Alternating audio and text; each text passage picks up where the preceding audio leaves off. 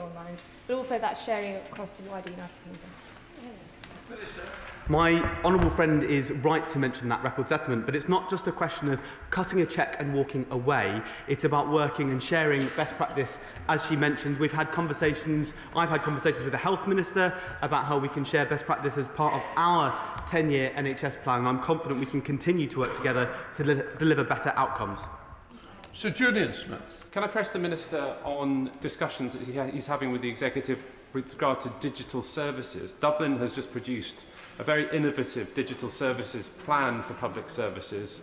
Can I urge the Government to talk closely with the Executive to make sure that Northern Ireland is keeping pace with Dublin in this area?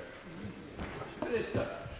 I thank the honourable gentleman for his question. I'm very happy to ensure that features in our conversations with executive ministers. I think Northern Ireland is a place that is leading the way in so many of these areas, so I'd be continuing to have those conversations. Minister Mywood. Thank you, Mr. Speaker, and Happy New Year to you. Policing numbers in Northern Ireland are at their lowest ever level, and both the Police Service of Northern Ireland and Policy Exchange have warned that reopening cases from the Troubles will place a huge additional financial burden on the police. This risks both policing numbers and national security. So is the Minister happy with that situation and let it happen, or will the Secretary of State be compensating it, PSNI, for the decisions made by his department? Thank you, Mr. Speaker. A number of the cases actually being taken away from the police service if their families refer those cases to the Commission. And as I mentioned in a previous answer, with a record settlement for Northern Ireland, it's for the Executive to determine how that money is spent, including how they're funding their police force. Gavin Robbins. Mr. Speaker, the Minister will be aware that the Finance Minister yesterday, in an ill-considered way, published his budget, not an agreed budget, for consultation. And he will know the pressures associated with that decision, and he will know the challenges that that brings for politics in Northern Ireland. But one thing that has been absent from the lexicon of politics in Northern Ireland over the last number of years is the fiscal framework. Can he update us as to where his government is on negotiations with Treasury and the Northern Ireland Executive? Minister. Thank you, Mr. Speaker. I'm pleased as part of that consultation there's a record settlement of £19.3 billion to fund those services. In relation to the negotiations that the Right Honourable Gentleman mentions, those negotiations are continuing. Gavin Robinson.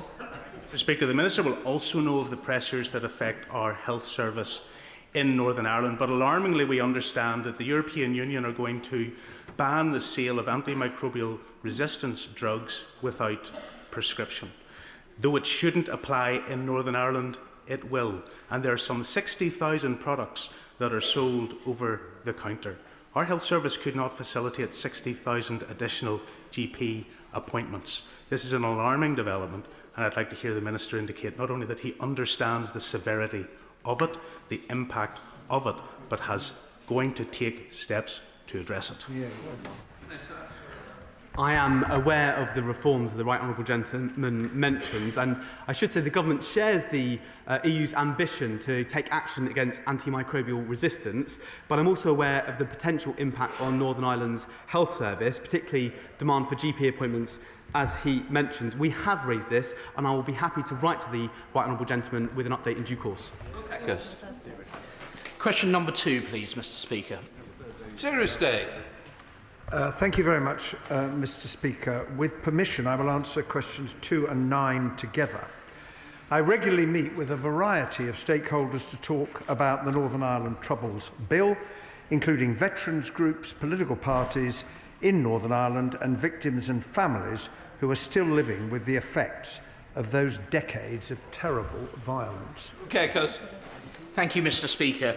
Veterans in North Durham who have contacted me, whatever unit they personally served in, are particularly concerned about the impact of the new legislation on those who served in the Special Forces. Can the Secretary of State reassure me that he has met with the SAS Regimental Association and is responding to the specific concerns expressed by them? I'm very happy to give my honourable friend that assurance. I did indeed meet with the SAS Association recently as part of the discussions I and my colleagues in the Ministry of Defence are having with veterans, We are listening to the concerns that have been expressed, and as I've said to the House on a number of occasions previously, we want to make sure the legislation responds to those. Paul Foster. Thank you, Mr Speaker. Under the previous government's Unlawful Legacy Act, the PSNI were required to shut down more than 1,000 investigations, including 225 investigations into the deaths of soldiers and veterans.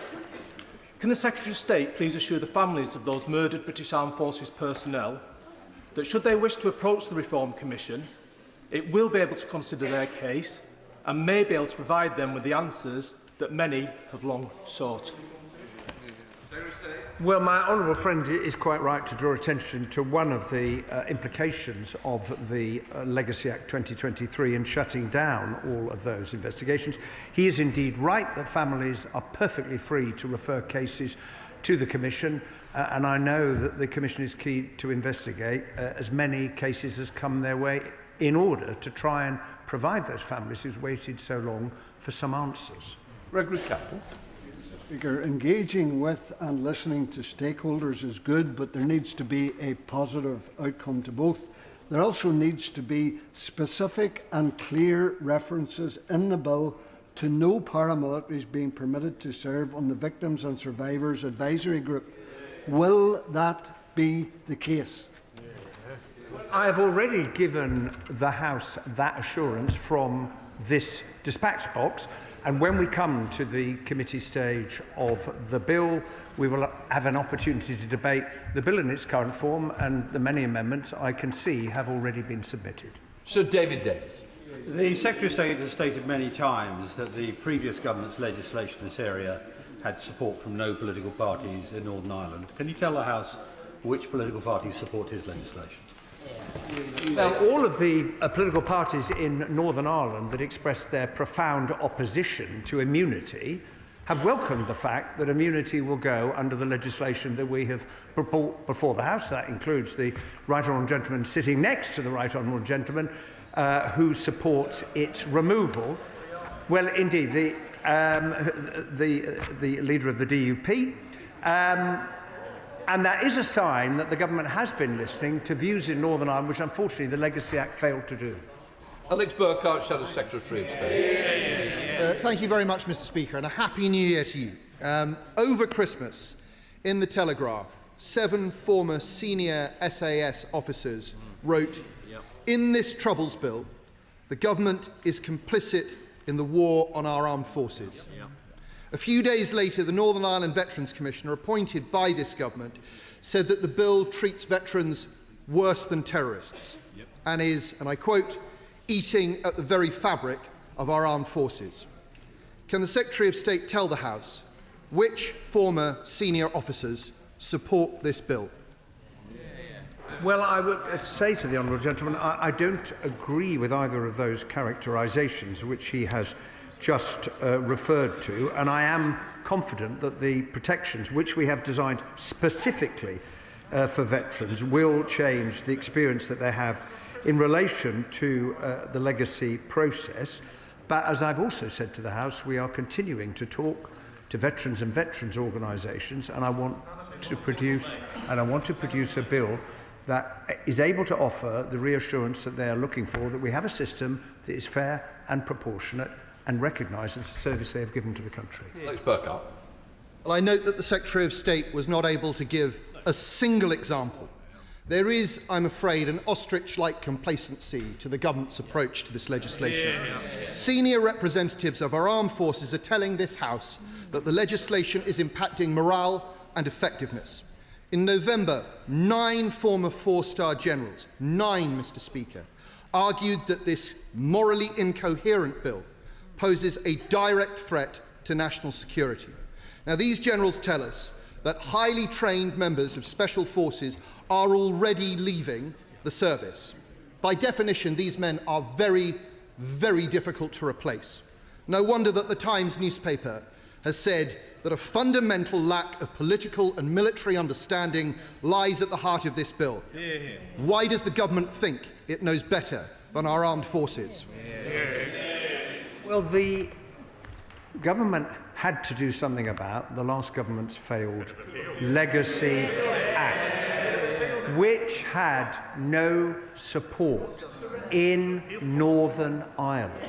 And if one is seeking to help the people of Northern Ireland to deal with the continuing consequences of the Troubles, the legislation has to have that support, and the last government failed to do that.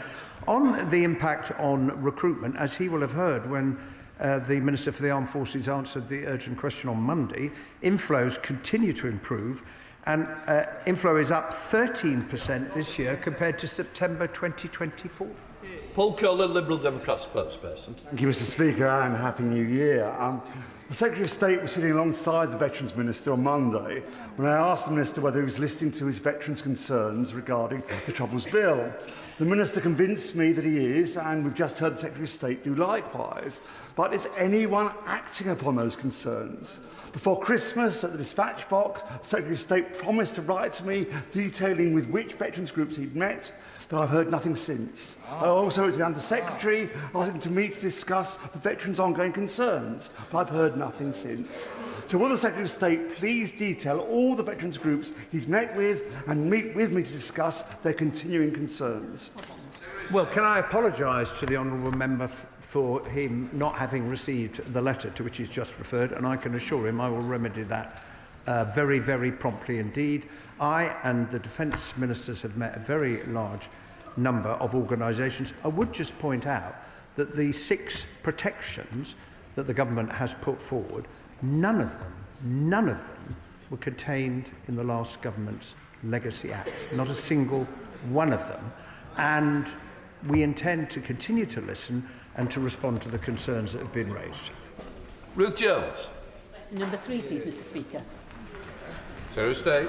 With permission, Mr. Speaker, I will answer questions 3, 5, 7 and 11 together. The European Convention on Human Rights underpins not only the Good Friday Agreement, but also key international agreements on trade, security and migration.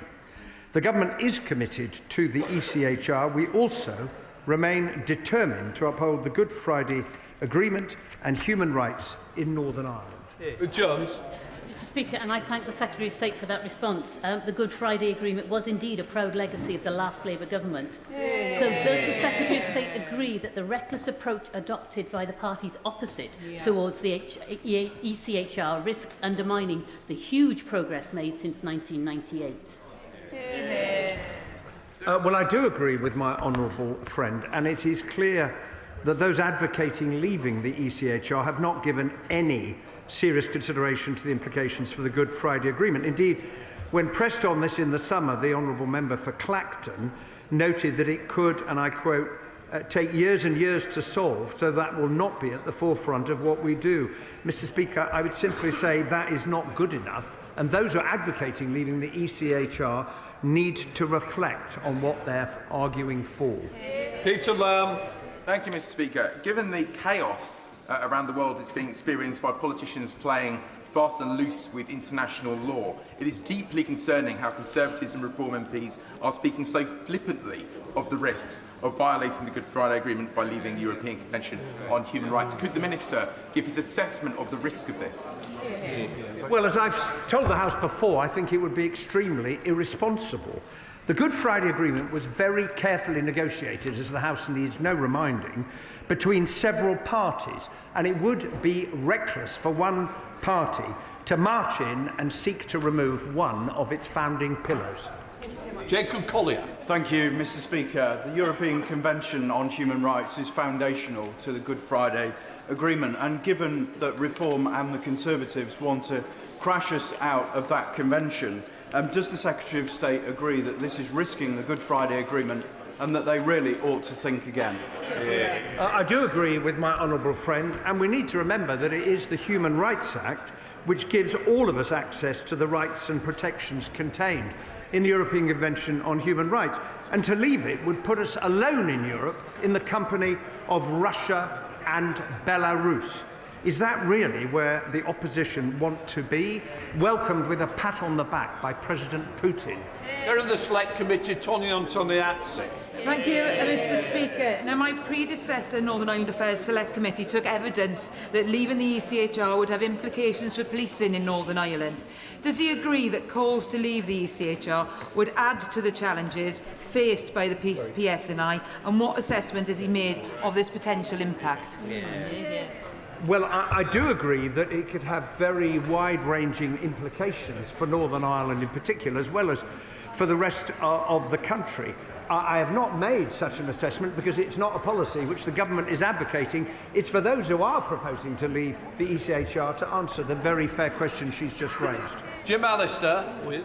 Mr Speaker, it is plain wrong to say that survival of the Belfast Agreement is dependent on the ECHR.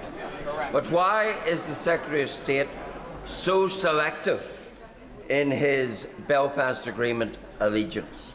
Because it was he who implemented the jettisoning of the agreement's cornerstone of cross-community consent when he invited the Northern Ireland Assembly to continue the imposition of the Windsor Framework without cross-community consent. To the Secretary of State, is it only nationalist consent that matters to him under the Belfast Agreement?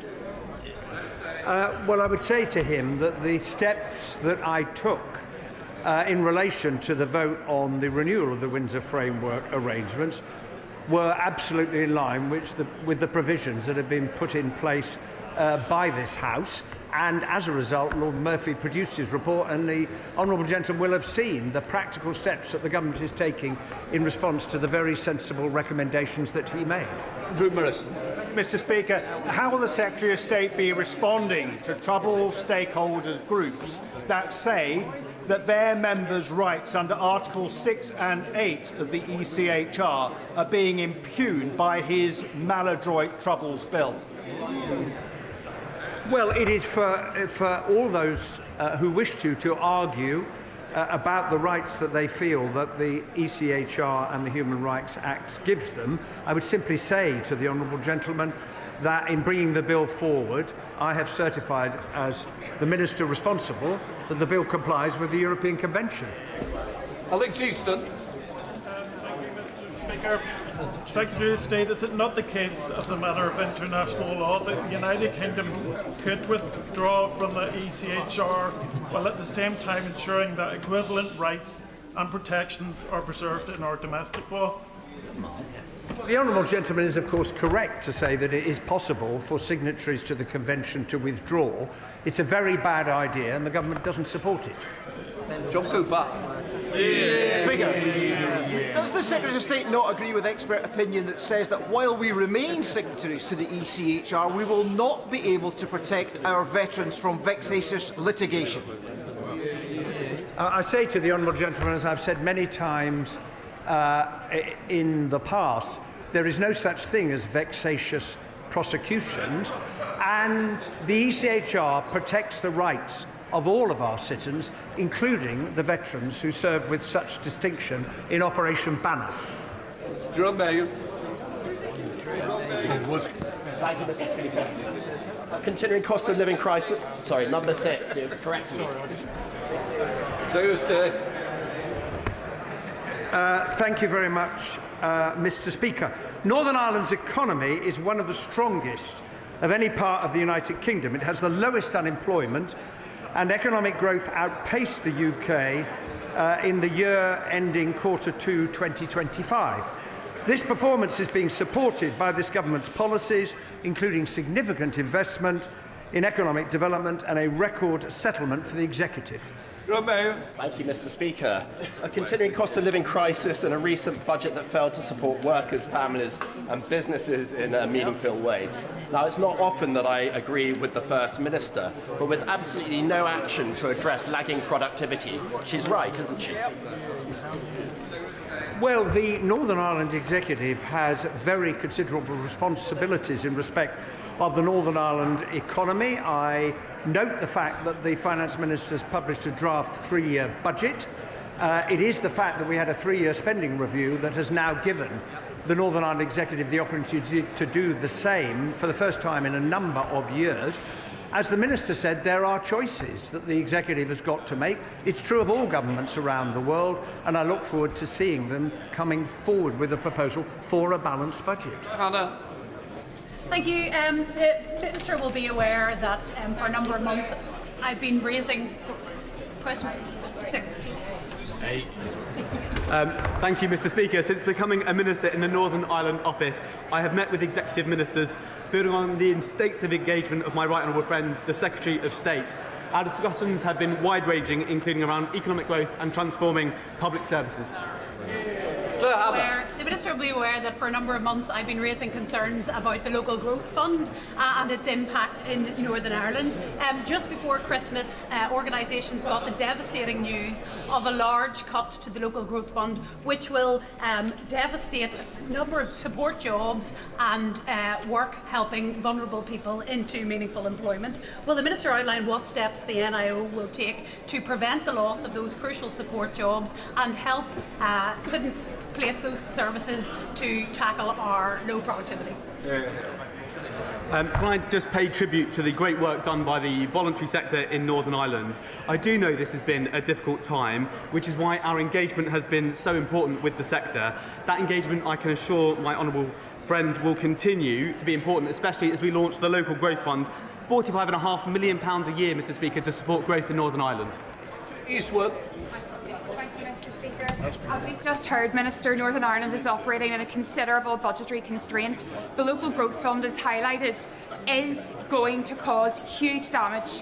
What can you do to assure my constituents in Lagan Valley and across Northern Ireland that you will listen to our concerns and act on them? Thank you, Mr. Speaker. We have put a record settlement into Northern Ireland, £19.3 billion. Obviously, that can be used to support people. The Local Growth Fund's been built for a year, has been set aside to make sure that we can support those groups, and I'll continue to engage with them during that period. Catherine Vokes. Question number 10, Mr. Speaker. This budget provided Northern Ireland with an additional £370 million on top of the record settlement of £19.3 billion each year on average over the spending review period. The decisions we have taken will ease trade within the UK and ensure families across Northern Ireland benefit from help with the cost of living through policies like cutting energy bills and lifting the two-child benefit cap. Thank you. And as the Secretary of State said, £370 million for the Northern Ireland Executive at this year's budget and £505 million for Wales on top of the settlements announced at the spending review shows that this government takes supporting the devolved nation seriously. So does the Secretary of State agree with me that cooperation between the UK government and the Northern Ireland Executive, like the other devolved nations, is crucial to pulling children out of poverty, improving public services and kick-starting growth across the UK?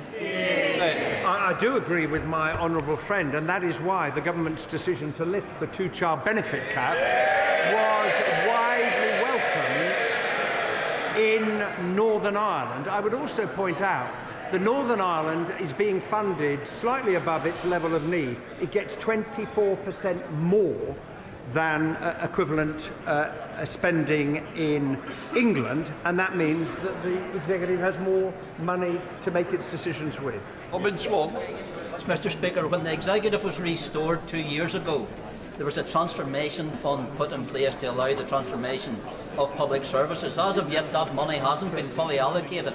Will the Secretary of State use his offices to encourage the Executive to actually implement that transformation fund to transform Northern Ireland public services? Well, the Public Services Transformation Fund is a very important demonstration of the partnership between the UK Government and the Northern Ireland Executive. As the Honourable Member will be well aware, the first 6 projects were funded and they're making good progress.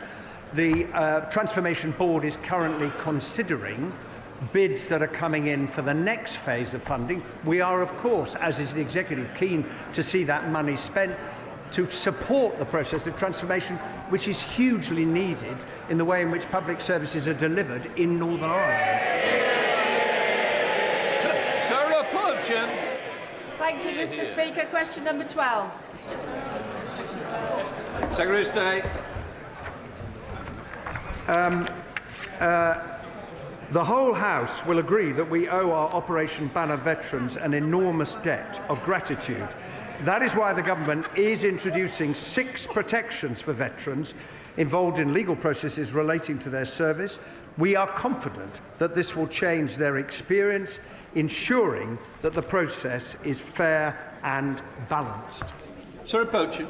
For the answer, does the Secretary of State agree with the Northern Ireland's Veteran Commissioner that this Troubles Bill treats our brave veterans more harshly than terrorists? I do not agree with that assessment. I've had many discussions with the Northern Ireland Veterans Commissioner, and I think if one looks at the facts, including the prosecutions that have taken place, there have been prosecutions of paramilitary terrorists than there have been of any soldiers at all. Indeed, one conviction of a soldier for a Troubles-related offence in the last 27.5 years. Before we come to Prime Minister's questions, may I extend a warm welcome to the President of the House of Representatives of the Netherlands and his delegation who are with us in the gallery today. Prime Minister's questions, Ruth Cadbury. Question number 1, Mr. Speaker. Prime Minister. Mr. Speaker, can I begin by saying I hope all colleagues had a happy Christmas. It probably feels quite a long time ago now, but not for reform, of course, because today is the day that they celebrate Christmas in Russia. Mr. Speaker, on Monday I visited Reading, where I met with people who will benefit from the first freeze in rail fares for 30 years.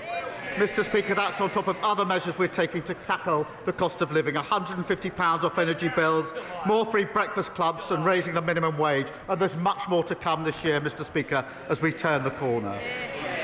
Mr. Speaker, yesterday I stood side by side with our European and American allies and President Zelensky at the Coalition of the Willing meeting in Paris. Mr. Speaker, we made real progress on security guarantees, which are vital for securing a just and lasting peace. Along with President Macron and President Zelensky, we agreed a declaration of intent on the deployment of forces in the event of a peace deal. Mr. Speaker, we will set out the details in a statement at the earliest opportunity. I will keep the House updated as the situation develops, and were troops to be deployed under the declaration signed, I would put that matter to the House for a vote. Mr. Speaker, this morning I had meetings with ministerial colleagues and others. In addition to my duties in the House, I had further such meetings later today.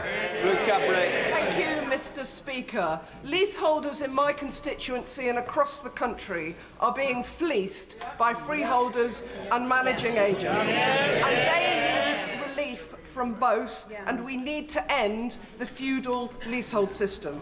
So could the Prime Minister confirm when the leasehold and common hold reform bill will be coming to Parliament? I thank her for raising this important issue. We are taking serious action to deliver homes the country needs and provide homeowners with greater rights, powers and protections. We will publish the draft bill as soon as possible, and I'll update the House. More protections, of course, are already coming this year because we passed the Renters' Rights Bill, stronger protection for 9 million renters, abolishing no-fault evictions. That's the change we're delivering, and who voted against it?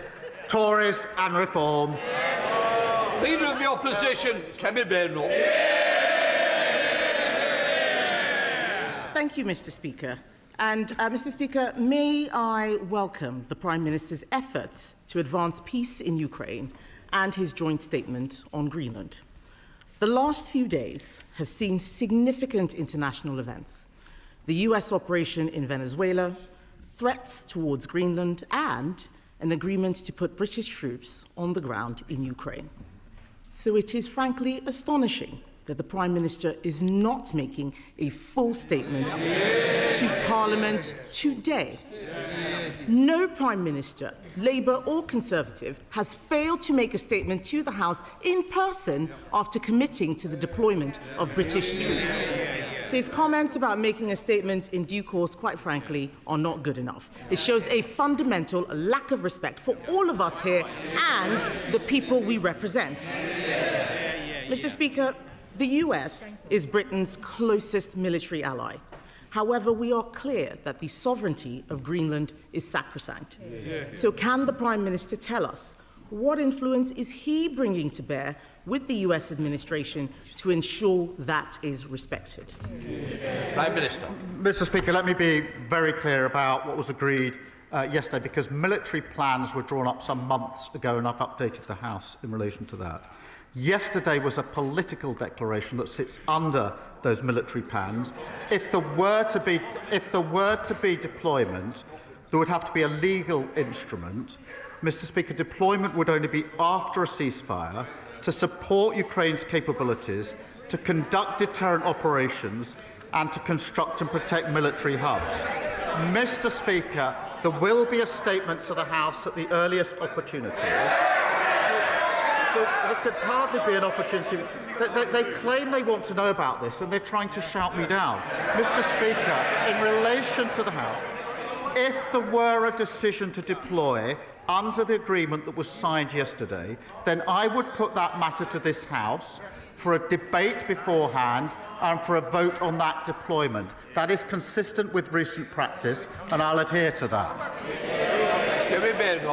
Mr. Speaker, why is today not the earliest opportunity? The truth is, the Prime Minister does not want everybody in this House to be able to ask him questions. So he leaves it just to Prime Minister's questions half an hour. On Monday, at least his Foreign Secretary stood up for 2 hours and 15 minutes. You know, it was a non-event, but at least she did that. He is scared of us being able to ask him questions. Yes. 6 questions. Yes, he's here. Please. I've also requested that we do need an early statement. This House should always be informed first. So I don't like the chantering. Let the questions continue. Well, one of them asked that he is here. He's got no choice but to be here for Prime Minister's questions. That's why he's here. If he could skip this, we know he would do. But back to the matter at hand, Mr. Speaker. We all agree, all of us here agree, I think most of us here agree, that NATO is the bedrock of our security.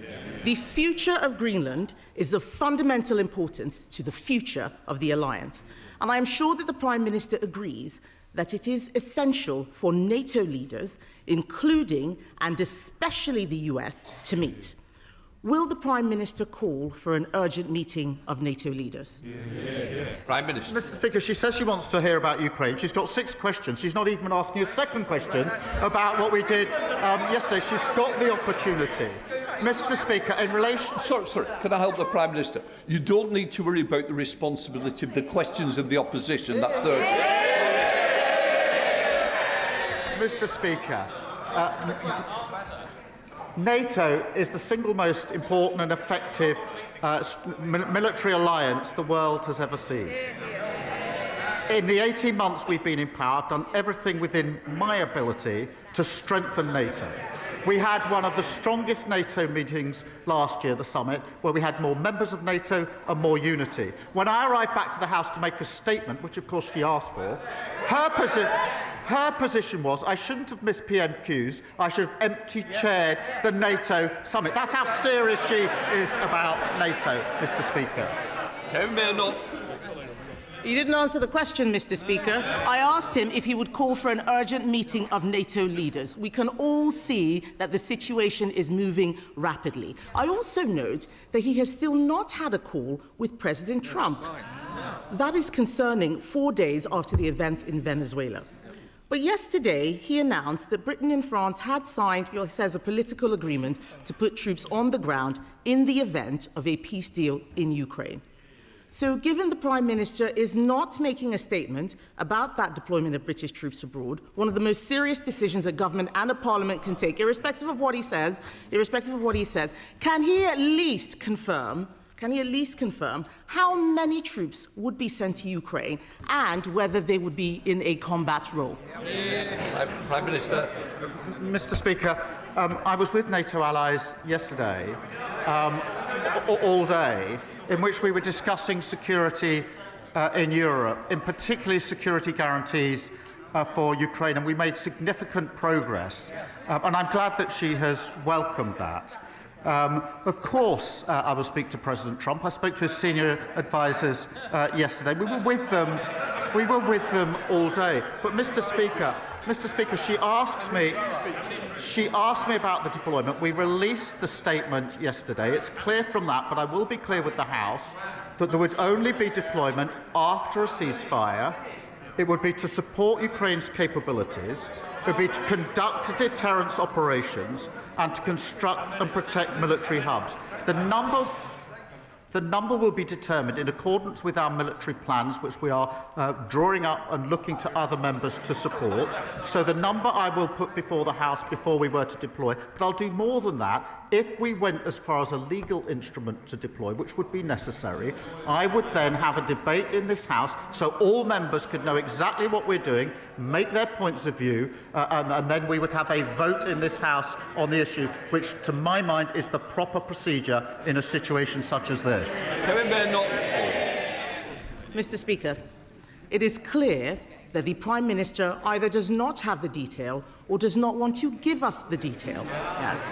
But this is important. He should be calling an urgent meeting of NATO leaders. He should have spoken to President Trump by now. This is important because if any such peace deal is breached, we would be in direct conflict with Russia.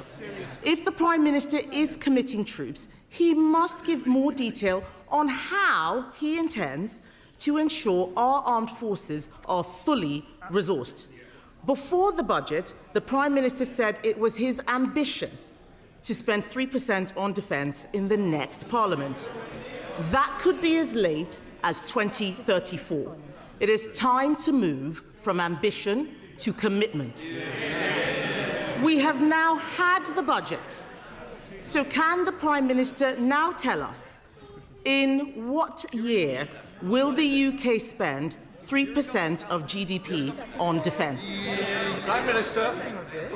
Mr. Speaker, just on this serious issue she puts to me in relation to security guarantees and the American role and our dialogue with the Americans, I can assure the House I spoke to President Trump twice over the Christmas period in relation to this specific issue, along with members of the E3, along with European allies. That has been a constant course of our discussion. There's no question of acting on this without full discussion with the Americans, and their senior negotiators were there at President Trump's request yesterday and on his instructions, and they were talking to him during the course of yesterday as we negotiated. So to assure the House, because it is a serious position she's putting to me, on the question of security guarantees, there is nothing between the UK and the US, and we've been constantly discussing this over many, many weeks and months. We've made huge progress. I have personally spoken to President Trump about it on 2 occasions since we were last in this House. I do want to reassure her and the House in relation to that really important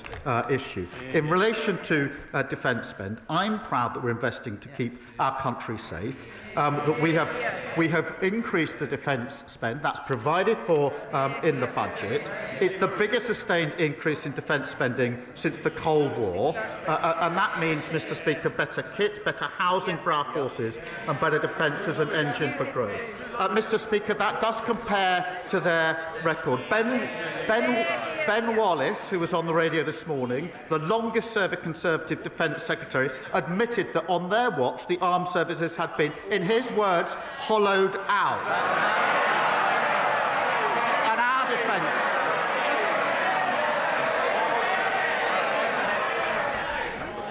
Mr. Cartledge, you expect a lot, I expect something back, and that's silence. Prime Minister.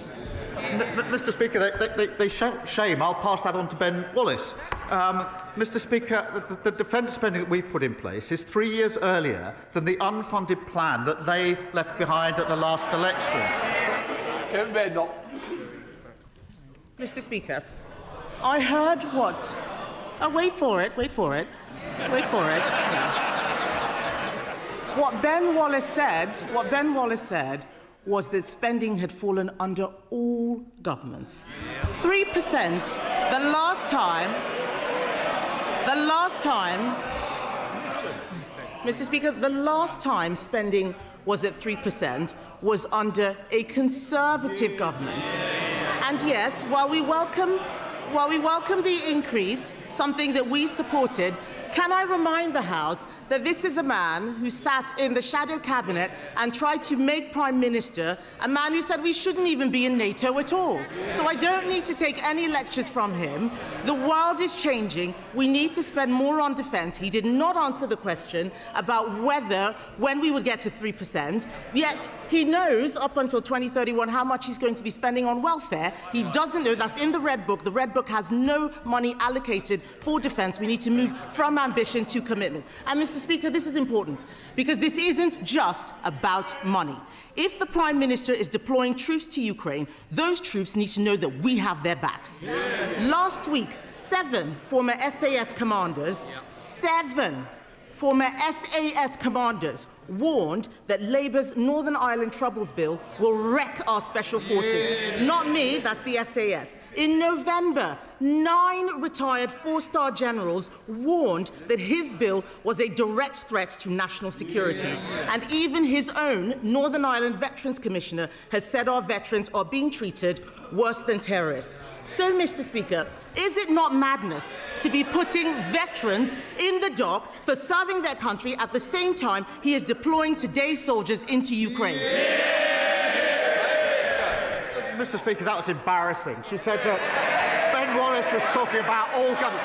They were in power for 14 years and they hollowed out our armed forces. Copyright Ben Wallace. Secondly, she talks about the shadow cabinet. She has in her shadow cabinet a shadow attorney general who is advising Abramovich at the same time as we are imposing sanctions on Russia and trying to use that money to support Ukraine. How can someone sit in her shadow cabinet advising someone trying to escape sanctions and pretend that their policy is to support us on sanctions? And Mr. Speaker, when it comes to Northern Ireland, they are the party that gave immunity to IRA terrorists, terrorists who killed British soldiers. Their flawed act was struck down by the courts, which left our veterans with no legal protection whatsoever. We're introducing a fair and transparent process with a package of rights and protections for our veterans. And, Mr. Speaker, there is no equivalence between our armed forces who fought bravely in Northern Ireland and terrorist groups. And if the Leader of the Opposition wants to go back, if her position is, to their old flawed legislation and give immunity to the IRA, she should stand up now and say so. Mr. Speaker, let me start by talking about the Shadow Attorney General. Yes. Yeah. Do they know what the Shadow Attorney General is doing? He is defending veterans pro bono against the actions of this government. Yes. On this side of the House, Mr. Speaker, we will defend those who defended us.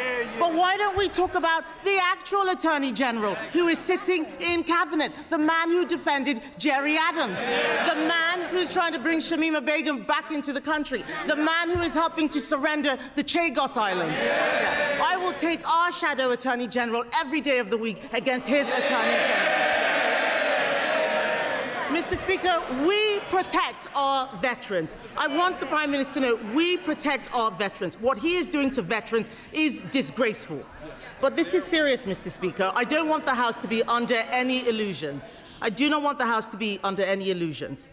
The Prime Minister should know that we will absolutely support any efforts to help bring peace to Ukraine. We will work with him to ensure NATO remains the bedrock of our security.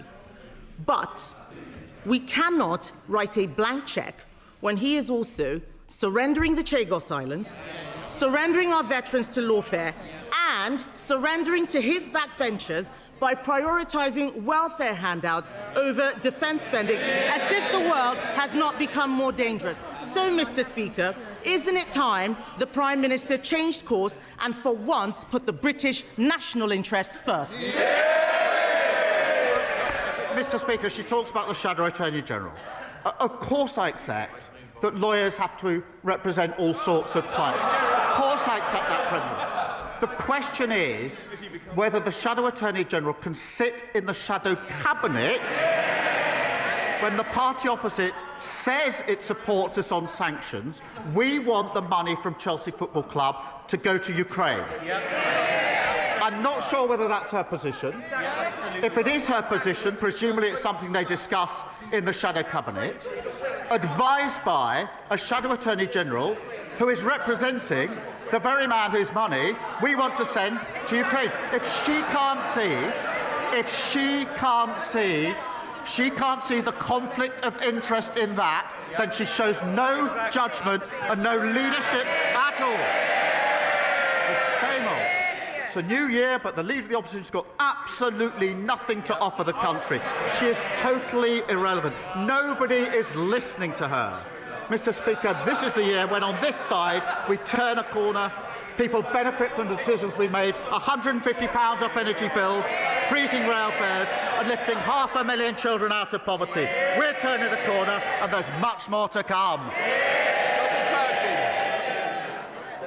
Well, the Prime Minister can keep the good news going because he's rightly made house building and economic growth key priorities for his government. By giving the go-ahead today to the Chesterfield-Staveley regeneration route, he'll help us to deliver 1,500 houses and 5,700 jobs on land that was previously coal mining and brownfield industrial land. It's not just a road, it is a growth project. So will the Prime Minister keep the good news coming and tell us that he'll support the Chesterfield-Staveley regeneration route? Well, can I thank him for that question? I know that he's working hard on this scheme. As he knows, land investigation works are currently taking place to help establish the final costs. The Road Minister is looking closely at the scheme alongside about 40 others. We will prioritise schemes that deliver faster journeys and unlock new homes and jobs. Leader of the Liberal Democrats, Sir Ed Davey. Thank you, Mr. Speaker. Can I wish you a Happy New Year and everyone in this House? And can I welcome the progress made on security guarantees for Ukraine yesterday? Mr. Speaker, Geoffrey Robertson, KC, is a respected authority on international law. He's also the head of the Prime Minister's barrister chambers.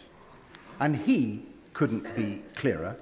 President Trump's actions in Venezuela are illegal. He says the United States, and I quote, is in breach of the United Nations Charter and has committed the crime of aggression, which the court at Nuremberg described as the supreme crime. Does the Prime Minister agree with his old mentor, or has he got it wrong? Well, there's plenty of things that Geoffrey and I have agreed on and disagree with over the years, but let me set out our position. It is our long-standing position that Maduro was not a legitimate president in Venezuela. And so nobody, I think, sheds any tears at his removal. And what we need, what we were saying before the weekend, and we say again, is there needs to be a peaceful transition to democracy in Venezuela. Now, the benchmark of all actions of all countries is, of course, international law, and it is for the US to justify its actions accordingly. My focus is on the defence and security of the United Kingdom. And yesterday, we were working with NATO allies, including the US, on security guarantees for Ukraine. And it's only with security guarantees that we'll have a just and lasting peace in Ukraine, which is vitally important for Ukraine, for Europe, and for the United Kingdom. Sir Ed Davey. Mr. Speaker, the Prime Minister just looks ridiculous when he won't tell the truth that Trump has broken international law. But turning to Donald Trump's next target, the Prime Minister was right to give the Danish Prime Minister his backing over Trump's threats to annex Greenland, and I welcome his joint statement with other European leaders. But does he also agree that if Trump does attack Greenland, it will be the end of NATO? And given that frightening possibility, does he accept that the UK needs to increase defence spending more quickly than currently planned and build new alliances with reliable nations? Mr. Speaker, let me be... the Greenland issue is obviously very, very important. I thank him for raising it. The future of Greenland is for Greenland and the Kingdom of Denmark, and for Greenland and the Kingdom of Denmark alone. And yesterday, he will have seen that I put out a statement to that effect, along with fellow allies in Europe. And of course, NATO is hugely important, the single most effective and important military alliance the world has ever known. He keeps encouraging me to sort of tug away at parts of NATO and to choose between Europe and the US. That would be a strategic mistake for our country. And yesterday we were working with our NATO allies, including the US, our NATO ally, on a just and lasting peace in Ukraine. That will not happen without security guarantees from the coalition of the willing, backed by the United States. That's a vitally important issue, and we made progress on that. And there won't be a just and lasting peace in Ukraine without those security guarantees, and not achieving a just and lasting peace in Ukraine is not in our national interest, and that's why I'm applying so much time and energy to seeking to get that outcome. Prime Minister, even its strongest advocates acknowledge that Northern Ireland is trapped in dysfunction, and not because reform is impossible, but because the DUP and Sinn Féin haven't allowed it. We've become a political Hotel California where the past is always around, but the future never arrives. There's growing public consensus that some of Stormont's procedures simply aren't working, and the SDLP has found slivers of common ground across the political parties too. Does the Prime Minister agree with me that now is the time for a structured conversation which protects power sharing, but which addresses the culture of veto and decline, so Stormont might finally take responsibility and start to deliver for the people? Well, can I thank her for her question? The Belfast Good Friday Agreement is one of the greatest achievements of the last Labour government, and it enshrined Northern Ireland's place in the United Kingdom and set out, as she well knows, I know, clear principles and processes under that framework. I'm aware of the Assembly and Executive Review Committee inquiry into institutional reform, but I can indicate that we're always happy to discuss any proposals for reform which would lead to a consensus. Gavin Robertson. Thank you very much, Mr. Speaker. Prime Minister, you will be aware of the grave concerns that abound around the Northern Ireland Troubles Bill, particularly amongst veterans and particularly among those who stand up for and speak out for the interests of those who defend our nation. And they have read the 6 protections in the bill and they don't see them as such. They offer no protection, they are procedural, and they apply to terrorists too. They do. So will the Prime Minister confirm that what we have heard is true, that the Ministry of Defence and the Northern Ireland Office intend to bring forward government amendments that will specifically and particularly protect veterans, and that they will offer protection? Well, can I thank him for his question, and I know how deeply he feels about these issues. The bill, as he knows, will put in place new measures designed specifically to protect veterans. These safeguards have been developed with veterans in mind after carefully listening to their concerns. They have no respect at all, have they, for this issue? We've been meeting with veterans' organisations and listening to their views, and when the bill reaches the committee stages, the House will see the result of those considerations, and you'll be pleased to hear that. We're determined to ensure protections are as fair and effective as possible, recognising the role that service personnel played in keeping people across the UK safe during the Troubles, and I thank him for his question. Rachel Maskell. Thank you, Mr. Speaker. Having met with many independent business owners, they fear the cumulative impact of the rateable value revision and relief reductions. In York, hospitality sees an average business rate rise of 41%, a music venue 44.4%, and many independent shops increases around 27%. It will mean doors closing and trade ceasing. They just can't do it. So could the Prime Minister urgently review the business rate proposals, and will he ensure a minister or official attends my business rate summit at the end of January, as I want to avert a crisis on York's High Street? Can I thank her for raising that issue? As she knows, during COVID, the rates went down, and that was coming to an end. And that's why we put in place interim relief as we move to the new rates. Mr. Speaker, we are continuing to work with and talk to the sector on that support and what further support and action we can take. Sir Aldby. Mr. Speaker, The period after Christmas can be a challenging time for many people, and consequently, the month of January consistently sees higher rates of suicide than at other times of the year. But suicide is preventable and lives can be saved. Education, raising awareness, targeting vulnerable groups are all effective suicide prevention strategies, and I was pleased to see them in the recent men's health strategy. But I'm calling on the government to go a step further and to launch a public health campaign to encourage discussions about suicidal thoughts and ideations. So will the Prime Minister agree to continue this conversation with me, and will he state his support for a public health campaign to tackle the worryingly high number of deaths from suicide in this country? Can I thank her for raising this issue and assure her that we want to work with all colleagues across the House on this crucial issue, and it's in our interest to do so. We did, as she said, launch the first ever men's health strategy, announcing over £3.5 million into supporting suicide prevention support programmes, recruiting over 7,000 mental health workers, including access to talking therapies, rolling out mental health support teams in schools. It is vital that we raise awareness and increase the support available, and I can assure her ministers would be happy to discuss her proposals with her, because I genuinely want to work across the House on this really serious and tragic issue. Masterson. Speaker, I was very pleased to hear that the government's latest announcement about the rollout of the chickenpox vaccine. This, of course, is in stark contrast to the vaccine conspiracy theories being peddled by Reform. Does my right honourable friend agree that it is only with a Labour government that healthcare in this country is safe, and that Reform must never, ever be in a position to be responsible for the health of this country?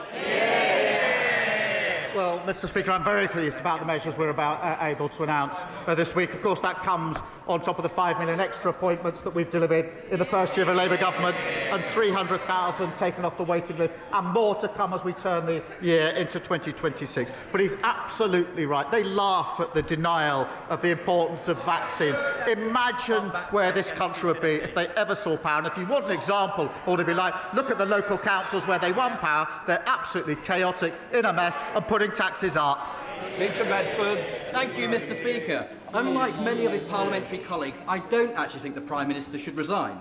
But at the start of a new year, it's time to reflect, reset, detox, if you will, on his government's appalling economic policies and tax rises, particularly business rates, and the impact it's having on the hospitality sector.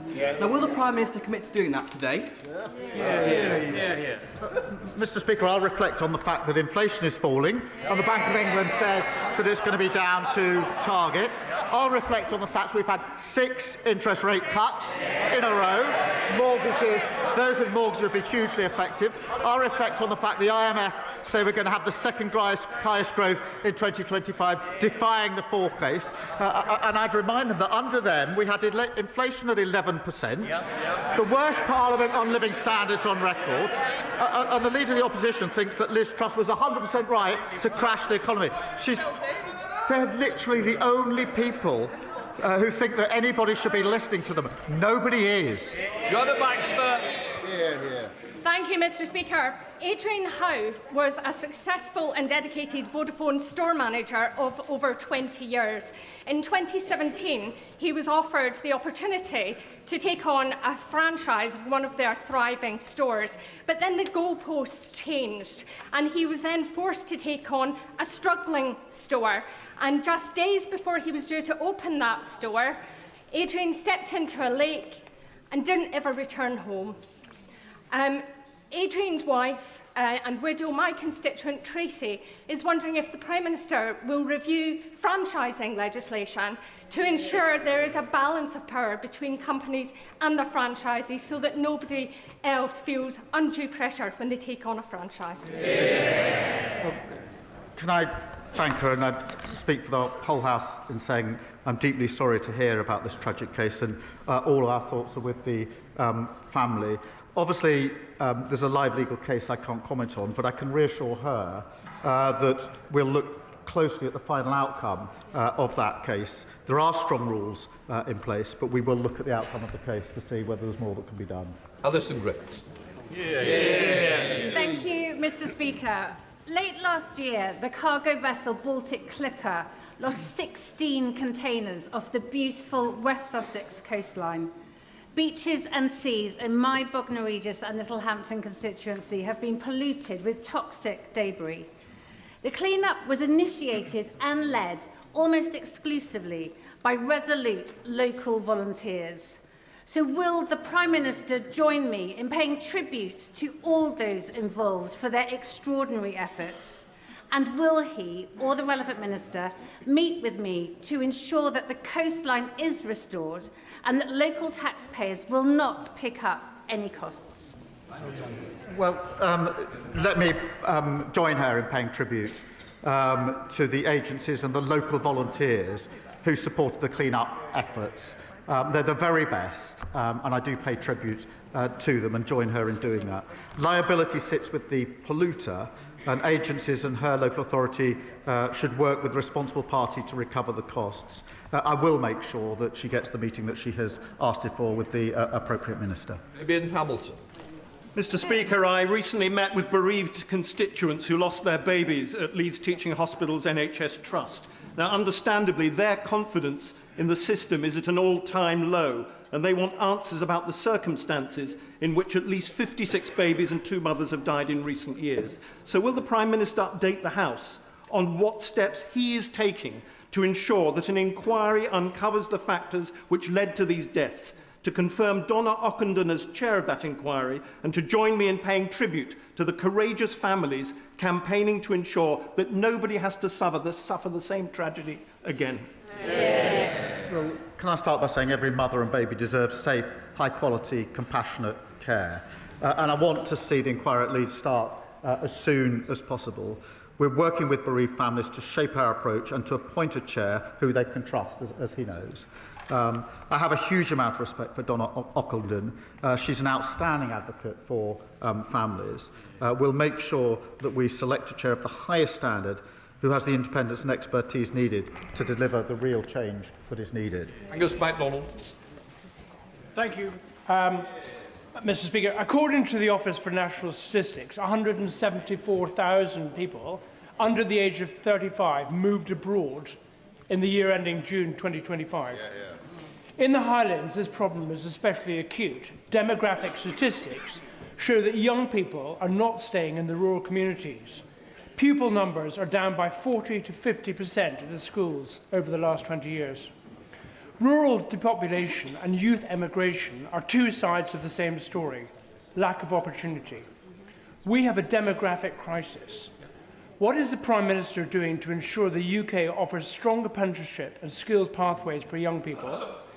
And does he agree that the SNP's failure in Scotland, diverting away 170 million intended for apprenticeships and skills development, shows exactly what happens when opportunity is not delivered? Well, can I thank him and tell him, alongside the record settlement that we've put in place for the Scottish Government, we're delivering huge investment in apprenticeships and offer a paid placement for every young person, which is vitally important. The SNP, on the other hand, blocked a welding facility in the Clyde because apparently it was related to defence. They don't back Scottish industry, young people or national security. We do. Pam Cox.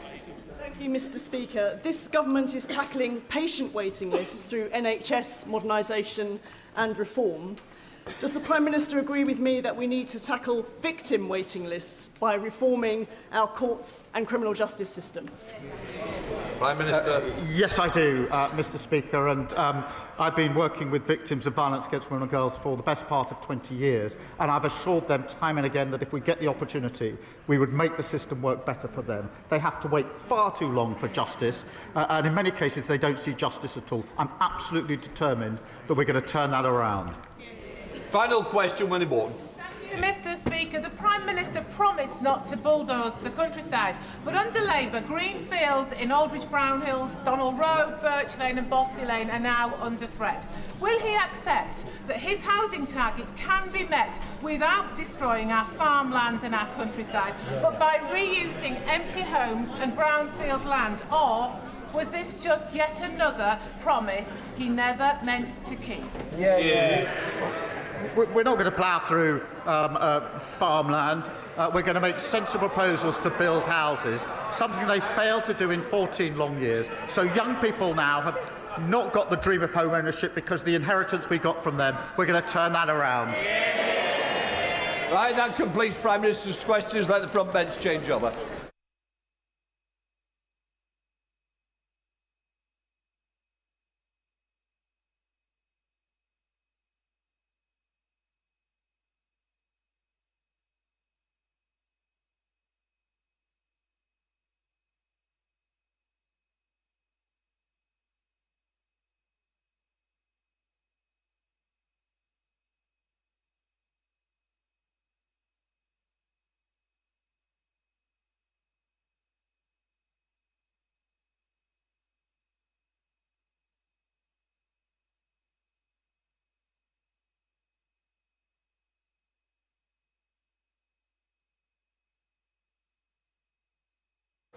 Right, presentation of bills, Sarah Purchin. Deprivation of citizenship, promotion of terrorism or violence bill. Second reading what day? Friday the 16th of January, please, Mr. Speaker. Friday the 16th of January. Thank you. Well done, sir. Right, we now come to the 10-minute rule motion, student finance. Mr. Luke Charters. Thank you, Mr. Speaker. I beg to move that leave be given to bring in a bill to require the Secretary of State to review the scheduling of student finance payments to undergraduates, to require the review to consider advance provision of certain student finance payments in certain circumstances and for connected purposes. Today, I introduce the Student Finance Review of Payment Schedules Bill. A former civil servant, one of the designers of the current student finance system, once told me that the loan system has become Frankenstein's monster. Maintenance loan payment dates simply don't line up with the reality of students' lives. Rent and bills are due monthly, but student finance arrives in infrequent, uneven chunks, forcing students to budget against uncertainty or rely on overdrafts simply to get by. The system assumes a level of financial resilience that many students simply do not have. And even once students graduate, the problems just don't stop. Repayment is needlessly complex and riddled with ludicrous features, like charging higher interest rates to those who go on to earn more. The result is a system that adds stress during study, confusion after graduation, and long-term financial insecurity for an entire generation. And as one of the youngest MPs, still repaying a Plan 2 loan myself, I recognise many of these challenges. So I'm working with the University of York Student Union, sat in the gallery today, on cost of living issues like bus fares for students locally. But today's bill seeks to make student finance work better for the over 2 million undergraduate students in this country. It would build on the work of this Labour government to reintroduce targeted maintenance grants for students from the lowest income households. We need to change the way maintenance loans are distributed. Scotland's student finance system administers monthly maintenance payments. And long story short, this is the model that needs to be explored for England and Wales. It comes at no extra cost and it's a no-brainer. Many students face financial strain because maintenance loans are paid termly. For a student receiving the maximum 10.2k outside London, this creates 3 lump sum payments of approximately 3.4k each. Now imagine receiving 4 months of your salary all at once. That is a system we expect students to navigate. And many are at the point of their lives where they're still learning those essential budgeting skills. The termly payment schedule fuels cash flow challenges, leading to students maxing out overdraft, creating problem debt and pushing students to other forms of credit simply to get by. And nearly 1 in 3 students with an overdraft have maxed out their facilities at some point. And there's also a particularly acute pressure point as students transition between years at university, when rent deposits are actually due before their student finance arrives. So students should not be pushed into financial worry, especially after a stressful period of sitting their exams, simply because of a payment scheduling mismatch. And this is why I believe we should move to monthly payments. Not only would it give students greater financial stability, reduce stress, but it would better reflect the world of work. Once students leave uni, and start getting their first full-time pay slips. For second and third year students, being able to access students' finance from July, when rent often begins, would genuinely be transformative. Because at the moment, we force families to step in, or for students who don't have that safety net, we force them into overdraft. Student finance can act as a barrier for working class kids to get to university, even after their A-level results, before that even starts. Pots and pans, rent deposits, books, software, travel passes, course subscriptions, these costs all stack up. The reality is, by the time a student sets foot in their first lecture, they've already navigated a stressful and uneven financial landscape. I heard of a student who couldn't afford the train ticket to university because their student finance hadn't arrived. Starting uni should be memorable and not miserable. Another student, who was a care leaver, wrote to me saying that they experienced the just about coping stage firsthand. They recalled, in their words, the genuine terror of not knowing how they would pay their rent because their loan had not even landed.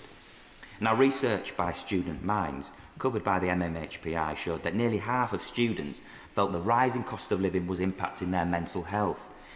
The simple but transformative fixes I've outlined today would make a huge difference, and students' unions across the country, including the NUS, agree.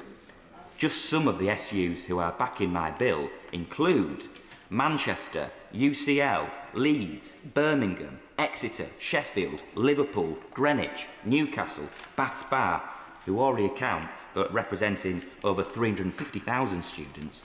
But add in others that are backing my bill: Durham, Derby, Bath, Buckinghamshire, Staffordshire, Lancaster, Essex, Leeds Trinity, Chester, Royal Holloway, Bradford, Roehampton, Worcester, the University of Law, Winchester, UCB, Liverpool Hope, the Arts University Bournemouth, Buckingham, and of course York on top. And altogether, that's student unions representing a third of all students in the country. They are supporting this bill and these small tweaks today. So thank you. And I'm still getting letters of support even now. But can I pay a special thanks to Amira Campbell, the president of the NUS, who is also backing my bill. She said student finance is in dire need of reform, and a review into the payment plan is a great place to start. We'd strongly support this review, and a move to monthly payments would allow students to better budget their income, particularly over the summer, where their bills come in, but the income does not. And just briefly, Mr. Speaker, on loan repayments, because Plan 2 borrowers, including me, were actually never clearly told that the higher graduate earnings mean higher loan interest.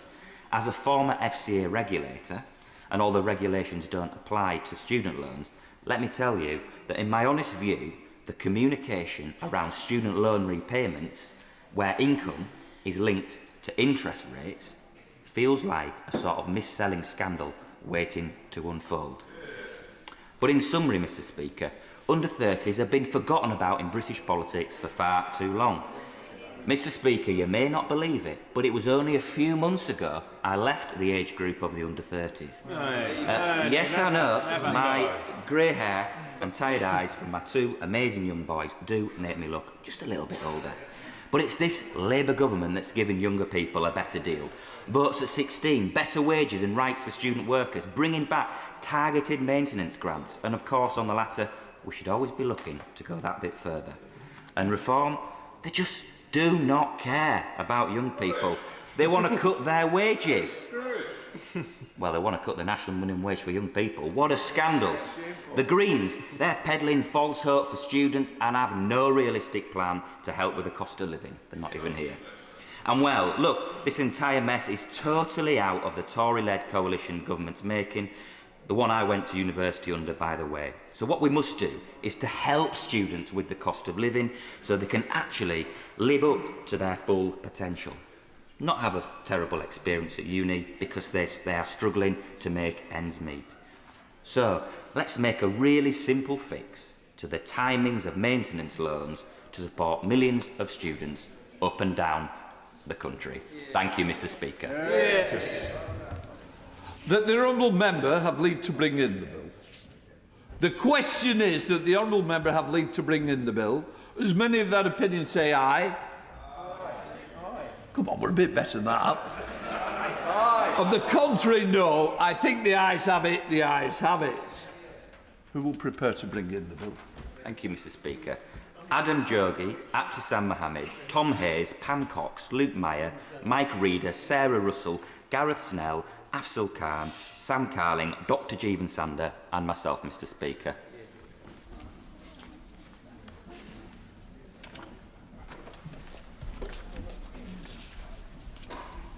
Luke Charters.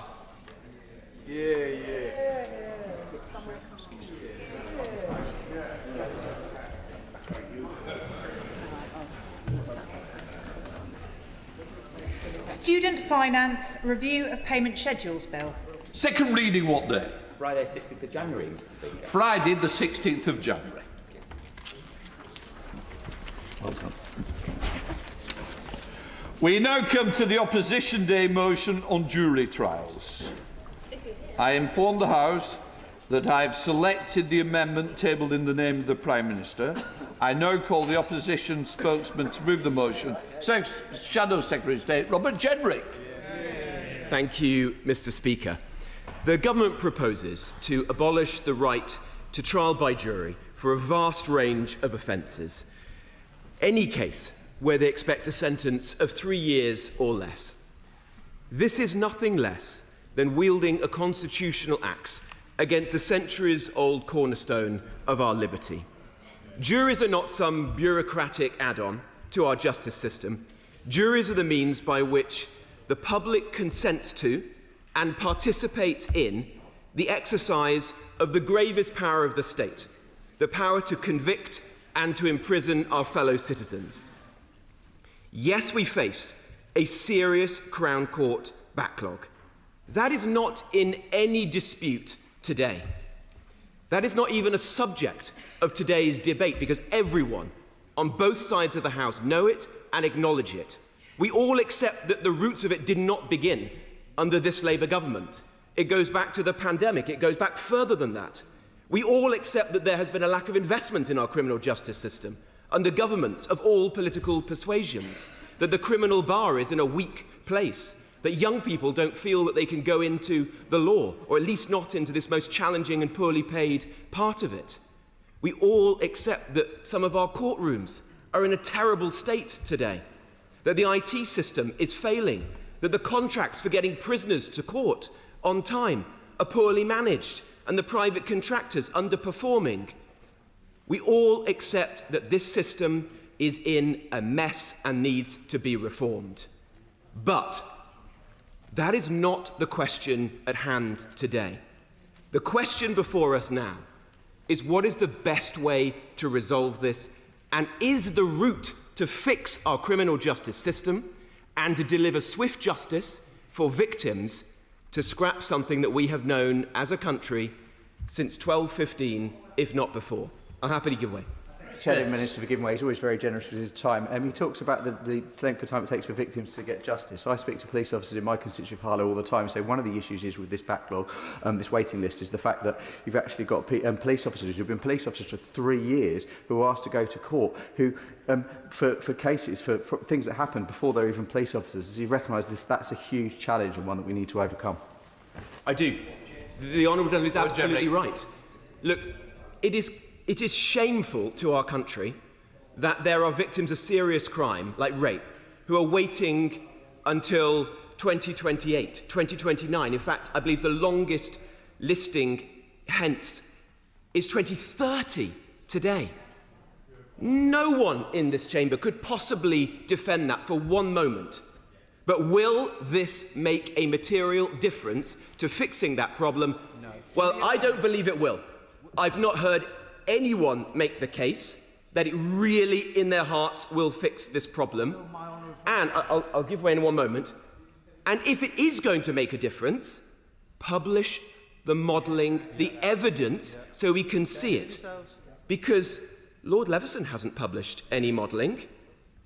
Lord Leveson gave a view that it might lead to a 20% reduction in the length of a trial, heavily disputed by other practitioners, including, and I do not mean to demean Lord Leveson, but including from people who are closer to the coalface of our criminal justice system, judges and criminal barristers.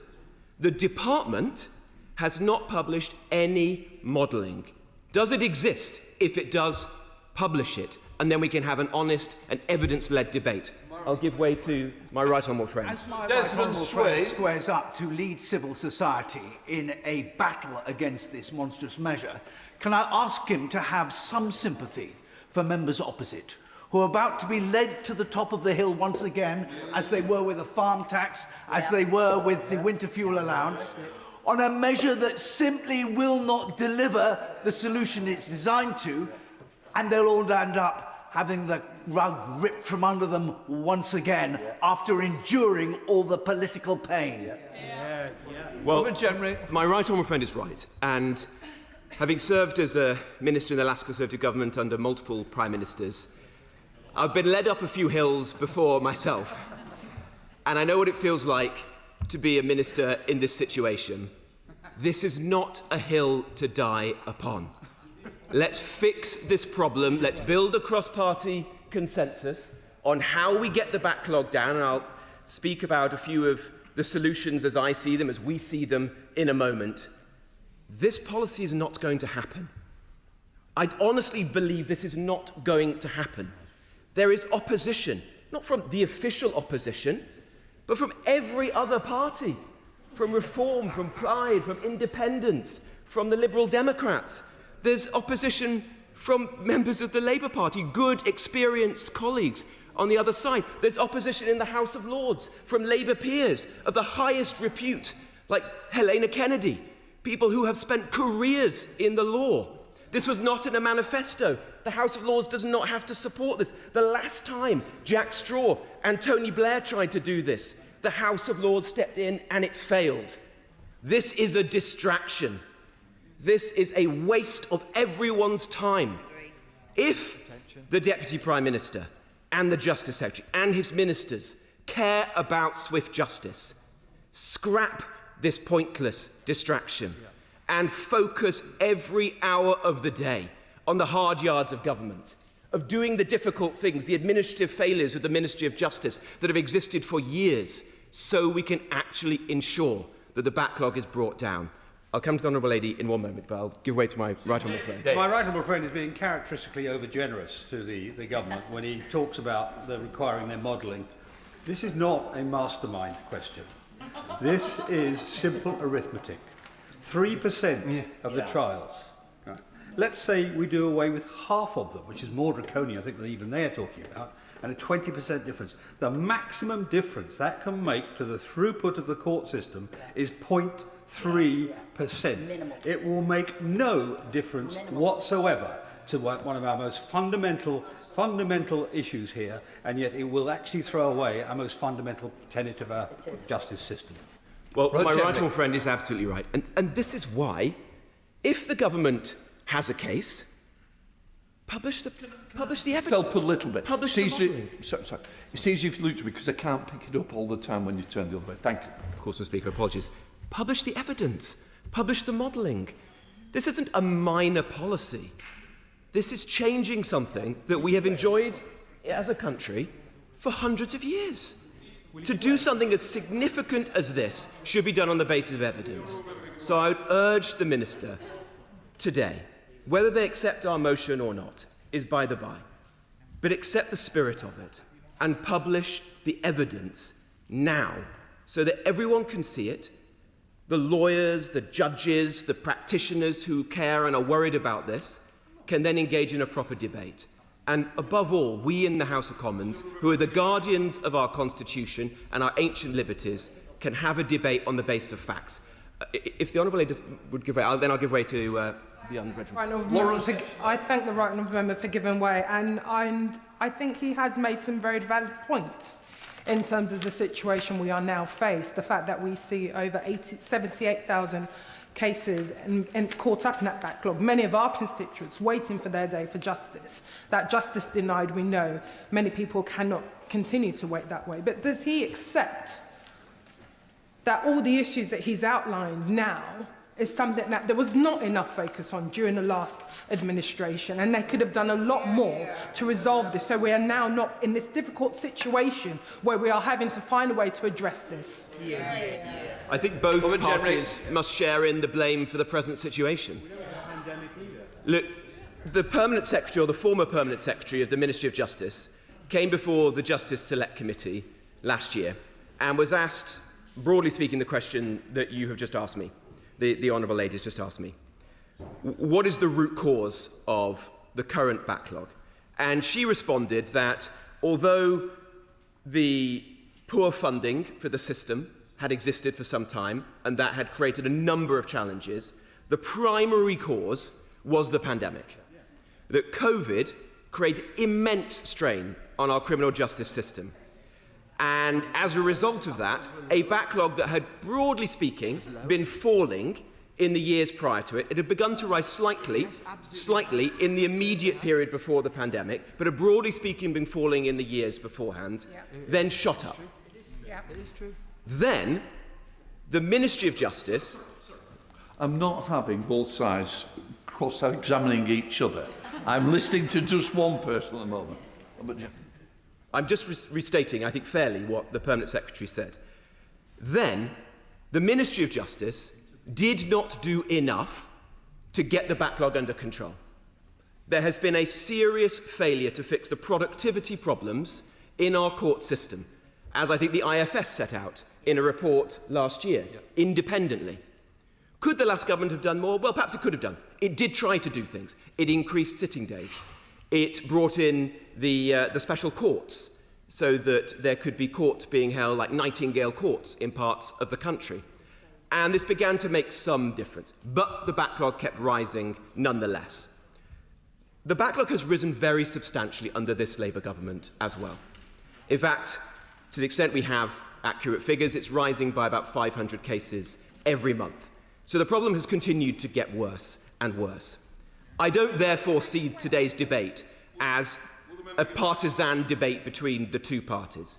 The key thing here is, how do we solve the problem now? Absolutely. How do we look to the future? Is slashing jury trials the answer? No. Are there better ways to do this? Yes.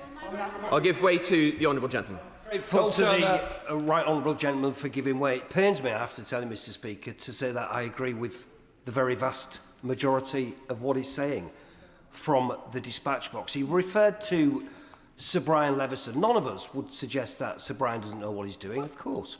He's very eminent. He is very skillful.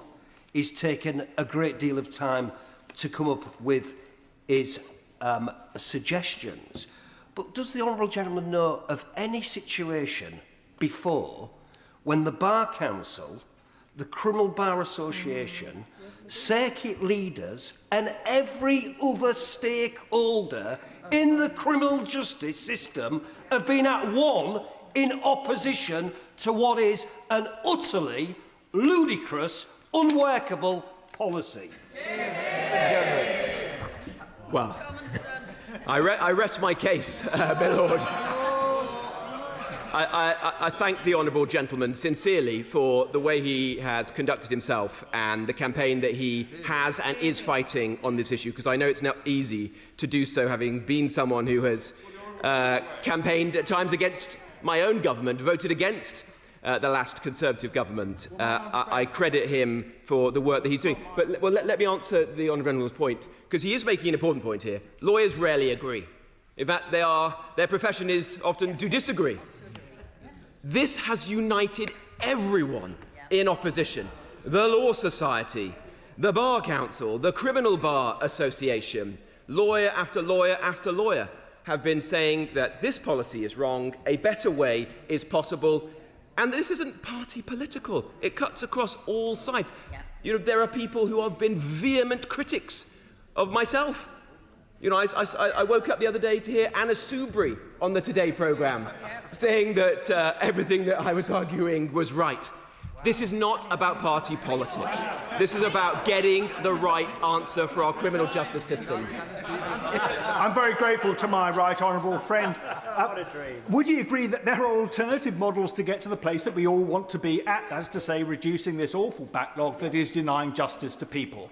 And will he take particular note, I'm sure he probably has already, of the model introduced by my constituent James Ward OBE in the South West, which had COVID resolution courts that were able to bring through proper case management within the CPS the backlog down from 52% to 2%, which meant saving 10 sitting years as a result of that intervention alone. Well, my honourable friend is absolutely right, and let me come to some of the potential solutions. One of the points that is important to note is that the backlog varies very widely across the country. HMCTS is a poorly managed organisation with limited accountability to ministers and has not been performing its function as well as it should do. There are parts of our country where the backlog is far lower than others. If you go to Liverpool, for example, parts of Lancashire, Mr. Speaker, you will see that despite the closure of your local court, the court backlog is substantially lower. In Wales, the court backlog is substantially lower. So there are significant regional differences as better managers, active judges, good case management of the kind that my honourable friend mentioned has made a significant difference. If I just advance my case a little bit, then I'll come to my honourable friend. The most important thing that we could do now is to get the courts sitting round the clock. There are sitting days on the table which are not being used. The Lady Chief Justice, the most senior person in our judiciary, has said repeatedly that she is able to offer the government more sitting days. She said it in the press, she said it before the Justice Select Committee the other day, and I'm sure she said it privately to ministers as well. The government has been pushed slowly to take her up on those sitting days, and I commend them for that. But there are still, by her measure, I'll give way in a moment, there are still, by her measure, at least 2,000 extra sitting days available, which the government is not taking her up on. We need to go back to the Lady Chief Justice and welcome these sitting days with open arms and say, what would it take for you to produce more? Can we turn 2,000 to 5,000 to 10,000? Get the courts actually sitting. That is not happening right now. And the principal reason for it is financial. Because the Ministry of Justice has not been able to secure from the Treasury a comparatively small sum of money. We can argue about the priorities of this government and we will differ across the House. But this is a relatively small sum of money which we need for the proper operation of our criminal justice system. And it must be better to spend this money on this cause than to scrap an ancient freedom that we have enjoyed for generation after generation. I'll give way to the Honourable Lady. Thank you very much, Mr. Speaker. I'm really grateful to my right honourable friend for giving way. He's making some excellent points about some of the alternative solutions to scrapping the right to a jury trial. And any MP who spent any time in their local courts will have seen that actually the issue isn't with juries, it's with the poor administration that's resulting in about a quarter of trials having to be rescheduled. So I wonder if he agrees with me that actually, rather than setting this precedent of scrapping the right to trial by jury, the government should maybe start by looking at ways they could, removing the pressure on an overwhelmed CPS. And does he think that maybe the possibility of giving the police greater charging powers would be a way to move forward on this? My honourable friend makes a number of very important points. Look, there are better ways to handle this situation. I don't pretend they're simple, they're difficult. They involve getting to the heart of bureaucratic organisations that have been poorly managed and are unaccountable. But let's look at some of those solutions. One, which Brian Levison himself mentions in his report, is incentivising early pleas to prevent cases dragging on unnecessarily. For example, by ensuring that those who are accused of offences meet their counsel earlier in the process, so they can have good advice about their likelihood of success or otherwise sooner than they do today. and changing the fee structure accordingly to achieve that. I will give way on that point, yeah. Jim Shannon. I thank the right honourable member and the Shadow Minister for bringing this forward. In Northern Ireland, just to give an example of perhaps maybe when the Shadow Minister is looking at some of the options, we have had cause to use the duplicate courts on many occasions, and in 2023 it was only used in 0.8% of occasions because terrorist trials and serious criminal trials are not given the opportunity and because of intimidation. But our natural sense of justice demands a jury of our peers, and does the right honourable member agree with that? And does he also agree that jury trials must remain exceptional and justice can be served more efficiently by juries by increasing court dates and cutting down the number of ineffective trials that waste time, the very thing that the right honourable member has referred to?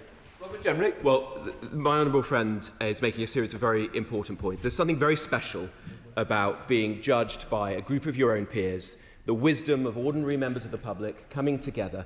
It is basically the only opportunity for members of the public to participate in our criminal justice system.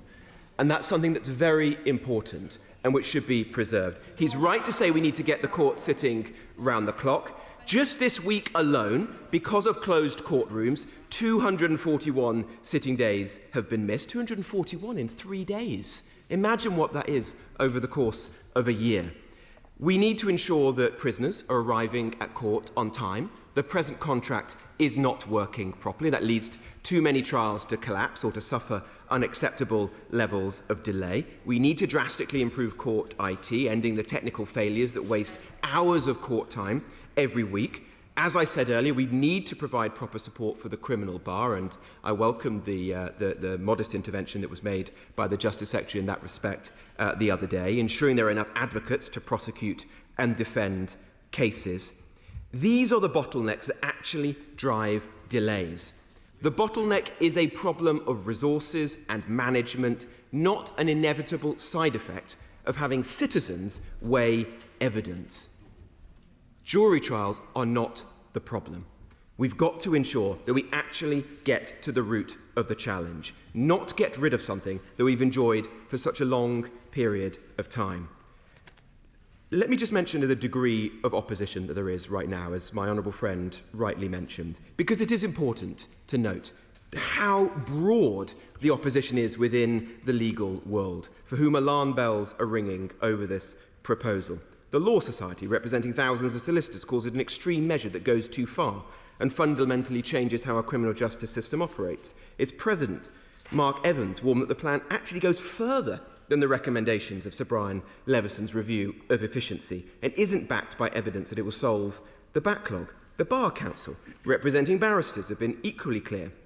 They see no basis for altering the structure of the court system in this way, warning that limiting the right to jury trial strikes at a core citizen's right. I will give way, and then I must conclude my remarks, because there's clearly a lot of colleagues who'd like to speak. Brady. I'm obliged. Thank you very much, Mr. Speaker. Well, I just wonder if the right honourable gentleman, the Shadow Secretary of State, could clarify just one point on the opposition's position. In Scotland, you've never had a right to elect for a jury trial as an accused. The position is the prosecution decides whether a case is to go for jury trial, and the accused has no right to require a jury trial.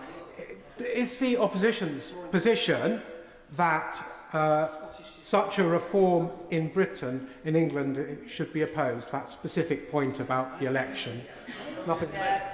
Well, that is the subject of this debate, isn't it? England and Wales have their own legal tradition. Scotland has its. Those of us who represent constituencies in England and Wales are here to defend our constitutional rights and settlement, and we will do so. It's up to those in Scotland to choose their path forwards. But the honourable gentleman's question also begs another one. It begs an important question in this. Is this debate about a technical, bureaucratic one?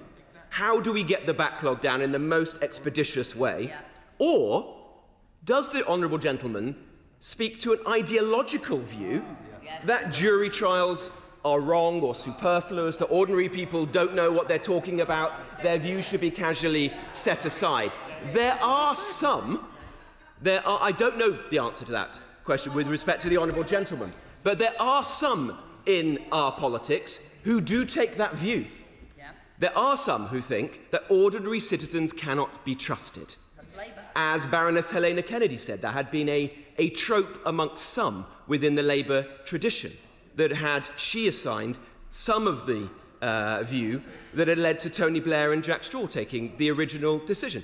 Now, that is clearly not all within the Labour tradition as we see today. It may be a very small minority. It's not one that we on this side support. We want to see ordinary people continue to be at the heart of our criminal justice system. And it's for that reason that we brought this motion today. So let me conclude by saying this. This is an Opposition Day debate. But the opposition to this proposal is not these green benches behind me. It's not the green benches to my left. It is all sides of the House and the other place. It's the solicitors, the barristers, the judges that can speak out and those privately around their kitchen tables who can't.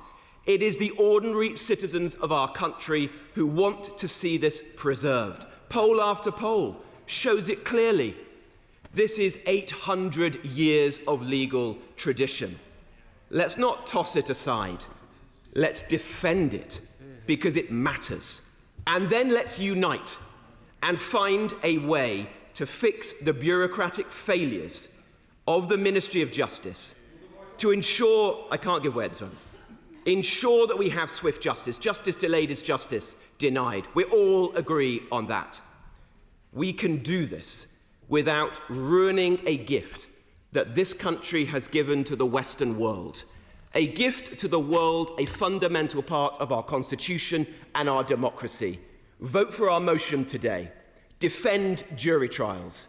And then tomorrow, let's work together to fix the court backlog.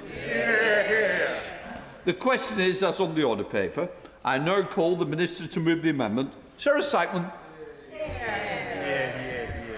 Mr. Speaker, I beg to move the amendment standing in the name of the Prime Minister.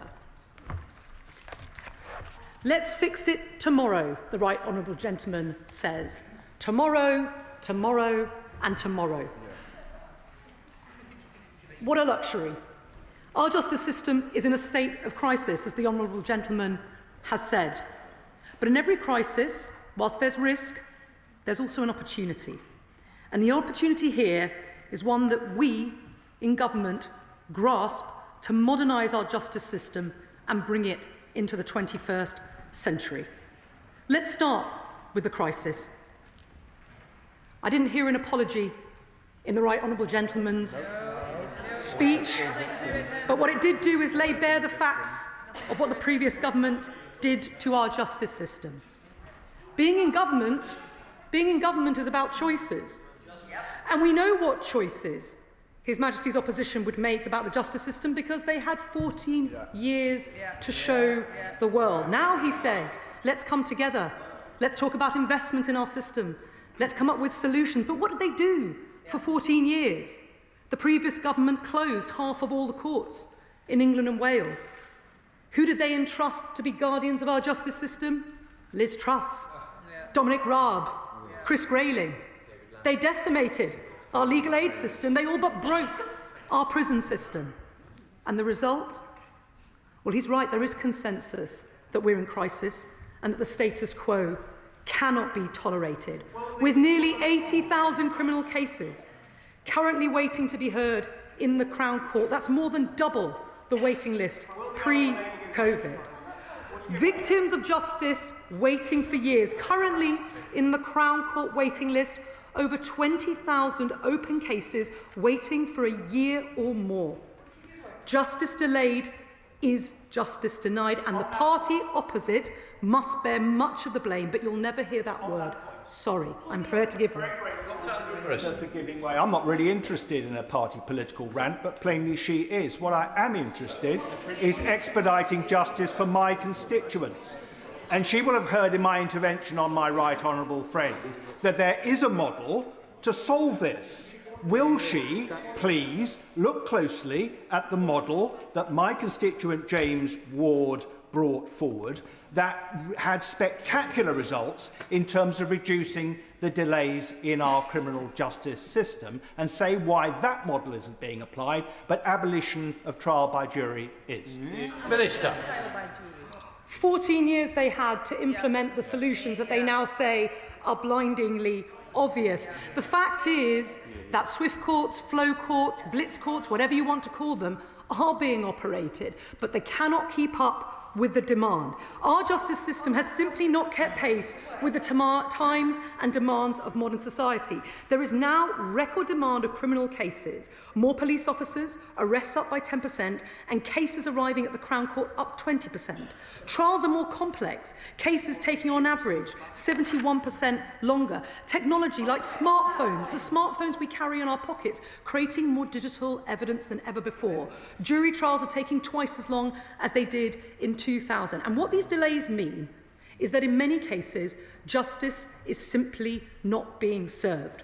Because with the delays, witnesses pull out, memories fade, as others have pointed out, more trials crack, and as a result, justice is not being served. We have a system where, as we know, there are criminals who are planning next Christmas and the Christmas after that to spend it at home with their families, gaming the system, whilst victims make longer and longer for justice, dealing with the isolation, with the mental torment, unable to heal, unable to move on. And yet no one is defending the status quo, and yet no government to date has been bold enough to take the necessary action towards finding a solution.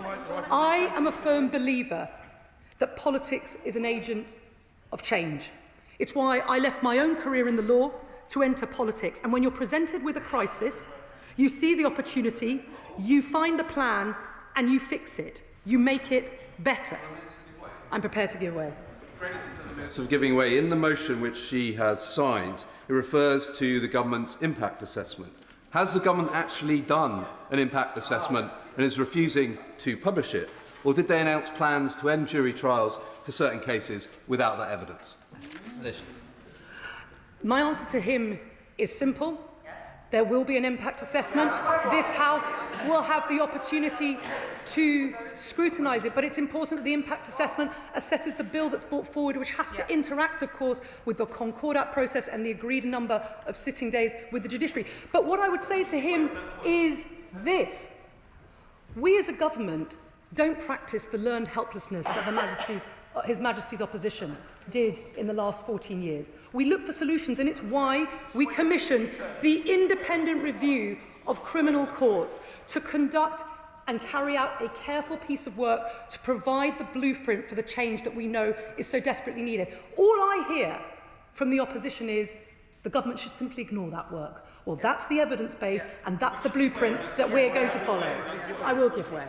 I thank the Minister for giving way. And on this point about delay and the solutions that we must bring forward, just yesterday I was with communities near here in Victoria who are facing the scourge of street drug dealing and aggressive harassment by drug dealers on my residents, and they prey on very vulnerable people who find themselves rough sleeping as well. And speaking to the police and people in the sector and people who are working on the very front line, they tell me that they are really struggling with the state of our court system. They're really struggling with the state of our justice system. So does the Minister agree with me that it is victims of crime who are affected by this, and also communities who are facing the scourge of crime and antisocial behaviour on our streets who are struggling with this? And also, I know that she will have been listening to the Shadow Secretary of State in terms of in his remarks, and was she as profoundly disappointed in me at both his attempt at building a consensus on this topic and also the complete paucity of suggestions that he has brought forward,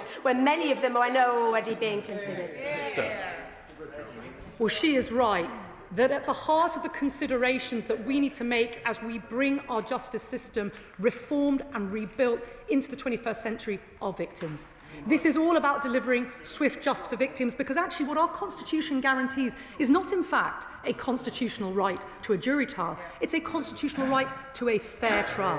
And the essential ingredient of fairness is timeliness, not waiting years whilst evidence deteriorates, whilst memories fade, whilst victims and witnesses alike pull out, but actually getting swift justice. And when I talk about reform of the system, yes, of course, I listen to important stakeholders who lead our professions. Of course, their opinion counts. But I have to say, Mr. Speaker, that my interest is in having a criminal justice system that serves the public, not that serves lawyers. Thank you. I thank my right honourable friend for giving way. The opposition is very keen to rely on the Magna Carta to defend jury trials, but the Magna Carta also says that justice should not be delayed. So Brian Leveson has reported that jury trials are taking twice as long as they did in 2000 because criminal cases are much more complex now. They can involve thousands of pages of electronic evidence. We are putting more pressure on jurors, financial and other pressures, and it's much more difficult now to support and guide jurors. So there is clearly a case for reform. Will my right honourable friend please also consider, because I understand one of the recommendations made by Sir Brian Leveson was to have jury trials replaced by a judge and 2 magistrates. So could that be a possible compromise to reduce the delays? Well, he's right that the nature of crime, the nature of the evidence presented is altering the way in which our criminal justice system works. But what I would say this, and I want to provide this reassurance to those in the House, these measures, as well as modernising and rebuilding our justice system, are designed to protect jury trials for the most serious cases. Many of those trials, as I've said, are becoming compromised, with many victims of the most serious crimes waiting years for justice. It is right that when we ask jurors to do the most important civic duty, that we use their time wisely. Does it make sense? Does it make sense that the queue of the victim of rape or the victim of a homicide is shared with someone who's stolen a bottle of whiskey, who could be dealt by a lay magistrate, who, by the way, introduces the lay and democratic element into our court? Yes, I am prepared to give way.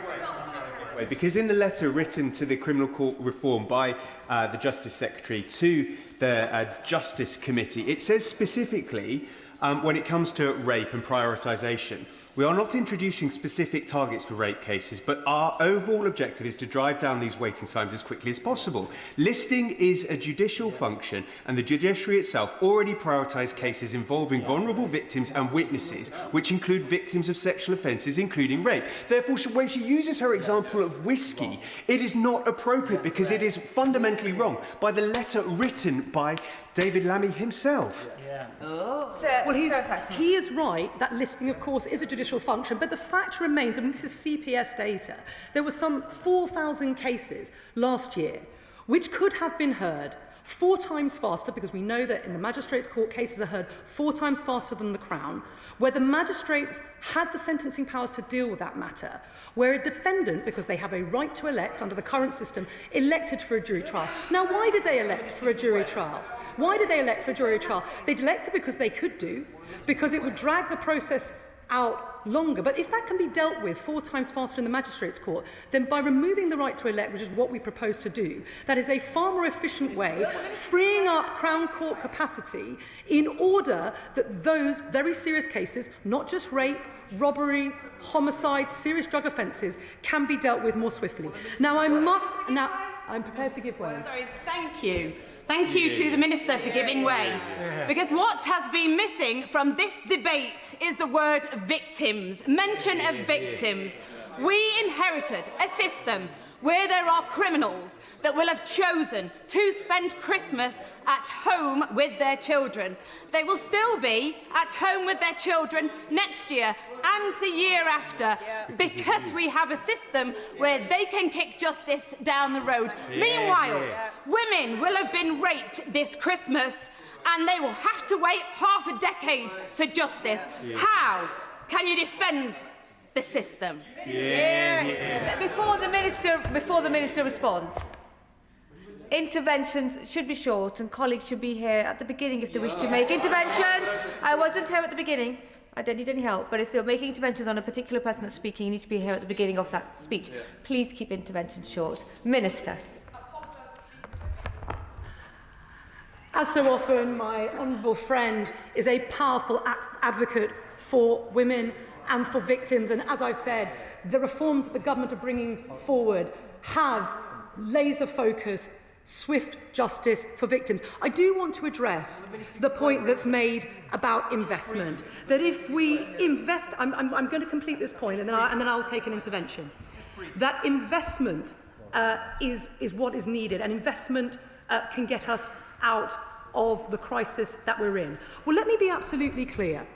This government is making investment, turning round an oil tanker which has been run into the ground for years when we inherited it. This year alone, we allocated over 11,000 sitting days to the Crown Court. That's the highest ever number of sitting days, and 5,000 more than His Majesty's opposition allocated when they were in government. The Concordat is taking its course, and there will be more to come.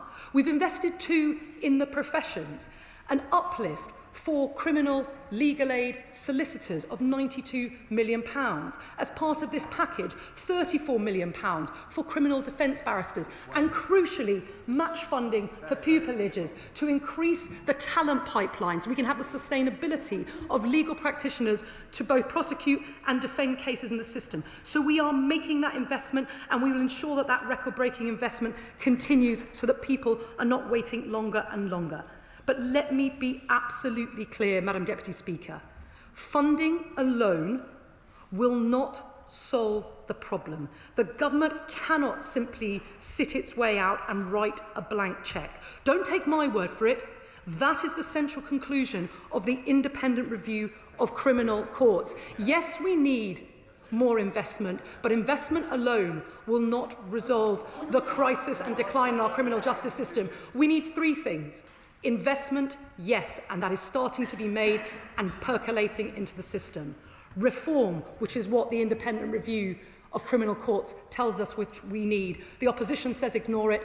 I am not prepared to. And thirdly, modernisation. How can we harness the technology now at our disposal, whether it's in terms of AI transcription, case summarisation, to ensure that we are getting swift justice? It's those three pillars that are going to transform and bring our criminal justice system into the 21st century. But those who tell you that simply spending our way out of the problem or tweaking a lever here and there is going to solve it, it won't. I agree. Those who say that we should bring prisoners to court more efficiently to avoid delays, do we need to do that? Yes, we do. And I eagerly await part 2 of Sir Brian's report, but those are things that we are working on straight away. Do we need more efficient listing? I agree. Yes, we do. Let's get those efficiencies. In that, there is consensus.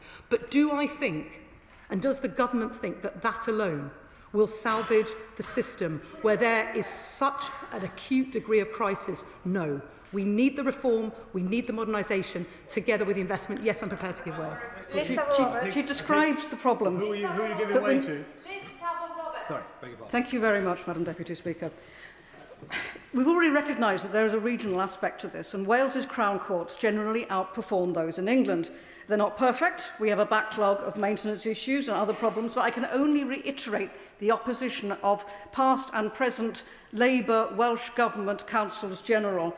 So they're saying that scrapping jury trials are both extreme and unnecessary. So why not take this as an opportunity to keep jury trials in Wales, so we can get a real-time impact assessment which we could compare with what is happening in England if we have to have changes?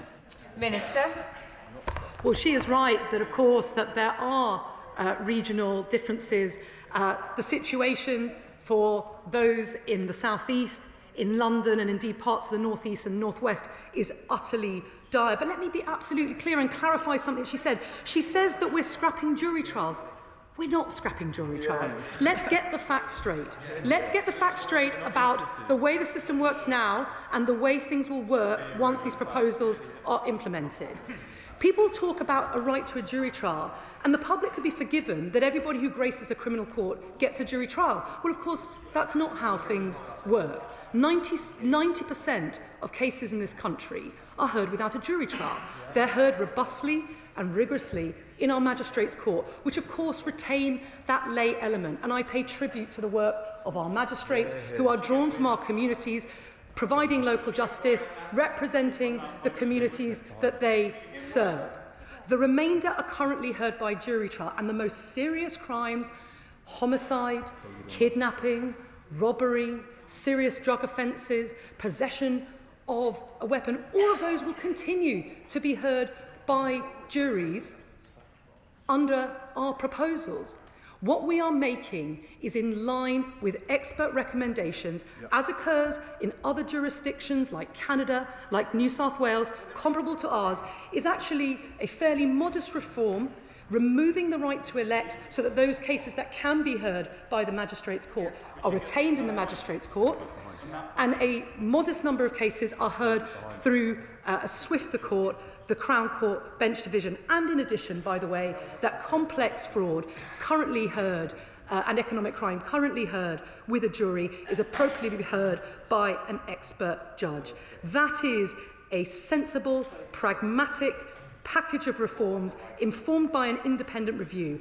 And asking us to simply ignore the work of the review, I'm afraid, is just simply not sensible. If we were to leave that review on the shelf, gathering dust, you would say the government is failing to pull every lever. I'm not prepared to do that. We've asked people to have a long, hard look at it, not just Sir Brian Leveson, David Ormerod, a distinguished criminal academic, and the other members of the panel. We are going to take that and implement that as our blueprint. I'll give way. Thanks, the Minister, for giving way. On that point about magistrates, in 2012 I took part in a 6-month in-depth application process to become a magistrate and was accepted. I was then told, because of a pause by the previous government, that there would be no recruitment, and in the following 8 years after that, we lost 10,000 magistrates, to the point that in 2019 the then Justice Committee wrote, and I'll quote, that the crisis was as frustrating as it was foreseeable, and it has taken a near crisis to prompt the then government into belated action. So does my honourable friend agree with me that the opposition can't have the cake and eat it? They've got to understand that the system is a crisis of their making. Well, I couldn't agree with him more, and as someone with responsibility for our magistrates' recruitment, it's something that you will have seen in the early headlines this year. We're looking for more magistrates. We want them to be more diverse, younger, from different parts of the country, from different backgrounds. And actually, as I said, our magistracy at the moment has halved in the last 10 years. I want to see us turn that around as we place our confidence in our magistrates to continue handling the vast majority of criminal cases which they do at the moment. Yes, I'm prepared to give way. Thank the Minister for giving way. My first job after graduating was in a magistrates' court where they were just making the transition from writing court records in this huge ledger by hand to computerisation, and I appreciate it's modernised an awful lot since then. But I wanted to pick up on the point that my honourable friend from Cities of London and Westminster made about the impact of persistent drug dealing on local communities. One of the things that's being piloted in Bristol is an intensive supervision court, because obviously we know that a huge number of crimes are committed by people with persistent drug addictions. If we can divert them from the criminal justice system, it will help free up our courts. Could you potentially say a little bit about what we're doing to roll out that programme? Minister. She asks a really important question, and we will be laying out our plans on just that. How do we prevent that revolving door of reoffending? It's there in the work that we're doing on sentencing and also early intervention, because prevention is so much better than cure. And you can see one of the most depressing features that has arisen as a result of the rising waiting lists in our Crown Court is that the number of early guilty pleas, those pleading guilty at the earliest possible opportunity, has gone down precipitously. And what that means is that very often offenders are pleading guilty at the door of the court. That wastes huge amounts of resource. And I want to make sure that jury trials are there for the most serious cases, that we're using jurors' time effectively and efficiently, because we owe it to them, just as we owe it to victims, to deliver swifter justice. Now, as I've said, I've heard the concerns of the opposition. I've heard the concerns of those who head up the professions. There are those in the profession who support what they're doing. We have our detractors. I'm not putting my fingers in my ears. I've engaged with them throughout this process, just as the IRCC, the Independent Review of Criminal Courts, has done. People have questioned whether swift courts will work. The Independent Review of Criminal Courts has recommended this swift court model. It was a model championed by Lord Justice Auld, by the Times Justice Commission. It's one that exists, as I said, in other countries like Canada, and it works there. Sir Brian estimates that trials without a jury could reduce hearing time by at least 20%, and he says that estimate is a conservative one, and it stands to reason. Jury trials are important, but hearing cases with a jury, without a jury, negates the need for jury selection. It negates the need for judges to explain legal concepts to jurors. It negates the need for jury deliberation. These all add to the time it takes to hear a case in the Crown Court. I will give way. I'm very grateful to my honourable friend, the Minister, for giving way. She talks about the presumption, which is what it is, that Sir Brian makes, that there'll be a 20% reduction in time if it's a single judge as opposed to a jury. I think that's probably right, actually, and I think he's probably right to say that's conservative. But what about the writing up? When does the judge write the judgment, give the reasons? Are they doing that while they're putting the kids to bed in the evening, or are they doing that the following day, and the day after, and the day after that? Because reasons will be necessary when a single judge is deciding the innocence of guilt of a defendant. What's the answer? Minister. Well, he's right that, of course, if you have a case determined by a judge, that reasons will need to be given, and indeed reasons are a good thing. The transparency that those convicted of a crime will have to know why the result has been reached. And of course, I'm sure that Sir Brian Leveson himself would have been well aware of the need for the judge to give reasons, and will have factored that in to his conclusion. In the same way that we've got the data from Canada, from New South Wales. I met with judges in the Supreme Court in Toronto. There they have equivalent cases tried judge alone and tried with a jury. Now, it's not about the relative merits of those two things, but simply as a practical matter, on timing alone, they told me that it takes about half the time. So it is undeniable, given the evidence that we have, that this is going to take less time. And when I have to focus on an efficient system that deploys resources in a proportionate way and delivers swifter justice for victims, it would be madness to ignore the conclusions of the independent review. Yes, I'm happy to give way. Thank you, Madam Deputy Speaker. Just on the point of saving time in relation to fewer jury trials, does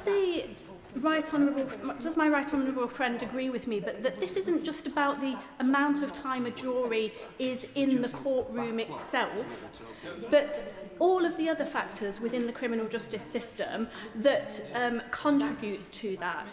So the time it takes for the back office staff to organise jury selection and summonsing, the time it takes for the Crown Prosecution Service to prepare reams and reams of paper for jury bundles, the time it takes to deal with the expenses, etc., etc. It's about the criminal justice system, in my view, as a whole, not just the time in that courtroom. Before the Minister responds, and to save another member from any embarrassment, coming halfway through a statement and trying to intervene is not acceptable.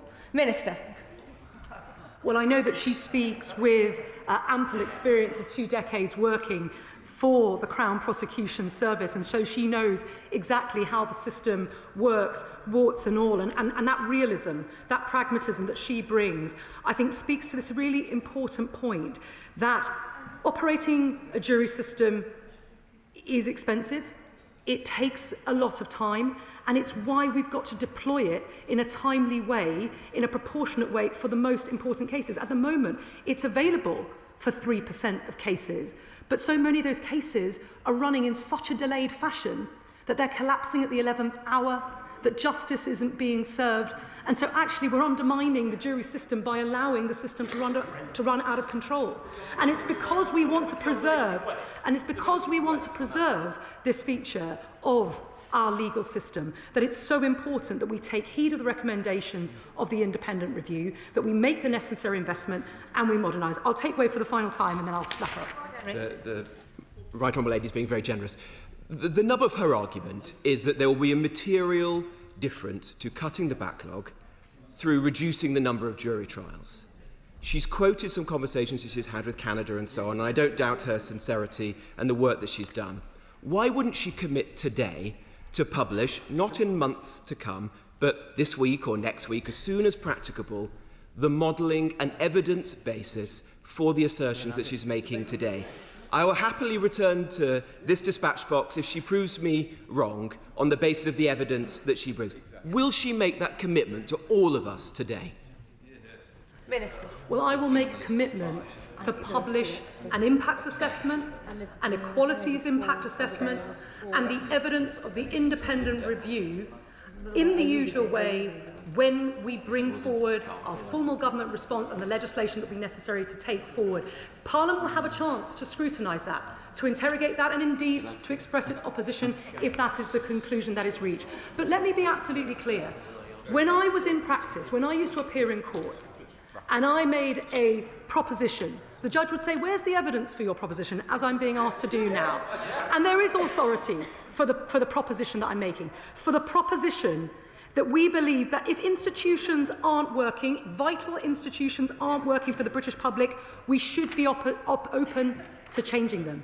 And we should be open to changing them in three ways: by making investment, which we're beginning to do, through structural reform, which is what is on the table, and through modernisation. And the evidence base for that structural reform is as follows. The international comparisons, Sir Brian Levison's independent expert review. The fact that we know, and this is critical, and this is MOJ data, triable either way cases, so a case that could be heard in the magistrates or could be heard in the Crown, can be heard 4 times faster and are heard 4 times faster in the magistrates' court. So if you take cases that are not suitable for the Crown Court, free up capacity for our Crown Court to hear those most serious cases and hear them in the magistrates' court, it stands to reason that it will go faster. But of course, we will publish the detail at the appropriate time for all to scrutinise. Let me conclude by saying this. Everyone today here has agreed we're in a state of crisis. The difference between His Majesty's opposition and with the government is that I reject the learned helplessness that festered under the previous government. This government has a choice to make, and we are making it. We are making the decision to use a crisis and to turn it into an opportunity, to bring down the waiting list and to modernise the system in the process. And finally, Madam Deputy Speaker, people ask me, Sarah, would you be doing this if there wasn't a crisis in our courts? And I say yes, because we need a better system. We need a better system, one where courts, not criminals, triage cases, one that makes better use of jurors' time, and so that someone accused of shoplifting is not in the same queue as another victim. No one has had the guts to take on a programme of reform of this scale, but this government does have the guts. 14 years they had to solve the system, they ran it into the ground. We make a different choice. We are bringing forward change. The original question was, as on the order paper, since when an amendment has been proposed as on the order paper. The question is that the original words stand part of the question. And I call the Liberal Democrat spokesperson, Jess Brown-Fuller. Thank you, Madam Deputy Speaker, and I'm glad that the Minister has heard the opposition from across the House, from Honourable and Right Honourable members, and I've got great news for her. She's going to hear it again.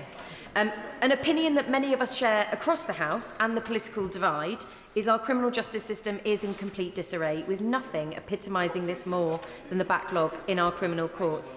In our Crown Courts, this stands at almost 80,000 cases, with trial dates now stretching late into this decade. The delayed justice, harm to victims and impacts on rehabilitation are a shameful legacy of over a decade of complacent Conservative governments. Their inability to recognise the crisis and steer a new course to fix the system is completely unforgivable. Instead, the Prime Minister ran away from full prisons and a court system in disarray and called a general election in 2024. So although we will be supporting the Conservative motion today, I look forward to hearing many contributions from their backbenchers apologising for not only causing this crisis, but also their abject failure to fix it when they actually had the power to do so. I will give way to my honourable friend. Thanks to my honourable friend for giving way. She's making a very powerful case. Does she agree that it's not the responsibility of jury trials for the court cases piling up to nearly 80,000? And then the real causes are staff shortages, broken estates, and 10 years of conservative complacency that hollowed out the justice system and left victims waiting years for their day in court. I thank my honourable friend for her contribution, and she's absolutely right. And we in the Liberal Democrats on these benches have sympathy for the scale of the task that this Labour government has inherited. And we're glad that they do recognise the real losers here, the victims. It is an utter failure of the justice system that victims and defendants are being given court dates for the end of the decade. Years of delay, re-traumatisation, when so many just want justice and then to move on with their lives. But here's the rub.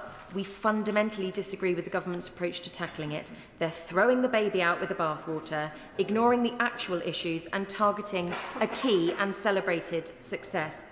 Trial by jury is deeply enshrined in our conscience and constitution, respected all over the world. The possibility of being tried by one's peers, not an elite, unrepresentative group of individuals, is fundamental to a fair trial in this country, a point recognised by the Deputy Prime Minister himself in the Lamy Review.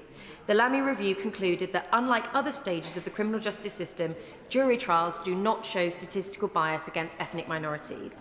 The Deputy Prime Minister set out in extreme detail that, compared with magistrates' courts, Crown courts provide an effective check on prejudice and avoid discriminatory verdicts. 12 heads are better than 1, a point proven by the increased public trust in jury trials. I will give way to the honourable gentleman.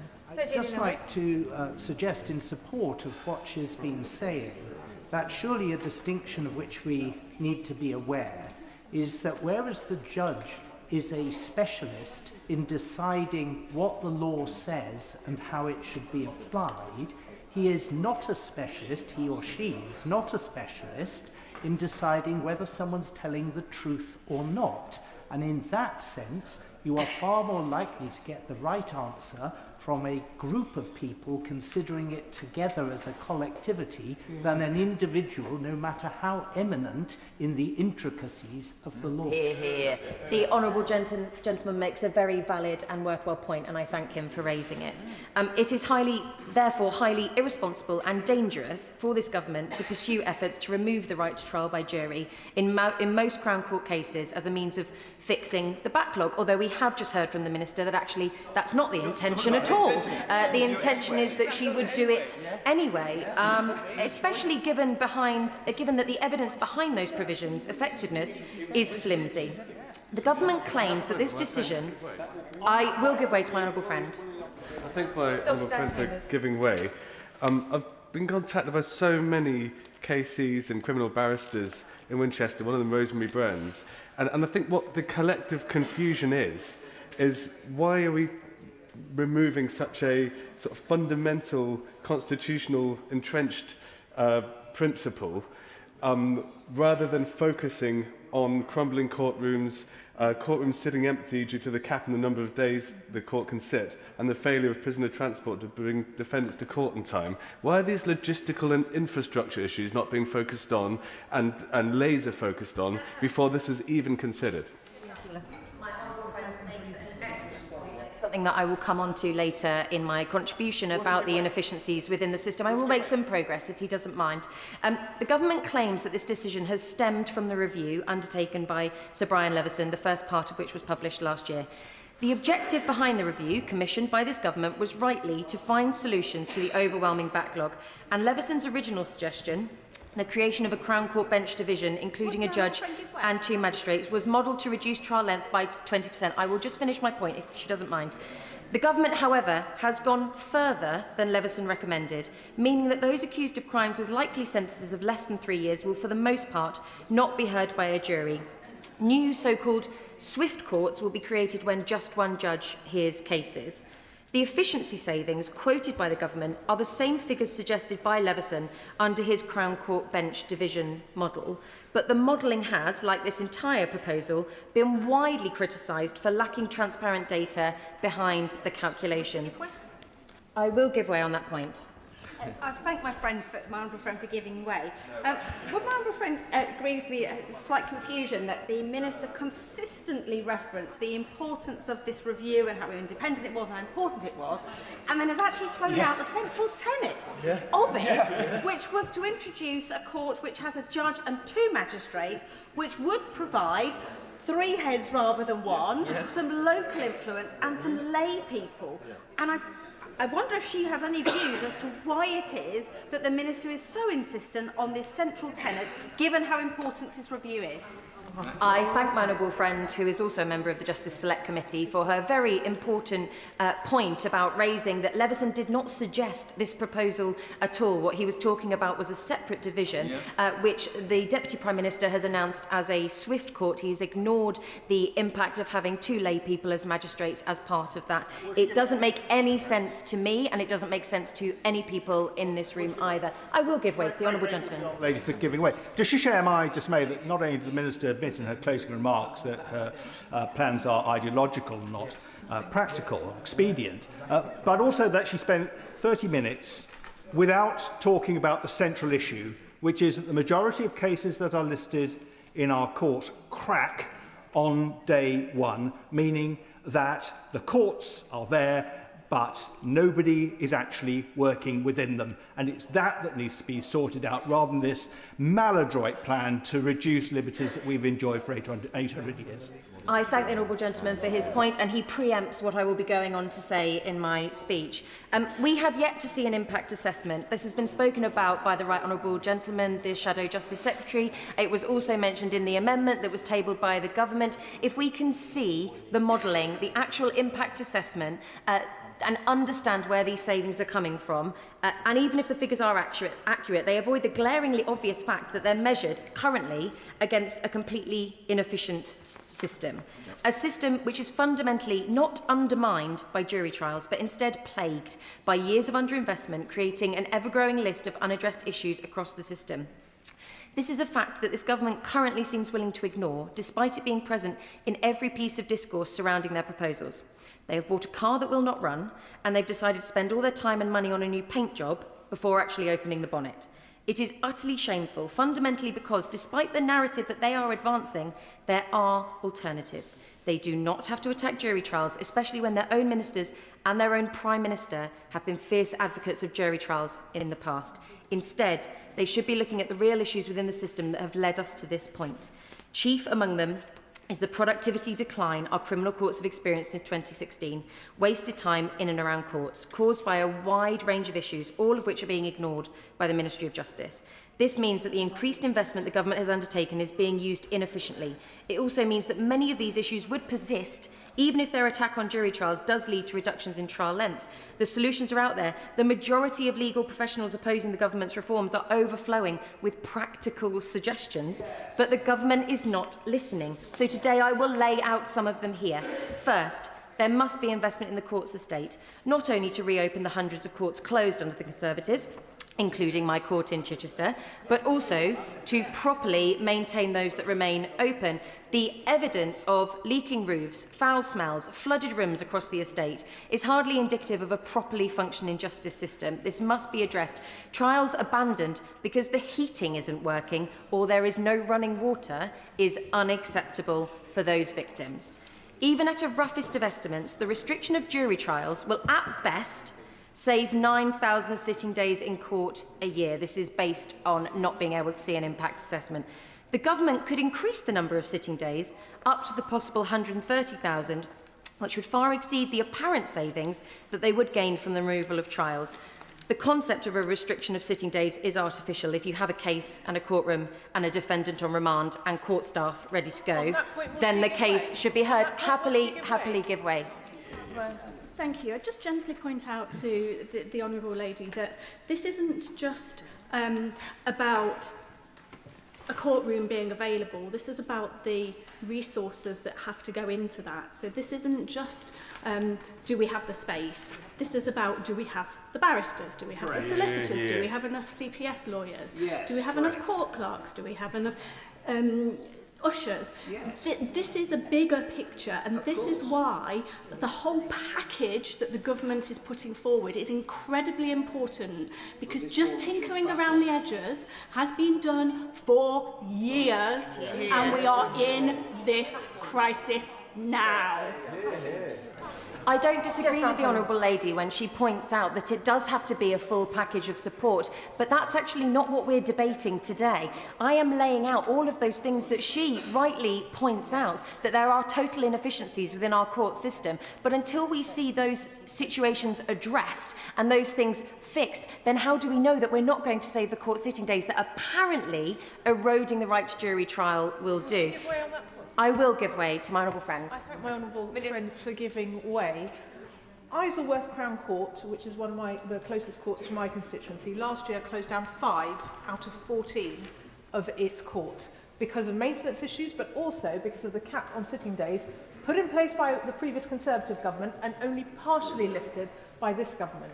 So does she agree with me that as well as addressing all the maintenance issues and the system inefficiency, if we increase the number of court sitting days and address the workforce issues, we could preserve this fundamental right to a jury trial for all? My honourable friend makes an excellent point, and this government have rightly increased days back to their 2016 levels, but with a rising backlog, they need to go further and increase capacity. As pointed out by the secret barrister in his blog, we also have huge delays in the NHS, but you don't see the government proposing a cap on A&E sitting days to save on having the lights on in A&E. Adding to this are the hours lost to unenforceable contracts that have left many trials without a defendant, while everyone waits for them to be delivered from prison. Given that a key argument advanced by the government for reducing jury trials is the increasing length of trials, explicitly linked to complexity, I would urge them to address the impact of these failing contracts. And there are also key efficiencies to be gained in investment in the IT systems, with widespread complaints about functional Wi-Fi and disrupted systems. The common platform system advertised to solve these issues is over budget and still delayed. Serious solutions to address issues like this, instead they are seemingly ignored. And yes, there are costs associated, of course there are, but there are clearly major costs not addressing the issues in the system. For example, it costs £55,000 a year to keep someone in prison, and the number of people in prison on remand has doubled in the last 7 years. So the savings are there as well, they just need to be realised. It is also clear from courts such as Liverpool Crown Court, which I think was mentioned earlier, that efficiencies can be achieved without spending through a proactive and realistic approach. Jamie Hamilton KC has set out steps such as prioritising cases where late guilty pleas are likely, leading to improved outcomes in case clearance. It is unfathomable to me that the government has tasked Brian Leveson with 2 reports, the second of which is to focus on efficiency improvements and the better use of technology in the court system. Surely that is the logical report to have first, to introduce those efficiencies and bring the backlog down. Madam Deputy Speaker, the government has identified the problem they inherited, but they have arrived at entirely the wrong solutions. They are searching for an easy way out, a quick fix, but reducing access to jury trials is not that fix. It is unscrutinised, unfair, and continues the trend of declining public trust in our justice system. The government is right that victims are among those being let down, waiting years for justice and unable to move on with their lives. But we need solutions that work, solutions that address the causes of the crisis, reverse the systematic underfunding that has plagued the system, and genuinely improve efficiency. Thank you. To ensure that everybody is able to contribute, there will be a speaking limit to begin with at 8 minutes, but it will come down further. Andy Slaughter. Thank you very much, Madam Deputy Speaker. The background to this debate is well known. Against a historically high and growing backlog of cases in the Crown Court provoked by the previous government, the former Lord Chancellor commissioned Sir Brian Leveson to undertake an independent review of the criminal courts with the aim of bringing the backlog down. Part 1 of that review was published in July 2025. It suggests structural and policy changes. Sir Brian made 45 recommendations, a few of which concern changes to mode of trial. These have become the main issue of contention because they restrict the right to jury trial.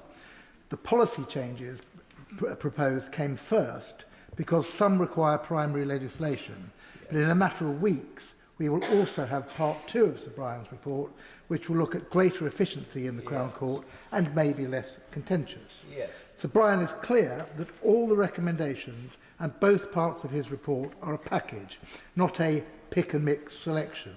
That is because he believes the crisis in the Crown Court, with trials for serious offences waiting 3 or 4 years to be heard, is so severe that every lever must be pulled to control and then reduce it. In this he is surely right. Moreover, this is not a short-term problem. Changes to the complexity and detail of criminal cases mean longer and more legally and factually difficult trials are here to stay. For this reason, he does not recommend changes are temporary or to be curtailed, for example, by a sunset clause in any legislation. So what happens now? First, we must have Sir Brian's full report to consider. As I say, part 2 is due imminently. Secondly, we have the government's response to the report, saying which recommendations it accepts entirely or in part, and which it rejects. Then comes the bill putting necessary recommendations in law, and accompanied, we are told, by an impact assessment, giving greater statistical colour to the effect of the proposals on the backlog. The likely date... I'll give way once, but I'm aware of time. I'm very grateful to the Honourable Gentleman for giving way, and he's an expert in this area. But if every lever needs to be pulled, shouldn't there be a removal of the cap on sitting days, which would make a far bigger difference to clearing the backlog than removing jury trials? I'm coming on to that, and sitting days have already been increased substantially over what the previous government did, and I think they should go further. But I do admit, when Sir Brian says every lever, I think that's exactly what he means. The likely date for all the documents I've just mentioned to surface is sometime in spring, ahead of the end of this session, with the bill carried over into the next and becoming law later this year. On the 14th of October 2025, the Right Honourable and Learning Member for Kenilworth and Southern led a debate in Westminster Hall on the independent review of the Criminal Courts Part 1. I recommend that debate to members present. It's well informed and measured on all sides.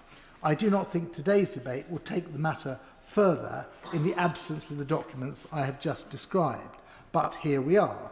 In the meantime, there have been some loud protests about certain proposals of Sir Brian's from parts of the legal profession and from some members of this House. These include replacing the right to a rehearing of a case decided in the Magistrates' Court with a limited right of appeal, and extending trial by judge and magistrates to more serious offences than is currently the practice with district judges in the magistrates and youth courts, and this by creating a Crown Court bench division. The government has stated it wishes to go beyond Sir Brian's proposal for a judge to sit with 2 magistrates in some cases currently tried by judge and jury, and allow a single judge to decide guilt or innocence in cases likely to attract a sentence of up to 3 years custody. They also go further than Sir Brian in proposing to extend magistrates' sentencing powers to 18 or possibly 24 months and removing entirely the defendant's right to elect. Where the government seeks to go further than the independent review, it should set out clearly its reasons for doing so. The most controversial proposal is to curtail the right to trial by jury in between 1.25% of cases where it is currently available, while retaining it for more serious offences. My own view is that trial by jury is not an absolute or immutable right. The availability of jury trial has varied and generally become more constricted over the ages, in criminal and civil cases, for defamation and inquests, by reclassifying offences from either way to summary only. But I am pro-jury. I think a lay element in the criminal justice process is reassuring, intruding a more democratic element into a profession regarded by some as elitist and homogenous. I think the involvement of citizens in the criminal justice system, whether jurors or magistrates, is good not only for the individuals and the legal system, but for society generally. But where do we draw the line between jury trial and other modes of trial? It's a matter of degree and judgment, not, I think, of legal or moral principle. I think there is nothing wrong with reviewing the appropriate forum for trial, as has been done many times, whether in its own right or because it is a piece of the jigsaw which will create a better system overall. I would like to see more evidence to support the contention in Sir Brian's review that significant time will be saved and a significant increase in cases heard will result. I would like to hear that there is more money for sitting days, for trial counsel, for functioning courts, that courts are run more efficiently, that listing is as good at every Crown Court as it is at the best, that Serco and Amy deliver prisoners to court in good time to start the day's proceedings, not halfway through the afternoon. We are not going to get the answers to all these questions today, though I hope we will before long. I prefer the government amendment that anticipates this information being provided to the opposition motion that prejudges what it will say. And I do acknowledge that the government has already increased budget and already provided greater efficiency measures. The Justice Committee is seized of this issue. We heard evidence from Sir Brian Leveson in November, interrogated the Lord Chancellor in December, and next week we will hear from opponents and supporters of the proposed reforms and from the Minister of State who opened this debate. We may have some criticism of the bill or the government response to the review and seek to amend. But like the government, and I think MPs on all sides, we hear every week of fresh indignities heaped upon victims of crime and on defendants too, made to wait years beyond what is humane, often in a physical or mental prison for a resolution of their case. Not to consider them is not to be serious either about the damage delay is doing to individuals or to confidence in our courts. This is not a one-way valve. There are gains and losses, whatever course we take. For the present, I am prepared to give the government the benefit of the doubt that they are looking for every possible measure to repair our battered justice system, and certainly I prefer their honest endeavour to the gamesmanship of the party opposite, who broke the system and now seek to use its dilapidated condition as a political tool. David Davis. Thank you, Madam Deputy Speaker. Can I start by commending my own front bench? I don't always agree with him. I'm not quite Anna Soubry, but I don't always agree with him. But on this, I think it struck exactly the right tone. Yeah. Speaker, somebody who's criticised the Department of Justice under all parties rather vigorously for 30 years. And I think he struck exactly the right tone, that this is a system that has to be put right from failures over 30 years and more, and we have to address it by not taking the fundamentals out of it in the process of doing so. Can I also do something unusual and commend the Liberal spokesman, which I don't often do, because I thought it was a very well thought through speech. Oh, is it? New year, new David. I'm losing the whole house piece by piece. That's okay, you know. Because I say to the Minister, I would pay some attention to the detail of that speech, because it was some extremely important points made. As for the chairman of the Justice Committee, he and I have fought together on some spectacular miscarriage cases, successfully, I think, in the biggest one. But I didn't agree with him when he said that this didn't address matters which were fundamental to the justice system, morally fundamental, if you like, because the jury system absolutely is fundamental for a few reasons I'm going to touch on in a minute.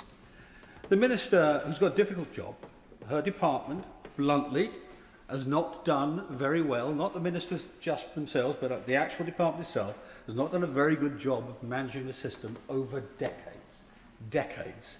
The system failures have been serially spectacular. I recommend she looks back at some of the National Audit Office reports on it. I commissioned one as Public Accounts Committee Chairman. It's the longest NAO report I think I ever remember, and the most complex, because the matters are systemically complex and they don't lend themselves to just off-the-cuff answers. And she talks about modernisation, and modernisation is often important, but modernisation shouldn't be at the price of taking out the most important building block in our justice system, one which the rest of the world, as my right honourable colleague said, has been copying for centuries. And that's why, of course, the majority of the judiciary themselves don't agree with this. And when I raised this matter with the Justice Secretary, I think at questions on one occasion, I asked him whether he'd read the report by Mr. Rivlin KC, which actually does a formidable job of forensically taking apart the Leveson recommendations. And one of the points he makes is that Leveson is making judgments quite properly as a judge of a very distinguished judge of very long standing, but he's not making them on the basis of empirical data. There was very little empirical data behind what Justice Leveson argued. So I think it's really important that we that we look at that. And I would recommend to the Minister, if she hasn't read it, she reads Mr. Rivlin's note. And part of it, he was the head of the Southwark Crown Court, which is one of the highest throughput courts in the country. And he put this point to all of his judges. Not one agreed with Leveson, working active judges today. Now, implicit in Leveson's comments, and certainly implicit in what the Minister said, is an underlying idea that juries are not quite up to it in certain cases. They can't quite cope, particularly in technical and financial cases. Well, frankly, I've handled about a dozen miscarriage of justice cases over the course of the last decade or two. And in not one of them was the jury the source of the error. More often than not, it was a misdirection by a judge or an error of the system, or the court case was allowed to get out of control in some way or another. I'll come back to an example or two in a minute. And it was pretty much always the judge, sometimes the other lawyers in court, but pretty much always the judge, not the jury. And so the risks in this are quite significant. And by the way, when she is modelling the numbers, and she talks about speed of the magistrates system, please do look at the appeal rates for magistrates' decisions and the number of appeals in which the magistrates' decisions are overturned. I will give way. Yeah. I'd just like to gently say to the Right Honourable Member that the current system for appeals from the Magistrates' Court requires a full retrial. Now, when somebody comes to give evidence, we're asking a lot of them there, particularly victims. So to do that all over again after a wait of considerable months or even years is very onerous, and a lot of them are the simple fact that the witness or the victim doesn't want to go through that all over again. That's the problem there, which this fixes. He highlights yet another problem in the Magistrates' Court. I mean, that's the problem. Yeah. So I rest the point. The point here is that trying to do a big systemic change, if you're going to do that, you don't change the fundamentals. You do that as a separate, testable exercise later on after you've tried everything else. But let me come back to this issue of the expertise of juries.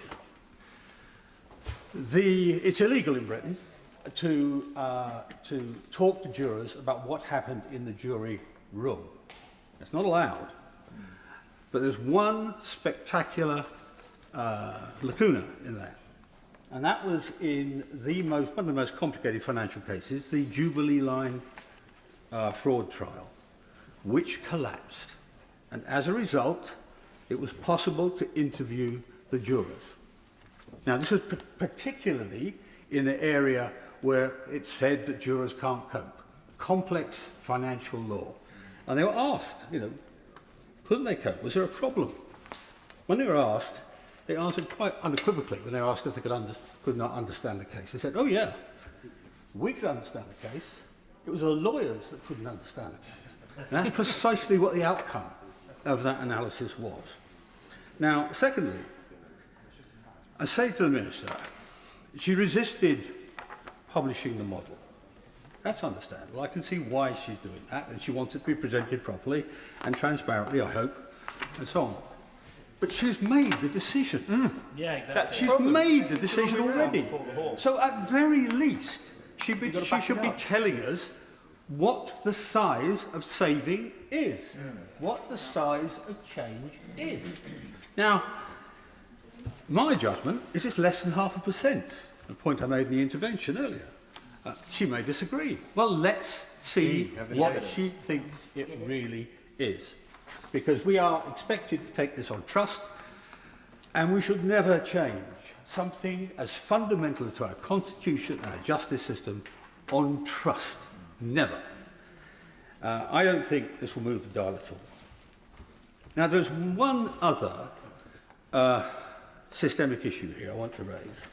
And again, my own side might not like it, because the primary case undermined, not unusual, I know, the primary case undermined a part of the Thatcher government's activities.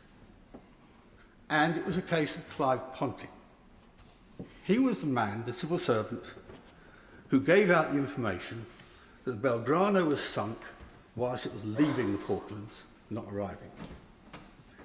The judge, in that case, instructed the jury to find guilty. And they found him not guilty. Why? Because they made a moral judgment about the powers and rights of the state over the citizen. And you cannot replace that. You cannot replace that by any judicial mechanism other than that. So my comment to the Minister is, I sympathise with the size of the problem. She's right to try and take it on, full on. You know, I'm glad she does, and I'll support her in what she does. But she should not do it by wrecking the system. Justice delayed is justice denied. But summary justice is not justice at all.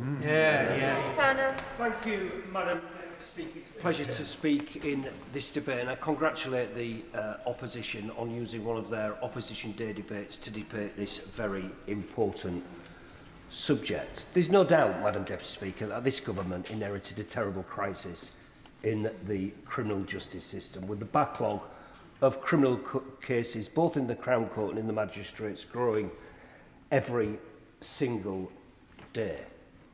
But I can tell members that I've been in this place for 16 years. I was elected, I think, in May 2010.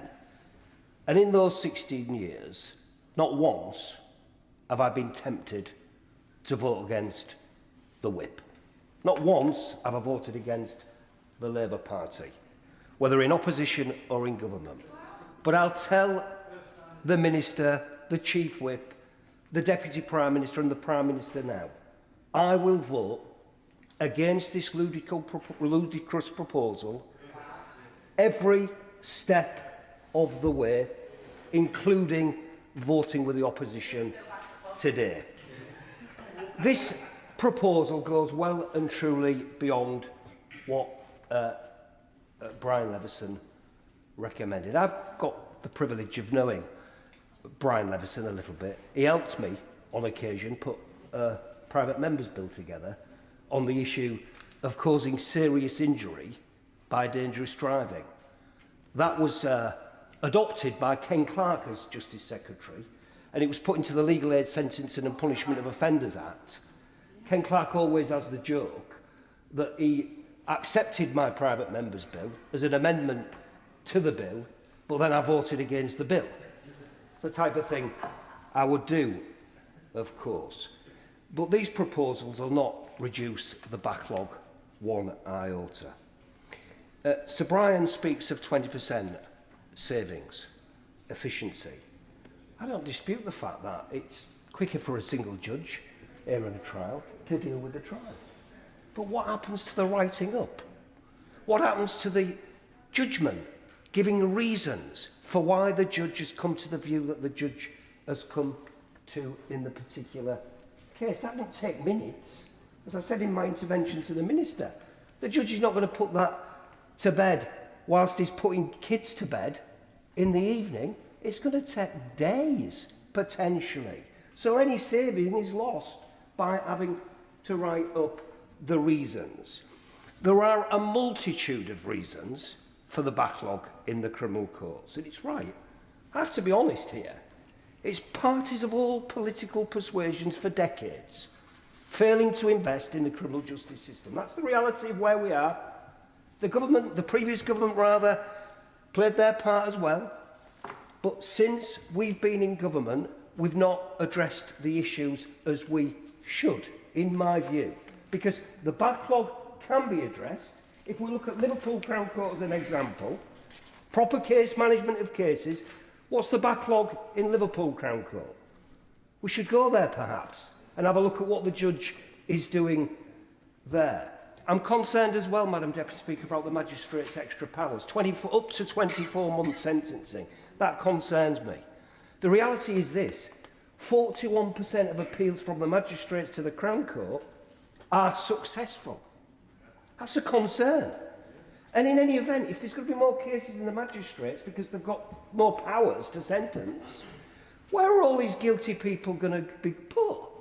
All these guilty criminals who are apparently going to be convicted in swifter forms of justice, where are they going to be imprisoned? I say this is a ludicrous proposal, and it really is, Madam Deputy Speaker, because it won't work. It's not in the Labour Party manifesto. There was no mention of doing away with some jury trials. I suspect the opposition was as shocked as anybody when they had to give up one of their opposition debates on this subject, because the Secretary of State for Justice, in opposition, would have gone off his head about the prospects of this being proposed by the previous Conservative government. But look, this raises more questions than it actually answers. So I have some questions for my honourable friend, the Minister. One, did the Ministry of Justice do any modelling before the announcement? And if not, why not? If they did modelling, can we see it now? Please, can we see it? Did the Secretary of State consider piloting single-judge-only trials? Why are ministers determined to pretend that trials for shop theft, as an example, are holding up cases of serious sexual assaults? There are listing priorities in those cases. If a listings officer in a Crown Court is prioritising a shop theft over a rape or serious sexual assault, there's a major problem. I accept that. But if the Minister can point to an example of that happening, fine. Give us the example and let's go off and investigate that. Because frankly, I don't think that is happening. Today, Madam Deputy Speaker, 75 Crown Court courtrooms are sat idle, not sitting. 75 out of 516. Why? Why don't we address the issue of courts not sitting? If we don't have enough judges and barristers to conduct some trials, where does the Justice Secretary think the judges and the barristers are going to come from to do these judge-only trials? How long does the Minister think it's going to take for the prosecution, the defence and the judge to determine whether or not the particular case is worth less than 3 years on conviction and thus viable for a bench trial? When will circuit judges find the time to draft the reasons? A point I've already made. What counts as successful delivery of a prisoner to court? Mid-afternoon? Ready for court at 9 o'clock so the barrister and the solicitor can have a conference before they're called into court at 10? What's the delivery that these private companies are expected to meet? Because I know of an example recently where a Crown Court judge, and I won't identify the court, or indeed the judge, was asking an officer to come up to court to explain why they'd arrived at 3 o'clock in the afternoon, and the answer that was given was that they had to stop for a cheese sandwich. That's what's happening in the real world, and that's the issues that the Minister needs to address. And what happens if a case is determined suitable for a bench trial, less than 3 years, but then the judge, after conviction, gives more than 3 years? This is a terrible error. My final question is this. If the Minister was charged with, say, a fraud or false accounting case, would she want to be tried by a judge of 12, or would she want a single judge sitting alone? Order. Time limit has now dropped to 4 minutes. Dr. Luke Evans. Deputy Speaker, and prepping for this, it's trying to work out whether this is solving an administrative problem by simply changing a principle. So the three areas I'm going to try and cover, we'll see how we get on, are the principle, the policy process and the practical side. If we deal with the principle first, we've heard a number of times justice delayed is justice denied. It does harm trust and it can prolong suffering. But of course, justice done wrongly corrupts the system itself. And the Justice Secretary knows this in his own Lammy report when he said juries act as a filter for prejudice when it comes to trials. So moving on to the policy process part of it, on the one hand, the government is saying this is much needed to help with the admin side. On the other hand, it's saying these are very small changes only. And you only have to look at the letter written by the Secretary of State to the Justice Secretary to try and pull some of this apart, because it states of the circa 3% of criminal trials that proceed to a jury trial in the Crown Court, over half would still proceed to the Crown Court and get a jury trial post-reform. However, later on, it says, an alternative way of expressing the impact is to account for cases that will be retained in the magistrate courts after the reforms, based on projected case volumes and case mix of those cases that will still proceed to Crown Court post-reforms. Around 3/4 of them are still expected to be allocated to jury trial. So already we've got a discrepancy in the same paragraph in the same letter to set out what the numbers are. So therefore the question has been asked multiple times, has there been modelling done? Well, we know from the letter, again addressed to the committee, that modelling has been done, because it says the assumptions underpinning the modelling of the reforms I announced last week are that subject to the concordat process, the agreed sitting days in the judiciary, and it will be improper to preempt the conclusions of this process. In short, modelling has been done. So if you want to strengthen your argument, why would you not produce that modelling? Now, when we've asked the Minister, who's at the dispatch box today, and she was asked again by my friend from Norfolk, for the 7th time, has an impact assessment been done and not released, or being done and being brought forward? We still didn't have an answer. You would have thought, if you've done the work, I will give way. I am grateful, and I'm also grateful for the motion, the opportunity to object cross-party to restrictions on our important rights to a trial by jury. But I was hoping the Conservatives in the debate today would be admitting some real responsibility for the awful state of our criminal justice system. I wondered if the honourable member was going to correct that gap in any further way in his contributions. Sorry, I refer directly to the opening of the speech. If she sits and reads Hansard, it was very much different. But if you, regarding that point, I will move on to the other practical points that we need to be talking about, which is some of the issues even in this letter that are pointed out when it comes to process. For example, judges will assess the likely sentence in accordance with the sentencing guidance. This will consider the facts of the case to make a determination of likely culpability, harm, etc., etc. It then goes on to say, and eligibility is based on the likely sentence length, and any trial either way offences could be scoped for the CCBD. If they're likely to receive a sentence of 3 years or less. So what happens if the judge decides that they wouldn't go to a jury trial, when later on it says in the same letter, we expect the judges will retain the full sentencing powers available to the Crown Court, meaning there is no restriction on the sentence that can be handed down to the case. This points out the fact that actually a judge could be making a decision saying at pre-hearing it's not going to be needing to trial because it will be less than 3 years, and then after that finding out that no, we're actually going to be sentenced for 5, 6, 7 years. There's a real discrepancy.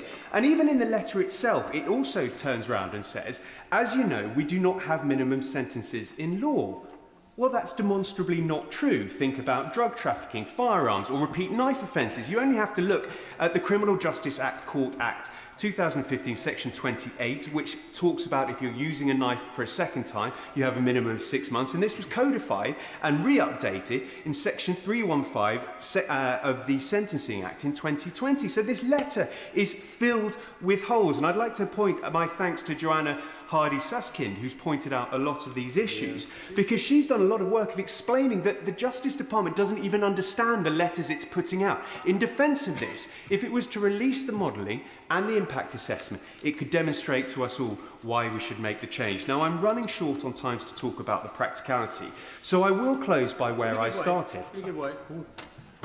I'm not just standing to give him a minute. Will you agree with me that even given the time limits, even if you accept what it says in that case, being sent down for a couple of years can destroy a life? Absolutely, and this is fundamental, and you have to have trust in the system and the decision that's being taken in front of you, and I worry that this is being eroded by what's being proposed here today. But I'm going to change my speech because actually I started on the presumption, as I stated, that this government is trying to solve an admin problem with a principal change. But I think after listening to the front bench, I'm wrong. Because actually what she said was, Sarah, would you still go with this regardless of the backlog? And the answer was yes. Yes. Terrible. There you have it. It's clearer than never before. Efficiency is the excuse. Ideology is the aim, and regardless of the vote today, we've had the answer here for all to see that this government doesn't believe in maintaining jury trials. So for that reason, you have to stay and vote with this side of the House. We're facing a real and serious crisis in our criminal courts, and this is not something that has happened overnight, and it certainly didn't happen by accident. It's the result of 14 years of neglect, and it's now denying justice to people up and down the country, because right now 80,000 cases are waiting to be heard in the Crown Court, and if we do nothing, the number will only grow. As we've heard today, in some areas, cases are listed until 2030. Yes, I'll give way. Agree with me that it's really frustrating to hear people say that it's a result of COVID, when it's clear that backlogs were increasing before COVID as a result of underlying factors, including substantial real terms cuts to the justice system, court closures, reductions in judges and court staff, and they began rising in 2019, the same year that they cut sitting days. Absolutely agree with my honourable friend, and I'm immensely frustrated at the rhetoric on that point. I'll give way. Tell the House, were backlogs higher or lower in 2010 than they were in 2019 before the pandemic? To take the question, but unfortunately I didn't hear the apology that should have preluded it for the absolute carnage that they left in our courts on their watch, and have shown no recognition or contrition for what they have left behind, because in every single one of those cases there is at least one victim who is unable to access the justice. So I'm glad that they all find it so amusing, but they find it much less amusing when they're on the other end of it within the justice system, because every victim is waiting to move on, every witness is stuck in limbo, and every defendant entitled to have their case heard within a reasonable time, to repay their debt, or even to begin to be rehabilitated is waiting. And I speak about this not just as a Member of Parliament, but as a former member of the judiciary myself. Having sat as a magistrate, I've made the decisions in courtrooms that I knew would have lasting impacts on people's lives. I've seen firsthand, I'll give way. Member for giving way. A very valid point was raised earlier on that before a matter is decided upon in terms of triaging whether a case should have a jury trial or not, if a judge decides that that sentence would be less than 3 years, but in fact after a trial in absence of a jury, the judge decides he or she must get 5 or 6 years, does that individual have a right to appeal that decision and have a jury trial? Good question. I'm sure that my honourable friend will be able to go into the details of the substantive point that the honourable gentleman has made, but if I may make some progress at this point. Because as I said, I've made decisions that will impact on people's lives. I've seen firsthand how long the delays damage victims' well-being, undermine their confidence, and cause too many to withdraw from the process altogether. Because this is not a failure of victims, but a failure of the system. And let's be clear, because the backlog isn't just frustrating, but it is frustrated. Some defendants gaming the system to delay their trial, to avoid accountability for as long as possible, in the hope that by the time their case is heard, either it will fall over entirely, or that witnesses and victims will be unable to give evidence, which is not as fresh as it was before. It is simply indefensible, and it's exactly the type of behaviour that reforms are designed to stop. We are already investing heavily with more Crown Court sitting days this year than ever before. We are putting money into repairing and modernising court buildings, into legal aid and into victim support services with long-term funding so that these services can actually plan ahead. But anyone who has worked in the courts knows this. We simply cannot spend our way out of this problem alone, because there simply aren't the judges, the criminal barristers, the court staff to keep up with demand, and even the courts running flat out are struggling. Without any reform, the backlog will continue to grow. Now, as we've heard today, everyone will have the right to a fair trial. That is fundamental.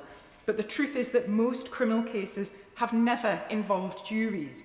Over 90% are already dealt with by magistrates, and they are dealt with fairly. And let's also be honest about the history. Because it was a Conservative government through the Criminal Justice Act in 1988 that restricted eligibility for jury trials by reclassifying a range of offences to be summary only. Selective amnesia that we see all too often in this place. Now, as I've mentioned, Madam Deputy Speaker, as a former magistrate, I am proud of the work that magistrates do, and I'm pleased to see the recruitment campaign launched recently to recruit more of them to the bench, because they're volunteers, drawn from their communities, giving up their time to serve the public. They are more representative of the society they serve than the judiciary is as a whole, and they take their responsibilities extremely seriously. And I thoroughly enjoyed my role and would truly encourage anyone from my communities and communities across the country to put themselves forward for this important role. Sir Brian Levison has been clear. Jury trials now take far longer than they used to, largely because cases are more complex and involve vast amounts of digital evidence, and that isn't anyone's fault, but it does mean that the system needs to adapt. We must restore confidence by keeping communities safe, making sure victims are supported and not forgotten by the system that is meant to protect them. The Conservatives left his justice system behind in serious trouble, and Labour is the one who's choosing to fix it. Dr Neil Shaftry-Hurst. Thank you very much, Madam Deputy Speaker. And the right to trial by jury is not some procedural convenience capable of being abridged when the administrative weather turns foul. It is one of the great constitutional expressions of liberty under the law. It is overwhelmingly legitimate because it places the citizen and not the state at the heart of criminal judgment. When the state proposes to narrow the circumstances in which it must persuade 12 of a defendant's peers, it is not merely managing a backlog, it is fundamentally recalibrating the balance between the individual and the Crown. Now, there is no doubt that the criminal justice system is under acute strain. Victims wait too long, defendants wait too long. Justice itself is stretched thin. But the issue before us is not whether reform is necessary, it's whether this reform is justified, proportionate and supported by evidence. I will give way. I thank my honourable friend for giving way, and I hear everything that he says, and I just reflect on the opening speech from the Shadow Secretary of State, where he laid out a number of areas that could be immediately acted upon to improve the efficiency and to ensure that we maintain the pillar of society in terms of our jury trials. Would you agree that we should be focusing immediately on that rather than demolishing? No use. It's not me responding. Dr Neil Shaftry-Hurst. My honourable friend is entirely right, and I will touch upon some of those points in a moment. Now, quite rightly, much reliance has been placed upon the report of Sir Brian Levison. He's a jurist of great distinction, and his work deserves careful reading rather than convenient citation. But notwithstanding his analysis, this is a fundamental change to our legal system. And what is conspicuously absent from the government's argument is compelling evidence that jury trials themselves are the principal driver for delay. If we are serious about confronting the backlog, we must look unflinchingly at the real causes, those prosaic but decisive failures of capacity for which the jury trial is merely the most visible casualty. Firstly, judicial sitting days. Courts cannot hear cases without judges. For too long, we've rationed judicial time as though it were a luxury rather than the lifeblood of the system. Courtrooms stand idle not because juries can't be summoned, but because there are no judges available to sit. Secondly, the court estate itself. In too many parts of the country, criminal courts are dilapidated, they're unreliable, and they are frankly unfit for purpose. Trials are delayed because of leaking roofs, broken technology, and inadequate facilities. The third point, I will give way. That is likely to say that the reasons that our courts are falling down, the reasons that so many are so dilapidated, is because we didn't see investment by 14 years of Conservative government. I thank the honourable lady for her intervention. She is right to a degree. There has been failures by successive governments to invest in the criminal justice system. If we were serious about this in this place, we would look at cutting welfare, for example, which spends the entirety of the Ministry of Justice budget in just 2 weeks. We need to prioritise where we spend money, and the criminal justice system has been left high and dry for far too long by governments of all colours. It is now routine for trials to be adjourned because defendants either arrive late or they do not arrive at all. Juries are discharged, witnesses are turned away, and days of court time are lost as a consequence. These delays have nothing whatsoever, Madam Deputy Speaker, to do with the presence of a jury and everything to do with operational failure within the system. The fourth point I wish to make, and possibly the most grave, is the erosion of the criminal bar itself. We face a serious shortage of suitably qualified advocates, both to prosecute and to defend. Cases are delayed because no one of appropriate experience is available or willing to take them on. Now, that isn't inefficiency, it is attrition. Against that backdrop, to curtail jury trials risks mistaking the symptom for the disease. Worse, it risks creating a system that is perhaps faster but thinner, ostensibly more efficient, but unquestionably less legitimate. And I think of the words of Lord Hailsham, a former Lord Chancellor and one of the greatest legal minds of the last century, who warned this very House of the dangers of an elective dictatorship, of the slow accretion of power to the state at the expense of the citizen. Jury trial is one of the great counterweights to that tendency. It ensures the coercive power of the criminal law is exercised only with the consent of the community. And juries, of course, do much more than merely find facts. They embody public confidence, they guard against institutional complacency, and they remind us that justice is not merely something administered to the people, but something done with them. If the government believes this is right, to curtail this right, it must show clear evidence that jury trials themselves cause the delay, that alternative modes of trial would be demonstrably faster, that fairness, legitimacy and public confidence would not be diminished. Justice delayed is, of course, justice denied. I will give way. Thank you for giving way. Given that there was no mention of reforming the jury trial system in the Labour manifesto, given the fact that this is a fundamental and very serious change to the way in which our legal system operates, and that legal system has served us well for centuries, does the Honourable Member agree with me that without any form of electoral mandate, this should never be allowed to go ahead? I'm grateful to the Honourable Member for his intervention, and he's entirely right. There is no mandate for this decision, such a significant constitutional change to our legal system, and it is being done without the will of the people. Justice delayed is, as I say, indeed justice denied. But justice expedited at the cost of constitutional principle may prove, Madam Deputy Speaker, a far greater denial still. Thank you, Madam Deputy Speaker. Trial by jury is a cornerstone of our justice system. Being held to account in court by our fellow citizens is one of the embodiments of the principle of justice by the people, for the people. But like all aspects of our justice system, the jury trial has a history. It has changed over time in response to changing social needs. So I think a better understanding of how and why it has changed in the past help us to understand, if not agree, with present-day proposals to amend it for our times. And I'll focus my remarks on that history, if I may, in support of Amendment A. When juries were first introduced, one of their first roles was to determine the facts of the case before them. In other words, they had an investigative function, a function that was later removed from them and given to other bodies.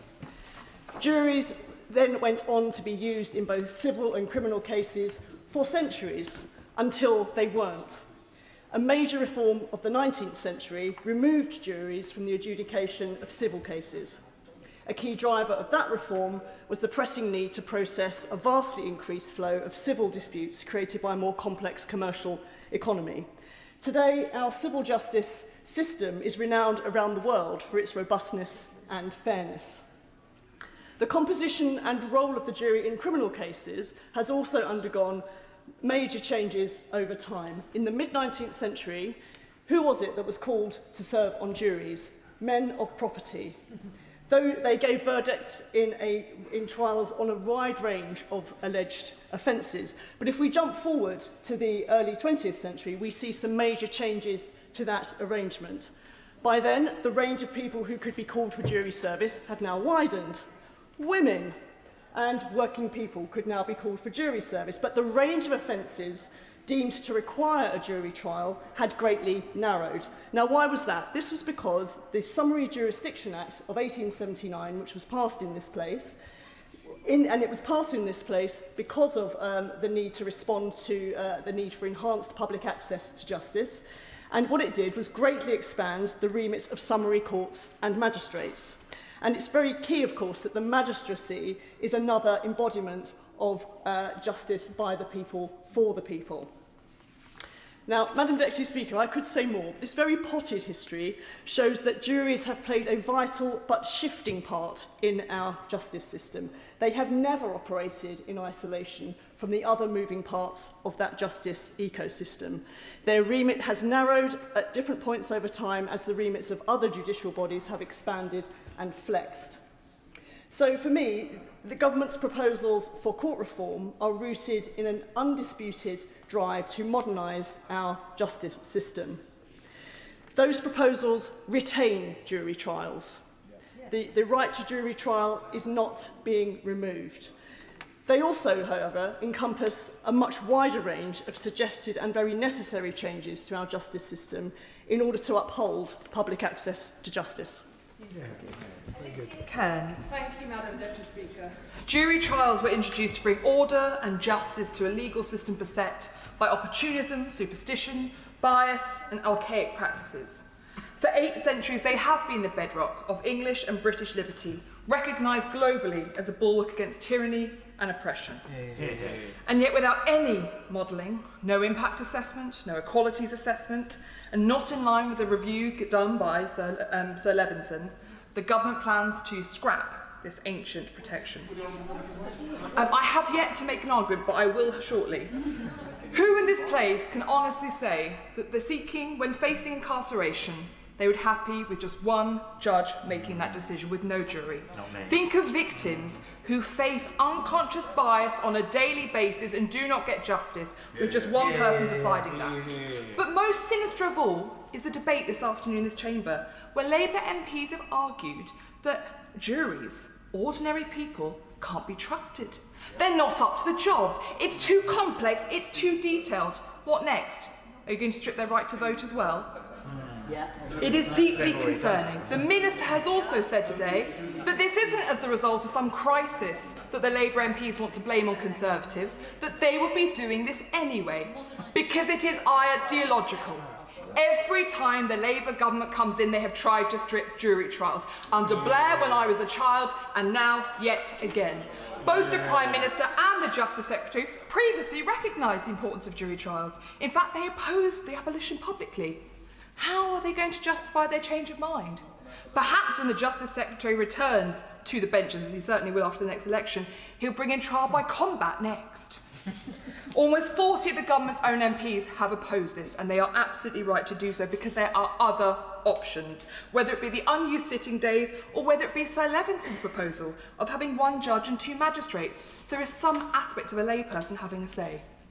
Now, clearly, the Prime Minister can admit when he gets something wrong and change course, as we saw, albeit far too late, on the family farm tax, on welfare and on grooming gangs. Don't leave it too late this time. The Labour manifesto made no mention of curtailing our right to jury trials, but this is not a minor shift in policy. It is a worrying trend fundamental to the relationship between the individual and the state. We are seeing it with digital ID. We are seeing it with the stripping of these fundamental freedoms. And jury trials recognise the gravity of removing someone's right to liberty. Ultimately, Madam Deputy Speaker, I'm just wrapping up, but go on if anyone related would like to. I wonder what she thinks about this, or what she thinks about the history of jury trials, which has shown that they've flexed over time. They've not been an inalienable ancient right. The Honourable Lady had listened carefully. I did not say they're an inalienable right. In fact, the law says you have a right to a fair trial. However, we have established historically that jury trials mean the unconscious bias and the archaic and appalling way in which history has shown that one individual making a decision over others is often not fair, transparent or right. As we heard from Sir David Davis, the amount of trials that have to go to retrial are higher when there is one individual making a decision rather than a jury. Just to make sure the member doesn't make a further mistake, do not mention colleagues by their first names. Serious apologies, Madam Speaker. A year of maternity leave does leave one a little bit with a cobweb, so I apologise. Also, Madam Deputy Speaker, the British people are very clear they do not want to see this. They do not want to see a fundamental change of their relation. I will happily give way to the Honourable Gentleman. Thank the Honourable Member for giving way and making very persuasive points around modelling and impact assessments.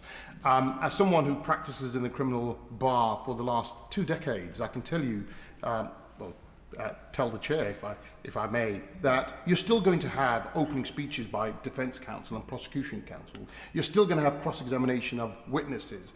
And most importantly, what you will get is questioning of the defendants and judges understanding the procedure, but also defendants must understand the procedure and closing speeches. So I can't see where there'd be savings. So that's why the modelling is so important. Does the Honourable Member agree? Madam Deputy Speaker, we see the continual argument that the average layperson cannot understand justice. If a defence lawyer, if a prosecution lawyer cannot make the argument make sense to the average person, they have no job representing an individual within the court. It is their duty to make law transparent and make it understandable to every individual. These arguments that court cases become more detailed, we should be pleased that there are more detailed and more complex arguments being made in our courts. This is a sign of a court system that is working, not relying on basics or tropes to get justice. And yet the Labour Party sees it the opposite. So, Madam Deputy Speaker, I see this unfortunately as yet another disappointing and deeply sinister step towards the government changing our fundamental relationship with the Crown and the State. So I urge the government, listen to the legal industry, trust the British people and listen to them. Councillor Atkinson. Thank you, Madam Deputy Speaker. I wanted to be a barrister from when I was a child. I didn't know any lawyers. I think I got most of my ideas about what lawyers did from TV shows. But jury trials is what I wanted to do. And some of my most memorable moments as a barrister was prosecuting and defending in front of juries. So I do get the importance of jury trials. But I also saw courts falling down, I saw delays getting longer and longer, and I've spent recent years hearing from former colleagues talk about cases that are to be listed in 3, 4, 5 years into the future. And we've heard the Crown Court backlog is sitting at 78,000 cases, and behind every single one of those cases is justice put on hold. A family left reeling from a burglary, a teenager recovering from assault, a survivor of sexual assault who has been waiting for years for her day in court, and it is not acceptable. And of course I want to see increased funding, and with this Labour government we're already beginning to see that, with an additional £450 million per year earmarked for the court system over the spending review period to fund the increased number of court sitting days. But Sir Brian Leveson made it abundantly clear that the system in its current form cannot stop the backlog from growing. And with more digital evidence being presented in court, DNA, cell site, electronic, social media evidence, the massive disclosure exercises, trials are more complex. And Sir Brian Leveson found that jury trials are taking twice as long as they did in the year 2000. And having spent over a year of my time as a barrister working on a complicated insider trading fraud, we spent huge amounts of time and resources working about how we present that prosecution to a jury. And it's not saying that they're not capable. It is saying that when it comes to the suitability and proportionality, I need no persuasion that when it comes to some fraud trials and similarly technical trials, it is often not appropriate for those to be jury trials. Can we also be absolutely clear that the proposal is not scrapping jury trials?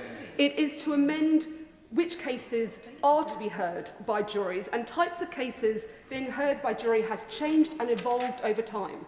And through the Criminal Justice Act 1988, it was the Conservatives who made offences like common assault and criminal damage summary only, not jury trials. And we are rightly proud of our legal traditions, but it is untrue to suggest that the lack of jury trials is somehow unique to despotic regimes. Sweden, number 1 in the World Justice Project global rankings, is a country that doesn't use jury trials at all. Norway, ranked number 3, also doesn't, nor does Germany or the Netherlands. And in France and Denmark and Canada, only the most serious cases are heard by juries. Now, I believe that jury trials are a fundamental part of our justice system, and it is right that they remain so. But something has to change. And without really bold action, the backlog will continue to grow. We need to ensure that justice for victims across the country... I will give way. For giving way. I just wondered why she wouldn't look to implement the recommendations from the Shadow Secretary of State before seeking to restrict jury trials. Exactly. I think that there are a huge number of additional measures which will be rolled out, and I look forward to continuing to engage with Justice Ministers about other measures which I believe will help. And we have more coming after the next stage of the Leveson review. But we do need to see really bold action to ensure that justice for victims across the country is happening and not years into the future. They need a criminal justice system that works, and we all, the British people, need to have faith in our criminal justice system again. Thank you, Madam Deputy Speaker. It's an honour to follow the honourable member, but I would just say I was listening to a speech very closely. It was largely invalidated, though, by the admission by the Minister when she said that she would have done this anyway, irrespective of any backlogs. There is no guarantee, and she can't assure the House, neither can the Minister, because there's no impact assessment, there's no modelling that has been shown to the members in this House. They cannot guarantee that this backlog would come down because of the abolition of trial by jury or partial abolition, which I'm sure she will concede is the case. The Minister puts it under the guise of modernisation, but we have to be very, very clear about what is at stake. This is 800 years of legal precedent set out in the Magna Carta, and how clever they were in 1215 when they came up with this legal mechanism, which makes sure that we, as the individual citizen, have the right to pass judgment on our peers. A mechanism which goes to the right, I will in due course, the mechanism which goes right to the heart of our society, which shapes the power of the relationship between the individual or group of individuals with the state. So the state cannot abuse its power. It cannot go beyond the fact of when it has to make a decision about taking away someone's liberty or livelihood or their reputation. It is a panel of peers who will make that judgment. That is what is at stake. My honourable friend consider that when the Conservative governments have reduced the number of types of offences that are heard by juries, that they were wrong to do so? And would he agree that it is absolutely necessary to see some modernisation, acknowledging that criminal trials have changed and the evidence presented in those trials have changed over years? I'm delighted the member called me our honourable friend. I accept such an accolade. Look, the point of this motion today is that I agree with the trial by jury. I think it has validity in where it is placed, and by reducing it, as the government is proposing, without any assessment, without any guarantee of numbers, we on this side of the House think it's wrong. Now, the member opposite and many other members set out a number of ways, albeit in party political guise, they set out a number of ways where we could reduce the backlogs. But the reality is the government isn't even talking about those in a serious way. It is talking about reducing jury trials. I was here when the Justice Secretary stood at the dispatch box and said reducing jury trials to reduce the backlog. That is, those two things do not go hand in hand, and that is why there is cross-party opposition. There is opposition from professional organisations, from the Criminal Bar Association, from all sorts of organisations, judges, saying that this will not achieve what they want to do. I was approached by a constituent of mine who wrote to me today, actually, who talked about the improvement of sitting days, a local barrister who sees this day in, day out. He wants an investment in sitting days. We call for that. We've called for prison transport services to be on time. I think the Minister referred to some of these, targeted removal of cases that can no longer be prosecuted, and of course the investment of basic infrastructure in court. If all of those had been assessed and looked at and invested in, that may have even had cross-party support, as the Shadow Justice Secretary offered. But in fact, I was surprised by the tone of the Minister, who then had this glaring admission that this would have happened anyway. This is about a big statist ideology undermining trial by jury and expanding it. And fundamental to it, in my view, is an arrogance. It's an arrogance, as we've continued to hear. We've just heard from my honourable friend to my left here about how it will undermine fairness in the system, because there's an arrogance to say actually lawyers will know better than juries.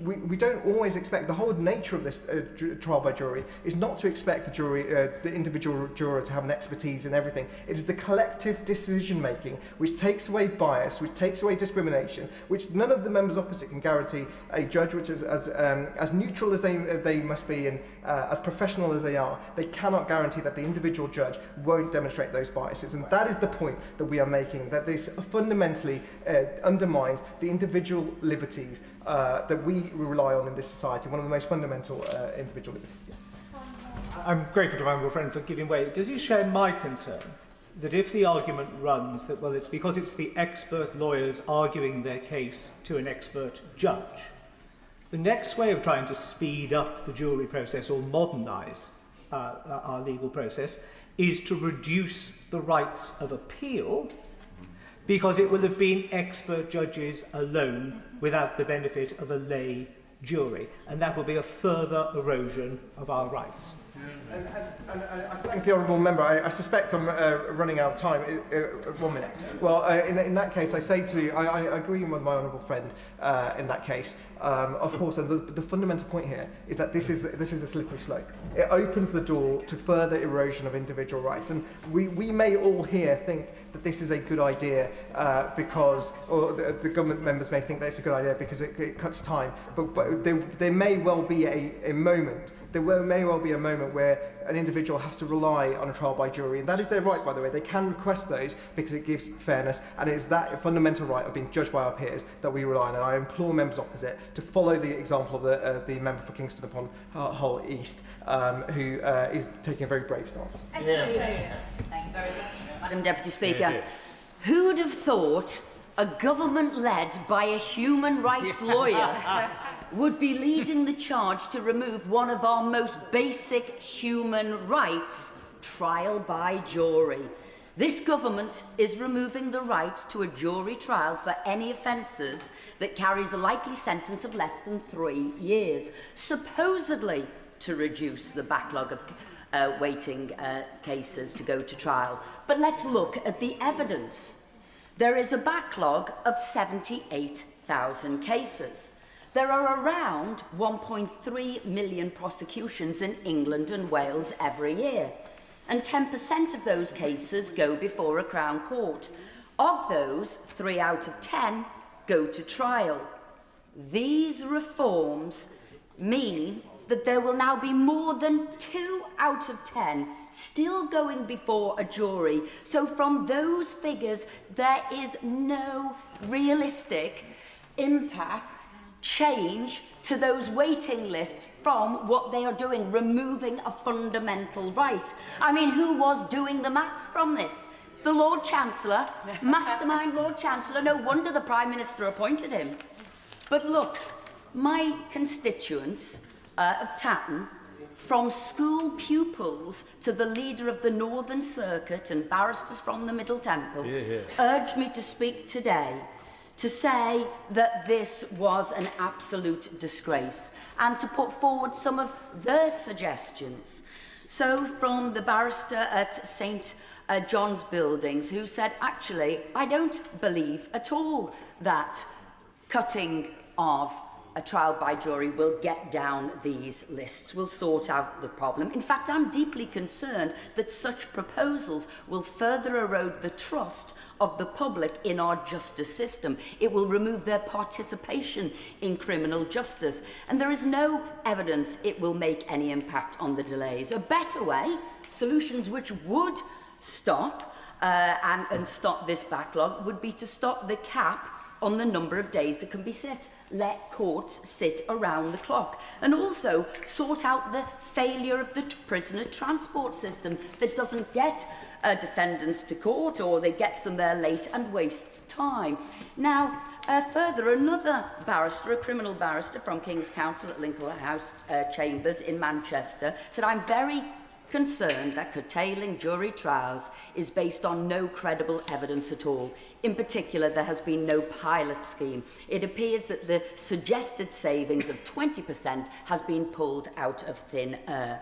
And very importantly, it will erode a deeply entrenched constitutional principle that a jury may acquit as a matter of conscience in these cases. It will remove a bulwark against misuse of the criminal courts by the government and those in authority, and the ability of a jury to take a view favourable to a defendant for reasons other than the evidence of guilt. And what about the Lord Chancellor? Until a few weeks ago, he believed in juries too, jury by trial.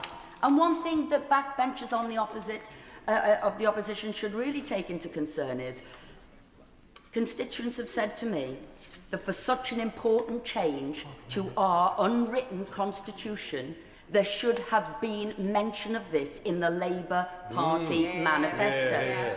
Because that would have factored into my, and this is his, voting decision, and it could well have been, if not, it would have been a very different decision. So the debate today has been very revealing. No data, no impact assessments, no pilots, and the Minister herself, who even suggested Order. Speaking limit is now 3 minutes. Rebecca Paul. Thank you, Madam Deputy Speaker. Plans to restrict access to jury trial takes a sledgehammer to one of the most important protections for the people of this country. I would expect that any government suggesting a change of this magnitude would have a strong rationale for doing so. Instead, we hear the nonsensical argument that curtailing jury trials will address the court's backlog. Yet the Minister of State for Courts herself told the House that only 3% of court cases are jury cases. So before we even get into this debate, we need clarity on what this change means for the backlog. That means modelling and timescales, not justifications based on religious belief. I would suggest the government is getting desperate when that is the best it can offer. Maybe next we'll hear that the Tooth Fairy backs digital ID, or Father Christmas supports giving away the Chagos Islands.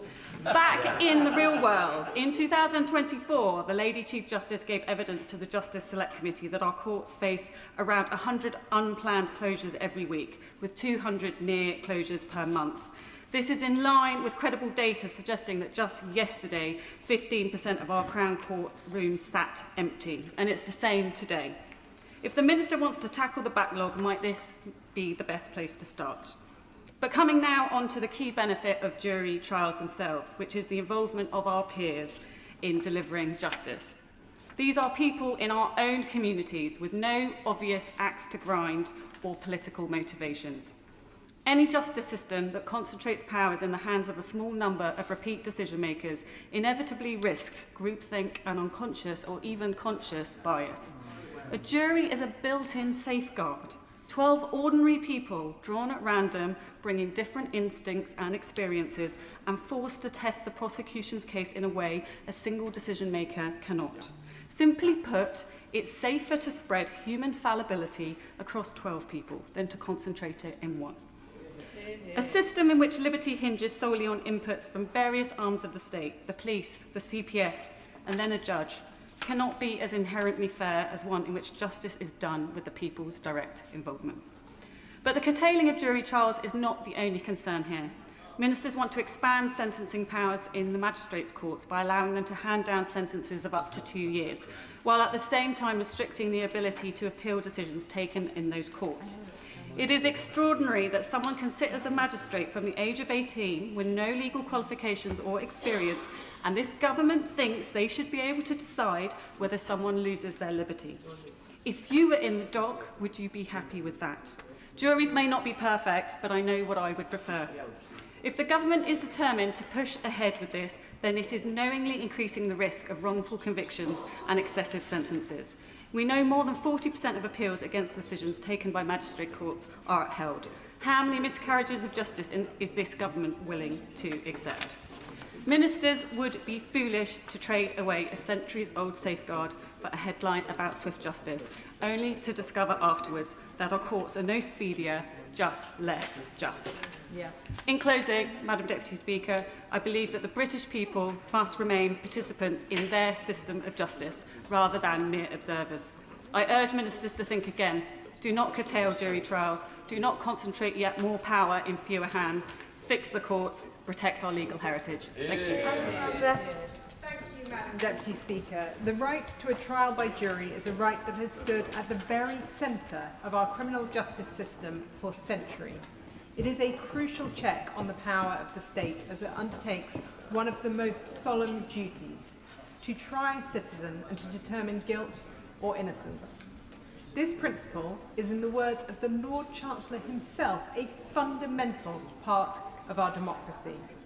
But instead of taking practical and obvious measures, such as fully utilising courtrooms that currently sit empty to address the serious backlog in the criminal justice system, the government has instead opted for the destructive option that in reality is unlikely to adequately address the pressure on the system at all. Madam Deputy Speaker, the government's approach rests on the flawed assumption that only certain cases are serious enough to merit trial by jury. But who, Madam Deputy Speaker, is to decide what counts as serious? Horrific crimes such as murder and rape are rightly treated with the utmost gravity. But offences deemed lesser can still ruin lives. A theft accusation can end a career. An assault can leave lasting physical and psychological harm. A reputation can be destroyed beyond repair. Our justice system is not merely about classification, but about justice itself. It works by consent, and it is the stronger for it. Trial by jury embodies that public consent, and without it, we risk victims' trust in its fairness and defendants' confidence that they will be judged fairly by their peers. Madam Deputy Speaker, this debate is also about judicial decision-making. The reality is that not all judges are created equal. No one is infallible. Judges can get things wrong, and they do so, and can do so on more than one occasion. The strength of the jury system lies in renewal. Each case is considered by a fresh group of citizens. If a judge becomes the sole arbiter of guilt, there is a risk that errors, conscious or unconscious, can be repeated. The jury system makes our criminal justice system more robust, more resilient, and ultimately more trustworthy. Madam Deputy Speaker, jury trials also play a vital role in ensuring justice is done because they are drawn from the communities they serve. That's a point that was made to me by Daniel and Grace Robinson, who are constituents of mine, and who are experts in addressing modern slavery and criminal exploitation. From the hundreds of cases they have seen that juries often recognise indicators of modern slavery much more than would have been done without them. And that's because they bring a broad range of experience. The government seeks to justify these changes on the basis of the backlog reduction and also on cost, but we must not weaken a system that is respected across the world. Order. Lewis Cocking. Thank you, Madam Deputy Speaker. As we have heard, trial by jury is one of this country's most fundamental rights. Only months ago, this government was elected and ministers were saying that jury service is an essential part of criminal justice, that it underpins impartiality and fairness that runs through our legal system. I would have thought that every member from right across the House would agree with that statement. Not a single one of us stood on a manifesto at the last general election to abolish jury trials in this country. So why would ministers be so keen to abandon this important tradition of our great country? Madam Deputy Speaker, the fact we are asking that question will come as no surprise to our constituents. From abolishing local councils, cancelling elections, to imposing an authoritarian digital ID scheme, it's all part of the same pattern. Again and again, this Labour government shows they are more than happy to curtail the voice and freedom of the British people. If the Ministry of Justice had exhausted every possible route to get that backlog down, their proposals on jury trials might have a bit more credibility. This government could remove the cap on sitting days, ensuring courts can work at full capacity and ensure they work day and night to eliminate inefficiencies in the system which waste hours of court time. But they have not, Madam Deputy Speaker. Having seen the justice system up close through my work with Hertfordshire's Police and Crime Commissioner, I know huge amounts of time is lost before a case even reaches court. A recent study from the University of Leicester found that on average it takes 113 days to charge a suspect after a crime has been recorded. Issues between police forces and the CPS when cases are submitted can add at least 72 days to a case's length. Communication between police forces and prosecutors could be vastly improved. Digital evidence, such as body-worn cameras, CCTV, is widely present today. And the study notes that cases with digital evidence were submitted more quickly to the CPS than those without. But investigators do also warn about how time-consuming handling that sort of evidence can be. The government should therefore be focusing on ensuring police forces, prosecutors, the courts, and of course victims take full advantage of video evidence so that it accelerates justice rather than slows it down. This is just one example of the actions that ministers could be taking instead of embarking on this policy that abandons such an essential component of justice in the United Kingdom. I urge this government to start listening, use all the tools available to them and drop this disastrous policy. Stevenson. Thank you, Madam Deputy Speaker. Can I start by saying how extraordinary it was to hear the Minister earlier say that she'd be pursuing this even though there wasn't even if there wasn't a backlog to deal with. It suggests that this was planned all along, but it's absolutely nowhere in the Labour Party manifesto. I'd like the Minister, in summing up, to explain why that's the case. There is absolutely no mandate to reduce trial by jury. It is a profound constitutional shift, one that strikes at the heart of the relationship between citizen and state. Trial by jury is a centuries-old safeguard designed to ensure that an individual can be judged guilty only by their peers and not by the machinery of the state. It is the ordinary person's shield against arbitrary power, and yet, astonishingly, the government now asks us to believe that this ancient protection must be curtailed just because ministers don't want to do the hard work to reduce the backlog. The Bar Council, representing the very professionals who keep our justice system functioning, are correct to raise alarm bells. There is absolutely no evidence whatsoever that restricting jury trials will reduce the backlog. None whatsoever. The government has produced no modelling, no data, no analysis to justify this constitutional gamble. This work should have been done before the announcement was made, especially for something of this magnitude. Around 3% of criminal cases currently reach a jury. To claim that reducing jury trials further will magically clear the backlog of tens of thousands of cases is just implausible. It defies logic. It makes no sense whatsoever. This is a complete distraction. No honourable members supporting the government position have been able to explain how this will actually shift the dial on reducing the backlog. But the concern is deeper, and that's been explained by honourable friends on this side. Every time this government faces a crisis, its instinct is not to work out how sensibly to fix the system, but to take things away from British citizens. Examples have been given by honourable friends. Digital ID, Chagos, for example, and now taking away the right to be judged by their peers because they can't get a grip of the criminal justice system. Judge-only trials may be quicker, but they're not fairer. They concentrate power in a single hands of a single state official. Did it cross anyone's mind to pilot juryless trials in Crown Courts? And if not, why not? They removed the diversity of experience, the collective wisdom, and the democratic legitimacy that juries bring. How many judges are under 40? How many are non-white? How many were educated in state schools? How many have personal experience of the issues? Now ask the same question of juries. Alistair. Thank you, Madam Deputy Speaker. For me, the key question in this is what would be the impact on public confidence in our legal system? And I'm going to answer that question from my professional life, which was spent as a criminal barrister practicing in our criminal courts.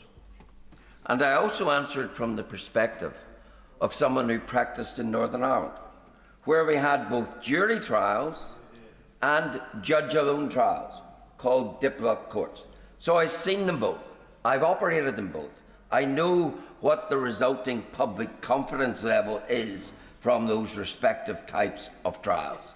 And I have absolutely no doubt that the public have far more confidence in 12 peers making a decision than in a single judge making a decision. It's not that our judges aren't intellectually adequate. It's not that they don't have massive legal experience. It's the fact that they do not have the lived experience of 12 individuals who are deciding the facts of an equal person in respect of what is charged against them. And that is the genius of the jury system. The 12 individuals who come to it without preconceptions, who come to it without the baggage of anything else, can, when they hear the evidence and the evidence only, make the decision. Yes, I will. The learned member is making a very good point, and I too am a recovering lawyer myself, but will he agree on the impact of these proposals? That because of the lack of confidence, what we're likely to see is not a cut in the backlog, but an increase in applications to the appeal court to overturn unsafe convictions, hardly a way to fix the justice system. Indeed, and indeed, I would remind the House that because of concerns about the diplock courts, there was in Northern Ireland an automatic right of appeal, so as to try and build some confidence. But that automatic right of appeal would not exist in the main in these proposals. But we're told this will save time. This will not save time. What time are you saving? An hour to swear in a jury? A day, maybe, that a jury deliberates on? But as the Honourable Member for Kingston upon Hull East pointed out, a judge who has to make a decision might give an extra a decision there and then, but he has to go away and write it up. He'll spend a lot longer writing it up, knowing it has to go through the fine-tooth comb of a court of appeal, perhaps, than a jury will spend in reaching a decision. So there will be no time saving. The loss of time, the delays in our courts come primarily, in my experience, from delays in providing disclosure, from delays in witnesses not being available. None of that will change under this system. But what will change under this system is a body-built confidence in the judicial system and the legal process. And for me, the government lost this debate today when the bottom fell out of their case, when the Justice Minister when the Minister had to say, effectively, this is not about delays. This is about an ideology. It's an ideology which ill-fits this House, and an ideology that this House most convincingly should reject. Thank you, Madam Deputy Speaker. Since the 1220 trial by 12 good men, trials by jury have been taking place. Juries are a key way that citizens consent to and participate in one of the most significant powers the state holds, to convict and imprison subjects. According to the Secretary of State's figures stated in this House on the 15th of December last year, only 3% of all criminal cases are heard by a judge and jury under the current regime. He also claimed that jury trials will remain a cornerstone of the British justice system. Delayed justice is justice denied. And yet now he is choosing to bring to an end almost 1,000-year system in the name of efficiency. This is a complete red herring. There are remedies already available that would help solve that backlog. In November, the Institute for Government stated that the major drivers of poor productivity are not having enough criminal lawyers, badly maintained court buildings, shortages of court staff and poor technology. Whilst none of these are quick or easy to overcome, maximising productivity is a far more practical and measured step than the controversial and nuclear option of introducing judge-only trials via the introduction of a new intermediate court, the Crown Court Bench Division, that has neither been piloted nor thoroughly modelled. And I heard the Minister there chuntering from a sedentary position about who started that. Well, the government's doing nothing to address it. They could do as we do on these benches and suggest that by starting providing adequate sitting days, Lady Chief Justice Carr has already said that currently there are 2,000 days going unused.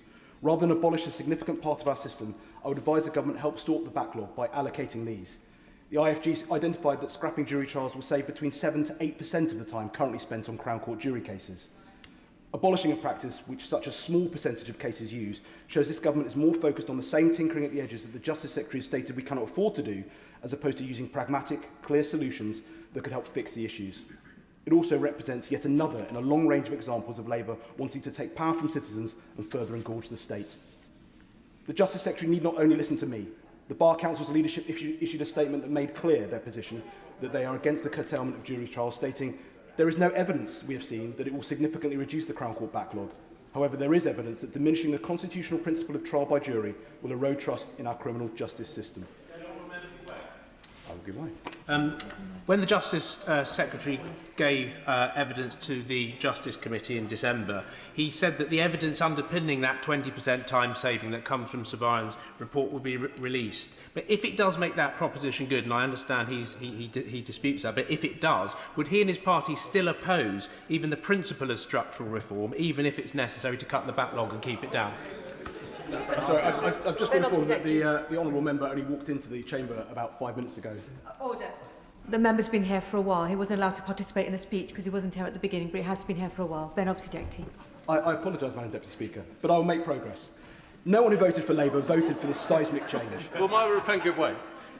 It is rushed, knee-jerk and smacks of a Justice Secretary who's still smarting from his demotion from one of the great offices of state, is now overcompensating by attempting to make his mark.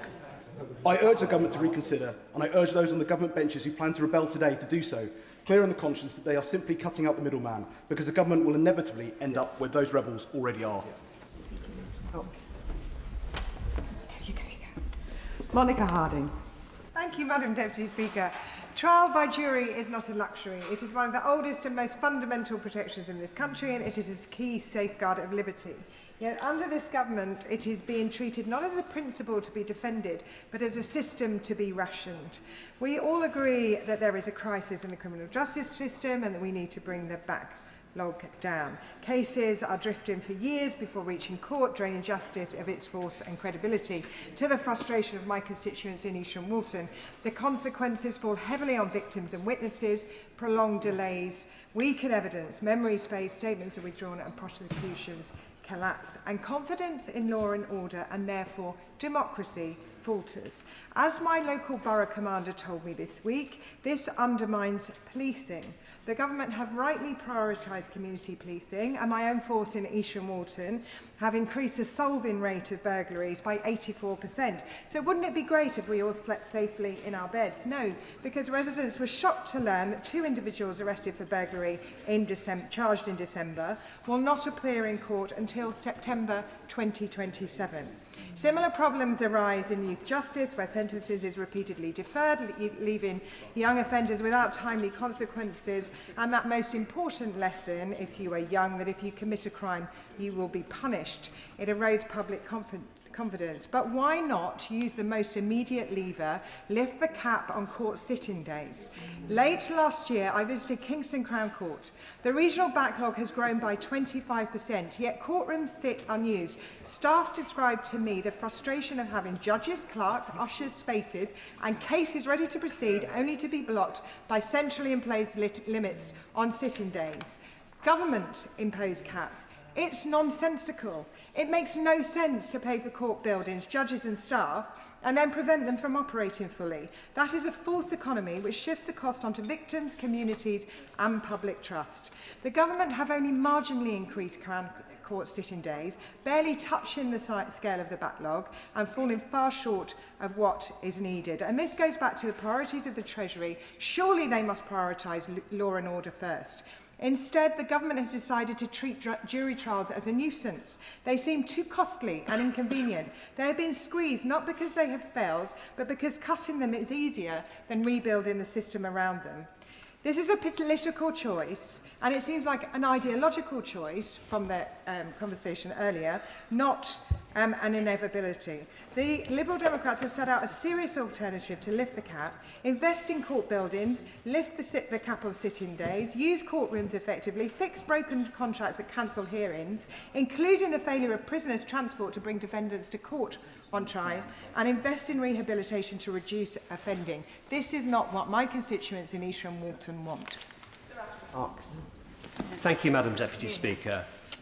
I do not agree that the government should curtail our rights to trial by jury. Trial by jury is an ancient right in England and is the very essence of our criminal justice system. Combined with the government proposals for digital ID, it reveals a very authoritarian attitude. It marks a significant shift in the balance of power between the citizen and the state, and I shall vote against it. There is a crisis within the criminal justice system, and specifically with the Crown Court backlog. But that backlog was not caused by trial by jury and will not be cured by its removal. Why does the Lord Chancellor believe that abolishing the right to jury trials for those likely to receive a sentence of 3 years or less is the right thing to do to bring down the backlog? If it is based, as he says, on evidence, then will he publish that as soon as possible? In the last 2 years, government figures show that the Ministry of Justice, which includes the court service, lost the highest number of days per member of staff in sickness and absence in the whole of Whitehall. An average of 10.7 days sickness, more than 2 working weeks for every member of staff. That is more than 30% higher than the civil service average and over twice the UK average if you include the private sector. Were the Lord Chancellor to focus his efforts on improving the efficiency of his own department, he might start to see the system as a whole improve. With approximately, happy to give way. But I think it's important to, because I've just been to visit Bournemouth Crown Court and Magistrate Court, and they actually talked about that question of sickness. They talked about the fact that their staff have been carrying the load for so many members of a team that weren't in place because they'd seen austerity. There's so many staff in the Crown Court system who may be going on to sickness leave because they are burned out. They're burned out from years of cuts. Would he not recognise that actually what we need to have is an investment in our Crown Court system in order that they can get back on their feet and that criminal justice can also get back on its feet? Well, in my experience, Madam Deputy Speaker, staff absence is normally caused and the result of poor management. And I suspect the Ministry of Justice is managing its staff significantly worse than the rest of the civil service if staff sickness is 30% above the public sector, which wasn't great to begin with. With approximately 16,400 staff in the court service, simply reducing the rate of absences to the civil service average would free up nearly 50,000 working days. That would help cut the backlog without undermining the principle of a fair trial. We know this government has a habit of making bad decisions, getting ambitious backbenchers to defend them for a few months, sending a hapless junior minister out to face the media while the Secretary of State hides in his office, only at the last minute to realise what a disaster these plans are before executing a U-turn that comes far too late to gain any credit. We've seen this on winter fuel, on welfare reforms, on the grooming gangs inquiry, on the 2-child benefit cap, and most recently the family farm and family business tax. So I would urge Labour backbenchers to be very cautious about supporting the government this evening. They risk voting for something their constituents don't want, that in their hearts they know is wrong. And ultimately they know that late in the day the government will back down, leaving their credibility in shreds. Thank you, Madam Deputy Speaker. Now, I wouldn't say this of most of the debates that I attend in the House, but I think this one has been genuinely very revealing. And revealing primarily for what the Minister said both at the end of her remarks and what she said in her opening. And as the member for North Antrim quite powerfully brought out, and he speaks with great professional experience on this issue, these are proposals that will not work. It is exactly what she's been told by her own colleagues. The member for Kingston upon Hull East described them as ludicrous proposals that won't work. It's what she's been told by her own profession, her own colleagues in the legal profession, who point to the fact that these proposals won't work. And indeed that also speaks to a conundrum of past debates we've had on this as to why there is such a reluctance on the part of the government to bring forward the impact assessment. If they've already made this decision, if they've already taken the view that these changes will work, then surely they'd want to present the evidence to prove that. And indeed, as was pointed out earlier in the debate, if they won't publish the full impact assessment, surely they'd publish the threshold, the minimum tipping point on which this policy will be determined worthwhile, not least given how fundamental a change that is being proposed. But indeed, as the Minister set out at the end of her remarks, irrespective of whether there was a crisis in the courts, this is a change she will be making nonetheless. Yes. And there we have it, there we have the crux, the nail on the head that the member for North Antrim hit, which is this is an ideological change. Now that in turn opens up a second paradox, which is if it's ideological, why wasn't it in than a manifesto. Indeed, if it's ideological, why was it contrary to what the Justice Secretary said so many times in opposition? When did he have this change of belief to this new ideological position? And that in turn speaks, and given the time limit, it turns also to a further contradiction, because the Prime Minister so often has spoken about the need for more trust in politics. And yet we have a policy here with no transparency, no evidence it will work, a fundamental change after 800 years of legal precedents that wasn't in the manifesto, that's contrary to the remarks that they made. And I close, as the member for Bridgewater pointed out, and he gave a list, as the member for New Forest West quite rightly identified, because at the start of remarks, the Minister also spoke about choices. This will be a choice for Labour backbenchers, and it's a choice they're at risk of making only for then the Prime Minister to belatedly change his mind. Shadow Minister. Thank you, Madam Deputy Speaker, and I'm pleased to be able to wind up this Opposition Day debate on the Prime Minister and Justice Secretary's ill-considered, poorly evidenced and rash plan to curtail one of our cornerstone rights, the right to a trial by jury. A debate in which the member for North Antrim colourfully described as one in which the bottom fell out of the government's argument. Mr. Speaker, I disagree with the Prime Minister and the Justice Secretary on Madam Deputy Speaker, on very many issues. But today, for once, I find myself in fulsome, wholehearted agreement with not just the Prime Minister and the Justice Secretary and the Justice Minister. I agree with all three of them that jury trials are a crucial, vital part of our justice system that should be protected wherever possible.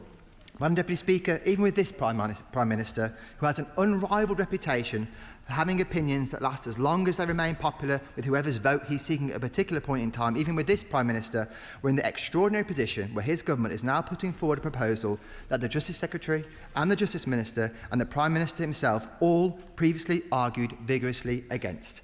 In fact, I'm going to indulge in a degree of parliamentary plagiarism. I'm going to let them do the hard work of writing at least some of my speech for today.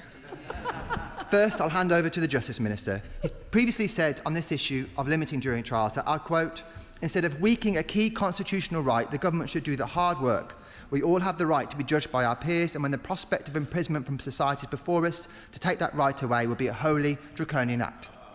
Next, I'll ask the Justice Secretary to take over. Madam Deputy Speaker, he said, and I quote, jury trials are fundamental to our democracy, we must protect them. And that jury trials are a fundamental part of our democratic settlement. Criminal trials without juries are a bad idea. I quite literally could not have said it better myself. And finally, whilst I appreciate he is a busy man, I will lean on the Prime Minister's carefully considered words. He said, the general and overriding presumption should be jury trial with very, very limited exceptions, and that the right to trial by jury is an important factor in the delicate balance between the power of the state and the freedom of the individual. The further it is restricted, the greater the imbalance. And that question of balance is, of course, at the heart of the matter today. In the Minister's opening remarks and in other remarks made by backbenchers, thin on the ground as they have been, it has rightly been pointed out that we do, of course, have criminal trials without juries. That's a fact. But that alone is no argument for these measures. If that is the argument, then you could simply do away with jury trials entirely without anyone being concerned. It is and has always been a balance, but as the Justice Minister, Justice Secretary and Prime Minister, or at least at some point historically, clearly understood, altering that balance should only ever be considered when there really is no other option. To give a comparison of seriousness, during the pandemic itself, in the heart of a crisis widely accepted to be the biggest challenge to face our nation since World War II, jury trials continued. In fact, it was in World War II that we last saw anything like the proposals as radical as the ones we're considering today, and actually they were not in fact even close to it in terms of the proposed curtailment we have before us. During that time, we reduced the number of jurors from 12 to 7 in most cases. So at a time when our nation was under attack, when every element of life was turned over to the war effort, we modified but fundamentally retained the right of jury trials. And Madam Deputy Speaker, I'm pleased to say that the meeting of minds between myself and the triumvirate making this decision is only the beginning.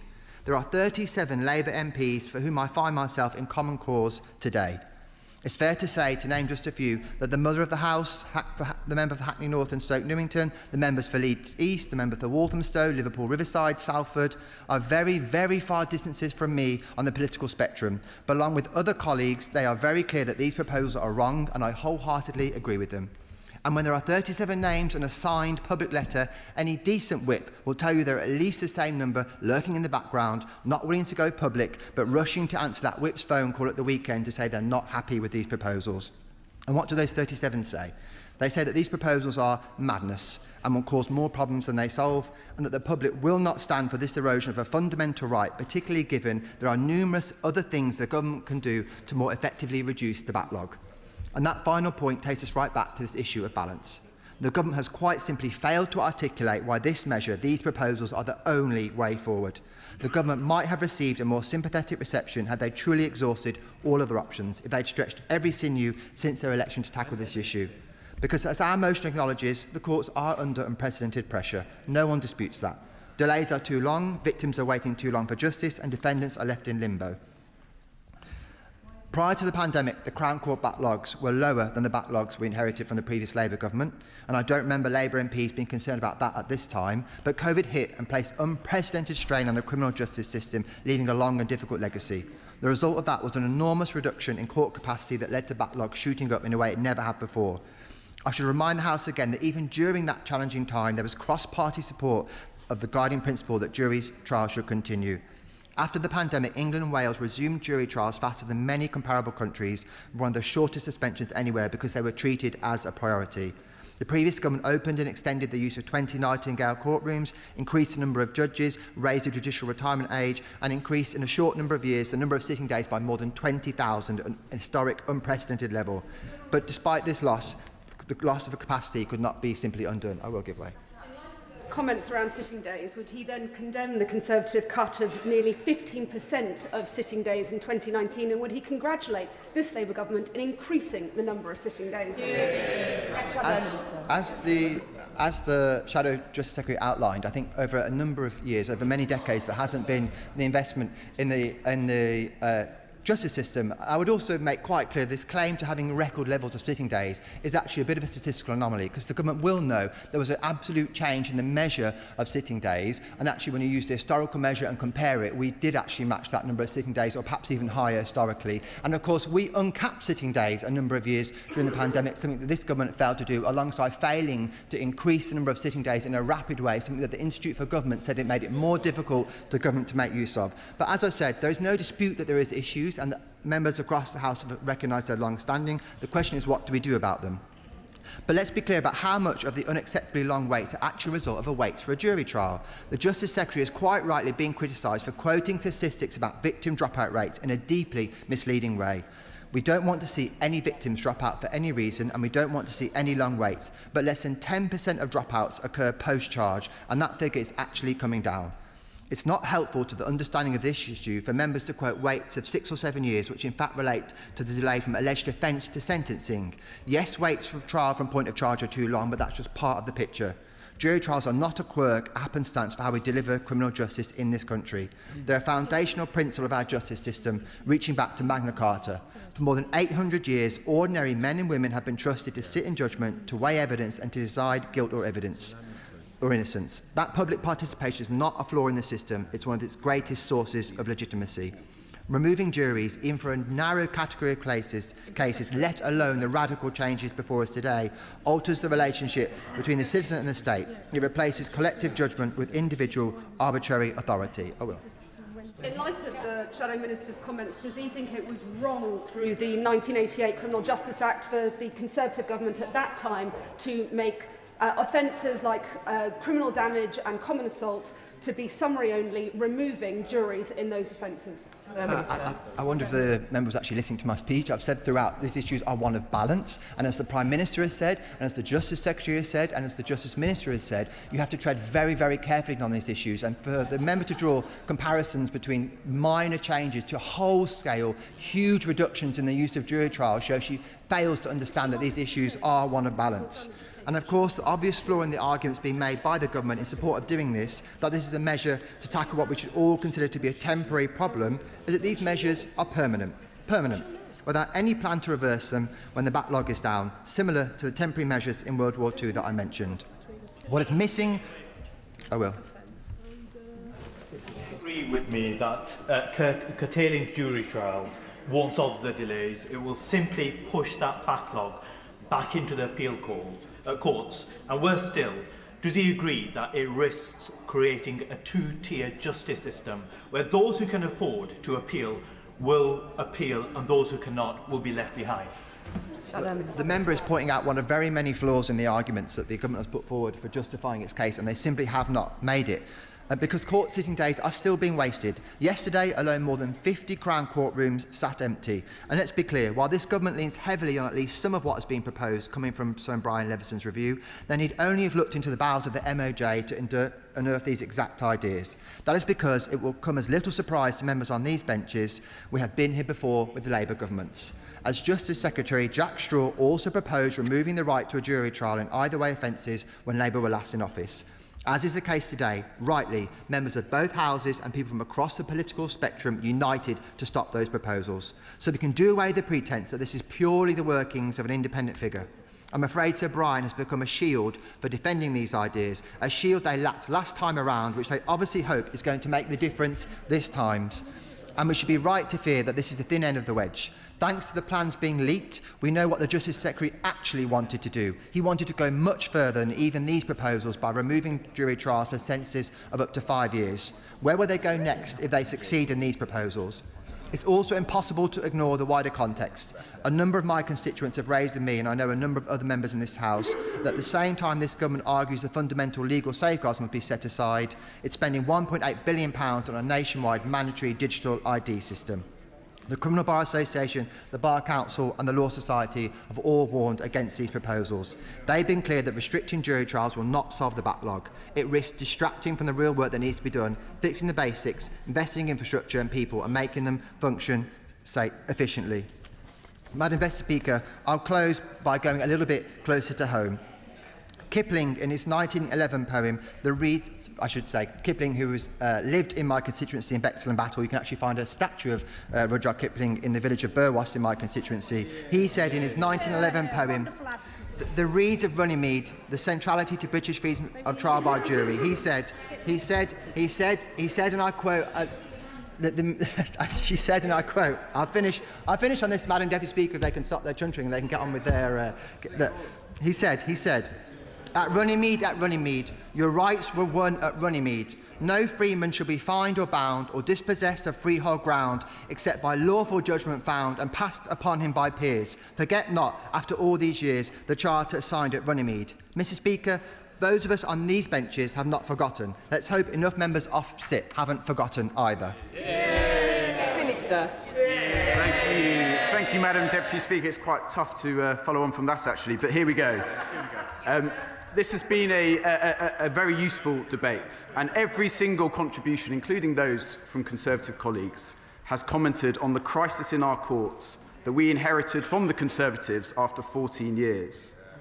And we have heard some suggestions, and the gist of the suggestions from the Conservative opposition and the Liberal Democrat opposition is, let's get more court sitting days. Well, wouldn't it have helped, Madam Deputy Speaker, if the Conservatives hadn't closed half of the magistrates' courts in England and Wales?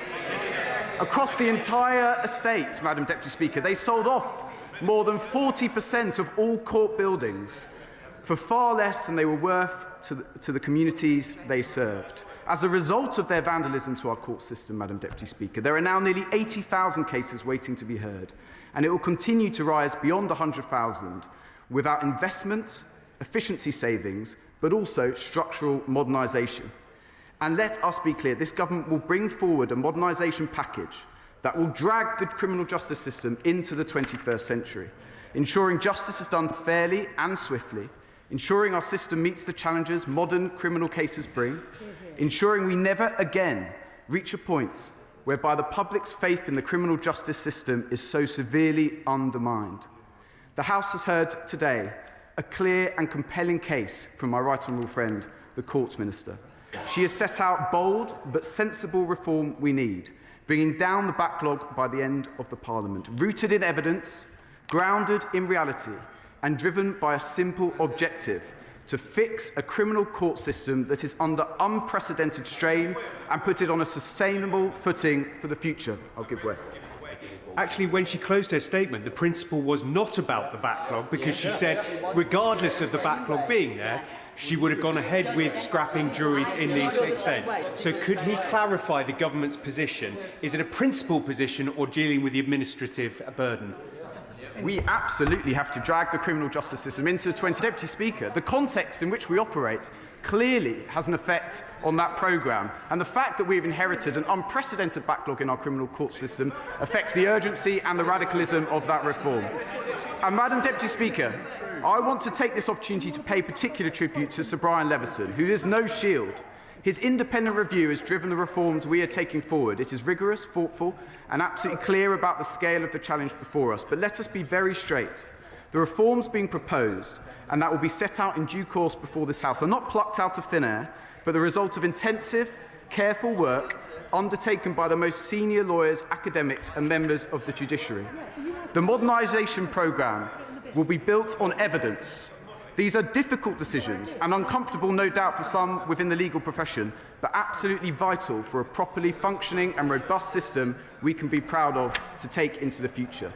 And Madam Deputy Speaker, let me just bust some of the myths that we've heard in the debate today. Some honourable and right honourable members have suggested that these changes tear up a historic right to a jury trial. Let me be abundantly clear, they do not.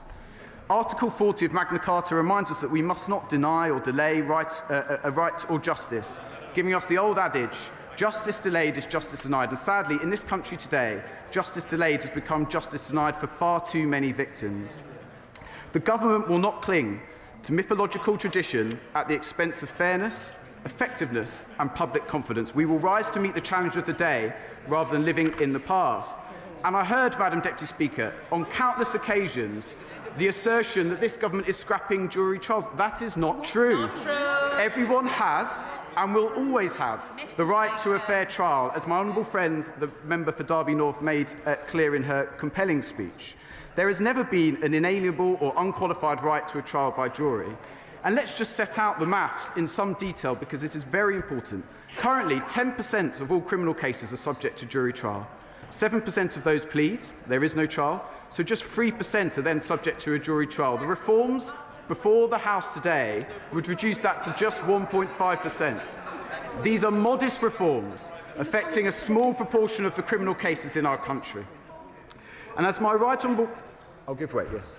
Minister for giving way, and I have great respect for what he's saying, but I and many others on this side of the House do still have questions, so I just wondered whether he'd agree to meet those of us who think, for example, the proposals from the Criminal Bar Association deserve closer scrutiny. Would he agree to meet with us to discuss that in further detail? I'm absolutely happy to meet with my honourable friend as ever to discuss this or many of the other issues that he raises in the House. Let's be very clear, Madam Deputy Speaker. This is a modest change to jury trials, something that has happened throughout our history, as the honourable member for Colchester has set out.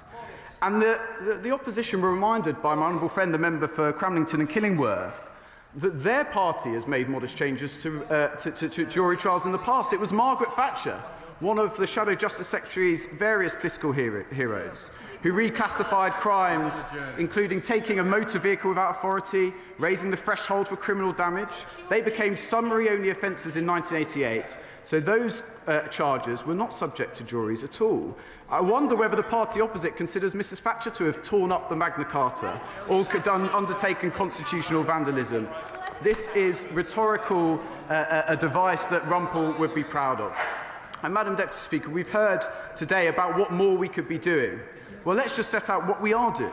This government is investing at record levels. This year alone, we have allocated over 100,000 Crown Court sitting days, the highest number ever, and 5,000 more than the previous government. I'll remind the House again that the previous government cut Crown Court sitting days in 2019 by almost 15%. That is their record. That is their legacy. They didn't mention any of that in their speeches today. The government has committed £34 million a year for criminal legal aid advocates and £92 million a year for criminal legal aid solicitors, recognising their vital role in the justice system to fix the problem caused by their mismanagement. And we are looking at match-funded criminal barrister pupilages with a clear focus on opening up the criminal bar to more talented young people from every background. I'm happy to give way. Minister for giving way. He tells this House that it's an insignificant number of cases that will be impacted. If that is true, then what's the point? I'm sure he's heard the adage, justice must not only be done, but must be seen to be done, and that can only be done by jury trials. And Deputy Speaker, let me explain a number of cases, but they take an inordinate amount of time. That is the whole point of what Sir Brian Leveson is setting forward. And in due course, when this legislation comes before the House, when the impact assessments are before the House, he'll be able to see that for himself. Others have argued that investment alone or ironing out inefficiencies would be enough to deal with this record or rising caseloads. We've heard about the problems with getting prisoners to court. We've heard about the buildings left with roofs that are leaking after 14 years of austerity. We are going to fix those too, but Sir Brian Leveson could not have been clearer. That will not be sufficient. Even with record investment, the Crown Court caseload is projected to exceed 116,000 by 2029. The demand is simply too great. And that is why we're driving forward a full programme of modernisation. I'll give way on that point and then I'll make progress. I thank the Minister for giving way. He talks about record demand and the pressures on the court services.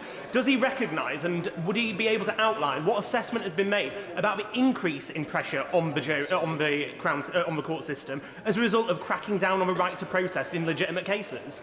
Minister. We treat all cases the same, and the honourable gentleman can make that speech in a debate on that subject at another time. Madam Deputy Speaker, let me end where I began. The crisis that this government inherited give rise, no doubt, to a heightened need to deliver a more modern, resilient and flexible model of criminal justice, one that protects what is fundamental, like jury trials for the most serious offences, but is bold enough to change where change is needed. So it truly serves victims, commands public confidence and is fit for the realities of the 21st century. These changes will provide a long-term, stable foundations for the criminal court system and prevent the caseload reaching these levels again. That should be our focus. Not a narrow debate on the merits of tradition versus the challenges of the day, or preserving a system that so clearly no longer works for the British people. Thank you, Madam Deputy Speaker. The question is that the original words stand part of the question. As many as are of that opinion say aye. Aye. Of the contrary, no. No. Division, clear the lobby.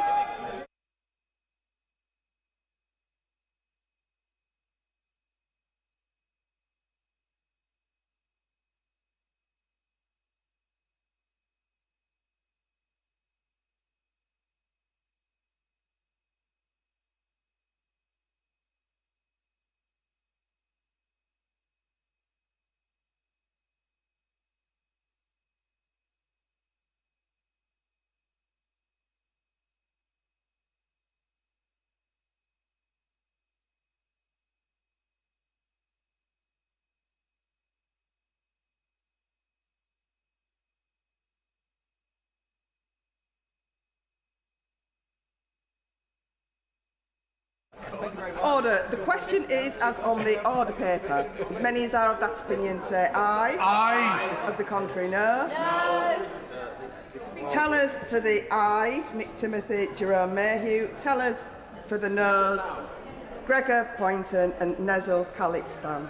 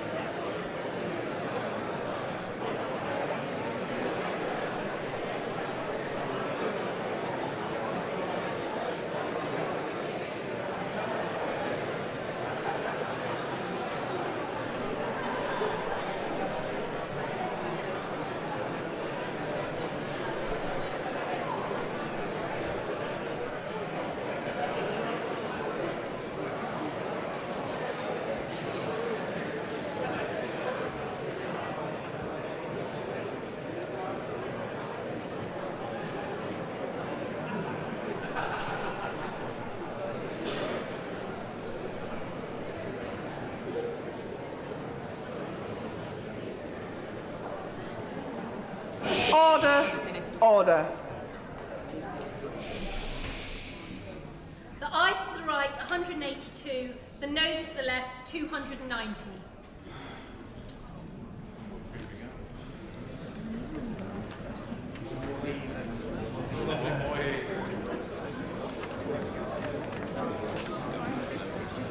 The ayes to the right were 182, the noes to the left were 290. So the noes have it, the noes have it. Unlock.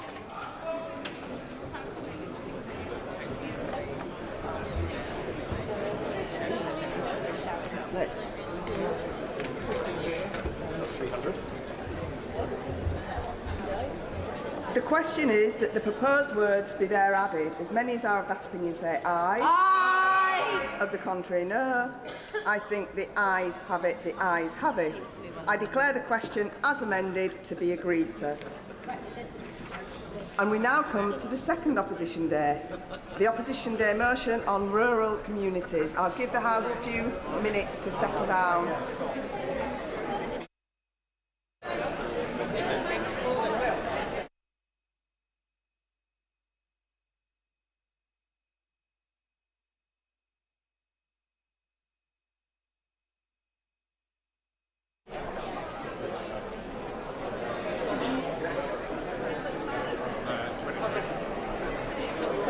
Right, we're ready. Chris, come on. We now come to the opposition day motion on rural communities. I inform the House that Mr Speaker selected the amendment tabled in the name of the Prime Minister. I call the opposition spokesperson to move the motion. Shadow Secretary of State, Victoria Atkins. Yeah. Thank you, Madam Deputy Speaker. Rural people feel betrayed by this Labour government of the urban elite. Before the election, the Prime Minister promised that a Labour Party under his leadership would form a new relationship with the countryside based on respect. Yet after a year and a half, his government has shown nothing but contempt, arrogance and, on occasion, cruelty to rural people. And I note it is a great pity the Secretary of State is missing on action on this debate, but then she doesn't seem to like scrutiny. His government's decisions have resulted in a cost of living crisis with rising food prices, rising unemployment and the highest taxes on record, whilst business investment and confidence have plummeted and growth has flatlined. The consequences can be seen and felt in the very fabric of our rural communities. Shops, pubs, hairdressers and post offices in market towns are closing because employers cannot afford Labour's hikes to national insurance, the minimum wage and to business rates. Agricultural suppliers are disappearing as farming investment plummets, and a record number of farms have closed in the last 12 months, with more to follow because Labour's chaotic farming decisions and failure to launch their new SFI scheme have undermined their livelihoods at every turn. These aren't just buildings or land. These businesses used to employ people, giving young people their first job, bringing mothers back into the workforce after maternity leave, enabling people to have good careers near their families, encouraging others to start their own businesses, and bringing prosperity and vibrancy to our market towns and villages. But as a direct result of Labour's taxes and business cost rises, these jobs are going. As a successful small business owner in one of my market towns said to me before Christmas, Reeves has cost me an extra £12,000 this year, which I simply don't have. My business will not survive this government. Will my right honourable friend allow me? I will. My right honourable friend, quite rightly, talking about what really matters in the countryside, namely the family farm tax. Does it say much about the priorities of this government that they think it's really important to waste Parliament's time in banning people from getting on a horse and chasing after a rag soaked in linseed oil? My right honourable friend and county neighbour, of course, understands all of the challenges facing our rural communities. And I think we all wonder why it is that in the midst of this cost of living crisis, with the very worrying events happening overseas, as food prices for all of our constituents continue to rise, as jobs are being lost in all of our constituencies because of the policies of this government, nonetheless this government appears to be prioritising a lawful hobby. But I'm going to come on to that in a minute, because in the midst of all this socialist misery, Labour is killing off pubs with their business rate hikes of up to 78%. They may laugh, but they're not getting a drink out of it, are they? 2 pubs and restaurants are closing every single day under this government. So support our pubs and pop into your local for a drink. The good news is that you won't meet a Labour MP in there, as they're all being barred. Now, in contrast, we Conservatives, they don't like it up them. In contrast, these Conservatives have fully costed plans to scrap business rates entirely for 250,000 high street businesses and pubs, paid for by welfare reforms that the Prime Minister is too weak to push through. We Conservatives care, we get it, and we have their backs. I'll give way. Grateful to my right honourable friend giving way, and doesn't that speak to a wider point, Madam Deputy Speaker? I'm sure my right honourable friend agrees that the shocking statistics out this week of just how few young people are able to get Saturday jobs shows that by cutting business rates, allowing them to employ people, actually stands a much better chance of keeping them off welfare in the first place. Exactly right, and the difference is on this side of the House we are used to running businesses and working in the private sector, whereas on that side of the House they have no idea and no clue. But it isn't just our market towns and villages that are hurt by this government. Our public services are too. Labour has scrapped the Rural Services Delivery Grant. They've imposed a local government finance settlement which delivers a 3-year punishment beating to shire districts while their urban counterparts do better. And they have made cynical changes to funding formulas so that rural areas lose out. These choices will have a real impact on the delivery of public services, from health and social care to schools, vital infrastructure and transport. Scrapping the £2 bus fare has increased the cost of living for rural residents, and that's before the increased fuel duty will take even more money from our pockets later this year. I'm going to make some progress because I know how popular this debate is. Labour's choices will scar our landscapes and nature forever. They are reversing our bold commitments to nature with another U-turn on biodiversity net gains. The CEO of the London Wildlife Trust has said that this U-turn is a farce, a disgrace, it's desperate. Well, that's Labour Party policy for you. And this U-turn has a particular poignancy because of the industrialisation of our countryside, with pylons, substations, solar estates and wind turbines against local opinion, and all to meet the unachievable net zero targets set by the Secretary of State for Energy. My constituents are the victims of this in Lincolnshire, where Labour's plans will destroy people's homes, our cherished landscape and nature, as well as prime agricultural land that feeds the nation. We will fight these plans very quickly, and then I must make progress. Well, my honourable friend is making a salient point, because, of course, when these impositions are faced by local people, it's prime land that's taken our production, compromising our food security, making us less economically resilient, and costing jobs and livelihoods in the countryside. I could not agree with my right honourable friend and county neighbour more. But what Labour does not seem to understand is that rural areas are not against building more homes and infrastructure. They just want them in the right places and for them to work with the grain of the community, not against it.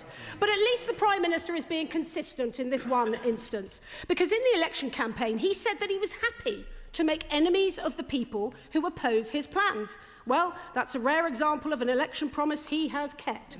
And just as these ministers don't understand business because none of them have ever run one, nor do they understand the quintessential quality of rural life, that sense of belonging, that sense of being part of a community. From the parish church to the local riding stables to our local pubs, it is about people coming together. And as has been mentioned, rural sports is an example of this. They are a key part of the rural way of life for participants and non-participants alike. They're responsible for 26,000 full-time equivalent jobs and perform vital conservation work across the countryside. Wander down a rural high street and you will see shops selling clothing and equipment for rural sports, as well as farriers, gun makers, saddlers and others dotted around the countryside.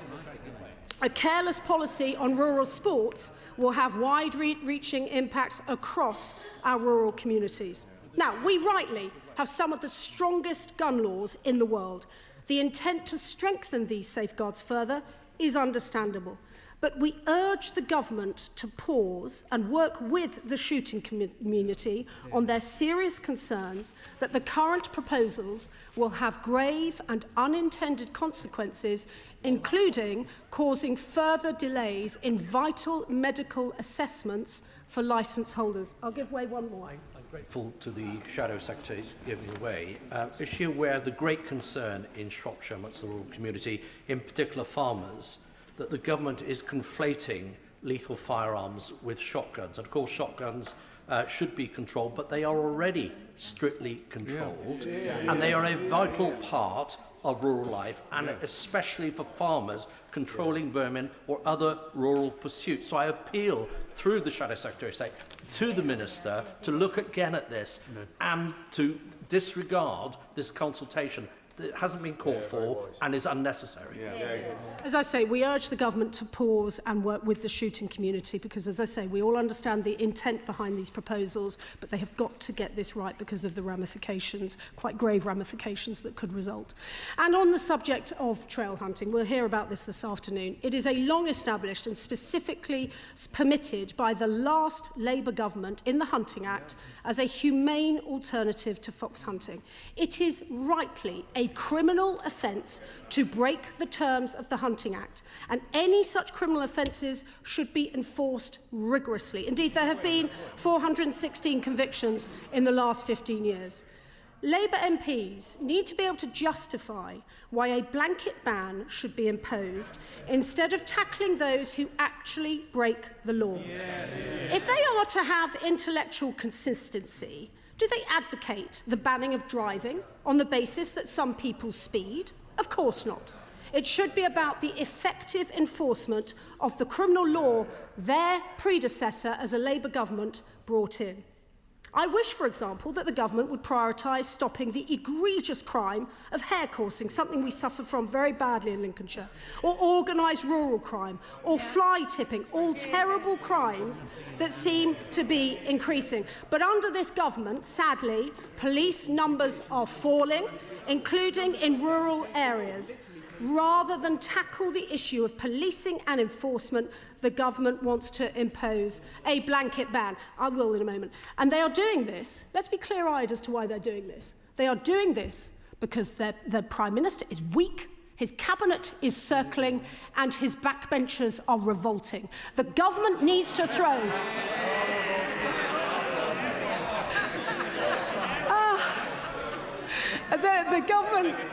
The government needs to throw some red meat to them, and so they are coming after lawful rural sports. I'll give way to the gentleman. I very much thank the Shadow Secretary of State for giving way from her humorous speech. She's just listed a series of changes that she would like this Labour government to make. Can she tell the House what a 15th year of Conservative government have made those changes? Very much so. And indeed, if he comes to the county of Lincolnshire, he would see the superb operation that Lincolnshire Police did with the support of Home Office ministers throughout that time in order to tackle hair coursing. But we have to be clear-eyed about the impact of organised rural crime, because high-value theft of farm machinery is having a terrible impact across farms. In short, this government cannot let people live and let live. Another example, and the final example I'm going to give, is this the government's arrogance and contempt, of course, over the infamous family farm and family tax business tax fiasco. What a complete and utter mess by the Secretary of State, the Chancellor and the Prime Minister. I have some advice for the next Labour Prime Minister later this year.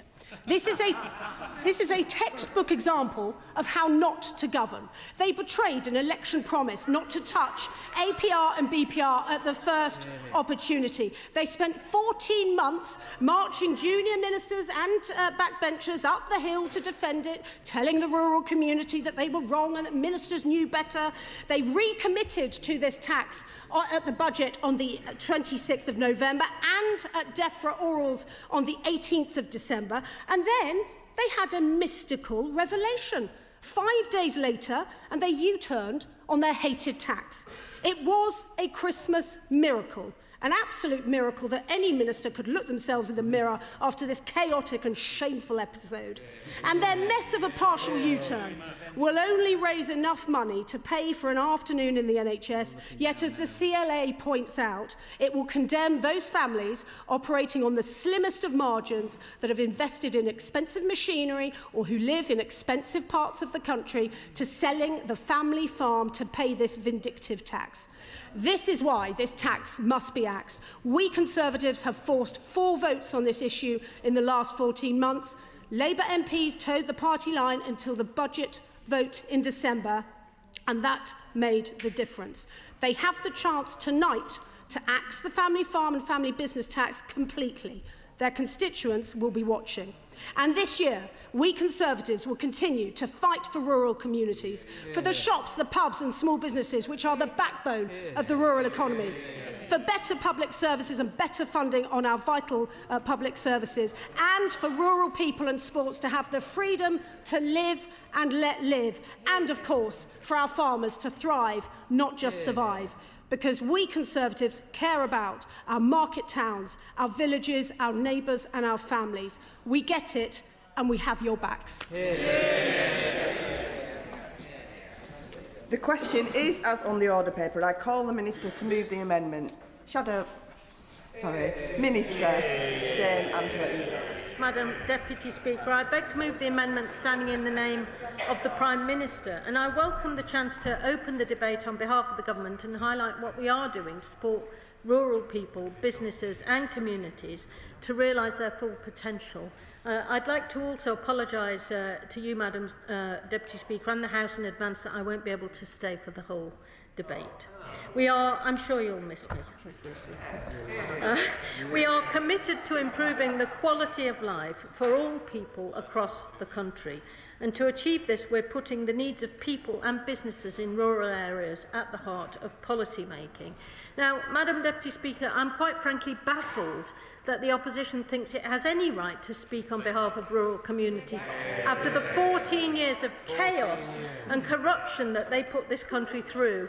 I am astounded that they're now trying to present themselves as the solution to the problems that rural communities face, when they were in fact the architects of many of those very same problems. The very members sat opposite me presided over the first Parliament in modern history where living standards were lower at the end than they were at the beginning, and rural communities were some of the hardest hit by their incompetence. This is the party that oversaw the shambolic Brexit deal that hit farming communities hard. Absolutely. Not only that, Mr. Speaker, this was happening alongside the sleaze that countless people across the country will no doubt remember so well.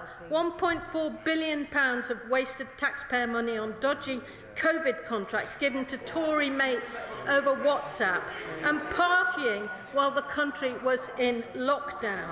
Now, Madam Deputy Speaker, rural communities gave their damning verdict on these 14 years at the general election, sending Conservatives to the opposition benches and returning more rural Labour MPs than ever before.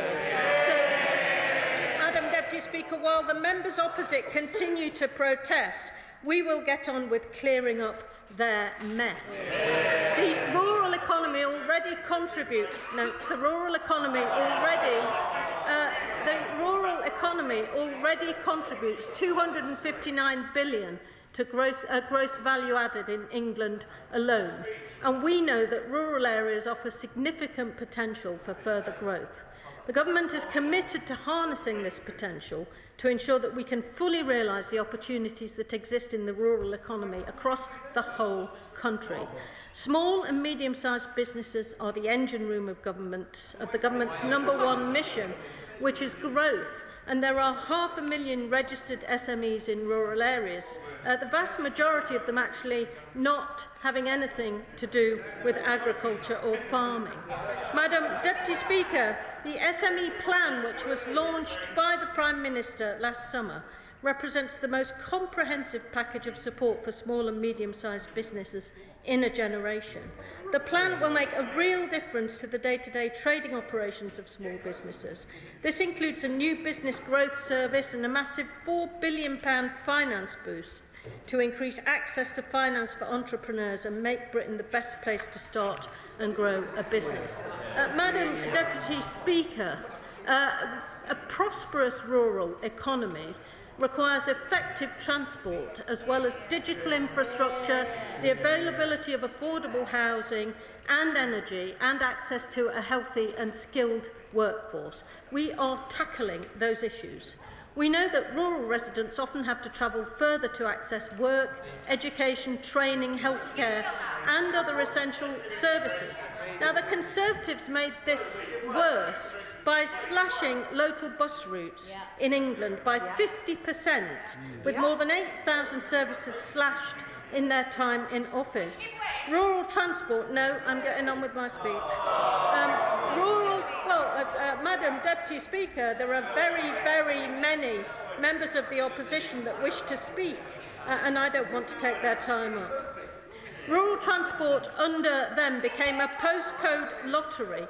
Well, perhaps the Honourable Lady would let me make my point before she gets up and asks me a question.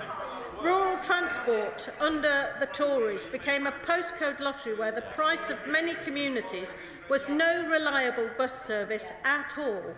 Under Labour, the Bus Services Act 2025 places passenger needs, reliable services and local accountability at the heart of the industry by putting power over local bus services back into the hands of local leaders across England. We are reconnecting our local communities again by protecting socially necessary bus services and the most vulnerable. We are rebuilding connectivity and confidence in our countryside using... we are rebuilding... I give way to the Honourable for her giving way, for the Minister giving way. She talks about rural transport. Does she not recognise that enhanced partnerships run by Conservative county councils in Norfolk and in Essex have increased transport usage, bus usage, by more than anywhere else in the country because they're working with the private sector, not against it? Madam Deputy Speaker, we are not working against the private sector, but I hope the honourable gentleman will recognise the Conservative record in this area. A 50% cut in the availability of bus services across the country, often made worse in rural areas which lost their buses completely. We know that rural areas are benefiting from Labour's changes, for example, York and North Yorkshire.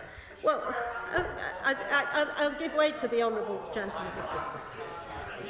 Shimmered in here, so I'm grateful for the Minister giving way. She's talking about important subjects for all of our communities: infrastructure, SMEs, transport. We can differ on who's to be praised or not praised, but on the issue of priorities for the government, legislative priorities, and many of these things require legislation, or legislative time has already been spent on it.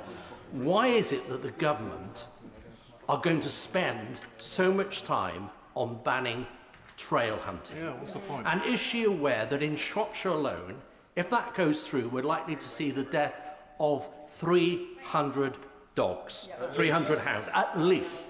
And that will impact on many, many rural SMEs. She will know, because she's been in the House a very long time, I've had at least 3 animal welfare bills in this House long before the honourable gentleman even set foot in this chamber. So my record on animal welfare is long and established. So I today stand up for all of those people in the hunts who do not want to destroy all of those dogs as well as jobs. Well, I'd like to reply to the honourable gentleman, firstly by paying tribute to his record on animal welfare, because I think everyone across the House respects it.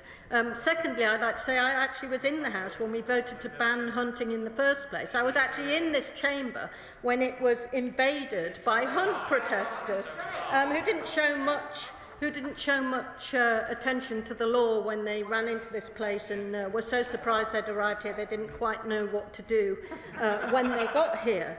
So I take no lessons on any of that. The ban on trail hunting was in our manifesto, and we are consulting on how to put it into effect, and I certainly hope that the honourable gentleman will take part in that consultation. And let us, he may vote any way he likes, but I hope he'll take part in the consultation, and so we can have a proper debate about these things. I'm happy to give way to them.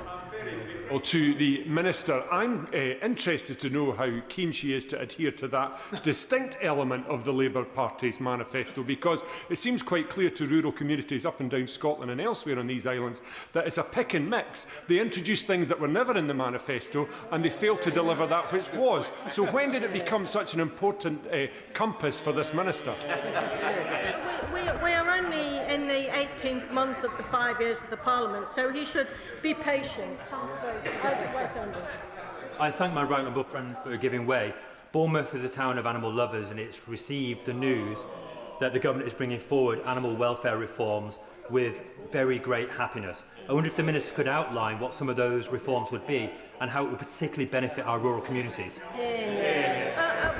Well, certainly, I mean, the animal welfare strategy is a very comprehensive one, as honourable members will know. It encompasses farm animals, wild animals, pets, as well as international trade and all of those aspects. It certainly also looks at what can be done to enforce a ban on hair coursing, which is particularly brutal, and I was happy that the Right Honourable Lady supported that aspect.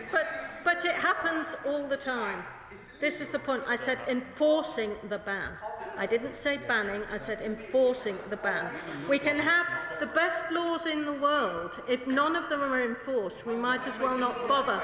And I have to say, the honourable gentleman, perhaps he should be patient and let me finish my sentence. The honourable gentleman should be well aware that the record of the party opposite in government on enforcement was absolutely dire, because a lot of enforcement activities were actually decimated by the cuts that they enforced in the period of austerity. I'm happy to give way to the honourable. I thank the Minister for giving way. She's been very generous with her time. I want to ask her about the previous government's cuts to the Environment Agency, which had a huge impact on parts of my constituency, or just beyond my constituency, where we've had fly tipping on an industrial level that's leaked into the rivers and streams in my constituency and caused a huge amount of damage. Exactly right, and the cuts that were made to enforcement activities have caused many huge problems that we are attempting to clear up. For example, the 20% rise in waste crime, the fact that our enforcement activities and the enforcement muscle for a lot of the benefits that we expect and the requirements that we expect to keep our rivers free and our wildlife healthy were in effect not properly enforced during the austerity years. Now, I'm a fair person, so I'm going to give way to the honourable gentleman. Giving way.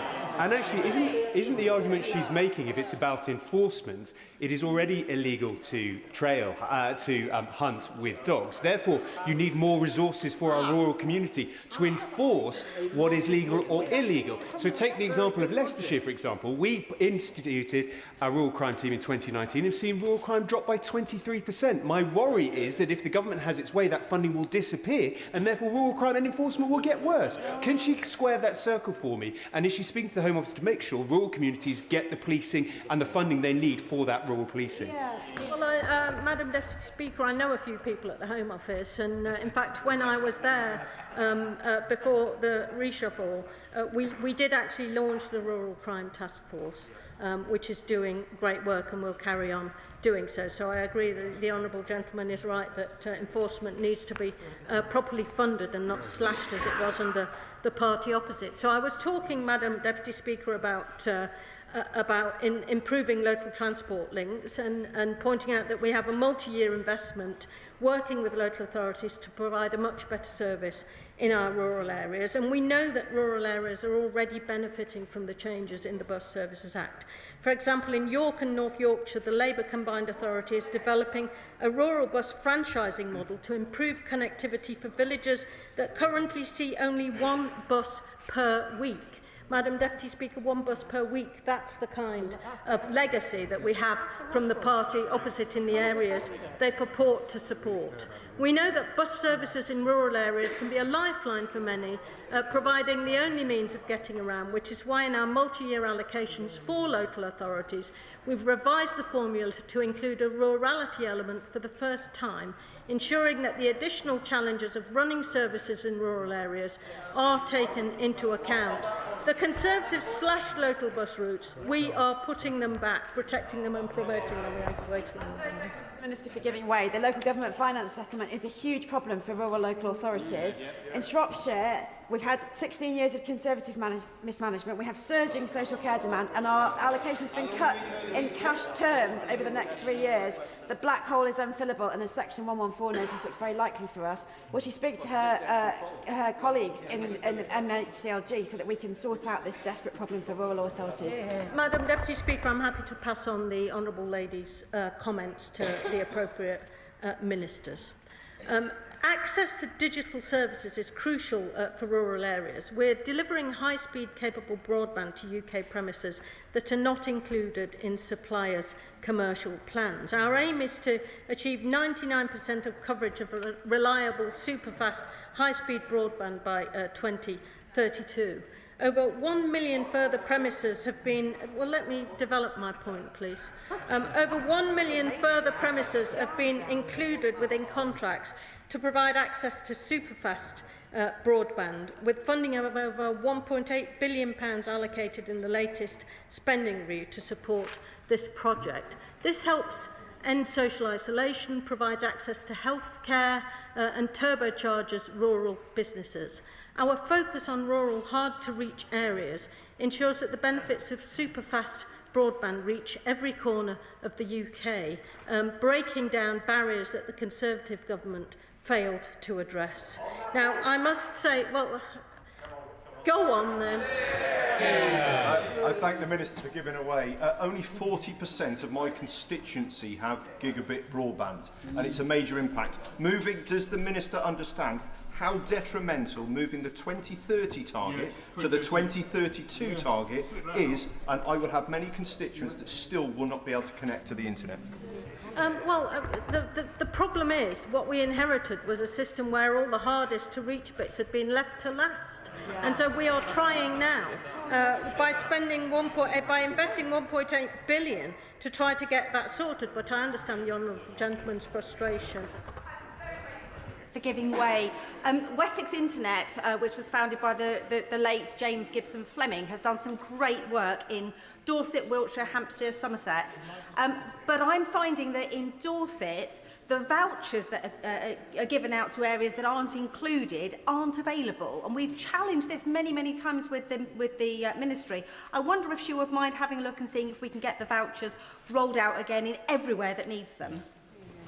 Well, if she would get me information, I'll make sure that I pass it on to the relevant minister and make sure that we cover the point that the honourable lady makes. I must say, Madam Deputy Speaker, I was astonished to see that the Conservatives have pledged to scrap the Climate Change Act in the face of opposition from one of their own former Prime Ministers, the Baroness May, who called their plans a catastrophic mistake.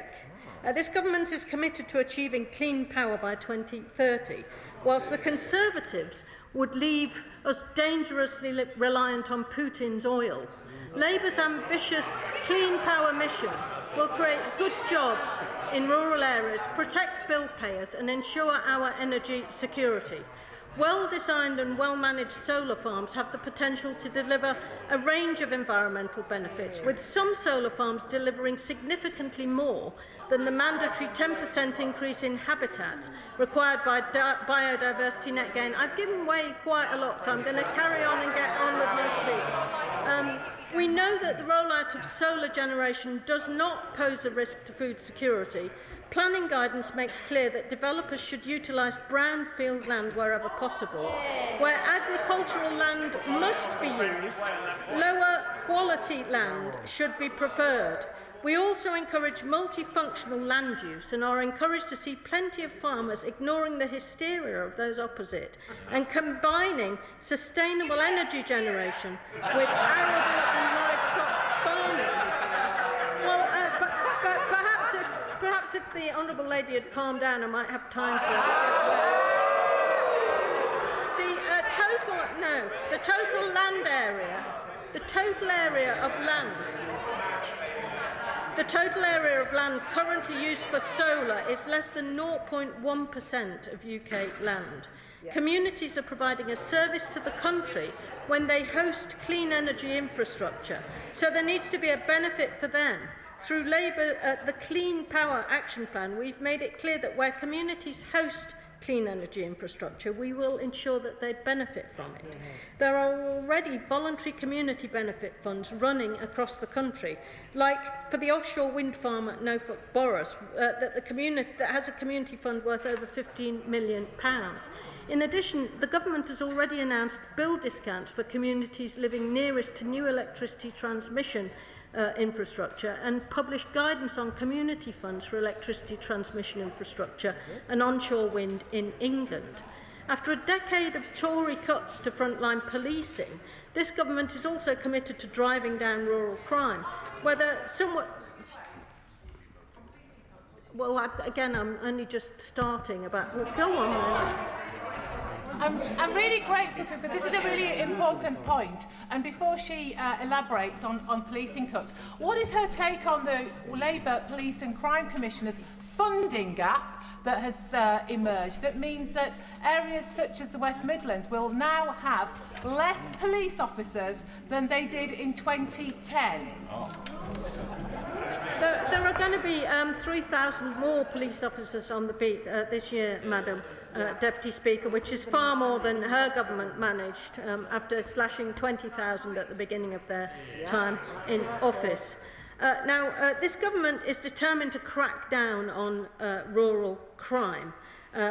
Last year, we published the Rural and Wildlife Crime Strategy, collaborating with the National Police Chiefs Council. This strategy is a vital step in our mission to deliver safer streets everywhere, and that includes in rural areas, and comes as we give the police new powers to take on the organised criminal gangs targeting the agricultural sector.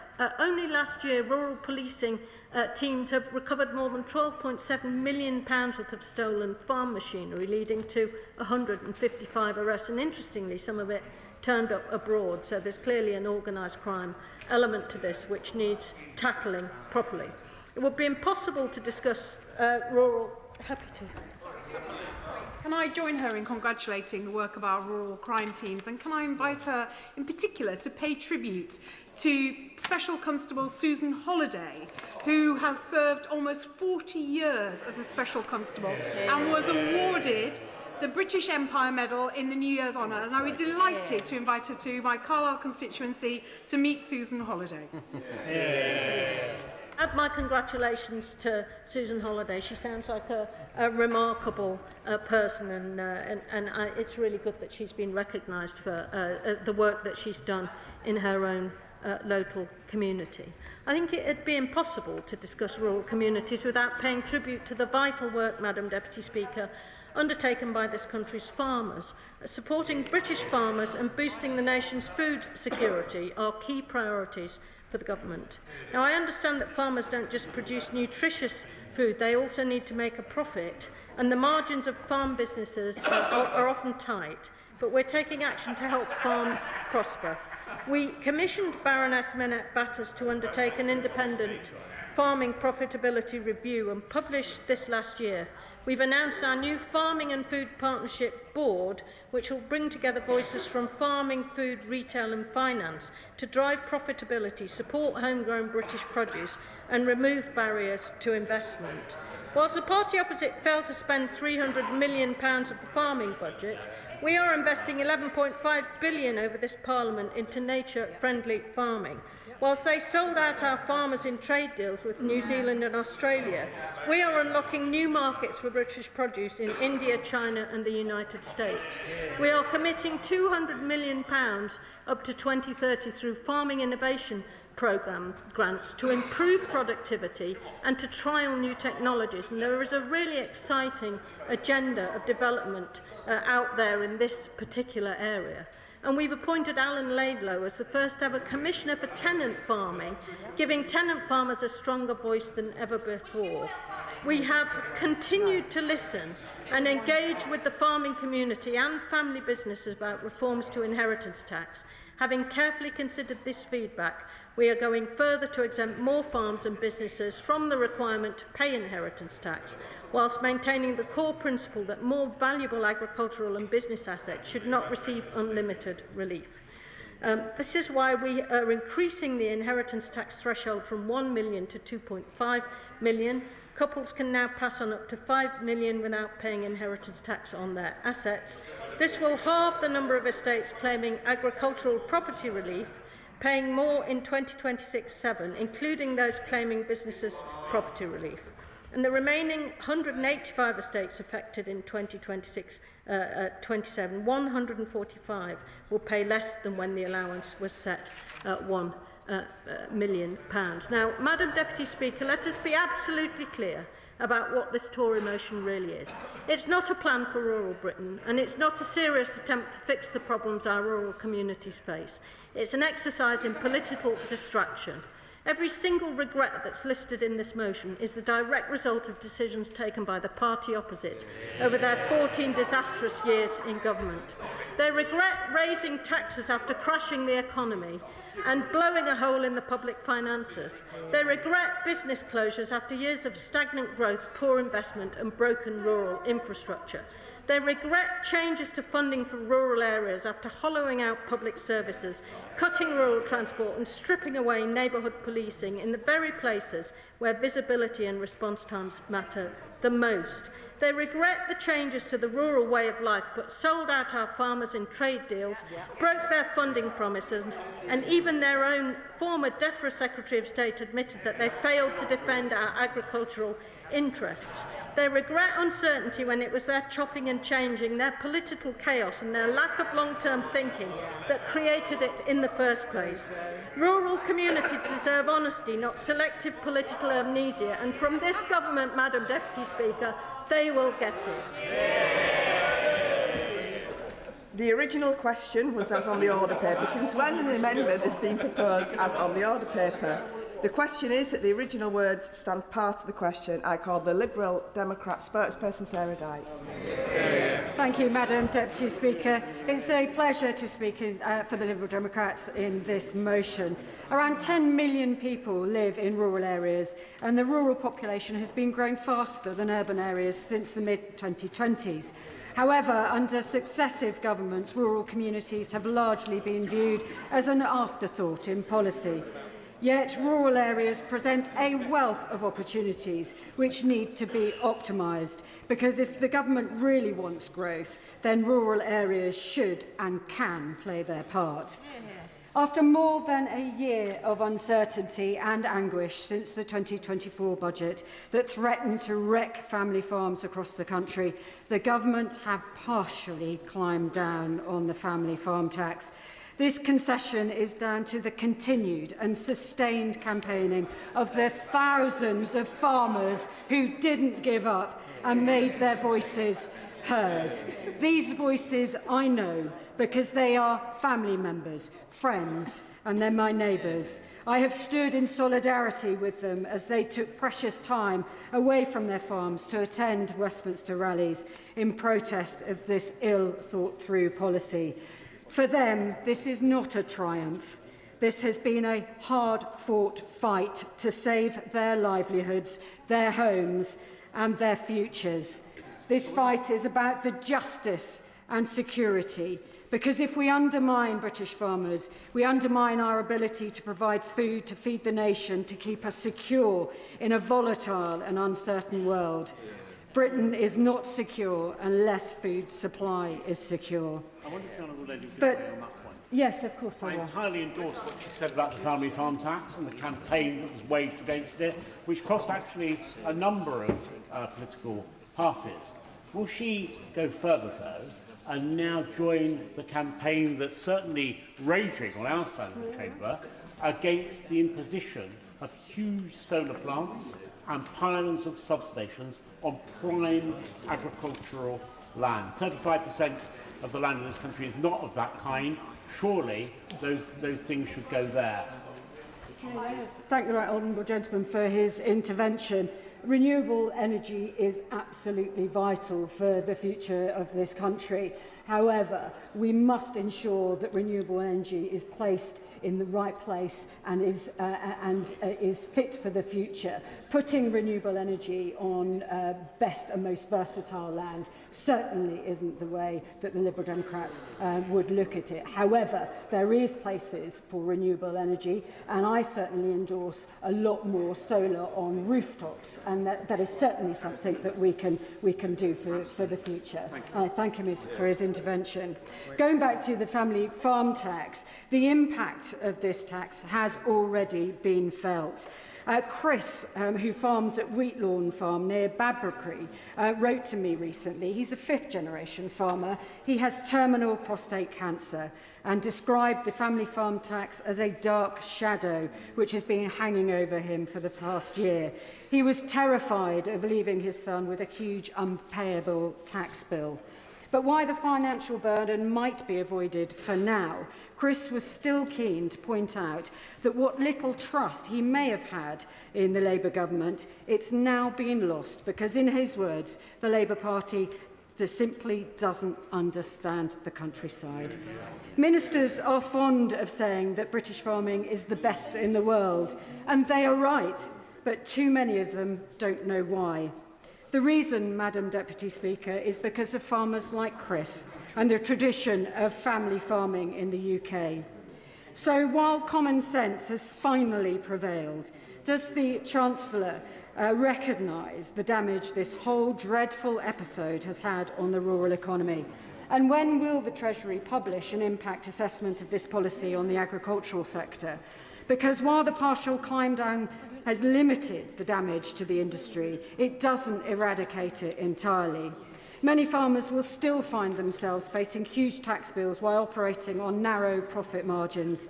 And we Liberal Democrats were the first party to call out and oppose the unfair family farm tax after the disastrous 2024 budget, and we will continue to stand alongside the farming community and demand that the government scraps this unfair tax in full. And if they refuse, we will submit amendments to the finance bill to bring it down. So alongside food production, farmers are the guardians of the countryside, but they can't be green if they are in the red. They are critical to meeting DEFRA's legally binding targets to reverse nature's decline. So they need time to adapt and clarity about what to aim for profitable and nature-friendly farming. So as the government prepares its new farming roadmap, we Liberal Democrats encourage them to make it practical, not theoretical, because the UK should align with our partners in the EU. And given that the EU is maintaining direct payments to farmers until the cap until at least 2034, we need to ensure that English agriculture is not an outlier, especially given that Scotland, Wales and Northern Ireland are also retaining an element of direct support. While farmers in England are left with agri-environmental schemes that under a Labour government are no longer comprehensively open to farmers, because it's the first time in 80 years that a government has not provided support to produce food.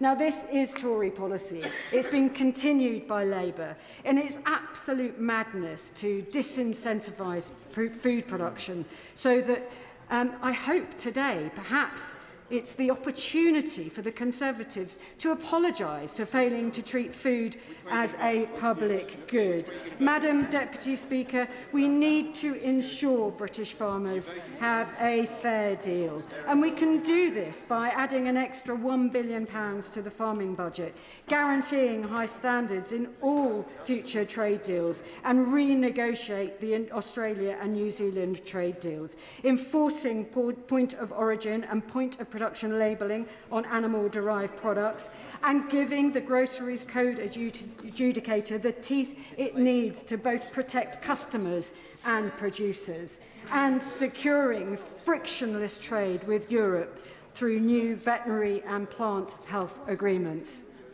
I will give way. Thank you for giving way, and I think rather than just criticising the government, I think it's great that she's outlining a set of policies that the Lib Dems would take forward to support farming communities. But what's not clear is how these would be funded. So that list of policies you listed there, can you talk about how much it would all cost, what the impact on the economy would be, and how they would be funded? For his intervention, the Liberal Democrats have set out a number of different policies to help shape that £1 billion investment into, and being part of the customs union would certainly be part of that. But that would bring in billions of pounds extra, as he well knows. And there's much more that we can do. But, Madam Deputy Speaker, nothing has done more to increase the cost of living, the cost of farming and the reduction of farm incomes than the Conservative botched Brexit, which made it more expensive and more burdensome for British farmers and fishers to export to their main markets in the EU, beleaguering their workforce and undermining their protections for animal welfare and the environment. And so began a dangerous precedent set by the Conservatives in government for future trade agreements in what they negotiated and how they went about it. They stripped away parliamentary scrutiny and forced terrible deals through which gave unfair advantage to imports from countries with poor standards over the higher quality standards of British farmers. Liberal Democrats... Yes, I will. Thank you very much for giving way. We've heard an awful lot of criticism about the government's policies towards farming. Very little mention from the Conservatives about the trade deals that they secured with Australia and New Zealand, which have made things so much harder for farmers. But you'll hear a lot of that from Labour, no doubt. I wonder if my honourable friend will join me in asking the government to commit to rejecting chlorinated chicken and hormone-treated beef from the United States. I thank my honourable friend for that intervention, and I totally agree with him, as he would expect. Liberal Democrats want to ensure British farmers operate on a level playing field and that they can succeed. And that is why last year, I introduced the Dairy Products and Dairy Farming Bill. We have seen farmgate milk prices plummet over the last few months. Now cereal prices are also under serious pressure.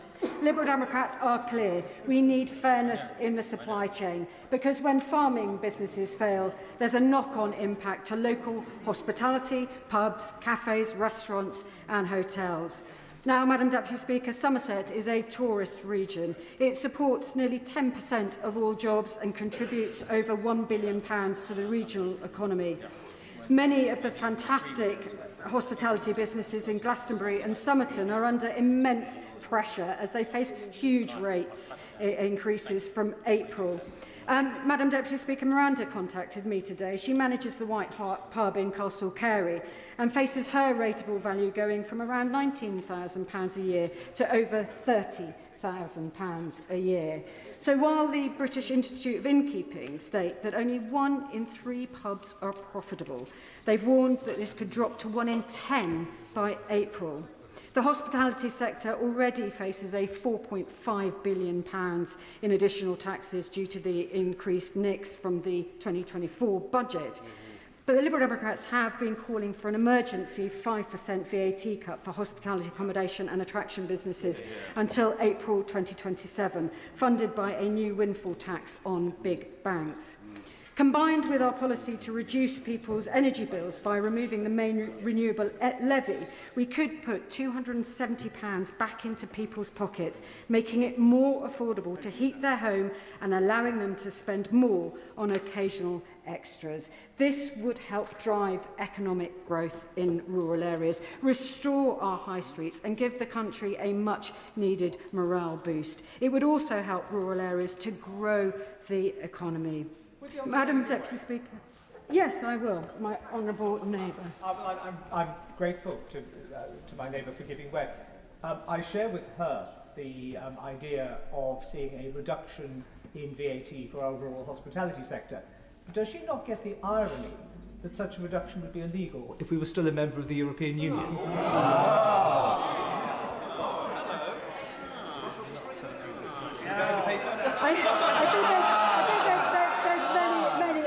But I think the cost benefit of being in the European Union far outweighs.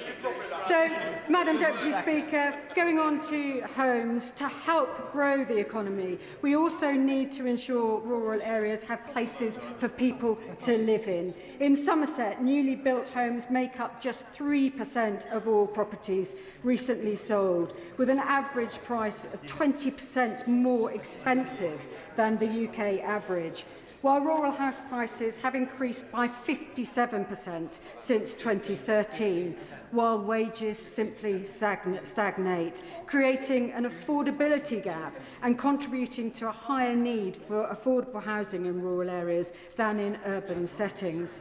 As a result, many first-time buyers and key workers simply can't afford to live in rural areas, making it increasingly difficult for rural local businesses to retain staff, reducing local spending power and threatening the viability of our rural communities. The Liberal Democrats are clear, both the private and social housing markets are too expensive and insecure, with the current provisions simply not being sufficient to meet demand. People in holiday destinations shouldn't have to face higher rents and housing shortages, especially when they are among the hardest hit by the cost of living crisis. Madam Deputy Speaker, the Tories would offer tax cuts on second homes, making it harder for the people who want to live in an area that they work or where their family are from to own their own home. This simply evidences their failure to understand what life is really like in rural areas. So, as a part of a fairer housing system, Liberal Democrats would allow councils to increase council tax on second homes by up to 500% if there are housing shortages in their area. So, Madam Deputy Speaker, Liberal Democrats believe the government must recognise the pressure that they themselves have put on rural communities over the last 18 months, whether it be the family farm tax, the broken agri-environment schemes, the lack of support for hospitality and the failure to provide affordable rural homes. But we must remember these are not new problems. The Conservatives failed to make improvements for rural communities, and that is why they were kicked out amongst the huge swathes of the rural southwest. Thank you. And with an immediate 3-minute time limit, Michelle Welsh.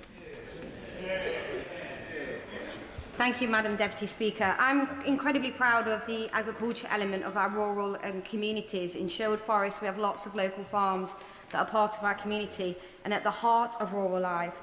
It is vital that we hear their concerns and ensure that these local British businesses can prosper and thrive. From Oliver Collingham to Richard Boff to Michael Prendergast and Colin Bower, the constituency of Sherwood Forest has farmers, along with their families, who are dedicated, hard-working, decent people trying to make a living managing our countryside. They've had to battle for 12 months on inheritance tax, and I'm incredibly pleased that the government have listened, but we must continue to listen. Farming is under pressure. Some of the main challenges raised to me by local farmers include persistent rural crime, limited policing capacity, low farm profitability, low morale and workforce insecurity, biosecurity risks linked to imports, and uncertainty around farm schemes and long-term policy stability. On rural crime, farmers tell me that they are reporting persistent and escalating crime, including organised poaching gangs on quad bikes who at night are damaging livestock, fencing and intimidating farmers and gamekeepers. This is understandably causing significant risk to safety and animal welfare, as well as costing farmers for product, land, equipment and property. It is unsustainable for many farms for this issue to continue without prevention. The police are already overstretched, and without support from government with frontline enforcement and prevention, the situation will only get worse. Madam Deputy Speaker, I would like to also emphasise the need for every police force to adequately recall rural crime and to treat it seriously. The livelihood and safety of local farmers and community deserve nothing less. I therefore ask that the government issues a mandate to all police forces, including in Nottinghamshire, that isn't currently doing it, to record rural crime and provide regular reports that will guide resources to where it needs to be. Can I ask the Minister to speak to their Home Office colleagues about a clear mandate on reporting of rural crime and about the current support for Nottinghamshire Police and direct additional resources specifically for rural policing and rural crime? The increases of rural crime is compounding with existing concerns with farm viability, low returns and workforce pressures affecting business confidence and employment stability. Very low commodity prices are squeezing margins, and many are worried about maintaining sustainable wages for staff. If we are truly committed to... I will. Thank you, Madam Deputy Speaker. Could I thank my honourable friend? She's making an excellent speech. And could I just ask her to perhaps comment also on the importance of rural bus services in terms of mobility of local staff in rural areas, and in particular to commend the work by Labour mayors on bus franchising and the work of Nottingham buses and Reading buses in providing excellent rural routes.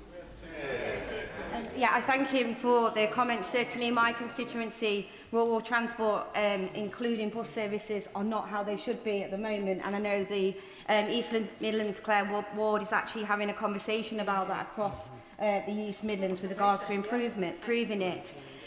If we are truly committed to supporting our local farms, we must ensure that there are jobs available and the morale is high enough that people will want to have them.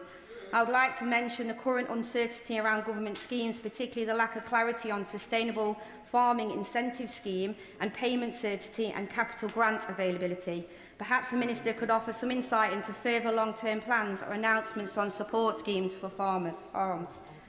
We often say that small family farms are the backbone of rural communities, and they definitely are, but we need targeted support to ensure that they remain viable and we do not lose them. Finally, an issue that is raised to me by farmers is the serious concern about disease entering the UK. Could the Minister reassure me and local farmers that they are working to ensure there are effective controls on imported meat and that UK production and food standards are not undermined by imported goods that do not meet the same standards? Rural communities are not a museum piece, and farming is not a hobby. They are the backbone of our country. If we fail our farmers, we cut off villages from transport, jobs and services. We don't just damage the countryside, we weaken Britain itself. Supporting rural communities is not a charity, it is a duty, and it's a duty this country must finally honour. Behind every field is a family, behind every farm is a future. Sir Julian Smith. Madam Deputy Speaker, you know as a Bradford MP how sparse North Yorkshire is, the largest rural road network in England, historic funding, special funding for rural schools, and almost all employment coming from small businesses and hospitality. Huge efforts were made by the last government to save businesses in agricultural areas during COVID through the bounce back loans and other loans. But COVID hit in the context of long-term pressures, existing pressures, farming undervalued, village shops closing, rural schools consolidating or federating, post offices going, churches shutting. In spite of this, communities worked hard to both fight these trends and to continue to maintain the fabric of their local societies, coffee mornings, clubs, support for older people. In the shadow of COVID, Madam Deputy Speaker, with the other pressures facing rural communities, the new government had a responsibility to tread really carefully with this part of our country. But as we've seen with the farms tax, what has happened since the election are a series of hammer blows on our rural communities. massive stress to small farms that rely on intergenerational leadership to survive. The Employment Rights Bill, with many more burdens on small businesses, disproportionately hits areas like North Yorkshire. These businesses have fantastic ways of managing employee relationships, informal but robust, but without the need for even more contractual arrangements. The removal of the Rural Services Grant, and now the removal of the bad weather adjustment in the local government financing settlement. On transports, fuel duty scrapped, the drink driving laws changes, and now this loss of reliefs for public houses. £26,000 is the average increase in rates cost for pubs in North Yorkshire. And even the new Mayor of North Yorkshire, Labour Mayor, hammering the tourism industry with a tourism attack. These places, Madam Deputy Speaker, provide a place to meet in rural areas. They provide events for old people. They fundraise for local causes. We've heard earlier they provide jobs for the increasing number of people leaving college without opportunities. Madam Deputy Speaker, farmers, small businesses, pubs, hospitality venues, all just trying to make a reasonable turn using their private capital, but under such massive pressure from this government. I urge ministers to move quickly on the valuations issue, to triple-check parts of the local government settlement, and I also urge it to reset its relationship with rural communities within government and Whitehall, develop a cumulative impact test for these communities, and avoid the missteps we've seen so far in the past year. Jeremy. Very much. I may be biased, but I believe Norfolk is a beautiful place to grow up and grow old in. It is the place where I was born and raised, and it's where I call home. Like so many rural communities, it is a place that values cooperation, community and compassion.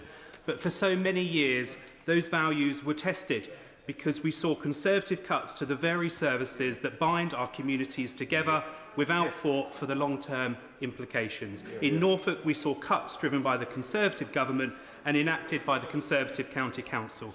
Cuts to our children's services and to our youth outdoor education facilities being just a few examples of this insidious decline. One of the industries that underpins so many of our rural communities is, of course, farming. And in a debate about rural communities, we must recognise that farming is in crisis. And whilst the party opposite may be keen to suggest that this is something new, the reality is the decline started many years ago and got worse under their watch. And of particular concern to me is that fewer farms will mean bigger farms, and the further industrialisation of farming would trigger the next wave of rural decline. Because it is the farm that is so integral to rural life, with farmers so often at the core. Who is it that serves on the parish councils, the internal drainage boards? Who helps to sponsor the football club or the cricket club? Who gets the cars out of the ditches or the snow off the lanes, as we have seen just this week? It's hard to quantify this value. You cannot record it on a balance sheet, but I see it and I feel it, and I know many honourable members do as well. Farmers in my constituency remember all too well the failures of the past Tory government and the lack of progress over so many years. And here we are today in a debate about rural issues. And if you read the motion, and actually the text of the motion, not a single mention of our NHS. Nothing about public services. Nothing about public services like adult social care. No mention of dentistry. Do rural people not get ill? Do they not grow old? Do they not? Of course. Friend, for giving way. All of the chuntering and laughing from the opposition benches rather indicates that they feel that the... Address the chair. Go on. Sorry. All of the chuntering... Can I remind members that I can't call their names if I can't see their faces, even if it's an intervention? Apologise, Madam Deputy Speaker. Does my honourable friend agree that the chuntering... Does my honourable friend agree that the chuntering and laughter, which they continue now, rather belies the fact that they seem not to agree that rural members of the public in rural areas benefit from the very public services that were so decimated by 14 years of failure?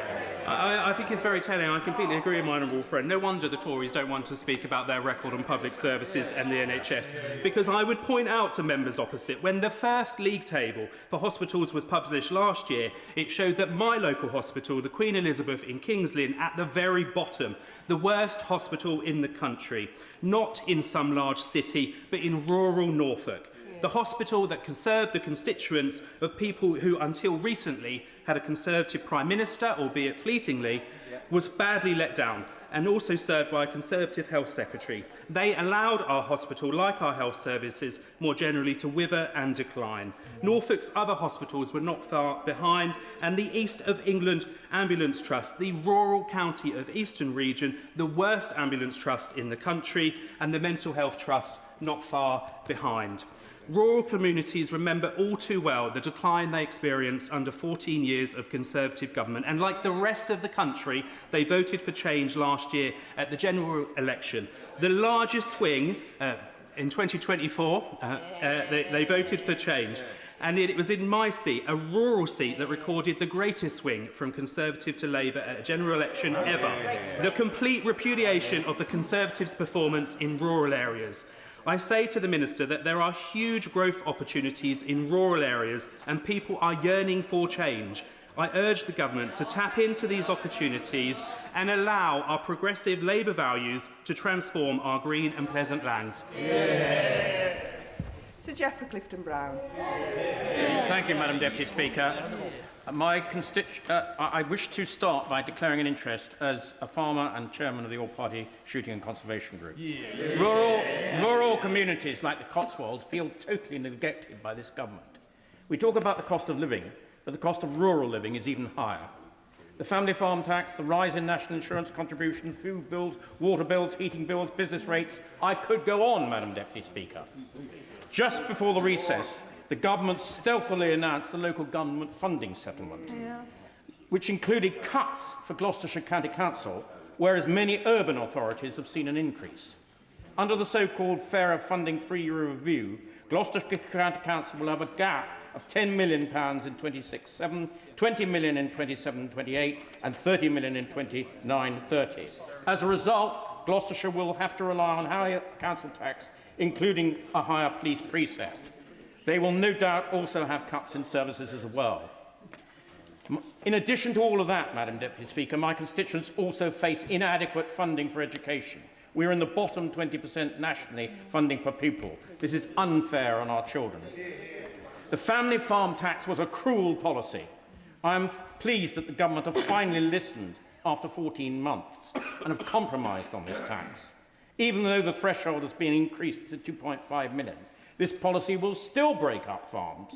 And is the 300 million to be raised to the Treasury really worth the destruction of the farming community? Food resilience must be the top priority. It is astonishing that the government cancelled the Food Resilience Annual Report to Parliament, and I asked them to reinstate it. I wonder if my right honourable friend will give way on that. Happily give way. My honourable friend is, as ever, making a valuable contribution to our considerations. Does he recognise that energy security and food security should not be made competitors? We need to invest in energy security, of course, but not at the expense of the most fertile, valuable farmland of the country, which we need to grow enough food to feed the nation. I'm grateful to my honourable friend, right honourable friend, for that intervention. As a chartered surveyor who has studied rural properties and farms, we should not be putting wind farms or photovoltaics on the best farmland in this country. Yes, I will give way to my name. The honourable gentleman for giving way. The wording of the motion seems to imply that the Conservatives are against any and all renewables in the countryside. But even the most ardent opponents of an oversized industrial-scale solar farm in my constituency of the South Cotswolds would still support rooftop solar. So I would be very grateful if the honourable member, the right honourable member, would please clarify this point, whether indeed the Conservatives are against all renewables in countryside. So little time, but my neighbour uncharacteristically didn't clearly listen to what I said, which was we shouldn't put them on the best farmland in this country. In the North Cotswolds, hospitality produces an estimated 220 million to the local economy, and we know that rising business rates are going up on average by 32,000. On average, 2 pubs a day are closing. They are literally being taxed out of existence. We shouldn't be banning trail hunting, which adds 100 million to the rural economy. I am lucky enough to represent some of the most famous hunts. And if we carry this policy through, how many people will directly or indirectly lose their jobs? How many thousands of hounds will be euthanized to support this unwelcome measure? A further threat is to the shooting industry. Shooting indirectly contributes 3.3 billion to the rural economy, 9 billion to the wider economy. Last year we saw staggering 245% increases in shotgun and firearms certificate bills. But the thing that is worrying the shooting community at the moment is the move from Section 2 to Section 1 for shotguns. This will involve a huge extra bureaucracy, and there is now a BASC petition of well over 1 million signatures opposing this. So I urge the government to reconsider this damaging proposal. And in conclusion, Madam Deputy Speaker, rural Britain is the backbone of our nation, yet it is being systematically disadvantaged by this government. From food resilience to hospitality, from farming to country pursuits, these issues are not niche. They are fundamental to our economy, our environment, and above all, our rural way of life. If we fail to act now, we risk losing not only livelihoods, but the very fabric of our countryside. Ben Goldsborough. Thank you very much, Deputy Speaker. So I want to focus on 3 main points today within the rural communities because of South Norfolk now having a Labour MP for the first time since 1950. I think goes to show a really key point for members opposite need to pay attention that there has been a huge change within rural representation within this country, and some humility I think would be welcome on taking these points forward.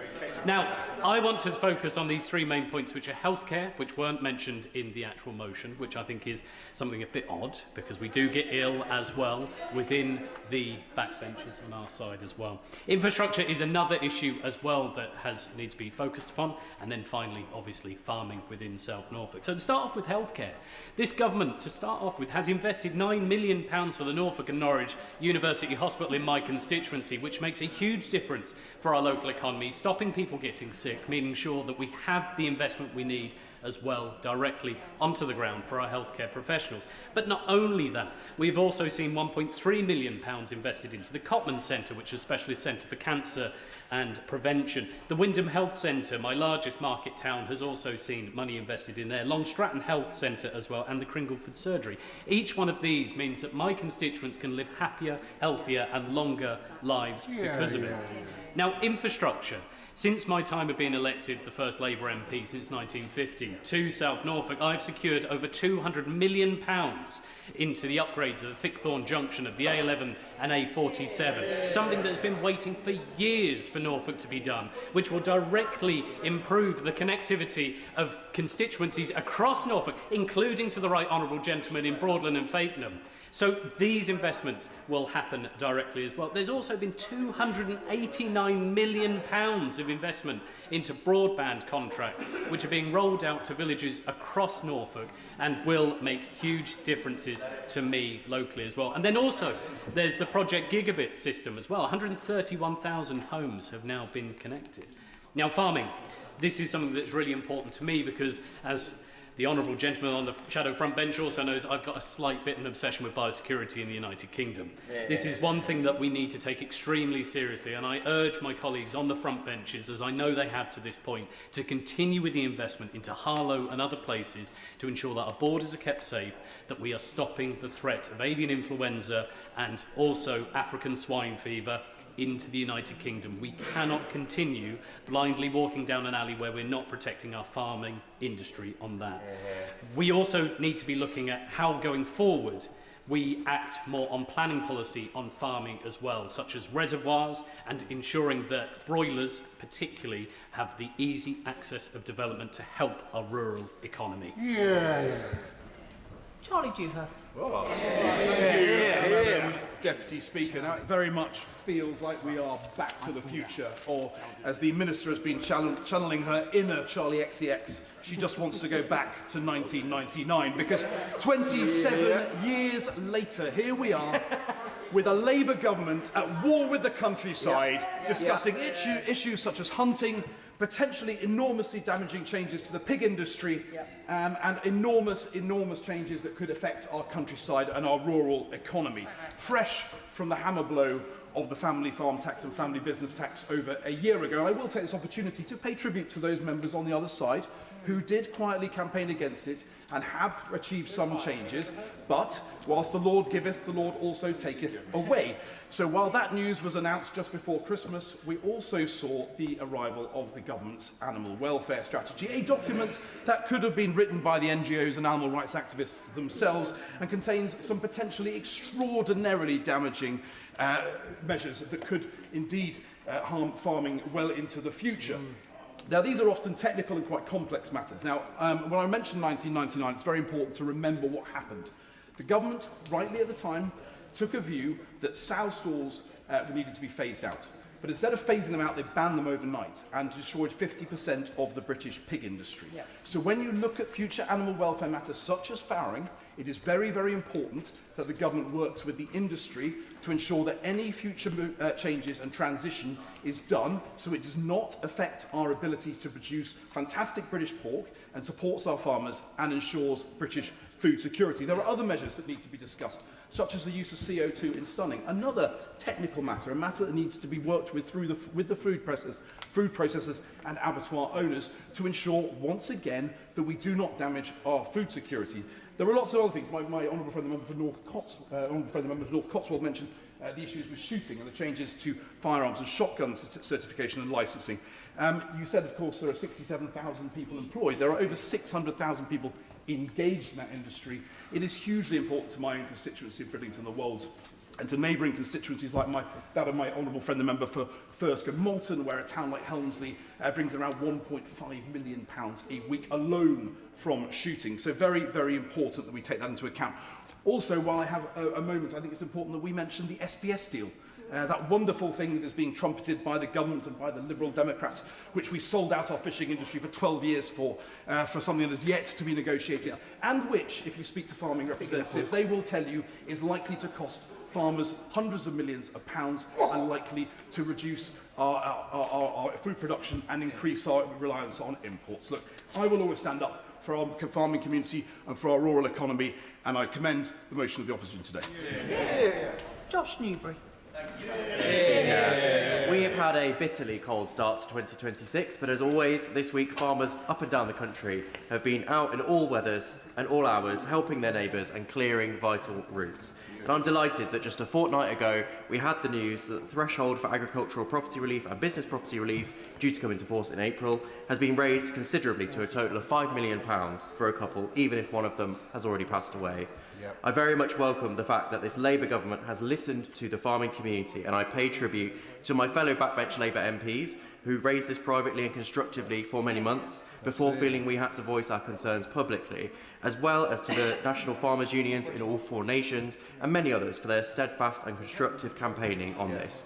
And above all, I would like to thank the farmers in my constituency who sat down with me and opened up about their very private family matters, as well as their businesses, 2 things that are uniquely intertwined in farming.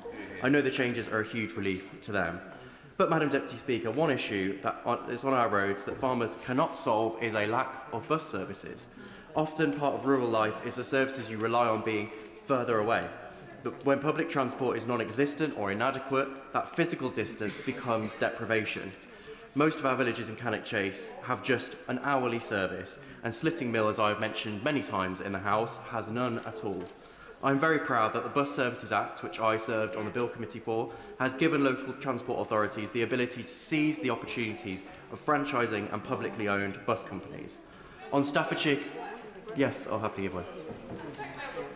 For giving way. Villages in my own Shipley constituency, such as Eldwick, Gilstead, Cullingworth, Harden, Wilton, suffer from the same problems with the decline in rural bus services under the Tory government. So will my honourable friend agree with me that it is under this Labour government and the announcements around the Rural Transport Accelerator Fund that are going to restore vital connections to our rural villages?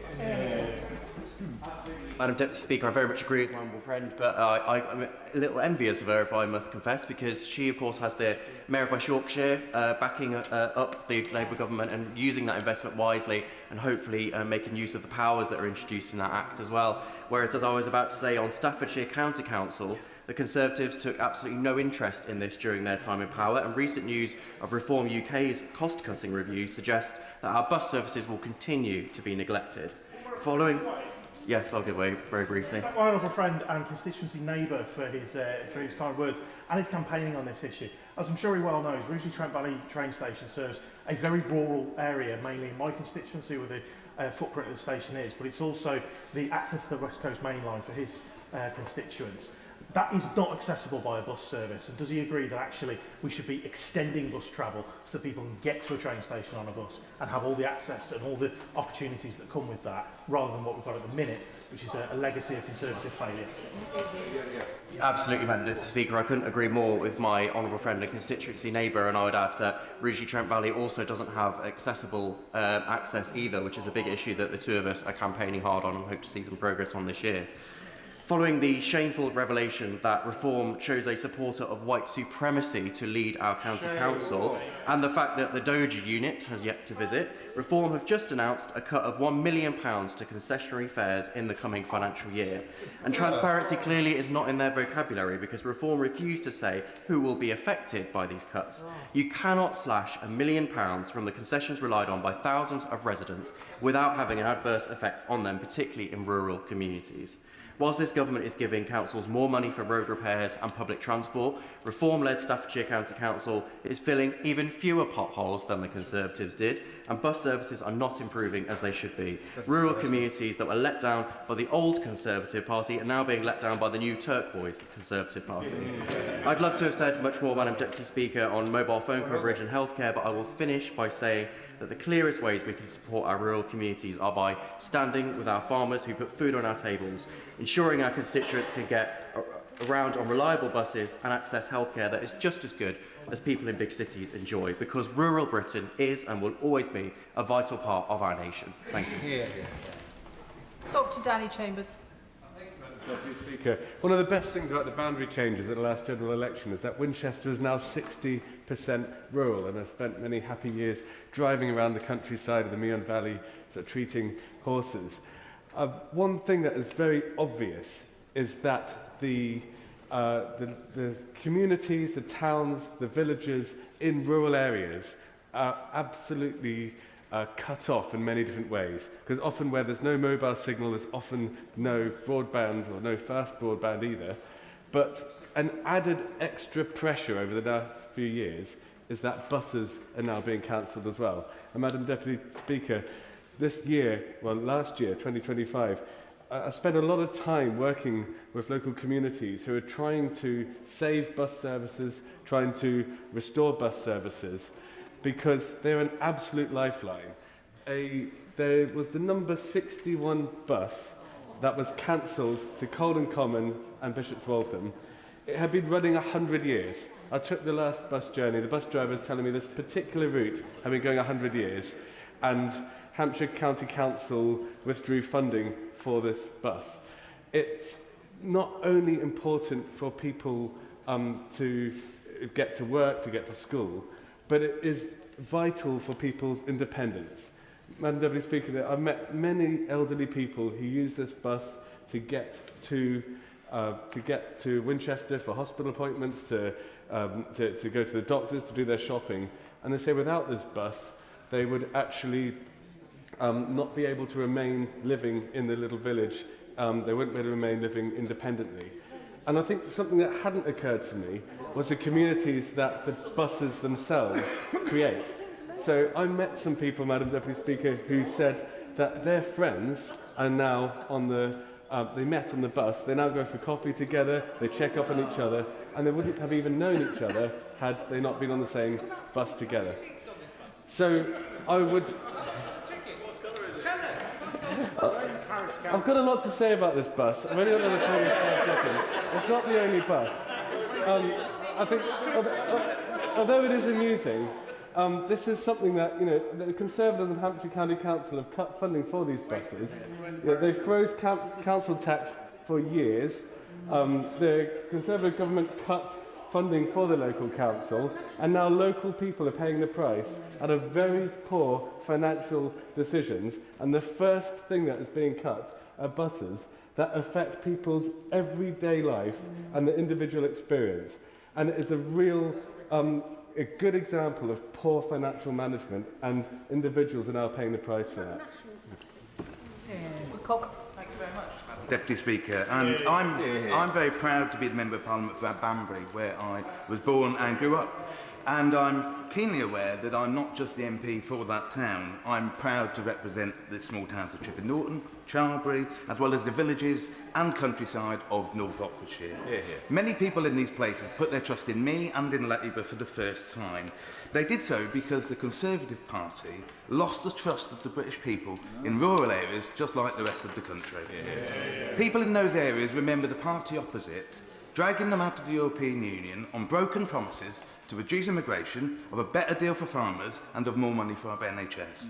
They remember a Conservative Prime Minister who partied during lockdown. They remember a chaotic mini-budget that sent mortgages skyrocketing and nearly crashed the economy. I raise all of this because the Tories try and pitch division between rural communities and our towns and cities where there is none. The reality is that while they are different, people in those areas have exactly the same issues and very much the same concerns.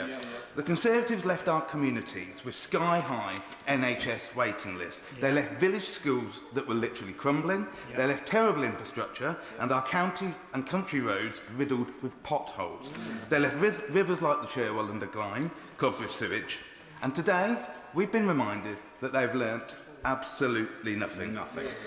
We've learnt that they would do nothing for the residents in Claydon, in my constituency, who are suffering harassment because they complain about their pets being killed, their gardens being wrecked and their children being terrified as dogs and horses from the Warwickshire Hunt run across through their village under the smokescreen of trail hunting.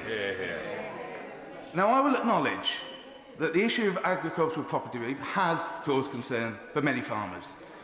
But the chief reason for their concern is not just those changes to tax. They're concerned because they were let down by the Conservative Party for so long. They know that the Conservatives sold out farmers and undercut them in trade deals with New Zealand and Australia. Will you give way on that point? Happy to give way. I thank my honourable friend for giving way. It's not just those constituents of Banbury who know that they were let down by the trade deals in Australia and New Zealand. It's the Conservative Party themselves. My Conservative predecessor, does he not agree, said in this House when he was in this House of the Australia deal that it wasn't a very good deal for the UK. I'll just echo the sentiments of my colleague's predecessor.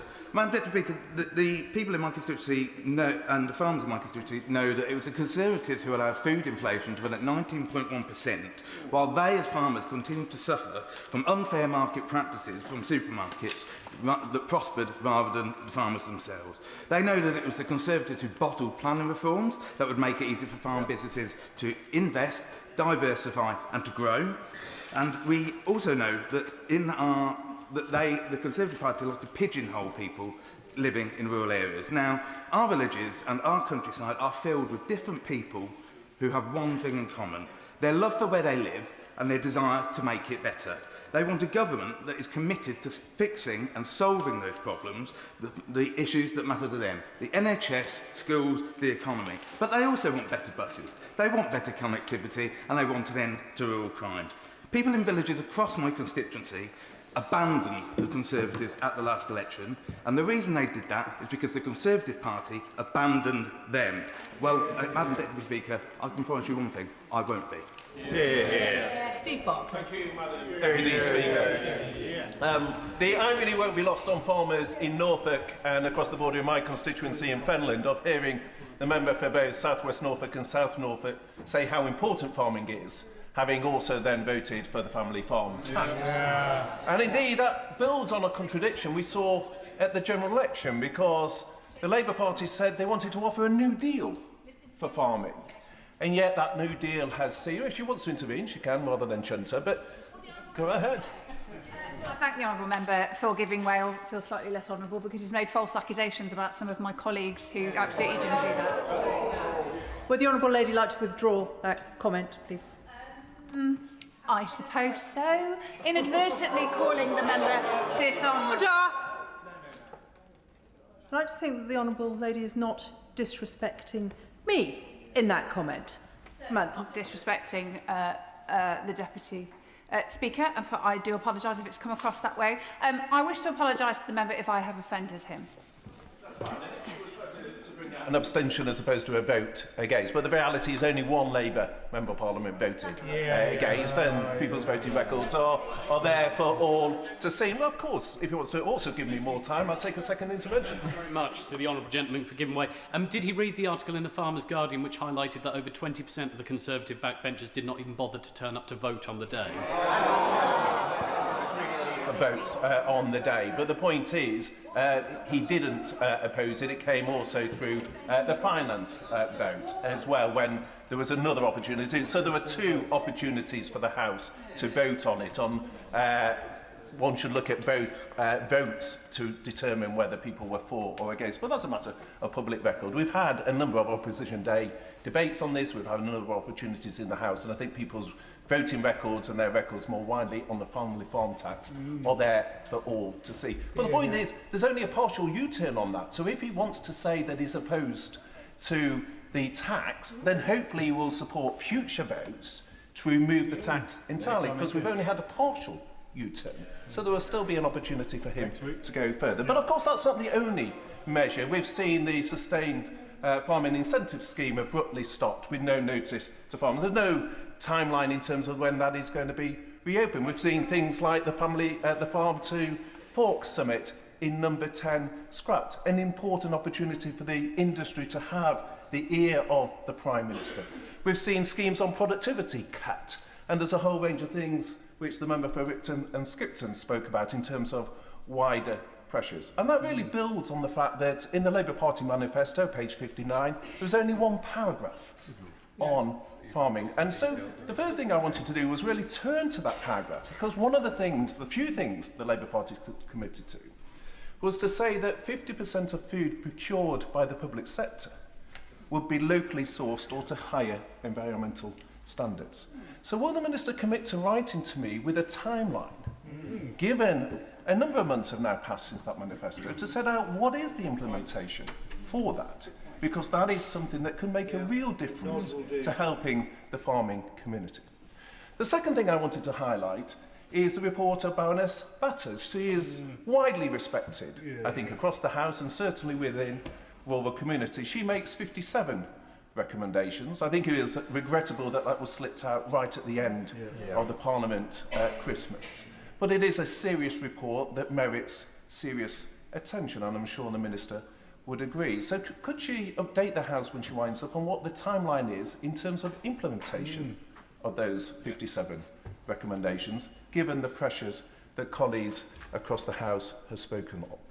And third, I just wanted to touch on a theme that I think applies to both debates today, because last year was characterised by a number of U-turns that the government was forced to make, where the Prime Minister asked his backbenchers, not just on the family farm tax, but on welfare reform, on the winter fuel allowance, on national insurance, where the previous budget had triumphed the fact that the tax thresholds were not being extended, the freeze, and then this last budget did exactly the opposite.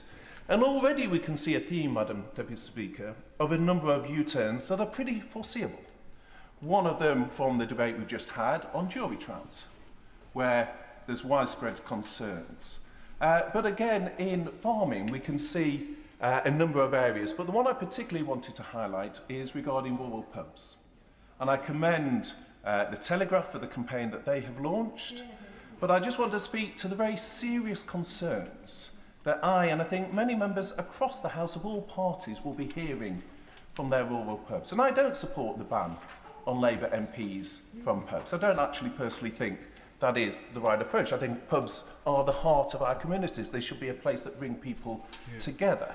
But I think the government is making a serious mistake, and I just gently say to Labour backbenchers that I foresee it will be another issue on which they are marched up the hill, only for their Prime Minister under pressure to change his mind. I think he'll do it on digital ID, I think he'll do it on jury trials, and I think he will do it on rural pubs, and we can save people a lot of anxiety if the proposals are changed. Jane Kirkham. Thank you, Madam Deputy Speaker. I represent an area that covers a small city, a town and a large rural area.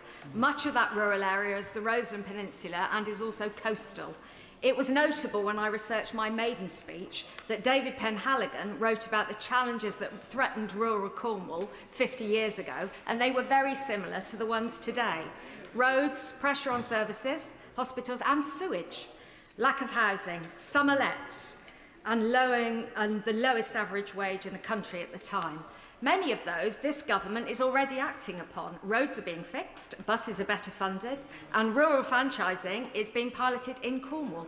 Railways are being nationalised, and rail fares are being frozen, and bus fares too.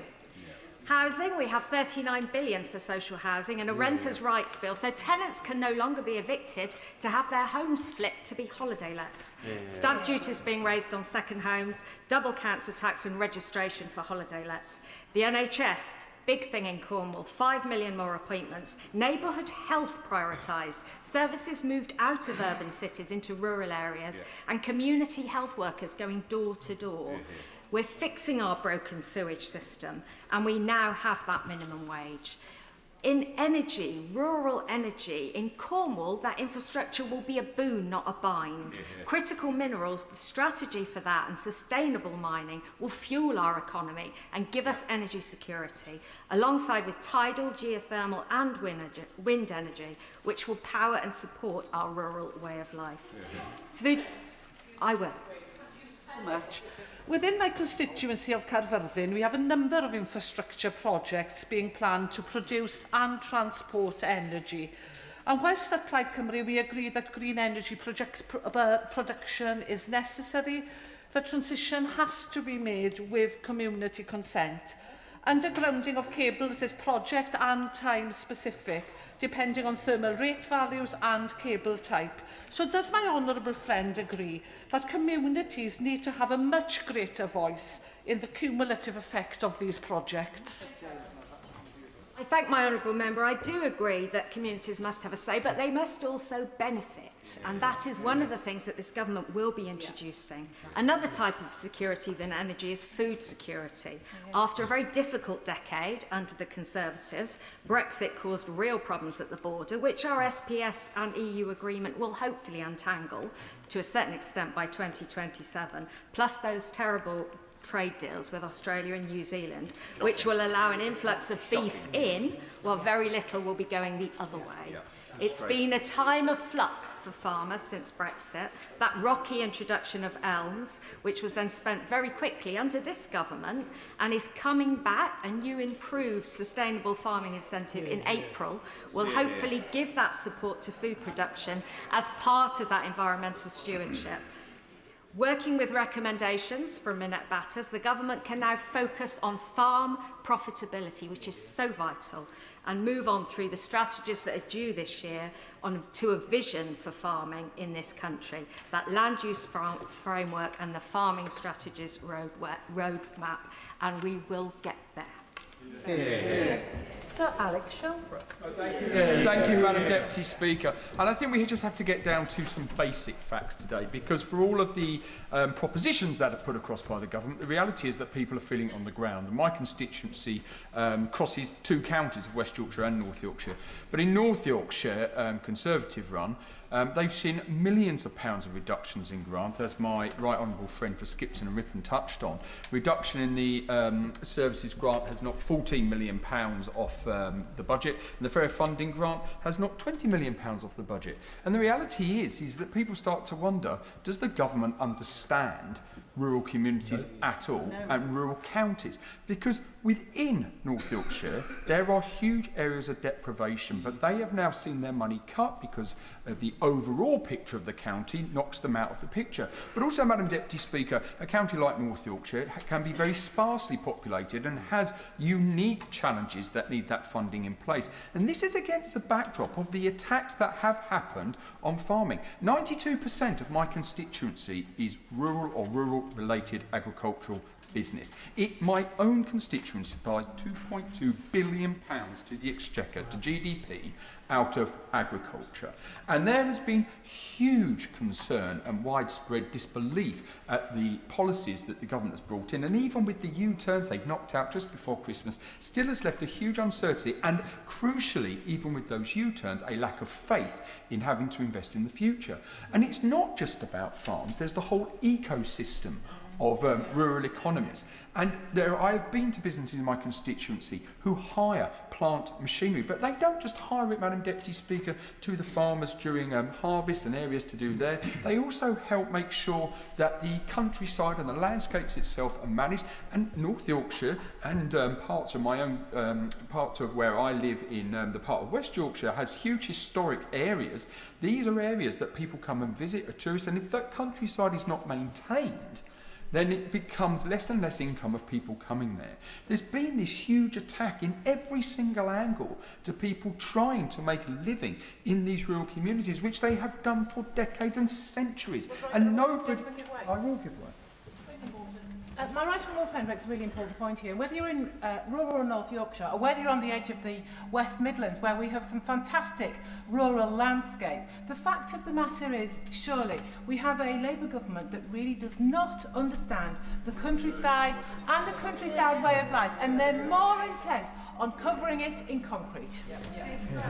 My honourable friend makes a very important point, and I think that is the view that comes from a lot of people that you speak to in and around rural constituencies, that they say either the government doesn't understand these communities, or worse, they don't care. And that seems to be this constant attitude of, you don't need the money, we're going to take it into the urban areas. And that is what people feel. And it's all very well, as we saw at Prime Minister's question, when the Prime Minister's trying to say, well, we've got this bit of the economy, that bit of the economy. Let me tell you, Madam Deputy Speaker, when people are sat at home, it does not feel like that. It does not feel like that when the weather is freezing cold and they're wondering where they're going to make the cuts to ensure that they can heat their homes. And that happens in areas of deprivation in and around my own constituency, which is deemed to be affluent. But because of that, they don't get the money that people need. And I just want to briefly touch on the fact that farms, good agricultural land, is being taken over by solar farms. I am fed up to the back teeth of listening to government ministers say we must no longer be reliant on petrochemical dictators to control our energy. China is a dictatorship and it controls 90% of the processed materials for renewable energy. And I will have a huge amount of respect for the minister if she can, in her summing up, stand up and admit that the dictatorship of China is no better than some of the dictatorships of petrochemical states. And you're just transferring, Madam Deputy Speaker, the problem from one region to another, but they should not pretend that they're any different. Jodie Gosling. Thank you, Madam Deputy Speaker. I would like to welcome the changes, first of all, to inheritance tax, to APR and to BPR. Farming is essential to our rural economies, and I will continue to work with colleagues and with new investment to champion food security, sustainability and the key challenges around the sector which have been a result of serious decline over the past decade. I would like to thank ministers for their time to discuss these important issues and for listening to the views of myself and my constituents.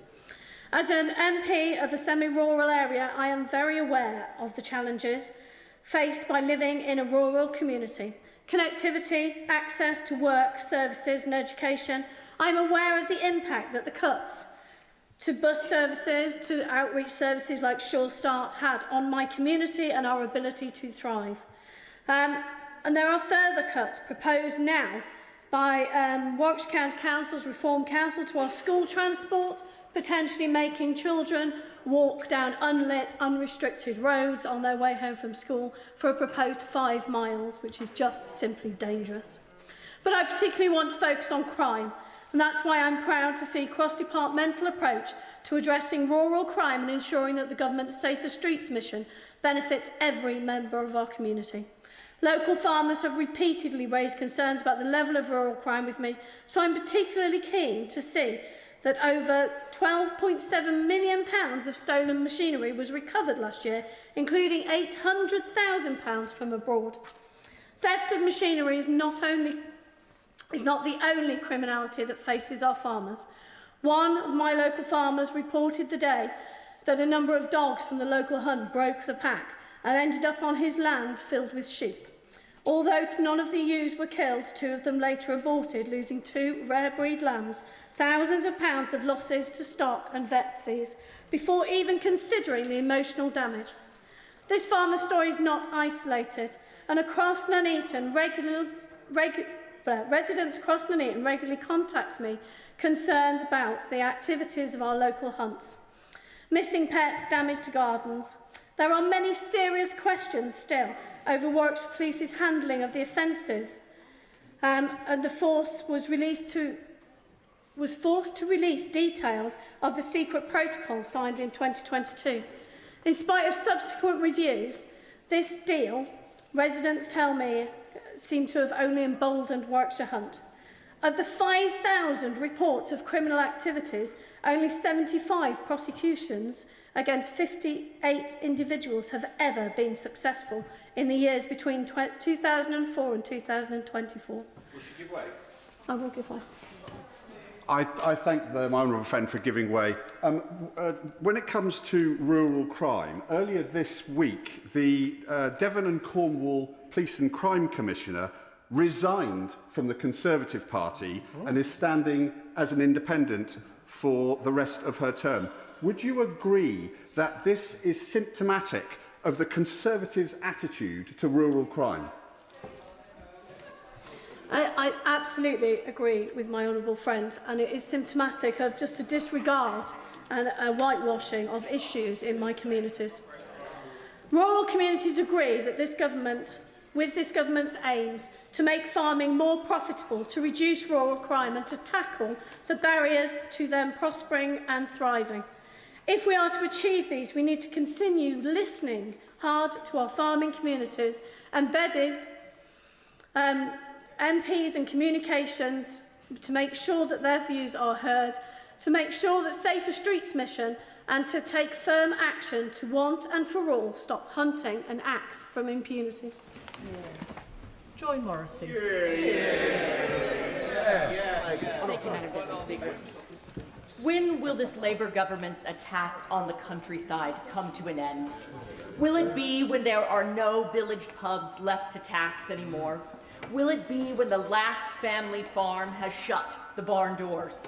Will it be when they have banned all English country sports and tradition?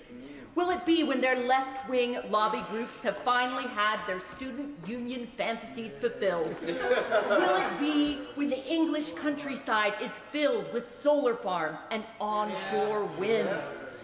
For months, they have put family farmers under intolerable stress over the tax proposals that everyone could see they had got wrong. There is not a country pub in my constituency in Beaconsfield, Marlow, and the South Bucks villages that isn't collapsing under the weight of their national insurance tax rate and business rate tax hikes. Yes, I'll give way. I thank my honourable friend for giving way. Across South Shropshire, we're going to see pub after pub close with this rate revaluation. Does she agree with me? Unless the government look at the rate revaluation, there'll be next to no pubs left. Thank you. Makes a wonderful point that they are not just destroying the place where people go, but the pubs are the place in the village where everyone comes together. They are destroying the local community with no regard to saving something that we saved during COVID, that we kept alive this entire time, only to die a death for, I'm not sure, ideological reasons. It's hard to say. They've gone for the economic livelihoods of our rural communities. Now they are coming for the traditions and character of those same communities. I'm a passionate animal lover. I care deeply about animals and animal welfare standards. So I can say with total certainty The proposed ban on trail hunting is not about animals or their welfare. It is about petty, vindictive ideology and this government's pathological dislike of rural communities. Hear, hear. Now, we find in this parliament in the absurd position of being asked to ban something that doesn't even involve hunting or killing animals. And they've just had a debate in Ireland where they voted against a ban on hunting after a sensible debate. But no, here we have to come to the real question. The unanswered question of animal welfare. What exactly do the government think is going to happen to the 170 packs of hounds in England when they are no longer in use? The 20,000 hounds and numerous horses if the trail hunting ban goes through. Let's be brutally honest, many of them will be destroyed. Yep. If you have a hound, have you ever tried to have it domesticated? Have you tried to have a harrier? No, please. I insist on you trying to have a hound come to your home and stay with you for a week. It is impossible, but it's okay. Put the blood of those hounds and those horses on your heads because you want to stand in ideological purity. I'm sorry. An awful lot of you. I hope those comments aren't addressed at me. It's a very important topic, and I'm so sorry that I was carried away. I do feel they don't really care about animal welfare. They don't care because they want to double down on attacking the English rural way of life.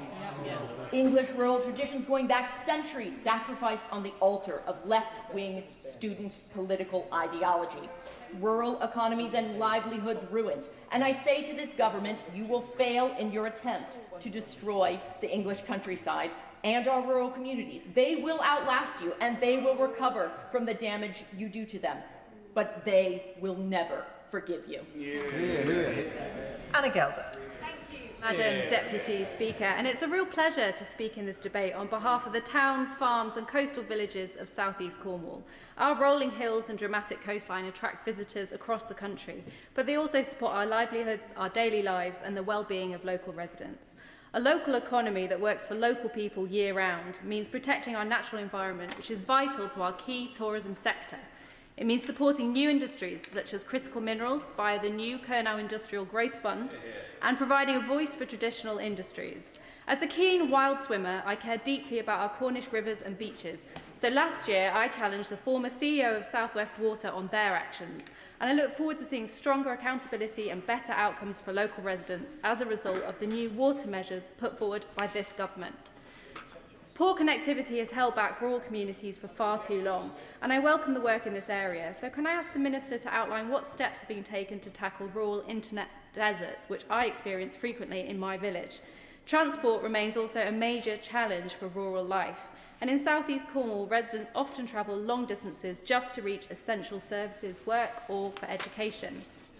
Rural communities value our space and our close-knit society, but no one should feel cut off or face extra financial barriers simply because of where they live. So I welcome the 20 million allocated by the government to Cornwall to improve our bus services, and I'm determined to ensure local people feel the benefit of that investment. Under the last government, rail fares from Liskeard to Paddington rose by 65%, placing yet another burden on rural households. We have put an end to this increase. Healthcare access has been another real problem for my residents, and many residents travel long distances for care, often crossing the Tamar and paying a toll, only to face staff shortages, stretched services and long waits. Labour is already bringing down those waiting lists, but rural access requires specific attention. So would the Minister set out how the government is working to ensure that geography never becomes a barrier to care? Rural communities remember who stands up for them and who delivers the essential services that they need. And in rural areas, we've seen the legacy left by the Conservatives. Their mismanagement fed directly into stagnant growth and broken public services, with rural areas paying the price through long hospital waiting times, crumbling school buildings and a public transport network that simply did not work. So, alongside other Cornish Labour MPs, we've made sure that Cornish rural voices are heard here in Westminster, and I've spent time directly speaking with farmers and industry experts, listening to their concerns and building the case for change. And I'm pleased to see the increase in the agriculture and business property relief thresholds. Farmers work tirelessly to produce food for our tables, yet their fields are too often used as dumping grounds for waste. So I asked the Minister to outline what further action is underway to tackle waste crimes that blight our rural community, and I will give way. So the Honourable Lady's out of time now. Cameron Thomas. Thank you, Madam Deputy Speaker. Ahead of the election in Tewkesbury, considering my defence background, I recognised that I didn't fully enough understand the experiences nor the lifestyles which come with rurality. So I began reaching out. I made visits. I spoke with people, I listened to them, and I heard them. I think that if you want to represent people, or if you're likely to make decisions which will directly impact people, then you should first exercise due diligence. I'm not convinced that this government fully understood farmers, publicans, or hoteliers prior to announcing its economic plans for the country, although if the Conservative Party does understand rurality, then its legacy is every bit as damning. Following over a year of consistent lobbying, the government recently made some, to be fair, pretty significant concessions to farmers, and I credit Gloucestershire NFU and my local farmers, including Charles Day, for the part that they played. Gloucestershire publicans and hoteliers still reeling from the 2024 autumn budget feel no better off following the last. I wouldn't suggest that banning Labour MPs from your pubs is the right way to go about that, so I will make a suggestion shortly. My publicans don't have tractors that they can drive through Parliament Square. So to better understand the experience of Tewkesbury's hospitality sector, I would welcome a government minister to join me for lunch in any one of my 52 pubs. I guarantee they'll be made to feel most welcome. To date, when I've raised the pressures on hospitality with ministers and with the Chancellor herself, I've not felt listened to. When challenging some of Labour's most damaging taxes, such as the hike in employers' national insurance contributions or unsustainable business rates, my Liberal Democrat colleagues and I are frequently challenged to offer financial alternatives to Labour's most damaging taxes, which we do. For one, we could undo an awful lot of this by joining a customs union with the EU.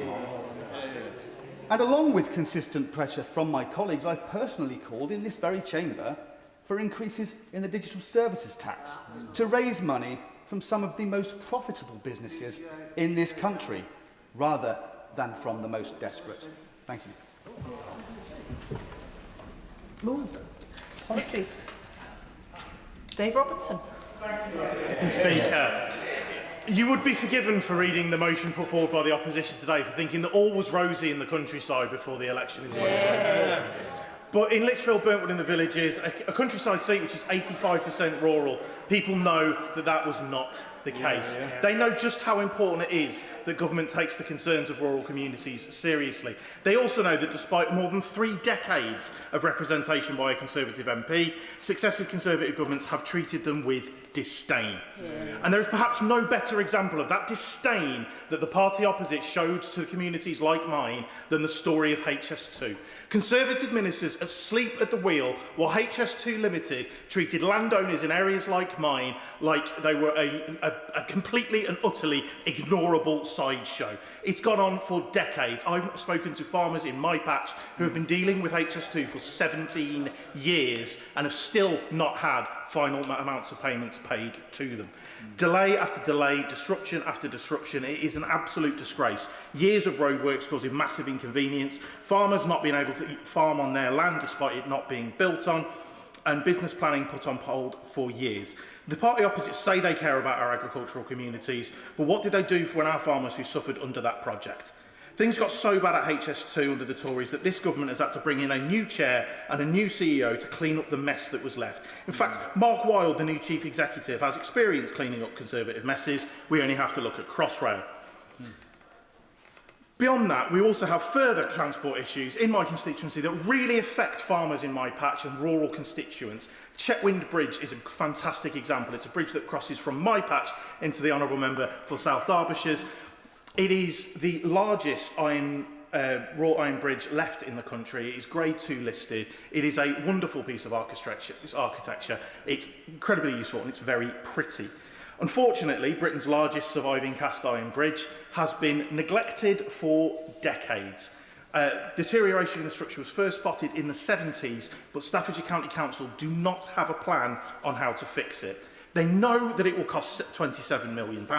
They do not know how to fund it. They did not speak to me before the spending review, and in fact waited until Reform UK were in control of the council to get in touch, after which spending review decisions have been made.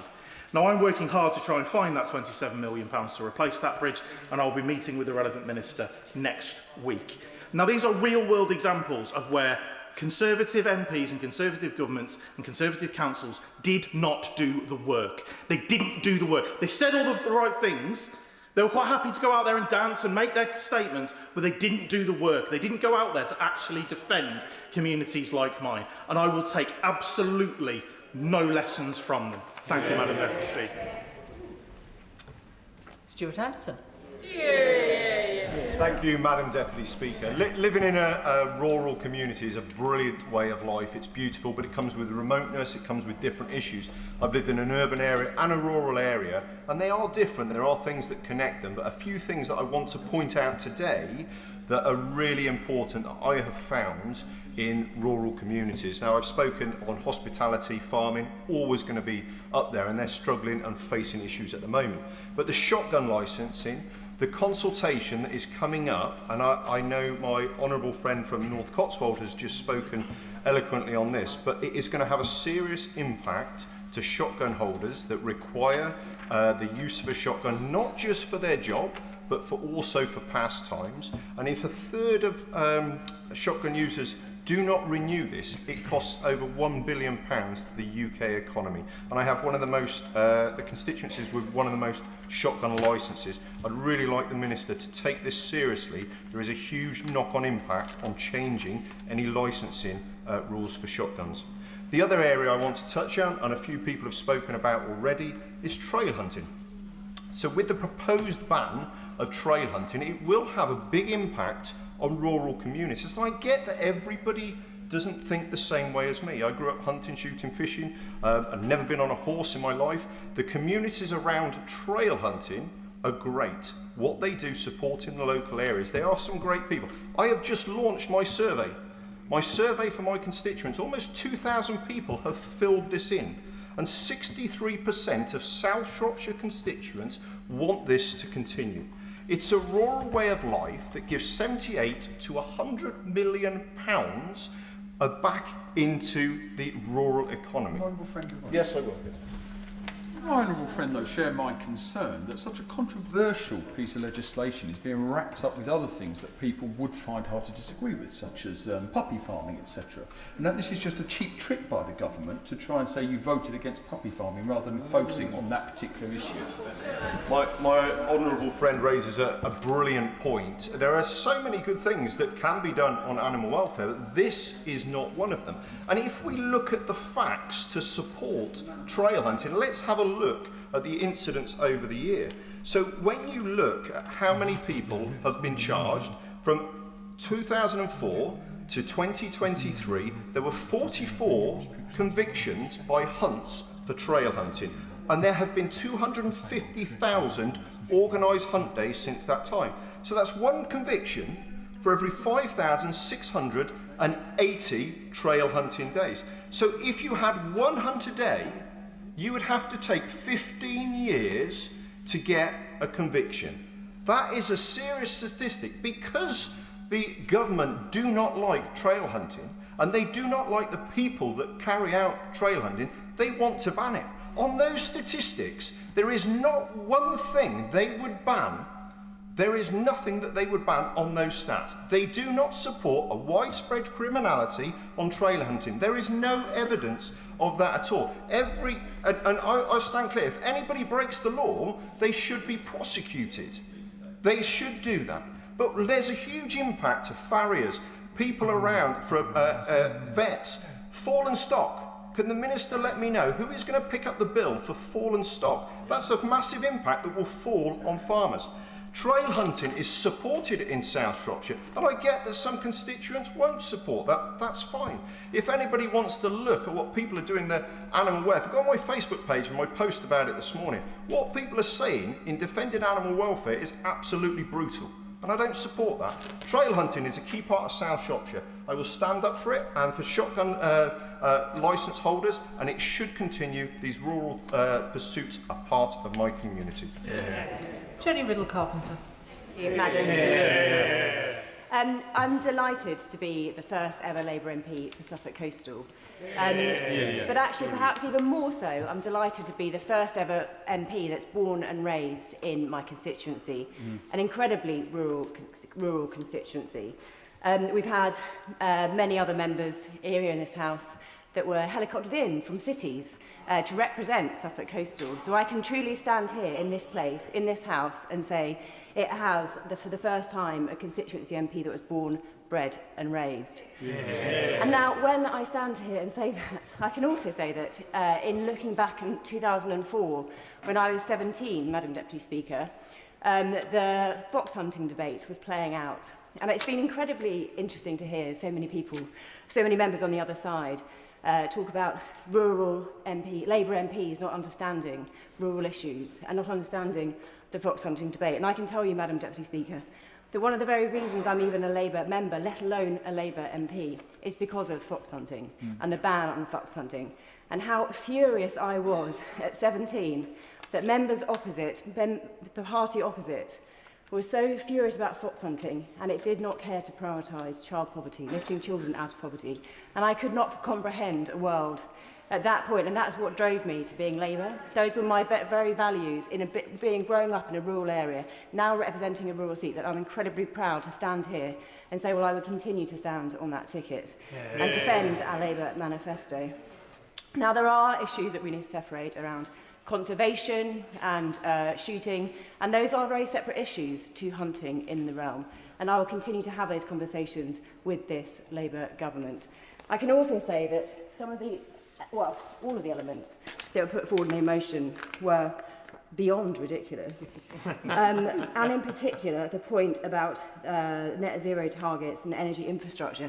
Madam Deputy Speaker, Suffolk Coastal is set to be hosting, approval goes ahead for it, Sea-Link, Line-Link, we've just had Sizewell C approved. We've got so many other schemes that were approved or brought forward, not only under a Conservative government, but under a Conservative-led county council. So my constituency, there are many issues with energy infrastructure that are real and need to be talked about. Many, many issues. But those issues are about coordination, cumulative impact, and there has never been any serious... Thank you, Madam Deputy Speaker. Does my honourable friend agree that in places like Suffolk and indeed Norfolk next door, there are hundreds and hundreds of jobs, good, well-paying green jobs tied up in the renewable energy sector, and the rhetoric from the Conservative government, and particularly from the Conservative opposition and Reform, put at risk those vital jobs in our constituencies? I couldn't agree more, Madam Deputy Speaker, with my honourable friend's comments there. I think it's really dangerous, some of the things that we hear from the party opposite. But when we're going to have sensible conversations about our renewable energy infrastructure, it needs to be focused on coordination. In my constituency, I have about 7 NSIPs, all within a 10-mile radius, and there has never been any attempt to coordinate them, which is why I brought forward an amendment to the Planning and Infrastructure Bill to seek to make it a legal duty to require those NSIPs to be coordinated, where they're being built out at the same time in a small geography. It's crazy to me that that has never been looked at seriously, and I will continue to urge the government and work with the government to see how we can bring that forward. I'd be very keen to see an energy infrastructure levy in order to seek that coordination. Now, Madam Deputy Speaker, in closing my remarks, I would just like to continue to urge the government to go further on farming profitability. I was delighted to see the changes to the thresholds that so many of my backbench colleagues and I worked hard to secure.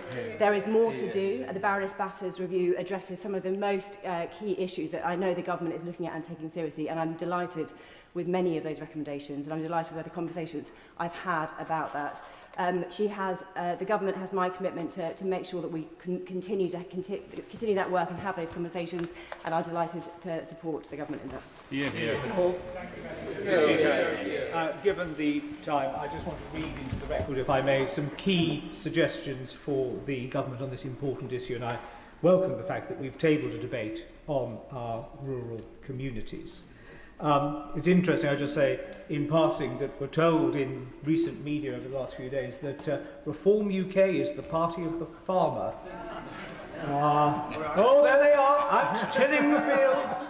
Yes, as always, all noise, no delivery. I want to echo the call that many have made to reduce business rates through the revaluation and VAT on our vital rural Will the hubs. Honourable Gentleman give way? On that point. Go on then.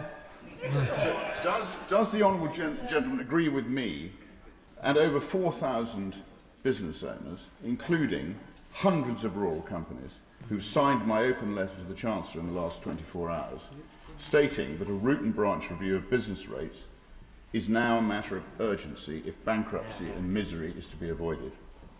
There should be no change to the interim COVID relief subsidies until that review is complete. Do you agree with that? I agree, but I think our front bench goes one step further, which just says get rid of the whole damn thing in the first instance, and that solves the problem at a stroke. What I would urge the government is, and they did this slightly with regards to the family farm tax, there seem to be noises off from the Treasury, from the Business Department and others about, well, potential changes here, there and everywhere, and that they are listening. Businesses are now at the brink. They need clear certainty now. Stop playing cat and mouse with rural businesses on these policies. Take a decision, announce it. If it's a screeching U-turn, perform it. Do it elegantly. But for the love of God, just do it. I won't, if he'll forgive me.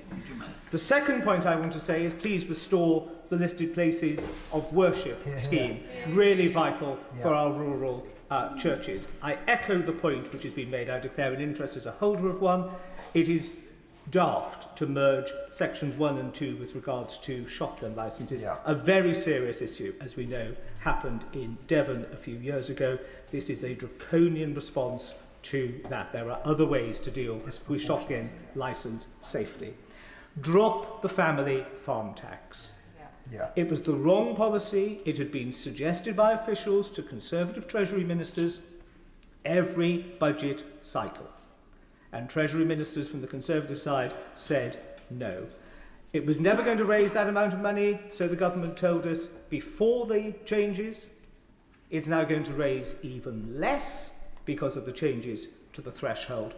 Pull the plaster off that one and again do it quickly. It is not worth the pain, I say to the Treasury bench, to continue to torture family farms, small family farms, and North Dorset is the vale of the small dairies, to quote Thomas Hardy. Lots of family farms, and they will go to the wall even with the changes to the threshold which the government has announced. Everybody with a dairy sector, Madam Deputy Speaker, will be aware of the unsustainable fluctuations in milk price. We need to see a government-led dairy strategy in order to secure what is a vital part of our agricultural sector. We need, I would suggest, in regards to planning, to restore funding for neighbourhood plans, because that will deliver the local vernacular housing which local communities wish to see. And my final point is that we need a fundamental ruralisation of the formula that underpin important funding decisions, whether that's for schools, whether that's for police, whether it's for Environment Agency projects. Get all of that right, and the government might begin to restore its reputation within the rural community. Continue as they are, and they're on a hiding to nothing. Mike Reader. Very much. Madam Deputy Speaker, I wanted to come and contribute to this debate to celebrate the brilliant food producers in Northamptonshire and across the UK, some of which you sampled, Madam Deputy Speaker, at Northamptonshire Day. And as Chair of the Food and Drink APPG, I've seen firsthand how rural communities play a critical part in our supply chain and how they set the standard for global food quality. So preparing for today, I did think I might do like men in the opposition, go buy myself a fresh Barber jacket, some shiny wellies, film a social media video ranting about protecting farmers, completely tone deaf from the 14 years of hammering they got under the Conservative government. But no, I'm going to be collegiate, Madam Deputy Speaker, and instead I'm going to focus on supporting food producers and particularly on how we support growth and prosperity in rural communities. Many will know that my background lies in the construction sector. I'm a proud YIMBY and a supporter of this Labour government's necessary policies to correct the catastrophic and sustained failures of the last government to build, baby, build. And whilst many in the opposition benches see development as a threat to communities, if they spent more than 5 minutes talking to farmers and rural landowners, they'd know that actually it's really important that we support sustainable development and it's critical to the prosperity of rural Britain. Of course I will. Madam Speaker, first of all, can I commend the Honourable Gentleman. One of the things that concerns me is putting forward the good points for agriculture and how the economy can build off it. Northern Ireland has £6 billion worth of manufacturing and export, and it's critical for Northern Ireland to do well as well. But one of the whole things that holds us back is the veterinary medicines, the Northern Ireland Protocol. So to see us go forward with the rest of the United Kingdom, does they agree that the Northern Ireland Protocol should be addressed? And perhaps the Minister, whenever she comes back, perhaps they could give us some ideas on that. Thank you for the intervention. I'm not familiar with the Northern Ireland Protocol at all, but as I learn more about the SPS agreement in my role as the Chair, we've got Nick Thomas-Simmons, I hope, coming to see us very soon to explain. Oh, sorry, Madam President. The Honourable Gentleman knows better than that. He can refer to him as the Minister. Sorry, Madam Deputy Speaker. Anyway, so the farming productivity review, is very clear. If we want a sustainable rural economy, there's much more we can do to unlock its potential. And currently planning is one of those areas that we can look to tackle. A farmer can spend millions of hours filling in mountains of paperwork to build new sheds, slurry pits or new barns to support better welfare, and our planning system does not support our farmers, the livestock that they keep, or the British public who love what they buy from their supermarkets, butchers and cafes. As set out in the paper Yes in My Farmyard, which I delivered with the YIMBY initiative and with support from the Honourable Member for Glastonbury and Somerton, we've identified some clear recommendations as to how the government can help reduce paperwork and speed up rural development. I'd like to just share a few. So through the permitted development regime, this Labour government can put down instruments to improve Part 6 of the regime by abolishing height and volume restrictions on land and machinery improvements. We can also change and expand Class R regulations to improve anaerobic digestion and storage for digesters, which will help enhance the circular economy for fertilisers, reduce our reliance on Russia and other states where we get our fertilisers from, and lower river pollution. And we can expand Class Q regulations to natural landscapes to ensure that our farmers can build small, sensible, sustainable settlements for their agricultural workers who in turn can protect these precious environments. There are practical steps which will help rural businesses diversify and bring long-term stability to rural economies. I'm really pleased to see that many of the recommendations in our paper are broadly supported in the review into farming profitability. And it has endorsed that some of these policies are in the paper, but I now encourage the DEFRA ministers to work with MHCLG to bring forward these planning changes and let our YIMBY farming communities, or should that be YIMFI farming communities, say yes in my farmyard. Joe Robertson. Thank you, Madam Deputy Speaker. It's a pleasure to be speaking in this debate on supporting rural communities. Although to the casual observer who may have been here at the beginning hearing the Minister open, it appeared we were in a debate about general ramblings on COVID, or later on, if they were here when they heard the Honourable Member for South West Norfolk, they might have felt that they're in a general debate on the NHS. But I understand it, Madam Deputy Speaker. I understand why members opposite do not want to talk about rural communities, because despite their protestations, they know that they have lost the trust of rural Britain. And it's little wonder. From the family farm tax, what could be more damaging? And it's taken them over a year from that first budget when they introduced that tax to finally U-turn on the majority of it. But before that point, 4 times they voted against Conservative proposals to scrap the tax. On 4 occasions, they had the opportunity to say enough is enough. And we will continue to campaign on scrapping the family farm tax in its entirety until it is gone completely. But for rural and coastal communities like mine on the Isle of Wight, it's not just farmers who have the worst possible deal from this government.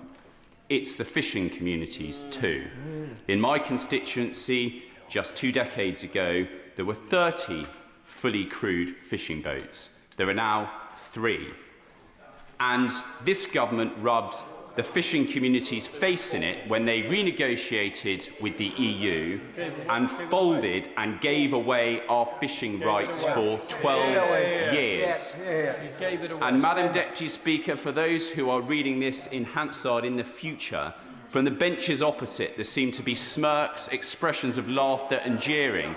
This is a party, a government who fundamentally misunderstands the damage it's doing to rural Britain. The Conservative Party have always been and always will be the party of rural Britain. I will give way. Will my honourable friend agree with me that one of the greatest damages that they're doing to the countryside is destroying it with acres upon acres, thousands of acres upon thousands of acres of solar farms, destroying our best and most versatile farmland? I wholeheartedly agree with my honourable friend, and I thank her for raising it. And to add to that, destroying many rural areas with a clamour for house building in the wrong places. We should all agree, we can all agree, we need more houses for future generations. The argument is where you build them. And I'm surprised to hear members opposite say that they speak to farming communities and rural communities who are, yes, in my backyard, they want building. People do not want building of the wrong type of houses for people who do not live in their area and have no desire to live in their area. Most services are available in cities. That is where the majority of building should be taking place. And this government should be looking again at the whole way in which house building and planning works in this country. And until it understands the damage it's doing to rural Britain, it will continue to hemorrhage votes. Naish. And I refer members to my register of interests. Too often, rural Britain has been spoken about and taken for granted, and no more so than by the party opposite, which over 14 years, and including through its harmful pursuit of Brexit, left many rural businesses, including family farms like my own, operating on life support. Now, as the Food and Drink Federation's 2024 Trade Snapshot notes, and I quote, the UK's global food export volumes have declined significantly more than other major European countries, demonstrating that the UK's challenges aren't part of a global trend, but rather unique to the UK's post-Brexit circumstances. And this is why I welcome the work that this government is doing towards an SPS agreement that will help food and drink producers in my constituency of Rushcliffe. Now, doing things differently is extremely important, Madam Deputy Speaker. In government, we must think, talk about and act differently in relation to rural Britain in order to break long-standing cycles of poverty and underinvestment. Rural Britain cannot be treated as an afterthought, not only because this risks the urban-rural divide growing even further, but because rural Britain is central to everything that we do. Yes, food security, nature restoration, flooding adaptation and animal welfare all clearly depend on partnership with rural communities. Everyone here knows that.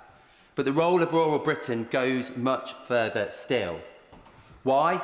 Because new homes, new energy infrastructure, new transport routes, new critical mineral extraction, national security planning and preparation, they will all depend on rural space and resources. And this is why, in my view, and in the view of many of my colleagues on these benches, rural Britain offers a vital route, arguably the only route, to national renewal. But this will only happen if its unique values, needs and potential are properly understood and acted upon. And that is why, setting aside this opposition motion, which simply lists a set of things which previously the Conservative government didn't necessarily resolve, I want to focus on the phrase in the amendment which talks about a joined-up approach. And I will continue to push the government to commit to developing a proper rural strategy. The last one was in 2004 under the last Labour government. And I hope that we will commit to a rural strategy which puts rural Britain at the centre of economic growth, which means that we can finally ditch overused slogans about NIMBYs, YIMBYs, and stop trivialising our rural communities, which are so important. The honourable gentleman is out of time. Harriet Cross. Deputy Speaker, and I'm really grateful to have been called today. And on any other week, I would focus on more substantive day-to-day, week-to-week rural matters, whether that's the family farm tax. I am grateful that there has been this partial U-turn. It shouldn't have taken this long. It shouldn't have taken the pain and frustration and hurt that it caused our farming and rural communities. It must go further. We must get a full U-turn. We have to protect our rural communities. There's a reason why over 6,200 farming, agricultural and forestry businesses have closed since this government's come to power. It's not just farms impacted by the family farm tax. It's our rural communities as a whole, the suppliers, the contractors. They're all important. They're all part of our rural matrix, and they're all being let down by the family farm tax.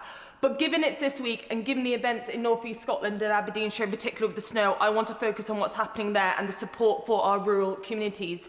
Aberdeenshire is the 4th lowest funded council in Scotland and the lowest funded rural council. Because of that, Aberdeenshire Council has had awful decisions in recent years on the provision of services. Many of these focused on our roads, on gritting and the provisions for winter preparedness.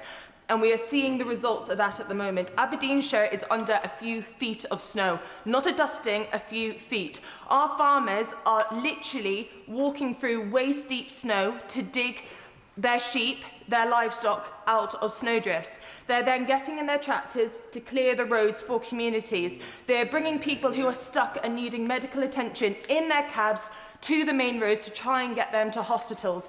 Our rural communities pull together when they're in times of need, when there is time to take action. They have done that for years, they will keep doing that, and they deserve our support. But support is not enough. We must make sure that rural communities are properly funded, properly supported, and able to act and prepare for situations like this.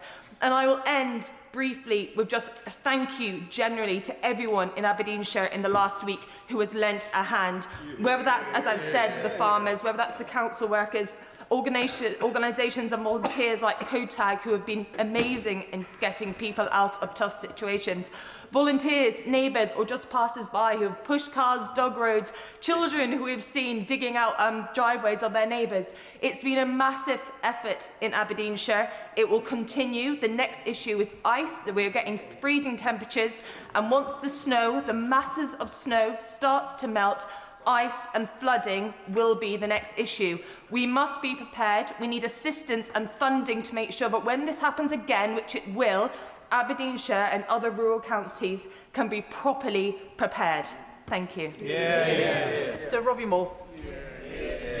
Thank you, Madam Deputy Speaker. And it has been clear that this government has been a disaster for rural communities. And we've heard loud and clear from many excellent contributions on this side of the House that have highlighted the deep concerns faced by many of our constituents. The Right Honourable Member for Skipton Ripon highlighted the challenges with the family farm tax, on pubs, on funding rural councils like North Yorkshire. The Honourable Member for the North Cotswolds highlighted the funding challenges that have been faced right now with Gloucestershire County Council, and the implications on the changes of shotgun licences will be disastrous for our shooting community. The Honourable Member for Bridlington and the Wolds, who is a doughty campaigner for our rural community, highlighted the challenges associated with the pig industry, the shooting industry, and the challenges with the family farm tax. And the Right Honourable Member for North East Cambridgeshire, who I was proud to serve as a minister in DEFRA before the general election, highlighted the challenge again of the family farm tax on his constituents, the fact that this government has cut productivity grants, the implications implications of the Baroness Batter's review and the fact that the government has not even announced yet what it's going to be doing with the 57 recommendations. The Honourable Member for Wetherby and Easingwold also highlighted the implications on many of those rural local authorities, like the cut on the Rural Service Delivery Grant, and again highlighted the impacts of the Family Farm Tax and the Family Business Tax on the wider supply chain that is impacting many of those family businesses supporting our families. And I will give way to the Honourable Member. Is he aghast as I am to hear Labour backbenchers on the benches opposite taking credit for substantial U-turns to the Family Farm Tax as though it was inevitable? It was them that introduced it. Agree with the Honourable Member, and I will come on to that because that is ridiculous. And we've heard from the Honourable Member for Beaconsfield, for South Shropshire, for North Dorset, who made the absolute critical point that this government should stop playing cat and mouse with our rural businesses. And the Honourable Member for the Isle of Wight East referenced the fact that trust has been lost with rural Britain and our rural fishing communities as a result of this government's choices. And quite rightly, the Honourable Member for Gordon and Buchan highlighted the challenges that are being faced right now as a result of the bad weather facing her constituency and the north of Scotland, and the fact that it is our farmers that are doing the hard work to support our rural communities. Madam Deputy Speaker, we have heard throughout this debate the immense pressure our entire hospitality sector is being put under. And I heard this from my own constituents, Michael, Kath and Jodie, at the Dog and Gun pub in the Worth Valley just before Christmas. We now know that since the autumn budget alone, over 1,100 pubs and restaurants have closed and more than 89,000 hospitality workers have lost their jobs. The rise in employers' national insurance, the minimum wage, the unemployment rights bill, these measures are making doing business near impossible. And in this process, the government are robbing many of those young people their first job opportunities and tearing the heart out of our rural economies. That's all in addition to the skyrocketing business rates foisted on our many pubs by this government. Many pubs are looking at increases in their valuation rates of 30%, a staggering amount that they simply will not be able to afford. The Conservatives will scrap business rates in full. Why on earth won't the Labour government do it? Madam Deputy Speaker, is it any wonder that up and down the country, Labour MPs are finding it harder and harder to find a pub that will serve them? And if they thought it was bad for pubs, it's just as bad for our farmers. Just look at what rural Britain has been hit by in the last 18 months alone through the choices of this Labour government. De-linked payments dramatically reduced, capital grants closed overnight, the sustainable farming incentive stopped with no warning. And then how embarrassing was it, Madam Deputy Speaker, that ministers were forced to admit that they wrongly refused SFI funding to around 3,000 farmers when they shut the scheme. Pure ignorance and incompetence. Madam Deputy Speaker, the farming budget has also been slashed and now combined and referenced as the farming and nature budget to create the false impression that they actually care and that funding has increased. New taxes on fertilisers, the new double cab pickup tax, plans to reclassify shotgun licences, making it harder, more difficult, more expensive to renew and apply for a licence. Country pursuits and sports, which drives the rural economy, to be banned, and a land use framework threatening to take 18% of our land out of UK food production. A US trade deal that totally destroys the UK bioethanol market, and with it robs 1/6 of the domestic wheat market for our farmers. And Madam Deputy Speaker, I go on. Prime agricultural land being covered in solar panels by the Energy Secretary, regardless of local opinion and food security concerns. And on that point, I will give way. I'm very grateful to my honourable friend giving way. And does he share my concerns? I raised this in the Opposition Day debate for the summer, that on top of solar farms taking over agricultural land, no research has been done in thermal runaway and what the evaporation of heavy metal output onto agricultural land would cause. that my right honourable friend makes an excellent point. It feeds into the narrative that this government is not making the sound decisions that our rural economy wants, given the fact that they are industrialising much of our prime agricultural land with heavy metals that will damage the soil nutrients in the future. And closer to home to me, Madam Deputy Speaker, in Keighley, plans to roll out England's biggest wind farm on our protected peatland. A disgrace that the fact that the moratorium on onshore wind has been removed by this Labour government. And the Young Farmers Grant, Madam Deputy Speaker, cancelled for the first time. Our rural councils have been hit hard too, with a £110 million rural service delivery grant, which supported many of our rural communities, axed. Fairer funding for rural councils scrapped, and the transport, the £2 bus cap gone, making it more expensive to get around our rural areas. And then, to top it all off, 14 months of anxiety over the disastrous family farm and family business tax. 14 months of families who have worked hard all of their lives, completely terrified about their future. Parents, grandparents of young farmers in tears. And yes, Madam Deputy Speaker, lives have been lost, only for the government to finally admit what was obvious to everyone else from the start. So I must say, to see some Labour MPs treating this as a victory lap is a disgrace, and to see others now coming out of the woodwork to say that actually they supported these changes all along is even worse. Because the reality is, right up until Christmas, Labour ministers were adamant that there would be no changes to APR and BPR. Labour MPs voted against this policy 4 times, and only one MP, Madam Deputy Speaker, on the Labour benches had the backbone to vote against this policy before against the Chancellor. So, Madam Deputy Speaker, time and time again, this Labour government has failed to understand, and worse, ignored rural Britain. As a result, family businesses' confidence is now at a 15-year low. The government's own farmer opinion tracker shows only 1 in 3 farmers in England now feel positive about their future. A third of farmers are planning on scaling back investment because of this government's policies. A record number of farms have closed since Labour came to office, and the government's own profitability review is being rolled out at the slowest of speeds. So can I urge every honourable member who has sought to defend the government's record in this debate today to get real and recognise the dire situation rural Britain is in. This government has chosen to ignore warnings, dismiss experience and gamble with the livelihoods of the people who feed this country and care for this countryside. Farmers and rural communities see exactly what's happening. Our pubs and hospitality sector is struggling. They feel it. They are paying the price for it, and Madam Deputy Speaker, rural communities will not forget who stood with them and who turned their backs.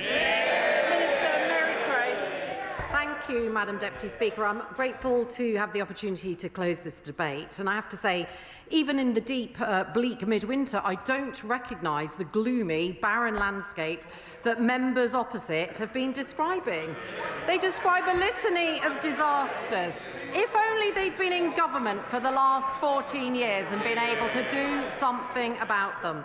As I go round our countryside, I see quite a different picture. Millions of people in rural communities who were taken for granted and underserved by the party opposite, and that's why they kicked them out at the last general election.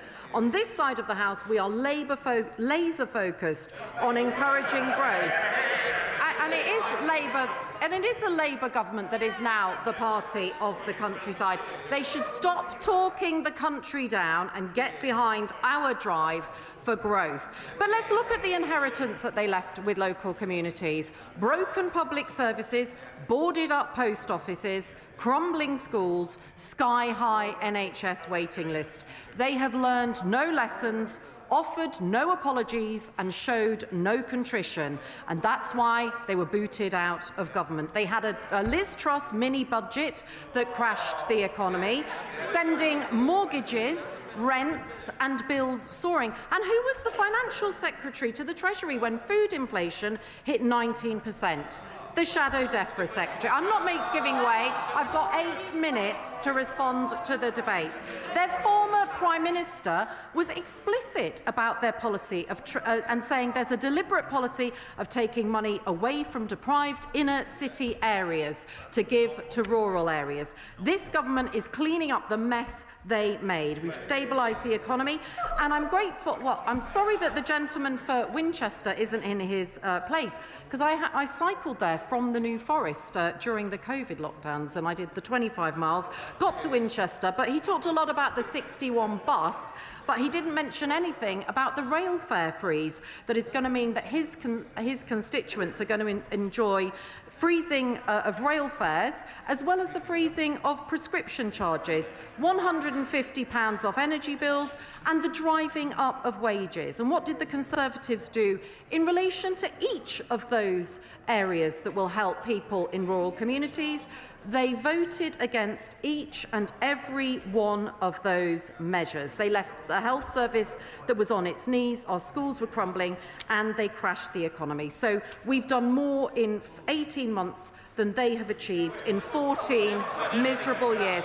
Cheaper mortgages, new rights for workers, and lifting 500,000 people out of poverty. And I want to come back to bus routes, because under the Conservatives and Lib Dems, bus routes in England declined by 50% since 2010.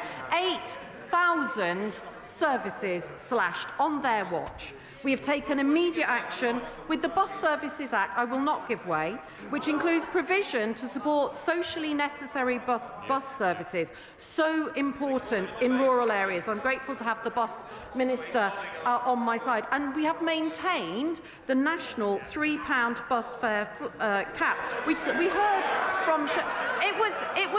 There was no cap under their government. They're shouting from a set. There was no cap.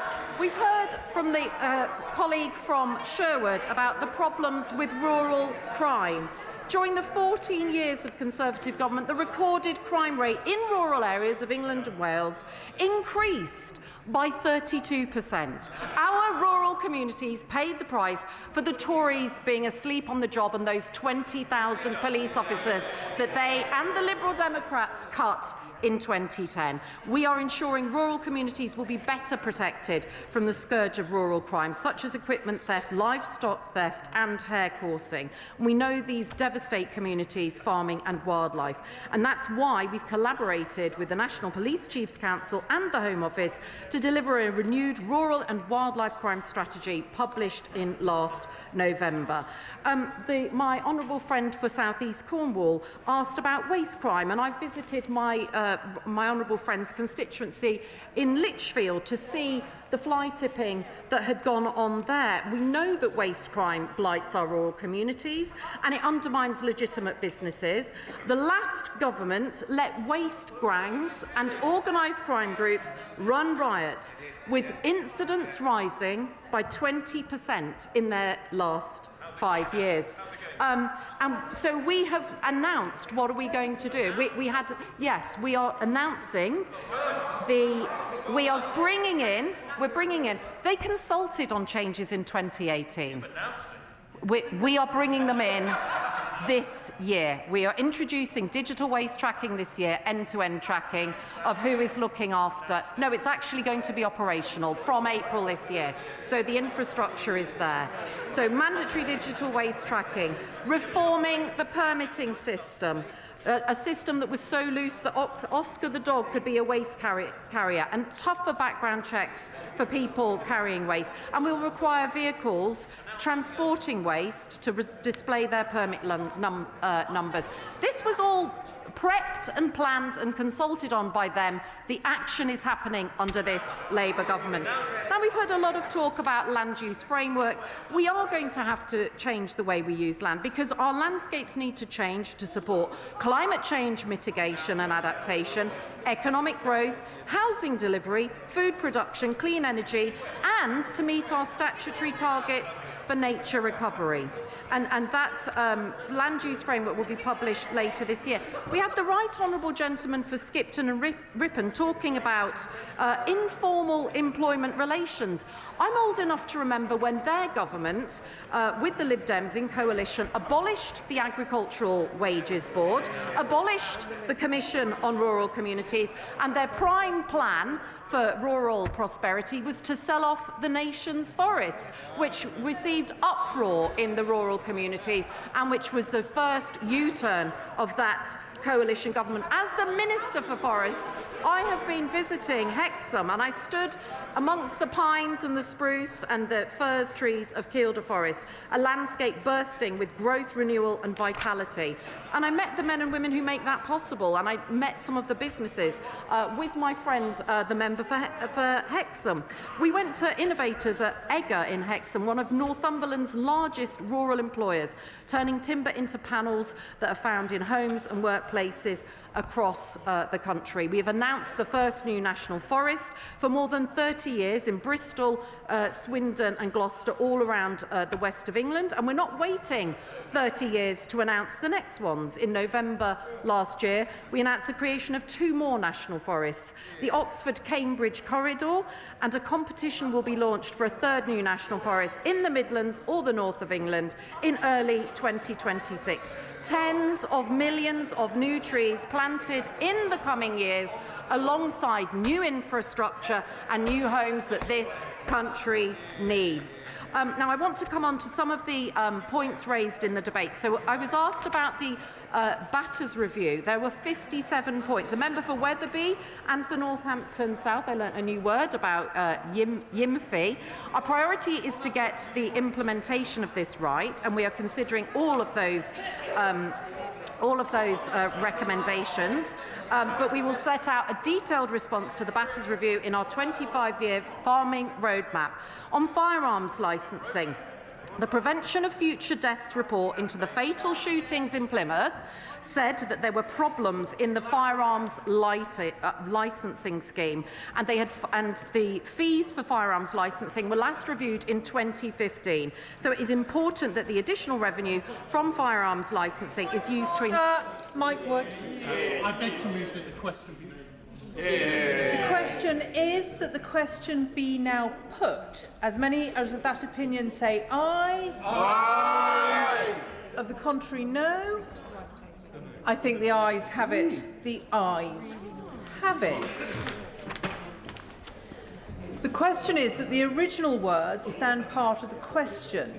As many as of that opinion say aye. Aye. Of the contrary, no. No. Clear the lobby.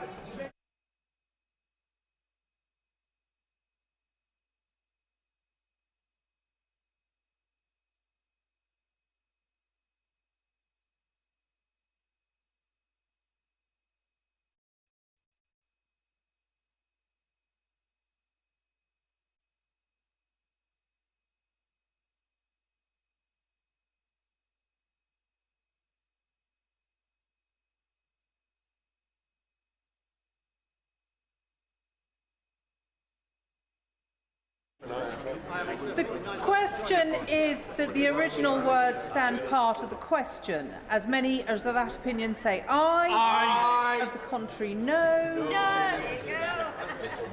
The tellers for the ayes are Andrew Snowden and Jerome Mayhew. The tellers for the noes, Gregor Poynton and Nezel Caliscan.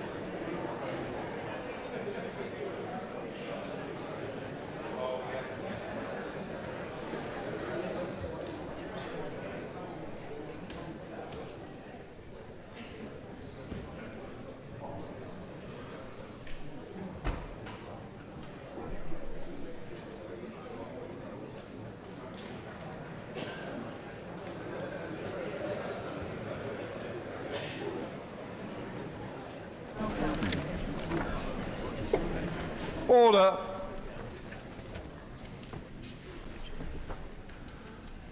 The ayes to the right, 105. The noes to the left, 332.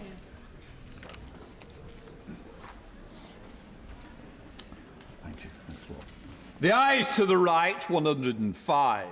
The noes to the left, 332. The noes have it, the noes have it. Unlock.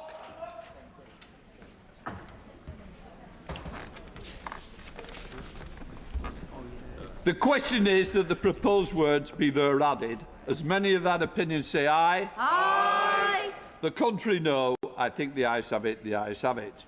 I declare the question as amended to be agreed to.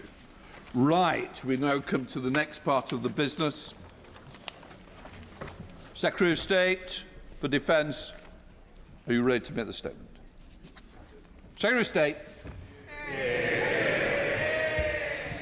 Mr. Speaker, with permission and with thanks to you for allowing me to do so at this late hour, I wish to make a statement to update the House on today's US operation and on yesterday's Coalition of the Willing summit in Paris. Today, the US conducted a military operation to intercept the motor vessel Bella 1 in the North Atlantic on its way to Russia. The UK, at the request of the US, supported this operation as part of global efforts to crack down on sanctions busting and shadow shipping activity. The Bella 1 was falsely flagged. It was falsely flagged and subject to US counter-Iran sanctions. The vessel refused to comply with the US's exercise of its sanctions jurisdiction on the 20th of December, after which the US Coast Guard vessel Monroe pursued the ship across the Atlantic. This is a sanctioned, stateless vessel which carries a long history of nefarious activity and shares close links with both Iran and Russia.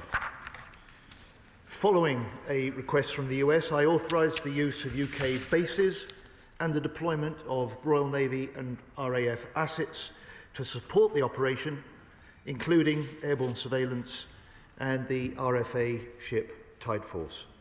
This was a US operation. No UK personnel took part in the boarding. And I can update the House, Mr. Speaker, the operation is ongoing, but the Bella 1 is now under the control of US forces who demonstrated immense courage and professionalism in dangerous and deteriorating Atlantic Sea conditions. A stateless vessel, Mr. Speaker, may be lawfully intercepted and subjected to the law of the interdicting state. The US's enforcement action was based upon counter-Iran sanctions aimed at stopping Iran from fueling instability through the profits of illegal oil sales. The UK supported this action to achieve three objectives. First, to enforce counter-Iran sanctions. Second, to tackle the global security threat posed by expanding shadowy maritime activity. And third, to reinforce British homeland defence and security in this era of rising threats. Mr. Speaker, let me expand. First, in 2024, this vessel was sanctioned by the US and subjected to a seizure warrant for illegally transporting Iranian oil. It reflagged 5 times in the last 5 years and was falsely flying the Guyana ensign when it was intercepted by the US. Over a 4-year period, reports suggest that this vessel moved some 7.3 million barrels of Iranian crude oil, the proceeds of which have used to finance terrorism, threat and instability across the world. And the Iranian regime continues to export violence across the region through its proxies and its partners, including Hamas, Hezbollah, the Houthis and Iraqi militias. It maintains support for Russia by supplying Putin with weapons for his brutal invasion of Ukraine, including the Shahid mass drones and missiles which target and kill Ukrainian civilians. And it is telling, of course, that this vessel, in an attempt to evade the seizure warrant, changed its name and tried to adopt the Russian flag. Second, Mr. Speaker, the UK also supported this military operation to counter the expanding global security threat. The vessel is part of an increasing web of shadow shipping that fuels and funds instability across the world, that undermines global trade, and that threatens our national security. We know Russia operates a vast shadow fleet of its own to bankroll its illegal invasion of Ukraine. And last year, it's estimated that Russia sold $100 billion worth of sanctioned oil, money directly funding attacks on Ukrainian citizens, such as the onslaught during Christmas, involving 600 missiles and drones, which killed at least 3 people. We owe it to the Ukrainians to step up action on these shadow operations, and we are. This is why we're deterring, we're disrupting, we're degrading the Russian shadow fleet as a priority for this government. And to date, we've imposed sanctions on 544 vessels. According to estimates, sanctions against the shadow fleet by the UK and our partners have forced 200 ships off the seas, almost half of the Russia shadow fleet's overall capacity. While Russia's critical oil revenues are now down 27% compared to October in 2024. This is the lowest since the start of its full-scale invasion. So let me speak plainly, Mr. Speaker. The UK will not stand by as malign activity increases on the high seas, and alongside our allies, we are stepping up our response against shadow vessels, and we will continue to do so. Third, Mr. Speaker, this is not just about international security, but about the threats to British national security too. Iran presents not only a persistent danger to security in the Middle East, but to us here in the UK. It poses a significant espionage threat, it sustains an aggressive cyber attack campaign against us, and as our own House of Commons Intelligence Security Committee reported, since 2022, the Iranian regime has plotted at least 15 assassination or kidnap attempts on British soil. Meanwhile, more widely across Europe, we're seeing a pattern of flagrant maritime activity coordinated by Russia. So I applaud and welcome the fact that the Finnish authorities seized a Russian shadow vessel suspected of damaging a communications cable under the Gulf of Finland last week. And we've exposed the Russian spy ship Yantar operating in our waters, surveying our undersea cables. And of course, by assisting our US allies in taking this ship off the seas, we are protecting the British people and our nation. So this is a stark reminder that our world is changing, it is less predictable and more dangerous. And this operation and the Shadow Fleet show the global links between the security threats faced by the UK and its allies. And the Shadow Fleet itself is vital to Putin's ongoing illegal invasion and war in Ukraine, which brings me on to the second topic in this single statement. Because next month, we enter the 5th year of Putin's full-scale invasion of Ukraine. Yet the Ukrainian people still fight with huge courage and defiance, the military and civilian alike. And I'm proud to say that this House remains united for Ukraine, that Britain remains united for Ukraine. Yeah. We know that if Putin prevails, he won't stop at Ukraine. And we know that a secure Europe depends on a strong, sovereign Ukraine. And I'm also proud of the UK's leadership on Ukraine. It started under the last government and stepped up under this government. So now we, the UK, lead the 50-nation-strong Ukraine Defence Contact Group alongside Germany and secured £50 billion worth in military aid pledges last year. And we, with France, lead the Coalition of the Willing, undertaking detailed military planning to help secure peace for the long term when a deal is agreed. And I say to this House, let's make 2026 the year that peace is not only possible, but the year that peace is achieved. And this government is leading that push for peace. This government is building the New Deal for European security. And that's why in Paris yesterday, Mr. Speaker, at what was the largest yet meeting of the Coalition of the Willing, with 39 nations, my right honourable friend, the Prime Minister, alongside President Macron and President Zelensky, signed a declaration of intent. And as the Prime Minister said, the purpose of the Coalition of the Willing is to help deliver a peace that can last and to work with the US to guarantee Ukraine's security for the long term. This work is now more advanced than ever, he said. And yesterday's declaration advances that work significantly.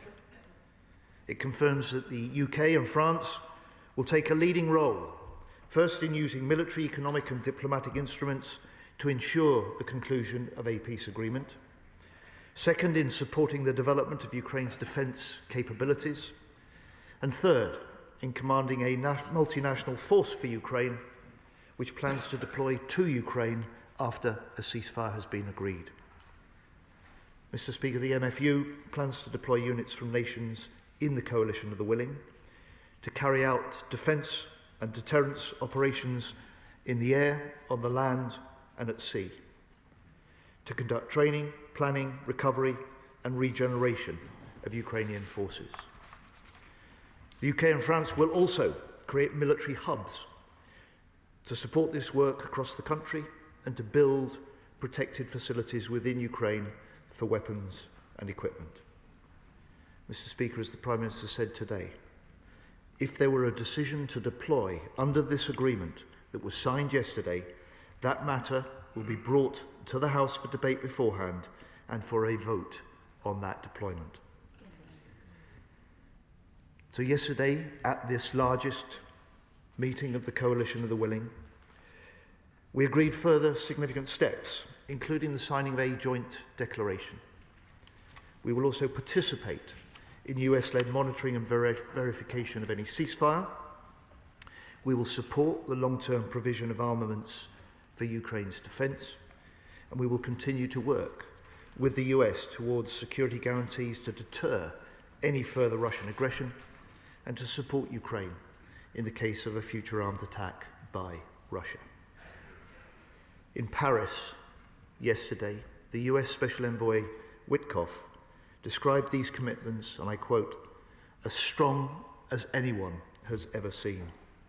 And I will travel very soon to Kyiv to continue these discussions with the Ukrainian political and military leaders.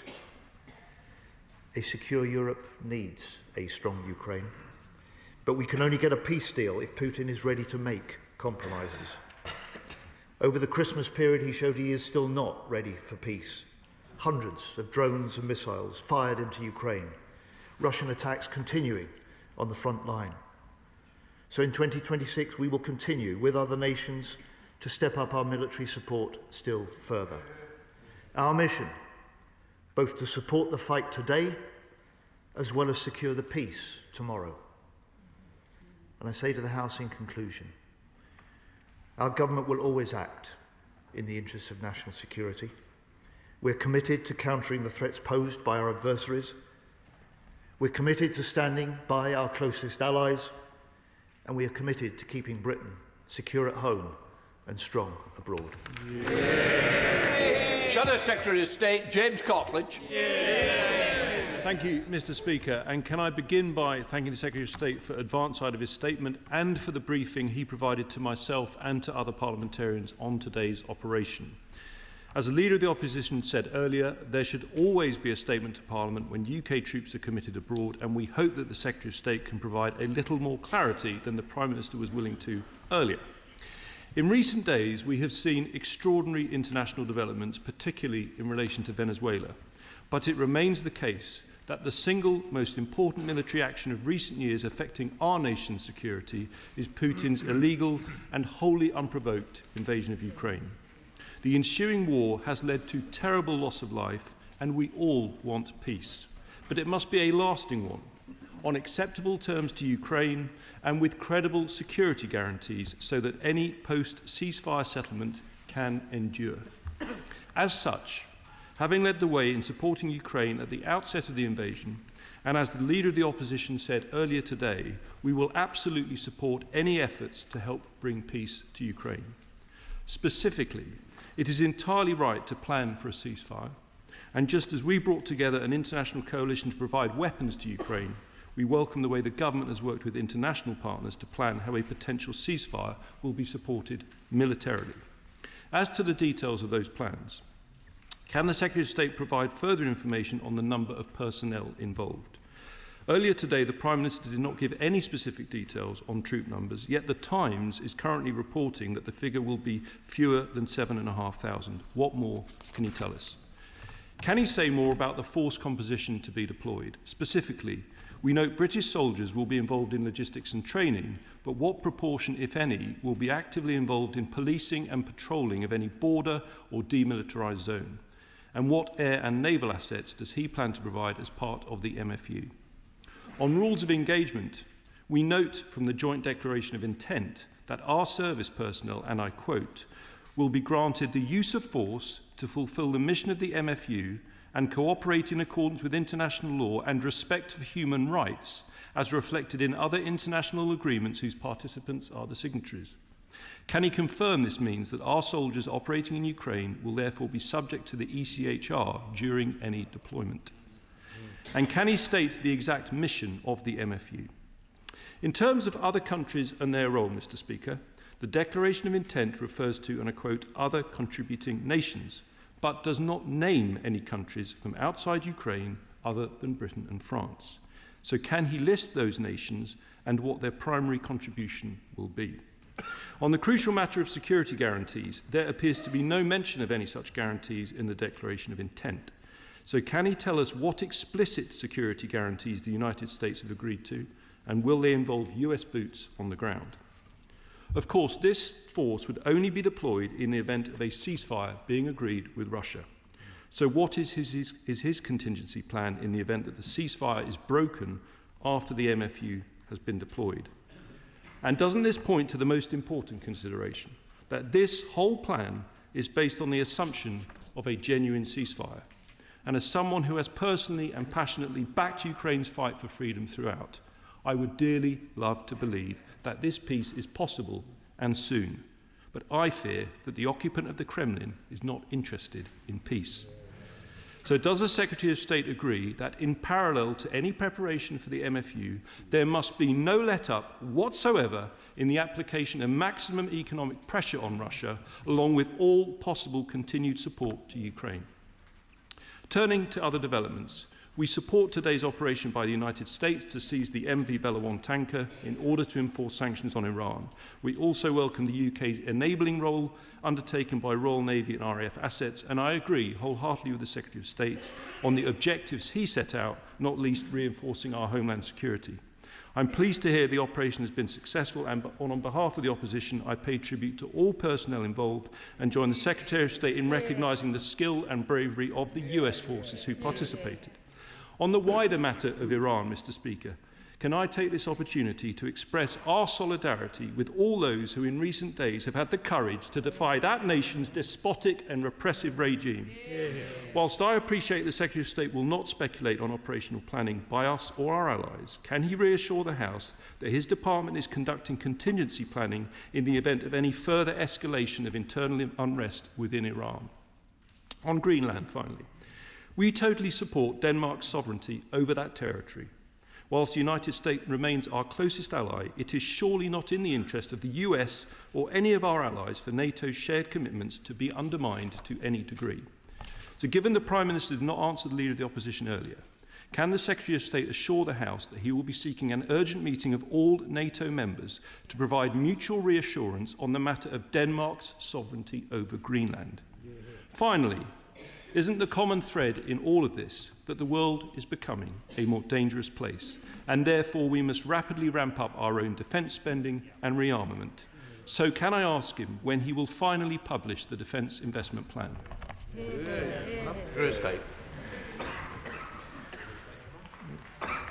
Mr. Speaker, we are working flat out on the Defence Investment Plan. We will complete it and publish as soon as we can. On Greenland, the sovereignty of Greenland is not at issue. It is clearly Denmark sovereignty. It is clearly Greenland and Denmark are part of NATO. Its security is guaranteed by its membership and by all 32 nations of NATO. And any decisions on the future of Greenland are a matter for the citizens of Greenland and for Denmark. Mr. Speaker, let me turn to his more extensive questions and points about the declaration of intent yesterday and the situation in Ukraine. I welcome his commitment to seeing a lasting peace, a just peace, and I welcome his support for that. He pledged his support for all efforts to bring peace to Ukraine, and I welcome his support for our work in doing so. On the detailed questions, I'm simply not, and he as a former Defence Minister will well understand this, going to go into details about the nature of the activities in the deployment, the numbers of troops that are likely to be deployed to Ukraine, or the details of the commitments that other nations have made. The finality of that will depend on the details of the peace deal. The Honourable Gentleman quite rightly said we will deploy only in the circumstances of a ceasefire and a peace agreement, and to disclose, let alone to debate those sort of details, will only make Putin wiser. On the question of the deployment in future of any British forces, I'm proud to say that whenever British forces deploy, and whenever they deploy abroad, they meet the highest possible standards of international law and professionalism, and they will continue to do so. And in the numbers of nations committed and involved in the planning of the coalition, as the Prime Minister has said, and I've said in my statement today, yesterday's meeting was 39 strong. It was the largest meeting of the coalition of the willing yet. And I think yesterday's declaration of intent is not just a signifying an advance in our work towards the security guarantees and peace.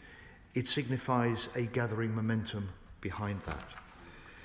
I just say to the Honourable Gentleman this: whilst he welcomes our support for efforts and pledges his own support for efforts to bring peace, he questions aspects of this deployment, aspects of this coalition of the willing, when his own leader has still not publicly backed the coalition of the willing, has still not publicly said she would support the future of the multinational force for Ukraine.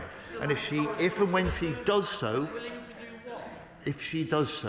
then we will gladly see that as support for the security of Britain, the future of Ukraine, and the strengthening of our work with allies.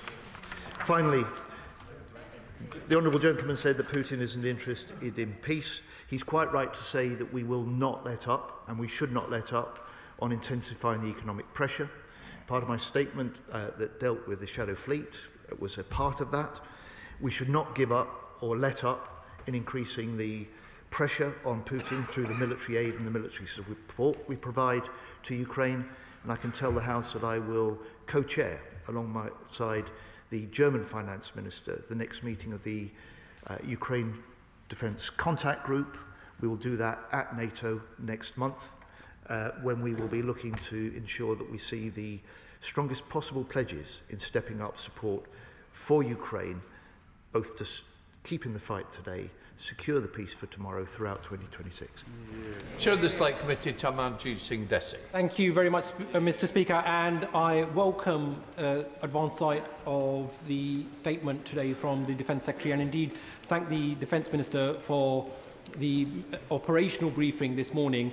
And also welcome the Prime Minister's progress with regards to the coalition of the willing. But of course it does nothing to change the reality on the ground as currently faced by our Ukrainian friends, nor the growing threats that we face. And of course we await precise details with respect to numbers rumoured to be approximately 7,500 British troops. So perhaps my right honourable friend can allay my concerns as to how our already overstretched armed forces will be able to meet their existing commitments, especially in Estonia. And Mr. Speaker, today's UK support for our US allies to enforce sanctions in the Atlantic demonstrates the strength and value of alliances.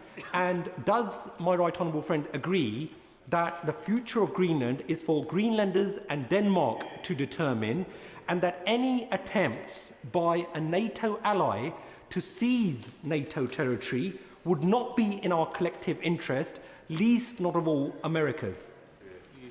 Secretary of State. My honourable friend and I welcome his work as chairing the Defence Select Committee, are entirely at one with the Prime Minister. The future of Greenland is a matter for the people of Greenland. It is part of the sovereignty of Denmark, and it is part of the sovereignty of a nation who is a full-scale and valued member of the NATO alliance. I say to my honourable friend,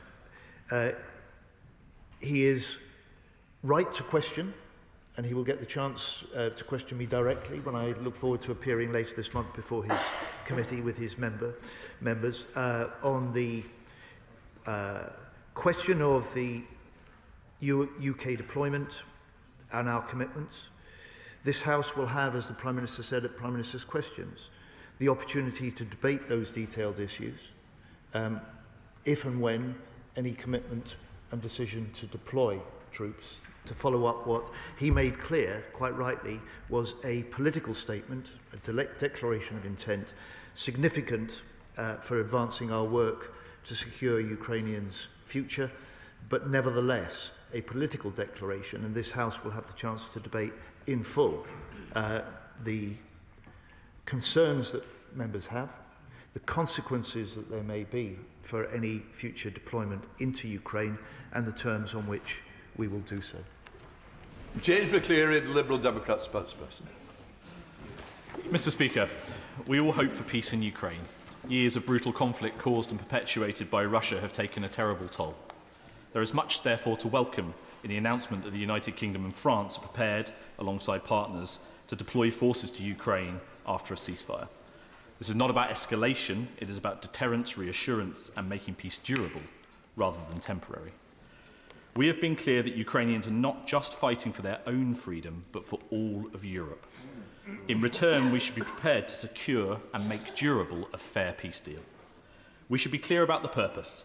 Any deployment must be focused on defending Ukraine, strengthening deterrence, and supporting Ukrainian forces, not fighting a new war, but preventing the old one from restarting. It must sit firmly within international law, with clear rules, oversight, and the consent of this House. That matters even more at a time when trust in American guarantees is under strain, when rhetoric about annexing Greenland escalates, or when international law is treated as optional. Europe has a responsibility to step up in defence of principles that underpin our security. So does the Secretary of State accept that this announcement and other global events intensify the urgent need to increase defence spending to 2.5% and beyond? The Paris Declaration states that the force would only be deployed after a credible cessation of hostilities. Can the Secretary of State give some detail on what that means in practice? If it refers merely to a ceasefire, would British troops be expected to conduct combat operations if hostilities were to suddenly resume? Today's US operation to seize a Russian-flagged tanker supported by the UK reminds us of the deep and enduring security partnership our two nations have built. It is important and it is worth defending, but not at the cost of our values and our principles. The Shadow Fleet is one of the primary ways that Russia is funding its war in Ukraine. Legal action to diminish that fleet is welcome and stands in contrast to US actions in Venezuela, which represent a blatant breach of international law. So does the Secretary of State recognise this distinction? And is he prepared to guarantee that UK bases will not, in any circumstances, be used to facilitate operations that breach international law, including any attempt to invade or annex Greenland? Secretary of State. Well, Mr. Speaker, in my statement, I think I made clear that I took the decision to allow the US forces to base themselves in the UK because we took an assessment about the legal basis and the purpose for the planned US operation. That is our responsible thing to do. So I think the honourable gentleman should have absolutely no concern on that front. He rightly says that the shadow fleet is one of the primary ways in which Putin is funding his illegal invasion of Ukraine. That is why we are stepping up action on the shadow fleet, developing further military options and strengthening coordination with allies. And in many ways, he's right also to say that Ukraine is fighting for the rest of Europe. They are fighting for the same values. They're fighting for the same hopes and aspirations to be a country free to determine their own future.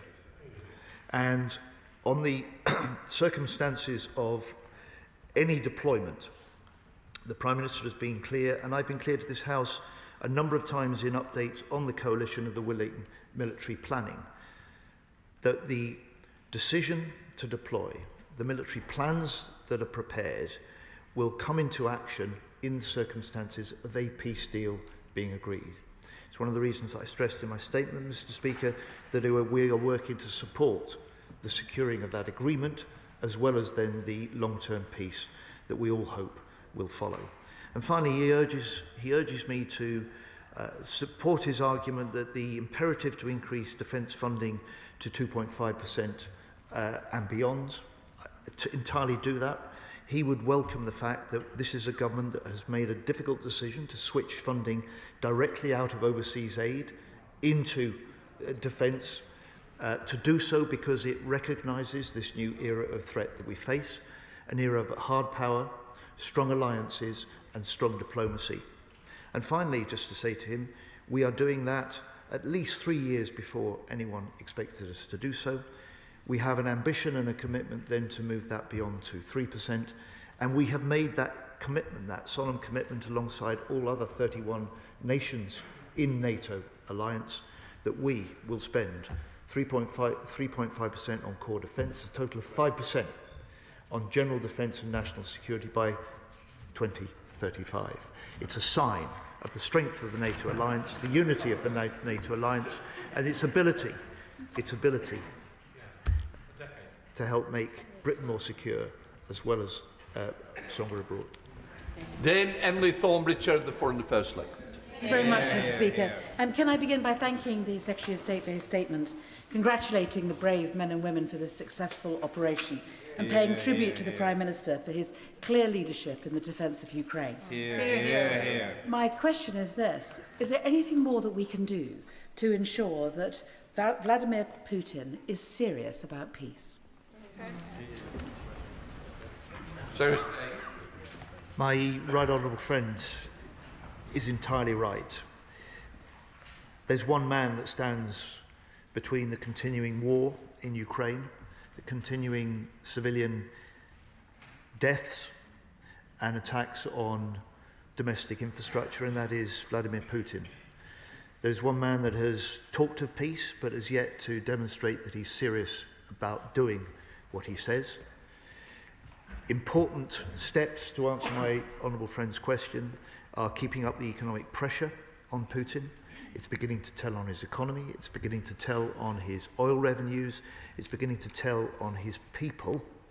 And at the same time, we make clear that we will step up our collective military aid to Ukraine, as we are doing. And finally, we make clear, as this House has always said, we will stand united for Ukraine as long as it takes. Rishi Sunak. Thank you, Mr. Speaker. Can I thank the Defence Secretary for his statement this evening? And on Ukraine specifically, can I commend him, the Prime Minister and the Government for their continued efforts? I think this whole House will be proud of how Britain has led on this from the very beginning. The future of Ukraine, and indeed the security of Europe, is an issue of vital UK national interest. a point he and others have made. Now, I believe three prerequisites for a lasting peace in Ukraine are firstly a Western military presence there, secondly credible and durable security guarantees, and thirdly a well-armed and resourced Ukrainian military. So in his work with allies in the weeks ahead, will he ensure that any ceasefire or peace agreement does not give Russia a veto in any of those three vital areas? Secretary of State. I welcome the right honourable gentleman's echo for my pride in the way that the UK, under his government and stepped up again under this government, has led on Ukraine. My pride also in the way that Britain remains united behind Ukraine. He's right about his three conditions. They are part of ensuring what this House wants to see, which is not just peace, but one that is lasting and secure. And the importance of the discussions and agreements, the importance in particular of the comments from Special Envoy Witkoff yesterday about the US's commitment to security guarantees that sit alongside and match European-led guarantees through the coalition of the willing could not be more important. And they will form the basis of the confidence that President Zelensky can have in going into the negotiations. We hope that they will add extra impetus to those negotiations, and in the end it will be a matter for President Zelensky and the Ukrainian people, the deal that they strike with President Putin, and in the meantime we lend all the support we can to President Trump, doing what only President Trump can, which is potentially putting the pressure on Putin, bringing the parties together and trying to broker the deal that will finally put an end to this terrible war. Thank you, Mr. Speaker. I welcome the Secretary of State's statement and the bravery of our service personnel who will have to consequence manage the result of such a military action today. This ship was not only part of an expanding global security threat, which was used to fund Ukraine, but it was also used to fund the nefarious activity that occurs here in the UK, the sub-threshold attacks and payments received by reform politicians like Nathan Gill. So we must wake up, because these attacks undermine our sovereignty and our way of life. And so it's asinine that the opposition uses moments like this to progress false arguments about the ECHR in rules of engagements for events that we aren't presently at. So would the Secretary of State agree with me that it is imperative that the opposition stand up and show on which side it is and sack its shadow Attorney General? Secretary of State.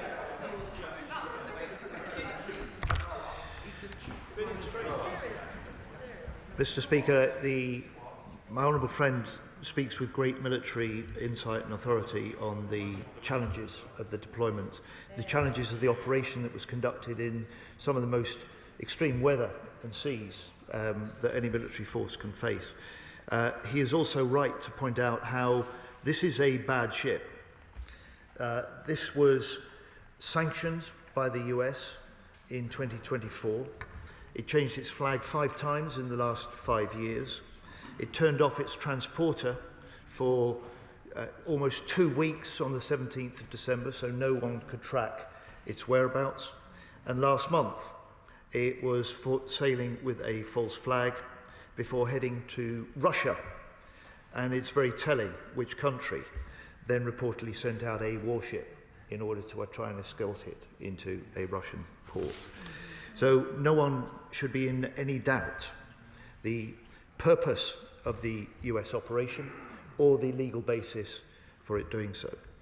In relation to the question about the support for the deployment, the potential multinational force for Ukraine, I think the most serious equivocation has come from the leader of the Reform Party, which when asked today about that, simply said, forget it.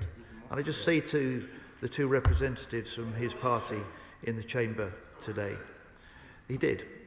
That is an insult to Ukrainians.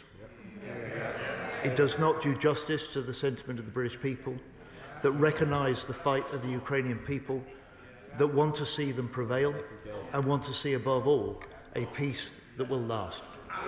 Lincoln John. Thank you, Mr. Speaker.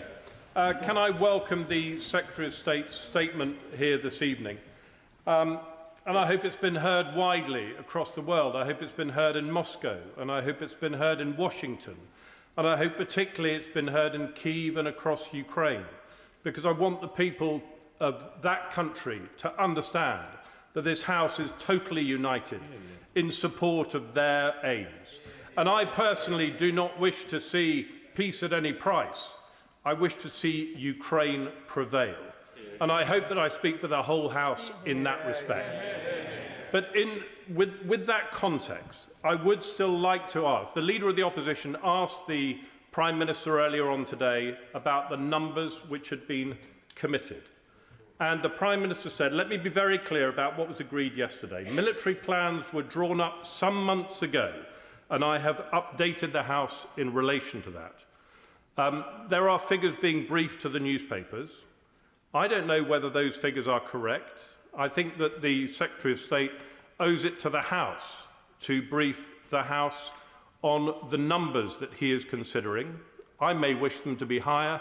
Some other members of the House may wish them to be lower. But I would just like this House to hear what his plans are. Secretary of State. Mr. Speaker, I really welcome the honourable gentleman's response, his question, the way that he speaks for the House, and his urging that this is a statement, and indeed the declaration of intent that was signed in Paris yesterday will be recognised around the world, particularly heard in Kyiv, and I'm sure President Zelensky will ensure that. I will play my part in doing that as I shortly visit the country and will discuss the further work that needs to be done with their military and political leaders. On the question of detailed numbers, yesterday was a political declaration, it was a political statement. The detailed military planning that has been going on for months with the participating, contributing nations in the coalition of the willing means that we are ready if and when a peace deal is signed. The deployment that will follow that will clearly depend on the circumstances and detail of that peace deal.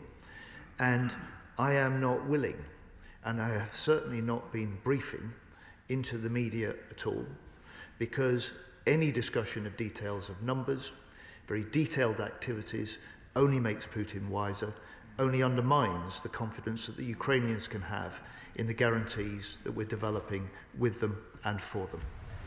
Baker. Thank you, Mr. Speaker. I welcome this government's commitment to providing security guarantees for Ukraine, which are vital to the defence of Europe and to upholding peace on our continent. But military resolve alone is not enough. Deterrence requires financial guarantees that underpin our security commitments today and in the years ahead. Can I ask the Defence Secretary, will the UK join other nations in seeking to establish a multilateral defence, security and resilience bank so that Britain can protect itself, stand firmly with Ukraine and uphold our responsibility to defend peace in an increasingly dangerous world?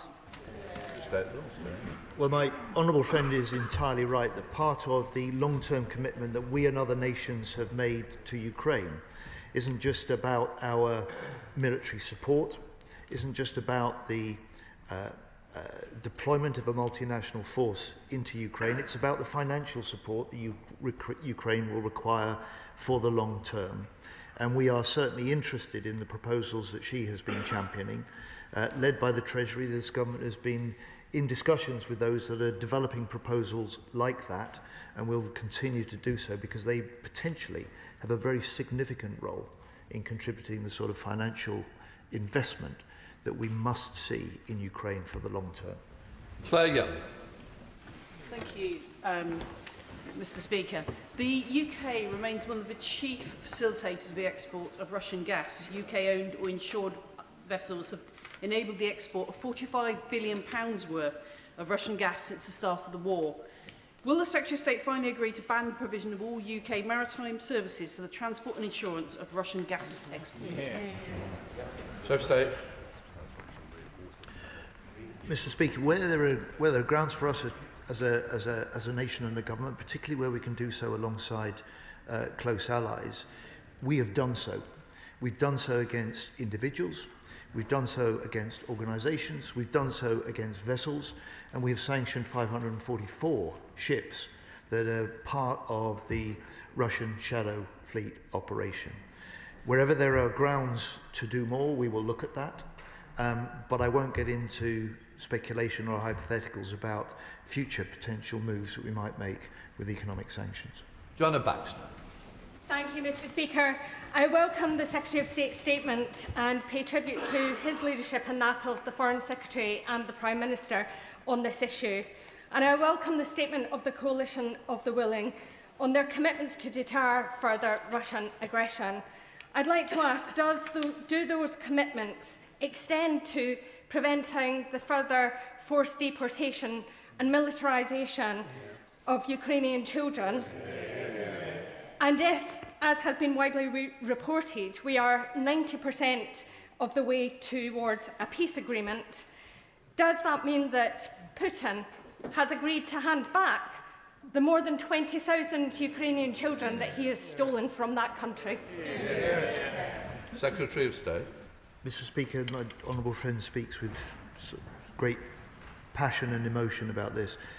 One of the most, I've had the privilege of visiting Ukraine a number of times, and one of the most moving things I've done on any of my visits was when I was there jointly with the former Shadow Foreign Secretary.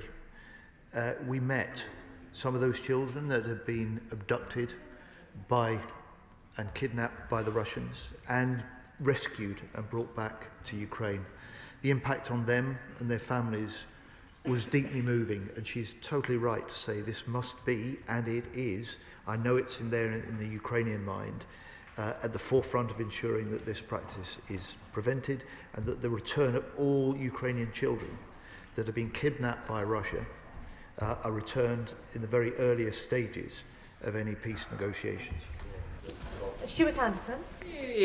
Thank you, Madam Deputy Speaker. I welcome the Secretary of State coming to the House to update us on the commitment made by the Prime Minister last night. But I want to put on record, I express serious concerns about the commitment to put British troops on the ground. And I say so.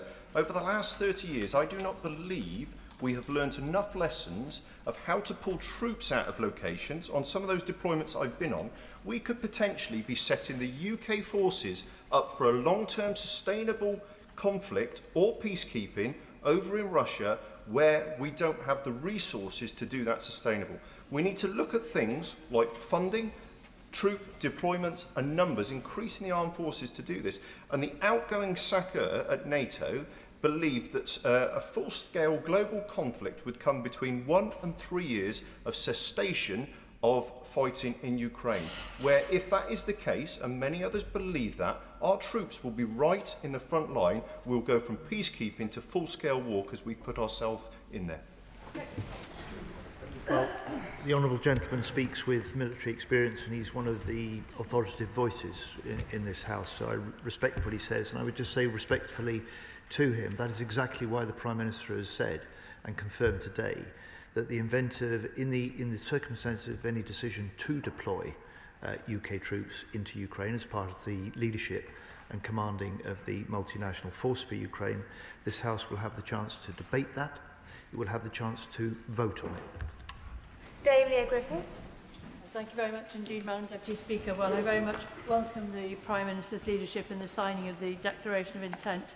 But the vicious attacks by Putin on Ukraine over Christmas suggest that peace is still a long way off. So I wonder if my right honourable friend would update us on the military aid and support that we are providing to Ukraine, and can he give us reassurances that where there are depletion of stocks, they are being backfilled? Secretary of State. Yes, indeed, Madam Deputy Speaker. I believe I can, to my honourable friend. This is a government proud of the fact that this year we have provided the highest ever level of spending on military aid directly to support Ukraine. Proud of the fact also that we are capable and are doing the delivery of some of the most important military equipment that they need, for instance, air defence systems and missiles. And proud also that we work especially closely with the Ukrainians to help them develop new systems, new missiles, new weapons, to try and stay one step ahead of the Russians, and we will continue to do that. Mark Pritchard. Thank you, Madam Deputy Speaker. I welcome the Defence Secretary's statement today, but I just want to press him a little bit on the issue of a vote in Parliament. His statement, page 5, is pretty much the same as the Prime Minister's. I would expect that will be brought to, quote, the House for a debate beforehand and for a vote on that deployment. That is not the same as having a vote before the deployment. Now, there are very good strategic and military reasons for not making it very public before an immediate or surprise or secret deployment before it becomes public. But this is a public planned deployment as set out in the Paris Agreement. Couldn't become more public than that. So would he commit to a vote in this House before the deployment, not a debate in the House only? He will know in 2013, he was in the House, I think he came in 97, Prime Minister, now the Lord Cameron of somewhere in Oxfordshire, Chipping Norton, beautiful Oxfordshire, Chipping Norton, there was a vote, and that vote was lost by 13 votes. As a result, the UK did not deploy RAF support of the Americans into Syria. So it's right that the government gets the balance right. I support what the government is doing, although we have to see the detail, but would he commit to a vote before deployment, not just a debate? State. I have to admit, I'm struggling to follow the concern that the honourable gentleman expresses. I quoted in my statement, I'm quite happy to repeat it here, the words of the Prime Minister today in this House when he said, I would put that matter to the House for a debate beforehand and a vote on that deployment. I think that is pretty clear and couldn't be clearer. Kevin McKenna. Thank you, Madam Deputy Speaker. And I'd like to thank the Secretary of State for his statement, and I'd really like to commend our incredible servicemen and women who've defended our interests here. I'm increasingly worried, as are many members of this House, about the shadow fleets and the way that they're operating in the world, and particularly with 2 international ports in my constituency. I'd like my honourable friend to tell me and reassure my constituents how the workers, the sailors and the companies operating out of Sheerness docks and out of Ridham docks are going to be protected at the sea in the future by the United Kingdom. My honourable friend pays rightly the tribute to the professionalism of our UK forces. They played an important supporting role to back up what was essentially and entirely a US operation today. But it is a demonstration of the professionalism. It's also a demonstration of the fact that we, with the United States, work together as the closest possible defence and security allies, something that this government is committed to continue to do, and our troops and our forces are proud to do so. Smith. Speaker, the Secretary of State knows my support for the government's persistence over Ukraine, and I therefore welcome his statement today. We've spoken endlessly throughout this process. I am, however, deeply worried about deploying British troops into what is basically a First World War, as it were. It's with over 2 million dead or wounded as a result of the conflict. It puts it on a wholly different scale from anything we've been doing in the last 10 or 20 years. Afghanistan and the others are very small by comparison with what we're discussing. So I have a certain amount of cynicism, but I will support the government to pursue that. But I worry desperately that we get this out of proportion. that are we peacekeepers or are we going to enforce the peace? These are big questions to be asked before full support can be surely given. But there's one thing I think the government can do, and very simply it's this. He talked about Iran and the shadow fleet and the support they've given to Russia and the brutality they have, and I absolutely agree with that. So I have a simple question for the government. Will they now prescribe the IRGC, who are at the heart of everything that is bad, deceitful and despicable from Iran, will they now prescribe, the British government prescribe, the IRGC full stop? State. The honourable gentleman returns to a subject that's been raised, debated in this House before. He was a member of the previous government. He'll know that in advance of any decisions, they're never disclosed or confirmed by government ministers in advance. On the concerns that he expresses, first of all, I welcome his support for the government's decision and participation and leadership of the Coalition of the Willing, and for the declaration of intent signed yesterday. The three things. First, there will be no deployment unless there is a peace agreement. Any deployment of a multinational force for Ukraine will be only deployed into Ukraine after a peace deal. Secondly, the role of that force is primarily reassurance, the regeneration of the Ukrainian forces, and deterrence of any future Russian aggression. We would do that alongside similar commitments and security guarantees being negotiated with the United States. And finally, the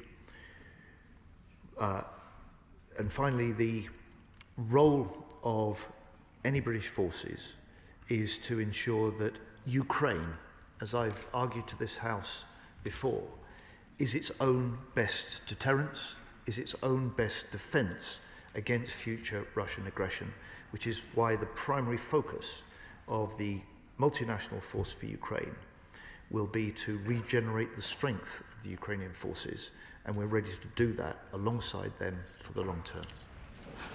Just for colleagues to plan, I intend to take everybody, but this depends on the length of questions, because we could be here for quite some time. So please, can questions be short and the answers be just as short as well? Turquoise Crichton, please. Thank you, Madam Deputy Speaker, and can I thank the Secretary of State for his statement and pay tribute to the role of the Royal Navy and RAF personnel in taking out this rogue tanker flying under the flag of a rogue nation. The Bella 1 was taken just a few hundred miles out into the Atlantic, which is too close for comfort if you come from the Western Isles. And I understand Stornoway and Benbecula Airport hosted USAF aircraft, Poseidon maritime patrol aircraft out of Stornoway and 2 V-22 Ospreys out of Benbecula. Can the Minister give us more details on the role of Scottish airports in this operation? And does he agree with me that, yes, we have a front line in the Donbass, but the front line for us against Russia is our backyard, the wild North Atlantic? Secretary of State. Madam Deputy Speaker, thank you for your encouragement for short questions and short answers. My honourable friend is right on both accounts. Part of the British and European front line is in the Donbass. He's equally right that part of the front line for this nation and for NATO is the North Atlantic.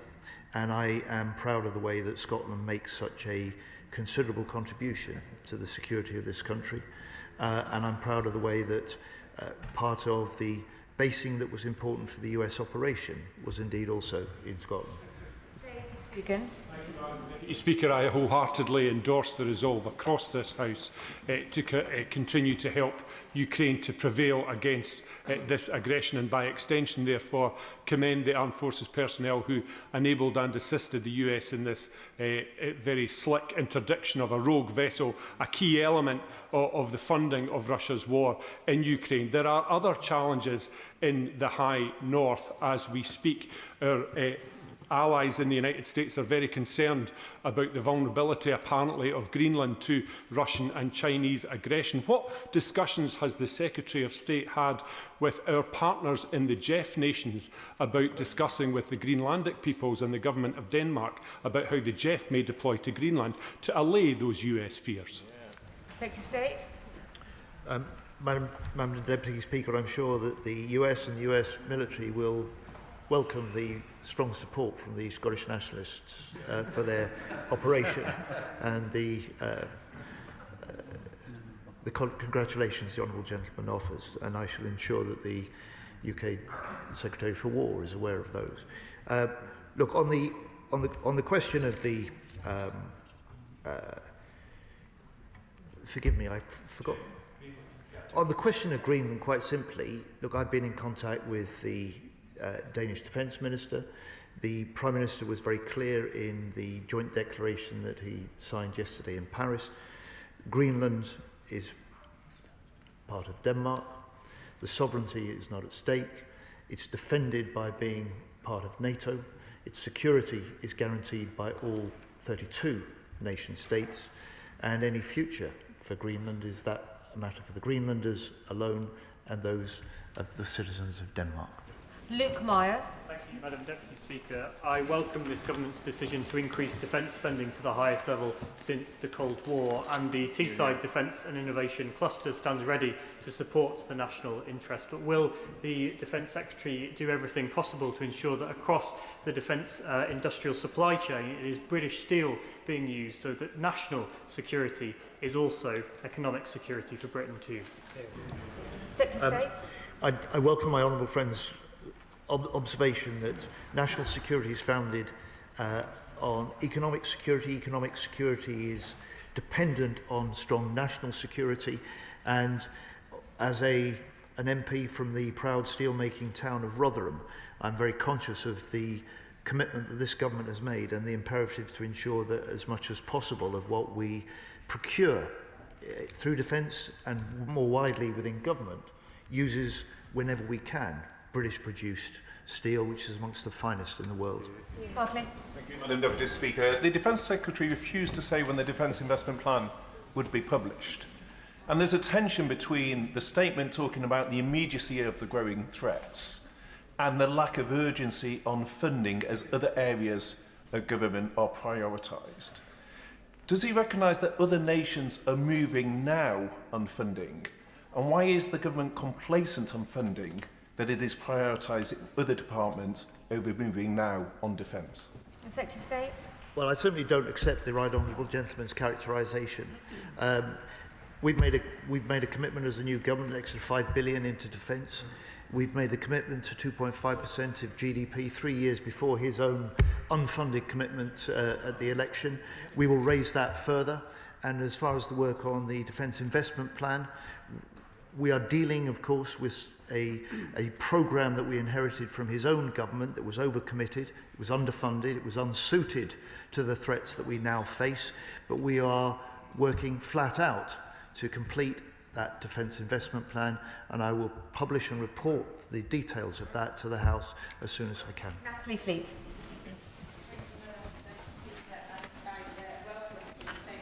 Defence Secretary. I also welcome comments from across the House on how the Prime Minister has been conducting himself and leading the coalition of the willing. At this time, we need consensus across British politics on how we support Ukraine. Does the Secretary of State agree with me that no British politician should ever be taking bribes from Russians or advising Russian nationals on how to avoid sanctions for money that should be used to support Ukrainian people? I do agree with my friend, and the actions that she speaks of bring discredit on the party of Putin. It brings discredit on this country. And I also welcome her comments on the importance of cross-party support and support throughout the United Kingdom for the actions we're taking to support Ukraine. Richard Tice. Thank you, Madam Deputy Speaker, and can I thank the Secretary of State for his statement. We congratulate all those involved in taking and boarding the rogue ship in the Atlantic, and I'd also like to congratulate the Prime Minister and the government in securing from the US the strongest security guarantees, the strongest commitments. That is clearly good news. The leadership of the coalition of the willing And many will be questioning why 37 of the 39 countries have not committed to put boots on the ground. And can I just correct gently the Secretary of State? What the Honourable Member for Clacton said about putting boots and kit into Ukraine is to ensure that we can do that on a long-term, durable basis. The government needs to increase its defence spending earlier and faster than currently planned. Secretary of State. Well, I'm sure everyone in the House would like to hear from the leader himself. If he'd like to participate in a session in the House of Commons chamber rather than the press conferences, and perhaps let's hear from himself. Look, on the... So, I say listen, beyond that, I welcome the fact that he is here. I welcome his support for the actions the government is taking, and he is completely right to point to the importance of the US statements in public and the Special Envoy Witkoff that said that these security protocols that are being discussed and being developed and agreed with the US and with us and with Ukraine are as strong as anyone has ever seen. Patricia Ferguson. Thank you, Madam Deputy Speaker, and I thank my right honourable friend for his statement and thank him and the Prime Minister for their leadership in this issue. I wonder, he referred in his statement, quite rightly, to the actions of the Finns last week in intercepting a rogue ship that was cutting or suspected of cutting cables. He also mentioned the operation of the Yantar, which has been spying in our cables. So, given the activity of the Russians in the High North, does he agree with me that the deal with BAE Systems and Norway isn't just important because of the frigates that will be built, but it's also important because it's a sign of the cooperation that our two countries have, that we have as NATO allies, and that extends across the High North, with the exclusion, of course, of Russia? Secretary of State. My honourable friend is entirely right, and I know she is very proud of the constituents who are part of the workforce that will build these frigates. This isn't just the biggest ever British warship export deal. This is going to set a new standard of countries, Norway and the UK, that are prepared to be able to combine and integrate their forces, and by doing so we'll be in a stronger position to help deter Russian aggression and reinforce the security of the High North in future years. Andrew Morrison. Because the Defence Secretary said that one of the functions of the MFU will be to deter aggression, but you only have a deterrent if you have the willingness to engage kinetically, backing it up. So if this matter comes back to the House, will he be clear on the rules of engagement for the deployment of our troops? Will Ukraine be explicit, and does he envisage the triggering of the Reserve Forces Act in order to sustain the sorts of numbers that have been floated in the press today? State. Well, the honourable gentleman is entirely right. The rules of engagement will be a critical part of the security guarantees, and the sort of points he raises today will be, I'm certain, at the heart of any debate if we reach the point at which we have a peace deal and at which we are making a decision to deploy the multinational force. Absana Begum. Deputy Speaker, we do not want an endless war in Ukraine, and the people of Ukraine, and indeed here in the UK, need to see steps towards peace in the world, not more chaos, division and war. Could the Defence Secretary confirm whether, if the United States were to seek to seize ships taking, for example, oil to Cuba, where the US has unilateral sanctions in place against, would this government aid it? Secretary of State. Well, I think my honourable friend wouldn't expect me to be able to be prepared to answer sort of hypothetical questions. What I can say to her, that if the US, as our closest defence and security ally, asks for UK assistance, we will always be willing to respond. We will ensure that any support that we do offer, whether that is support or whether that is a combined operation, will be legally, have a strong legal basis, as indeed this one today that has been mounted so effectively and early indications successfully has been. Richard Ford. Thank you, Madam Deputy Speaker. The Secretary of State said in relation to Ukraine, "We will continue to work with the United States towards security guarantees." I regret that President Trump has continued to undermine NATO this afternoon, writing, "I doubt NATO would be there for us if we really needed them." That flies in the face of the experience of 9/11, post 9/11, when Brits and Danes fought with Americans in Afghanistan. How would the announcements from Paris yesterday differ if there was no prospect of a US backstop? Well, with respect to the honourable gentleman, things have sort of moved beyond that point. Jared Kushner yesterday confirmed the readiness for the US to provide a backstop. And Special Envoy Witkoff said that the President, and I quote him, strongly stands behind the security protocols that are being agreed. So I would say to the honourable gentleman, catch up, number one, but secondly, he is right, of course, that the only time that Article 5 has been triggered was when NATO responded to the US's request following 9/11. We were proud to be part of that. And we're now proud to be a leading part of a 32-nation-strong NATO. Thank you, Madam Deputy Speaker. I welcome the decisive leadership of the Defence Secretary and the Prime Minister in support of Ukraine.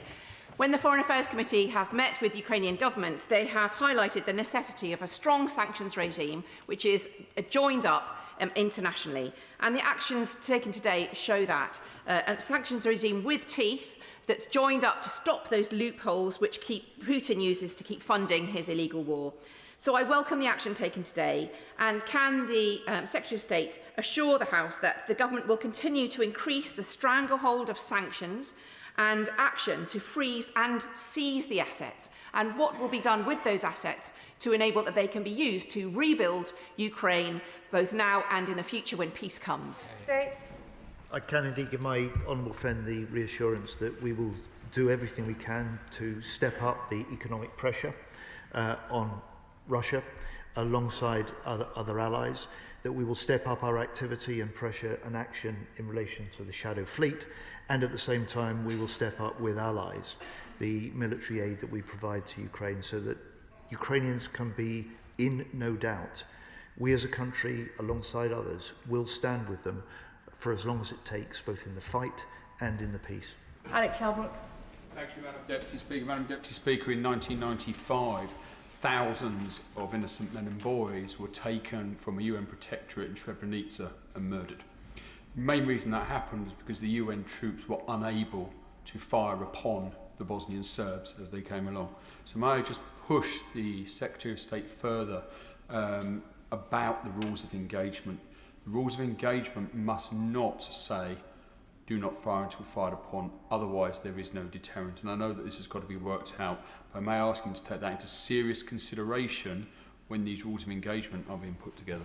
Secretary of State.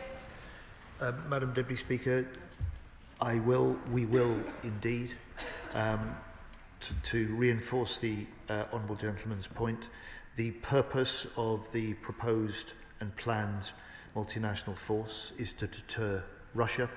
The rules of engagement will be entirely consistent and important in supporting that. Dr. Stevenson. Deputy Speaker, we clearly face the most dangerous times in almost a century in this country, indeed across our continent. And our safety and our security since 1945 was guaranteed by being part of the most powerful military alliance in the history of humankind and sacrosanct borders in Europe. The times are clearly changing. So can the Defence Secretary assure me and assure this House that we fulfil the aims of the SDR in full, fully fund it to protect both ourselves and our continent? Secretary of State. My honourable friend is right, the times are changing. He is also right that the role of NATO, which has been outstanding in protecting us and preserving the peace for more than 7 decades, is critical to that. And this is an alliance which isn't just the most successful defensive military alliance in history. It is one that is stronger now, is larger now, is more united now, and we're proud to play a leading role within that alliance. Dr. Ellie Chance. Thank you, Madam Deputy Speaker. Given that the Americans are clearly perfectly capable of seizing the ship by themselves, I wonder why it is that they were so keen to involve the UK. In a week in which Trump has ridden roughshod over international law on Monday and threatened a NATO ally on Tuesday, why is it on Wednesday that the UK was so keen to hang on the military coattails of Trump when it doesn't have the courage to call out and condemn his breaking of international law earlier in the week? And if the UK is so very committed to enforcing sanctions, given the concerns in the OFSI report published last year about the extremely high likelihood of UK financial services companies being complicit in supporting breaches of sanctions, can he, hand on heart, assure the House that the UK has done everything in its power to prevent that complicity of the UK financial services sector? Secretary of State. Look, Madam Deputy Speaker, if there is sound evidence of sanctions breaking, we will look at that and we will act. But I just say to the Honourable Lady, that in response to the question she started with, quite simply, the US asked for our UK military support because they wanted and they needed our UK military support to conduct this operation. And the legal basis for us doing so was sound. The purpose for this action and operation was strong, and we were proud to support that action, which is part of bearing down on the sanction-busting shadow fleet operations. Emily Darlington. Thank you, Madam Deputy Speaker.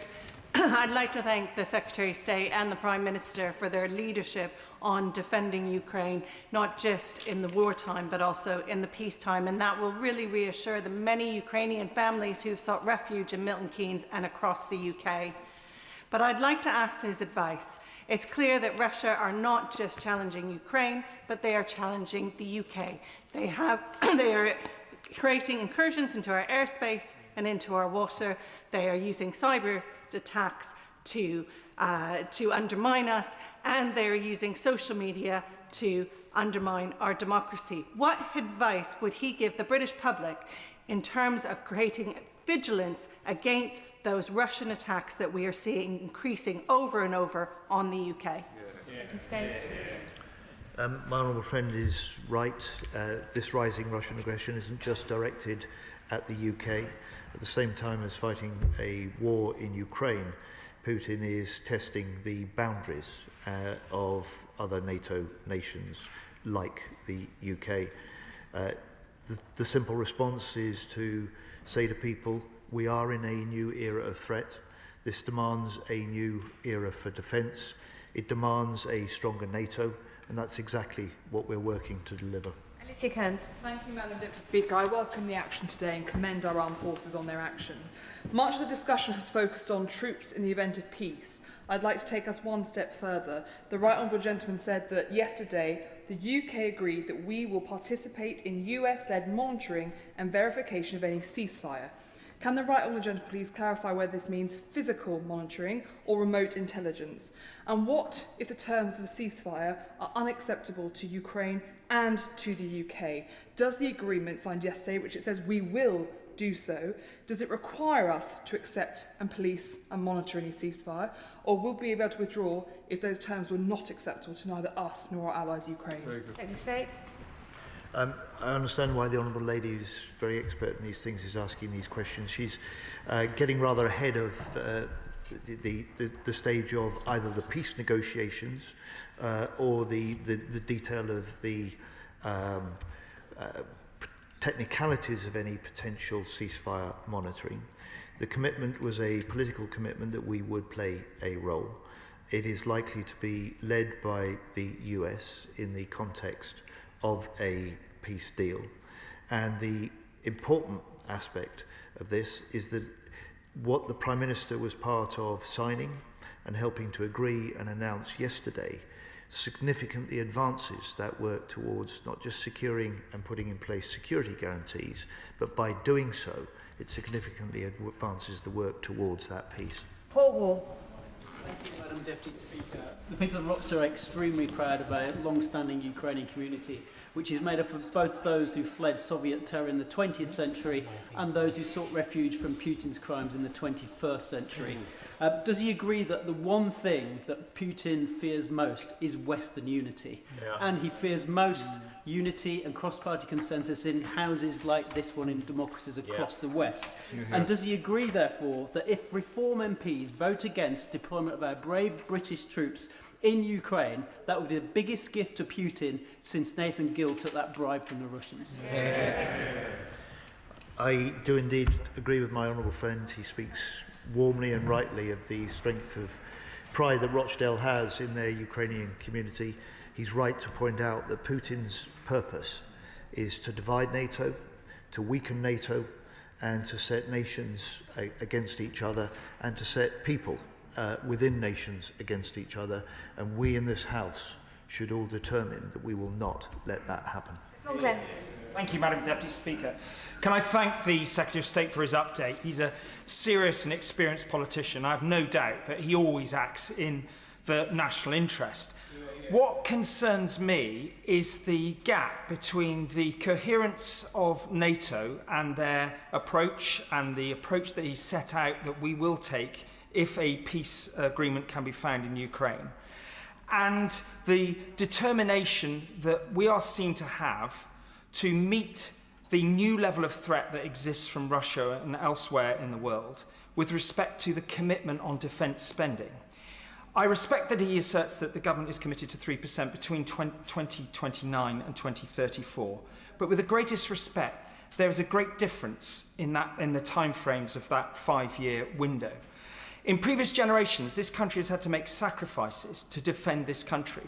I think he needs to think about whether we should be making that case now so that we can be ready for what may be ahead of us.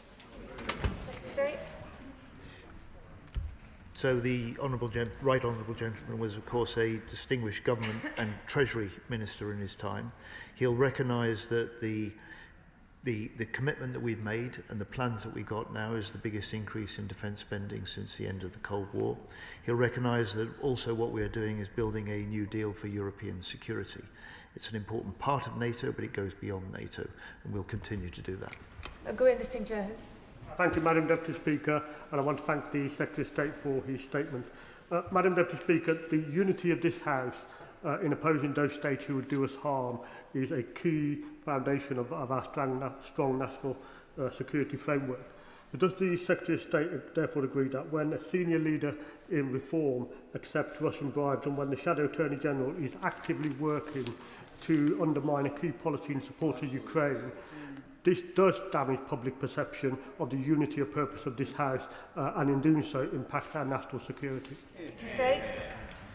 It does damage the unity of this House. It damages the unity of purpose, and it also damages the status of Britain when we have a party leader that also says the politician and leader he most admires is Vladimir Putin. Stella Roberts.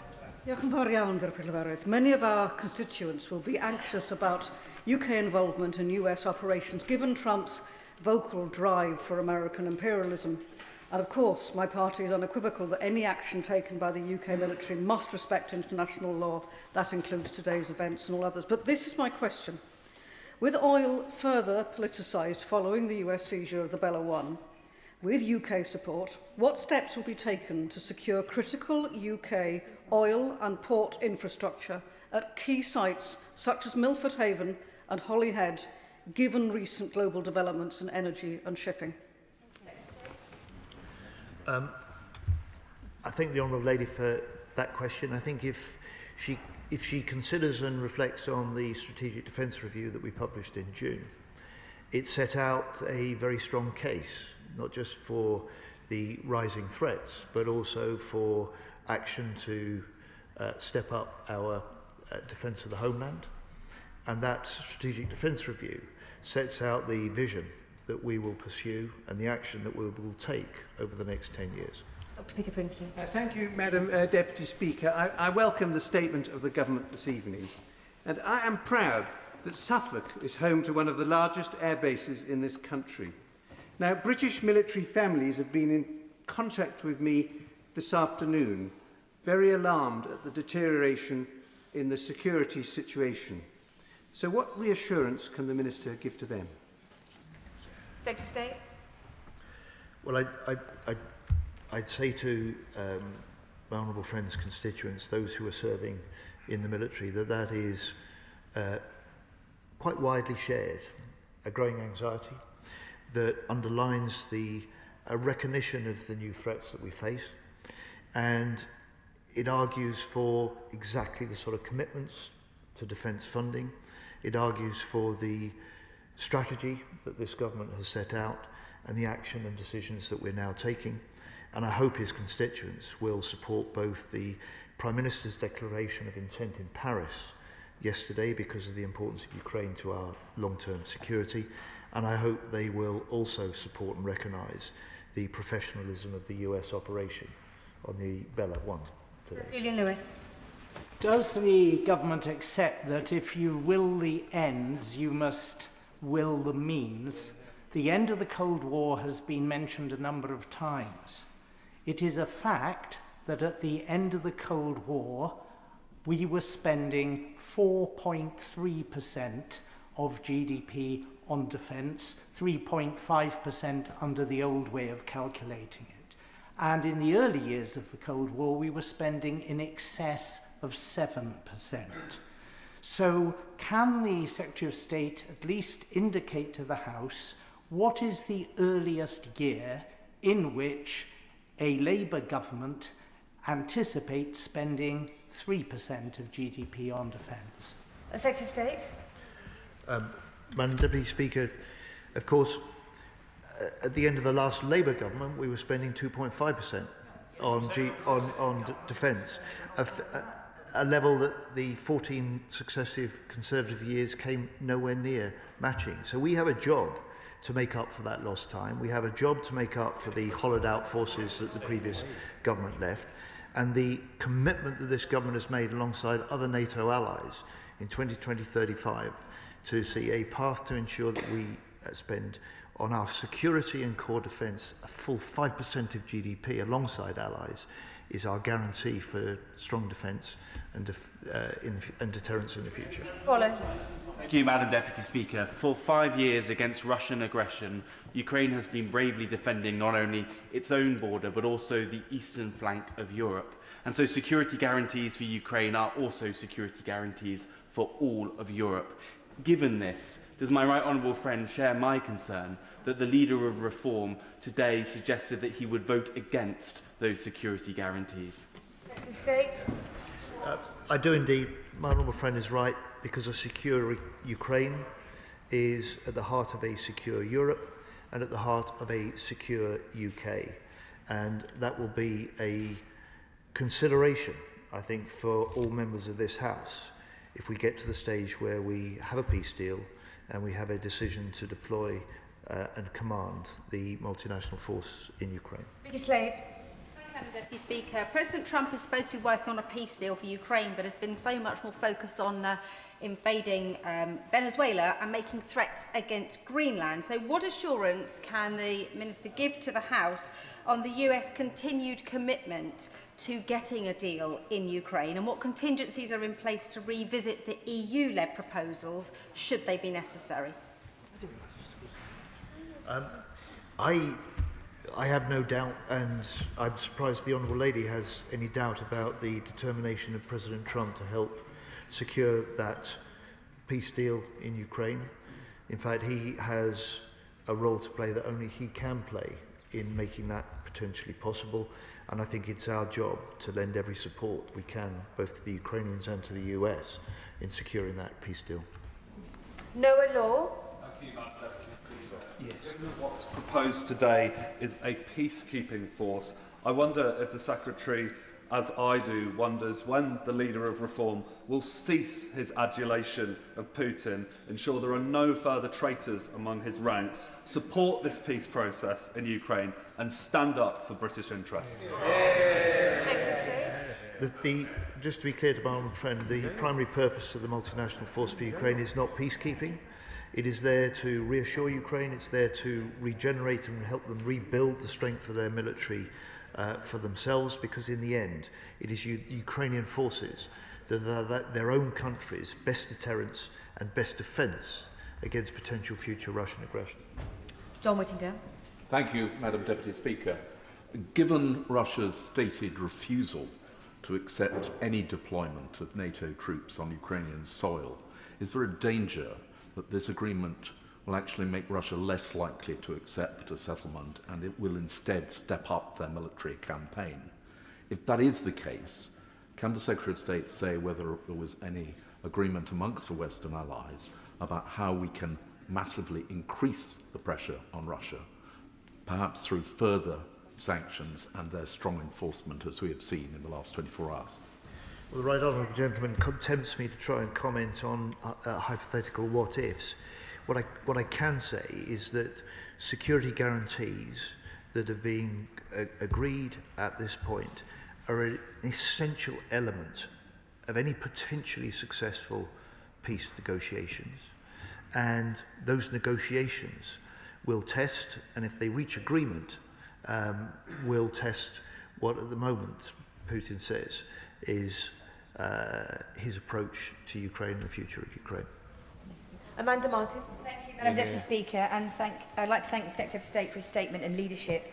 As the member for Portsmouth North, the home of the Royal Navy, I want to pay tribute to all of our armed forces and to ask the Secretary of State whether he agrees that continued strong UK leadership from our Prime Minister and commitment and consensus across the whole of this House with our allies is vital to enforcing sanctions on Russia and strengthening security and achieving peace in Ukraine, and in doing so, Madam Deputy Speaker, ensuring security in my port city and in Britain too.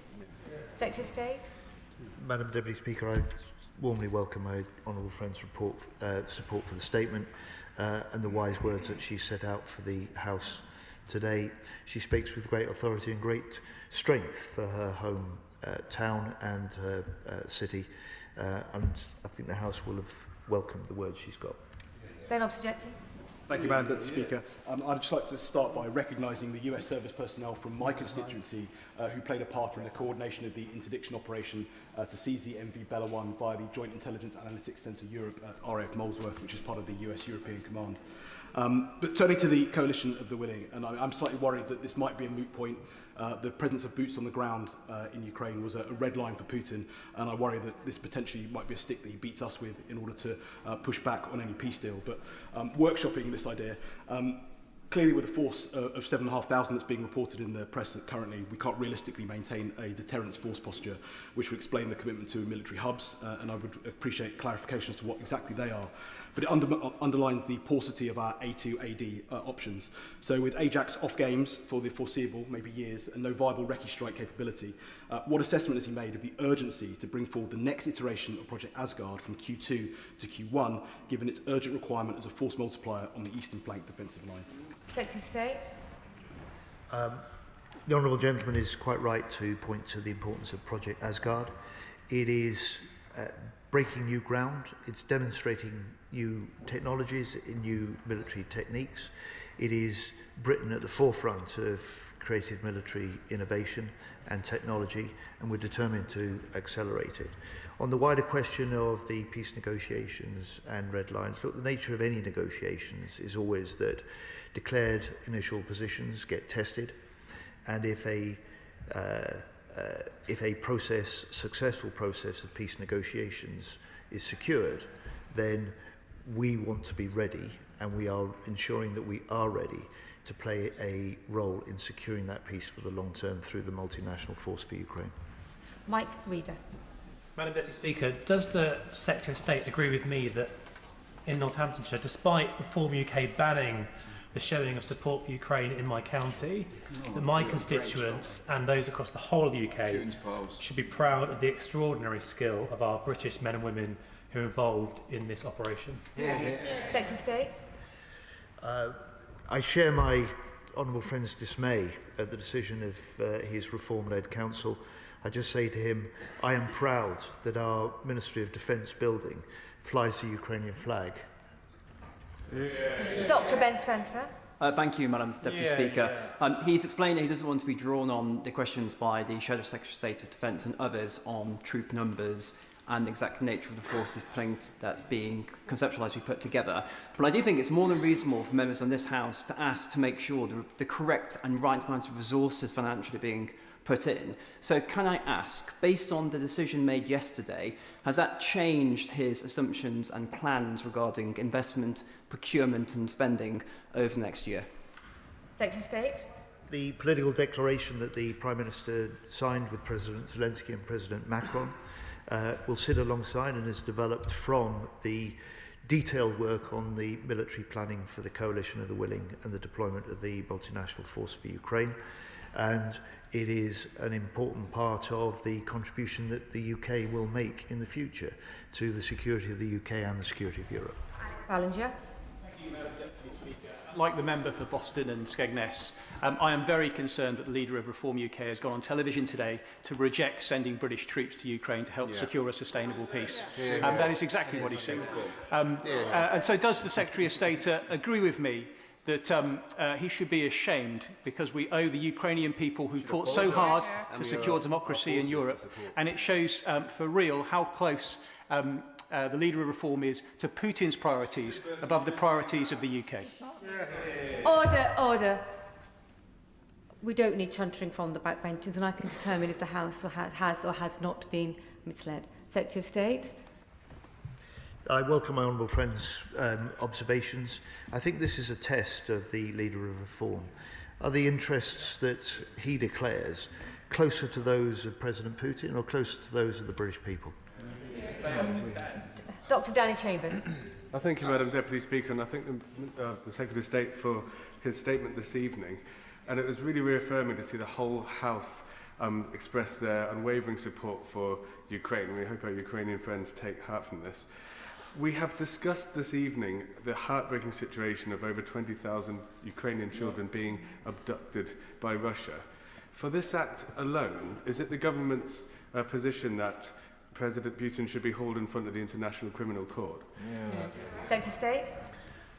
Our first focus at this point, I have to say to the honourable gentleman, is to ensure that we give maximum support and step that up alongside allies to keep the Ukraine in the fight, and that we are ready from day one, if there's a peace deal, to play our part in helping lead efforts to secure that peace for the long term. And that peace must involve the full return of all those abducted children. Involve also the pursuit of justice. Jonathan Davis.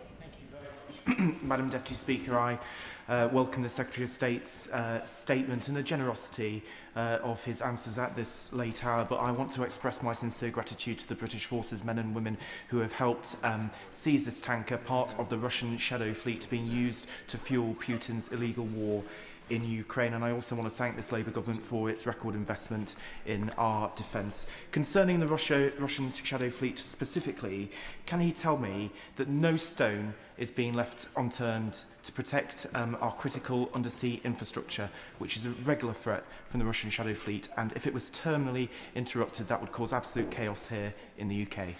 Secretary of State. My honourable friend is gently chiding me for overlong answers, and I take that point. He's entirely right about how critical to our way of life, the operation of our economy, and the way that we live is dependent on undersea infrastructure. It's why we're stepping up our vigilance, our surveillance, and our defence of that. Ian Sollum. Thank you, Madam Deputy Speaker.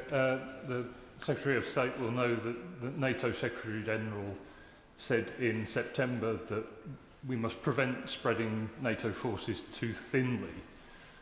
I wonder if he could provide some reassurance to the House on the implications of this potential deployment for the Joint Expeditionary Force and our leadership of that in Estonia.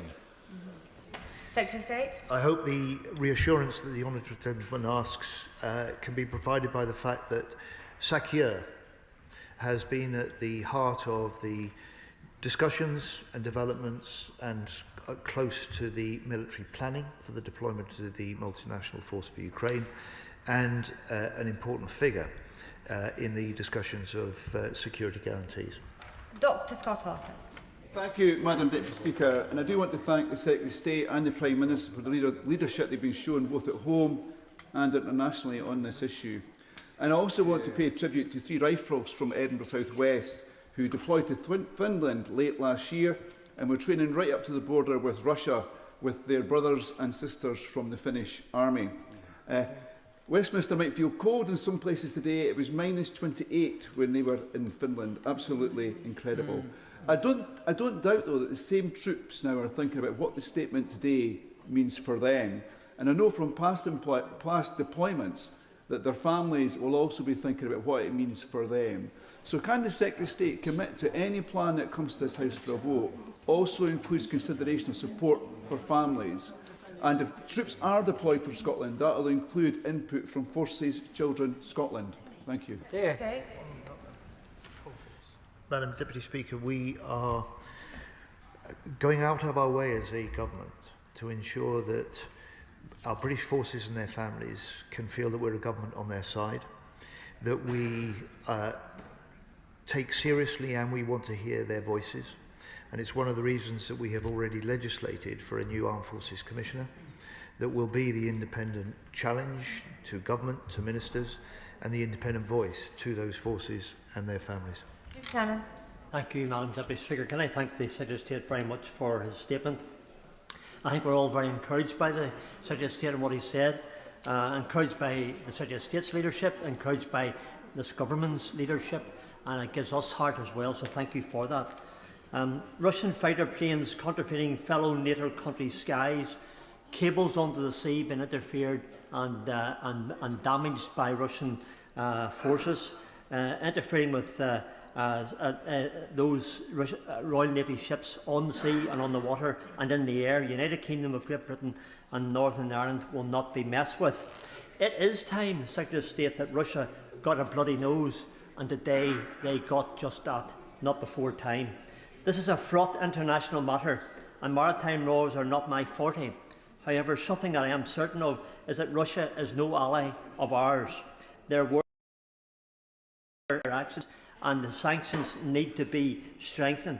Will the Secretary of State outline what discussions have taken place to discuss a way forward that sends a clear message to Russia that the time of pushing boundaries is over, and today is a clear expression that we will stand firm against aggression within the confines of international law? Thank you. I welcome the honourable gentleman's congratulations for the operation, and just say to him I hope he will see that this is part of the UK working to support our closest defence ally and the US taking action to ensure that sanctions regimes that are designed to bear down on countries like Iran and Russia for illegal shipping activity will be stepped up, will be enforced, and will help put some of the economic pressure on those nations to change their ways. Kevin Bonavia. Thank you, Madam Deputy Speaker. I also commend the Defence Secretary and the Prime Minister for their calm and determined resolve in defence of Ukraine. And beyond that, Ukraine has no truer friend than this country. Now, Putin knows that too, and that is why he would never tolerate a democracy such as ours, nor have a debate or the questions such as we've had here this evening. And because of that, he will do everything to undermine this country. So, I ask my right honourable friend, what can not only his department, but a government as a whole do to ensure that we as a country have the resilience to take whatever Russia may throw at us? Secretary of State. I'd say to my honourable friend, if he refers back to the Strategic Defence Review that we published in June last year, he will see the identification and explanation of the sort of increasing threats and risks we face, and he will see the recommendations which we've accepted and we will implement in full, including for how we deal with the need for greater resilience and the need for stronger homeland defence. Klinger. Thank you, Madam Deputy Speaker. Does my right honourable friend agree that, in addition to the strong diplomatic and military leadership that he set out in his statement, it is wherever possible the unity of this House, and indeed unity in the country at large, that really counts in sending a very clear and strong message to our friends and foe alike that this country believes in the international rules-based system, international law, standing up to bullies and valuing our alliances? I do indeed, Madam Deputy Speaker. My honourable friend is right. In this new era of threat, this is an era also that demands hard power.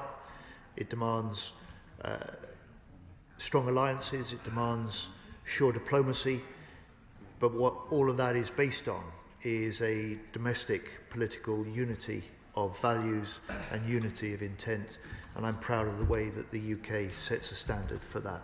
Final question, Mark Swords. Thank you very much, Madam Deputy Speaker. I welcome the statement this evening, and I would just say to those, primarily outside this chamber, that any deployment of British forces in Ukraine is not going to be a tripwire to a wider conflict. If we don't deploy those forces, if we don't put that deterrent in place, if we don't back Ukraine, if we allow Putin to take Ukraine either now or at some point in the future, that will have devastating consequences for British interests and global stability. But with British interests in mind, and fully appreciating the answer he's given previously on troop numbers, I understand his reasoning for not wanting to share those, can the Defence Secretary reassure this House that this country has the soldiers, the resources, the equipment to ensure that we can provide an effective deterrent in Ukraine without compromising and undermining the other commitments we've made to allies across the world? Secretary of State. I can indeed, Madam Deputy Speaker, and in recent months I have been making sure that Defence has been putting in the investment to ensure that at the point of peace that we are ready to move, we're ready to deploy, and above all, with the safety of our forces in mind, they are properly equipped and they're properly protected to do the job. That is the end of the statement on Ukraine and wider operational update. Point of order, Adam Jogi. Thank you very much, Madam Speaker. When I left home in Newcastle on Monday to travel down to Parliament, the weather was already very bad after a heavy amount of snow on Sunday night. However, for the people of Newcastle, the situation at home has got worse. That's thanks both to the weather and to the complete and utter failure of Staffordshire County Council to grit our roads and keep those who live, learn and work in Newcastle-on-Lyme safe. I've had reports of empty grit bins on Sterndale Drive in Westbury Park and Plymouth Grove too, of our town centre being an ice rink, of the A34 from Newcastle to Tork not being fit for purpose, roads through Cheston, Audley and Madeley being cut off, just like roads in Wolstanton too. So can you, Madam Deputy Speaker, advise me of the best way for me to raise this issue in this House, to get Staffordshire County Council and its leadership, this is serious, to do what my constituents pay for and want, and to do their job, to grit our roads and to do so now? I do not doubt that the matter is indeed serious, but it's not a point of order, and for the matter of the Chair, the Chair's powers do not extend to the Honourable Member's Staffordshire County Council, but he has nonetheless got his very important matter on the record. Right. Did the front benches want to quickly shuffle over?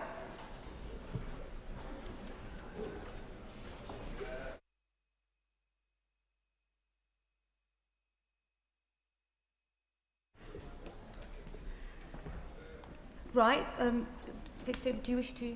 No. Okay, marvellous, Martin. I will move on to motion number 3 on public order. Minister to move. I beg to move. The question is, as on the order paper, has made their opinion say aye? Aye. Of the contrary, no? No. The division is deferred until Wednesday next. Motion number 4 on corporation tax. Minister to move. I beg to move. The question is, as on the order paper, has made their opinion say aye? Aye. Of the contrary, no? The ayes have it. The ayes have it. Motion on the House of Commons Commission Minister to move. I beg to move. The question is, as on the order paper, as many of that opinion say aye? Aye. Of the contrary, no? The ayes have it. The ayes have it. Petition, Alison Bennett. Thank you, Madam Deputy Speaker. This petition is accompanied by an online petition. It calls for elections to West Sussex County Council to go ahead this year. Were these elections not to go ahead, sitting councillors will serve for 6 years rather than the usual 4, which makes a mockery of our democracy. The petitioners therefore request that the House of Commons urge the Government to reject any request from West Sussex County Council to delay its election, enabling the election to go ahead as planned in May 2026.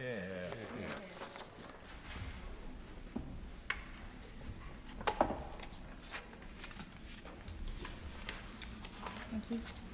Petition. Elections to West Sussex County Council.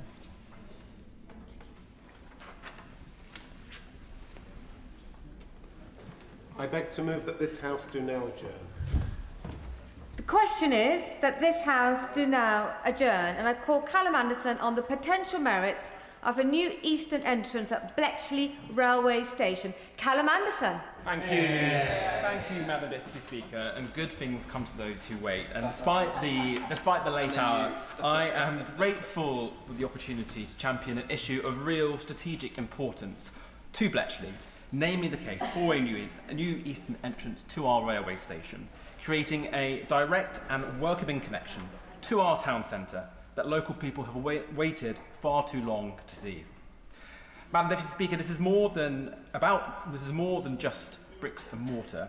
We need to strengthen our transport infrastructure and give Bletchley a modern shop window through which we can welcome visitors, businesses, investors, and ultimately opportunities from across the UK and beyond.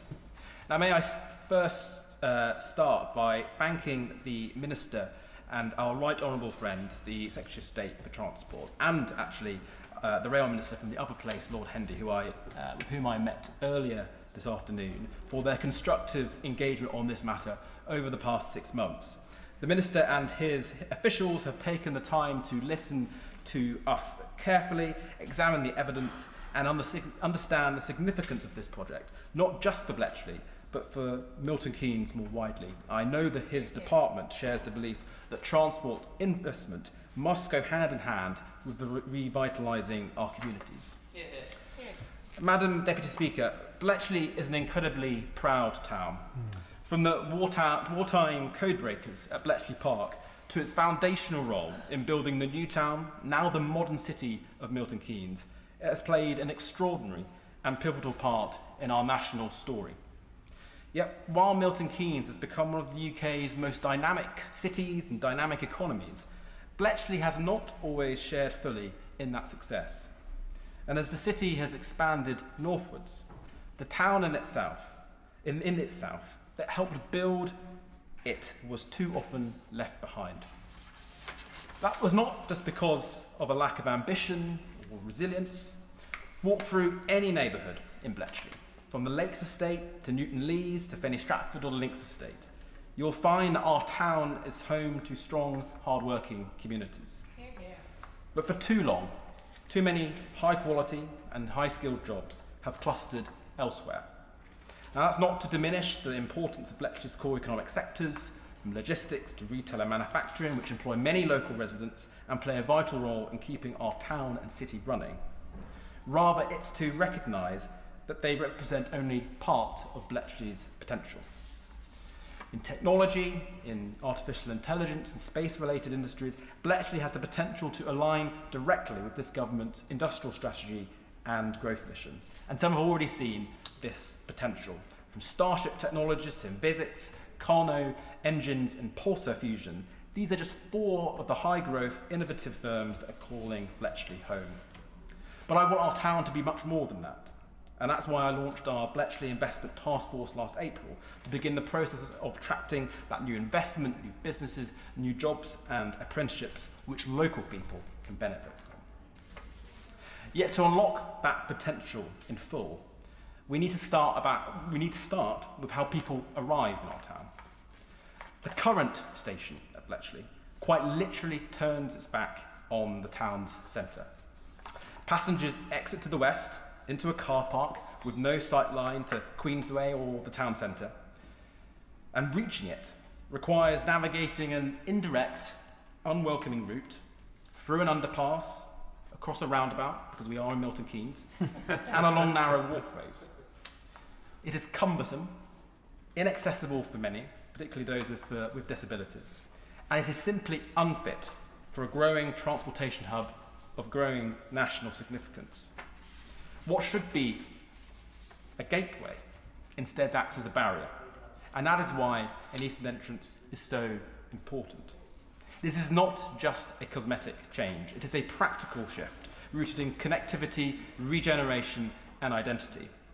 A new eastern entrance facing the town would deliver, I believe, 3 clear benefits. First, it would reconnect the station with the town centre, linking directly to the high street and our bus station, increasing footfall and supporting local businesses. It would make the town work better for residents and commuters alike by shortening walking distances, improving accessibility and encouraging greater use of public transport. Second, it would enable Bletchley to unlock early stage investment in our town centre, particularly the Brunel Centre, but also the old fire station site and other pieces of residential and industrial land located near the station, which otherwise may stall, as well as all other forms of private and public investment key for Bletchley's future. And third, it would help create the proper gateway that Bletchley deserves, a modern, welcoming arrival point, especially for those visiting Bletchley Park and the National Museum of Computing, just a few moments away, and which acknowledges Bletchley's pride in its past, but reflects Bletchley's renewed ambition for the future. Does the member give way? Mike. Madam Deputy Speaker, I travel through Bletchley on my way to London. I have done for many years commuting. It's been amazing to see the station grow with the arrival of East West Rail on the High Line. Does my honourable friend agree with me that actually there's a fourth benefit to this? It sends a message that the government is serious about investing in the Oxcam corridor, something the Chancellor has championed herself. I thank my honourable friend for his intervention. He's absolutely right. The Oxford-Cambridge Growth Corridor is a critical part of the government's growth mission. It's key to the UK's long-term economic competitiveness. But I know that he would agree with me that if we are to realise its full potential of that growth corridor, we have to genuinely invest and promote the core and the centre, which is the engine of the Oxford-Cambridge corridor, which is not just Bletchley and is not just Milton Keynes, but it's Northampton too. Madam Deputy Speaker, the Eastern entrance or the case for the Eastern entrance is backed by evidence. And I want to place on record my thanks to the East West Rail team, who have already completed an incredibly thorough and professional strategic outline business case. It demonstrates high value for money, improved passenger experience, unlocked development potential, and support for wider place-based investment, which I referred to just a few moments ago. Would my honourable friend give way? With pleasure. I thank my honourable friend and neighbour for giving way. He is making a fantastic speech and a good case for the Eastern entrance, one that we have made for many, many years, and one that was promised by the previous government, who even claimed, the MP even claimed there was £6 million set aside, yet it is another broken promise by a Conservative MP and a Conservative government. Does he agree with me that the Conservatives have consistently let down Bletchley and have not seen the potential of the place and the people as he demonstrates in his work? Anderson. I thank my honourable friend for her intervention. She's absolutely right. And I know she served for many years with distinction as a councillor on Milton Keynes City Council as an elected representative for Bletchley and served as deputy leader of the City Council. And she's absolutely right. She and I and our honourable friend, the member for Milton Keynes North, have been uncovering broken promise after broken promise in our entire city, in every corner. This is just one example. I know that the three of us have fought for funding for a new hospital at Milton Keynes, again demonstrating the last Conservative government's neglect and the neglect of our predecessors for our city. Madam Deputy Speaker, the business case that I referred to that has been prepared by Swiss Rail has confirmed that it would cut the distance for visitors and commuters by between the station and the high street by over 600 metres, making a meaningful difference to the thousands of daily passengers and would ease pressure on existing station infrastructure. And I believe the time to act is now. Passenger numbers are set to rise incredibly sharply with the arrival of East West Rail, which will place Bletchley and Milton Keynes at the intersection of the Oxford-Cambridge line as well as the West Coast main line.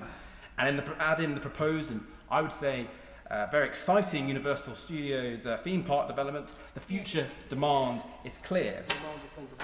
I will reluctantly give way, yes. Madam Speaker, I was about to be nice to my honourable friend, but I'm grateful to him for giving way, and I congratulate him on both an excellent speech and for his dogged tenacity on behalf of his constituents in Buckingham and Bletchley. I saw that part of the world when he brought me a pint at his local in the summer, Madam Deputy Speaker, and I hope he'll extend an invitation to you before too long. Now, my honourable friend has just mentioned the West Coast Main Line. Now, as he knows, it goes through his constituency as it does mine in Newcastle-under-Lyme. And to unlock the potential to which he's referred in my area, a direct line between Stoke-on-Trent railway station and Manchester Airport would do much for jobs, for opportunities and for investment. And I wonder whether he'd support my calls for such a connection. Anderson. Thank you, Madam Deputy Speaker. And I think my honourable friend, who's an extremely diligent and dogged campaigner, both in and outside of Parliament, is absolutely right. That towns like Newcastle-under-Lyme and Bletchley benefit from being located near to significant cities like Stoke-on-Trent and Milton Keynes. But it's absolutely really important as well that they are connected to us, so that we can unlock the full economic opportunities and the connections that he has referred to. But I would also say that the eastern entrance, a new eastern entrance at Bletchley Station, is also really critical to unlocking the wider economic regeneration ambitions for Bletchley, as well as Milton Keynes more broadly. Through the Bletchley and Fenny Stratford town deal, which was secured by our Labour-run Milton Keynes City Council, with the support of local councillors, like, as she was serving at the time, my honourable friend, the member for Milton Keynes Central, real progress is already underway. From public realm improvements, business support, upgrades to routes on Saxon Street, they're already transforming the area and building the momentum that we need. And put simply, the eastern entrance is the missing piece that will unlock a revitalised town centre, new homes, better roads and improved public spaces. I've already thanked the team at East West Rail, but I also want to place on record my thanks to the City Council, to the whole Town Deal Board, to Milton Keynes City Councillors serving and former, as well as the council officers, for all the work that they have done over the past few years to help us build that credible, ambitious plan, which now has comprehensive and unanimous local backing. The case, Madam Deputy Speaker, is clear. This is a once-in-a-generation opportunity, and if we seize it, Bletchley becomes a true gateway, not just for the town, the whole town itself, but for the whole city of Milton Keynes. And we don't want to let growth, this opportunity for growth, to pass us by yet again. So tonight, I urge the Minister to work with me, our community, our local political and civic leaders to secure the public investment needed to take this project forward. I will be most grateful for his help in brokering those discussions with those across government and the relevant agencies and boards that may exist who will take these final financial decisions so that we can collectively move this project to its next stage together. A modest commitment now will deliver benefits for decades. Madam Deputy Speaker, Bletchley is ready, the people are ready, our plans are ready and in place. We just need government to partner with us and help build an eastern entrance which ensures that our railway station faces the town just as its people face the future forward with confidence. I call the Minister, Minister Keir Mather.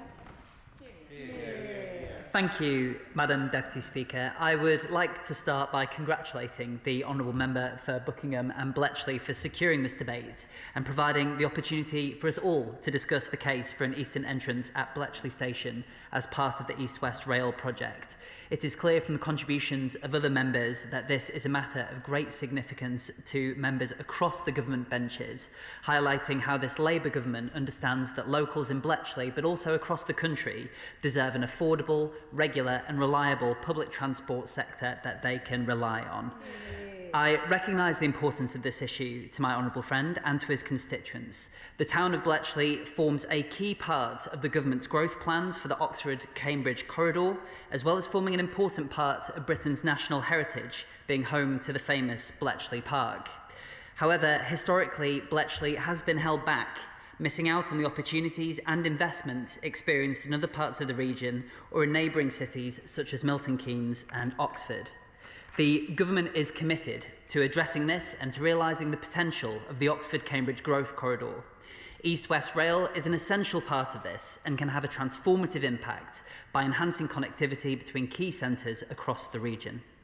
When it opens in full, East-West Rail will be a game changer for the Oxford-Cambridge corridor as a whole. By 2050, it will add £6.7 billion a year to the regional economy, supporting tens of thousands of new jobs and up to 100,000 new homes, creating opportunities for new, sustainable, connected communities.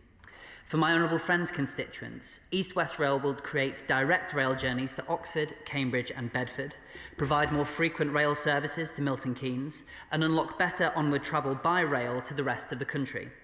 It will provide connections for the town with these other key economic centres across the corridor and in turn will improve access into Bletchley for people coming there for work, education and leisure, unlocking opportunities for investment. For all these reasons, the Government is pleased to have committed to the delivery of East-West Rail in full, and £2.5 billion of funding was announced for the project at the spending review in June last year. The first phase of the project will provide services between Oxford and Milton Keynes via Bletchley, and when the first East-West Rail services begin, Bletchley will form a key rail interchange in the region between East-West Rail and the West Coast Main Line, drastically reducing journey times and making rail travel easier across the region.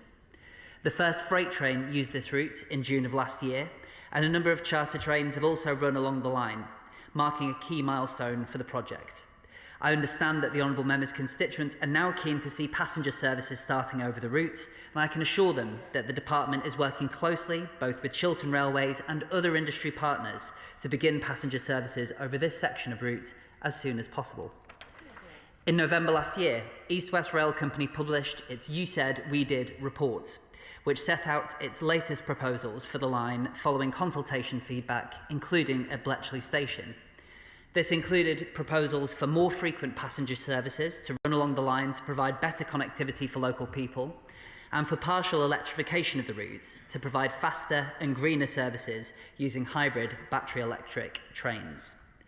East-West Rail Company also set out plans for new and resited stations to provide more capacity and modern and accessible facilities for passengers, including a station at Stewart, by which we will serve the new Universal Studios theme park and the local community. Would the Minister give way on that point? I'd be glad to give way. So much of the route, thank you, Madam Deputy Speaker. Thank you to the Minister for his commitment to East-West Rail. One, that both the Labour-run City Council in Milton Keynes and the 3 Labour MPs have been fully behind.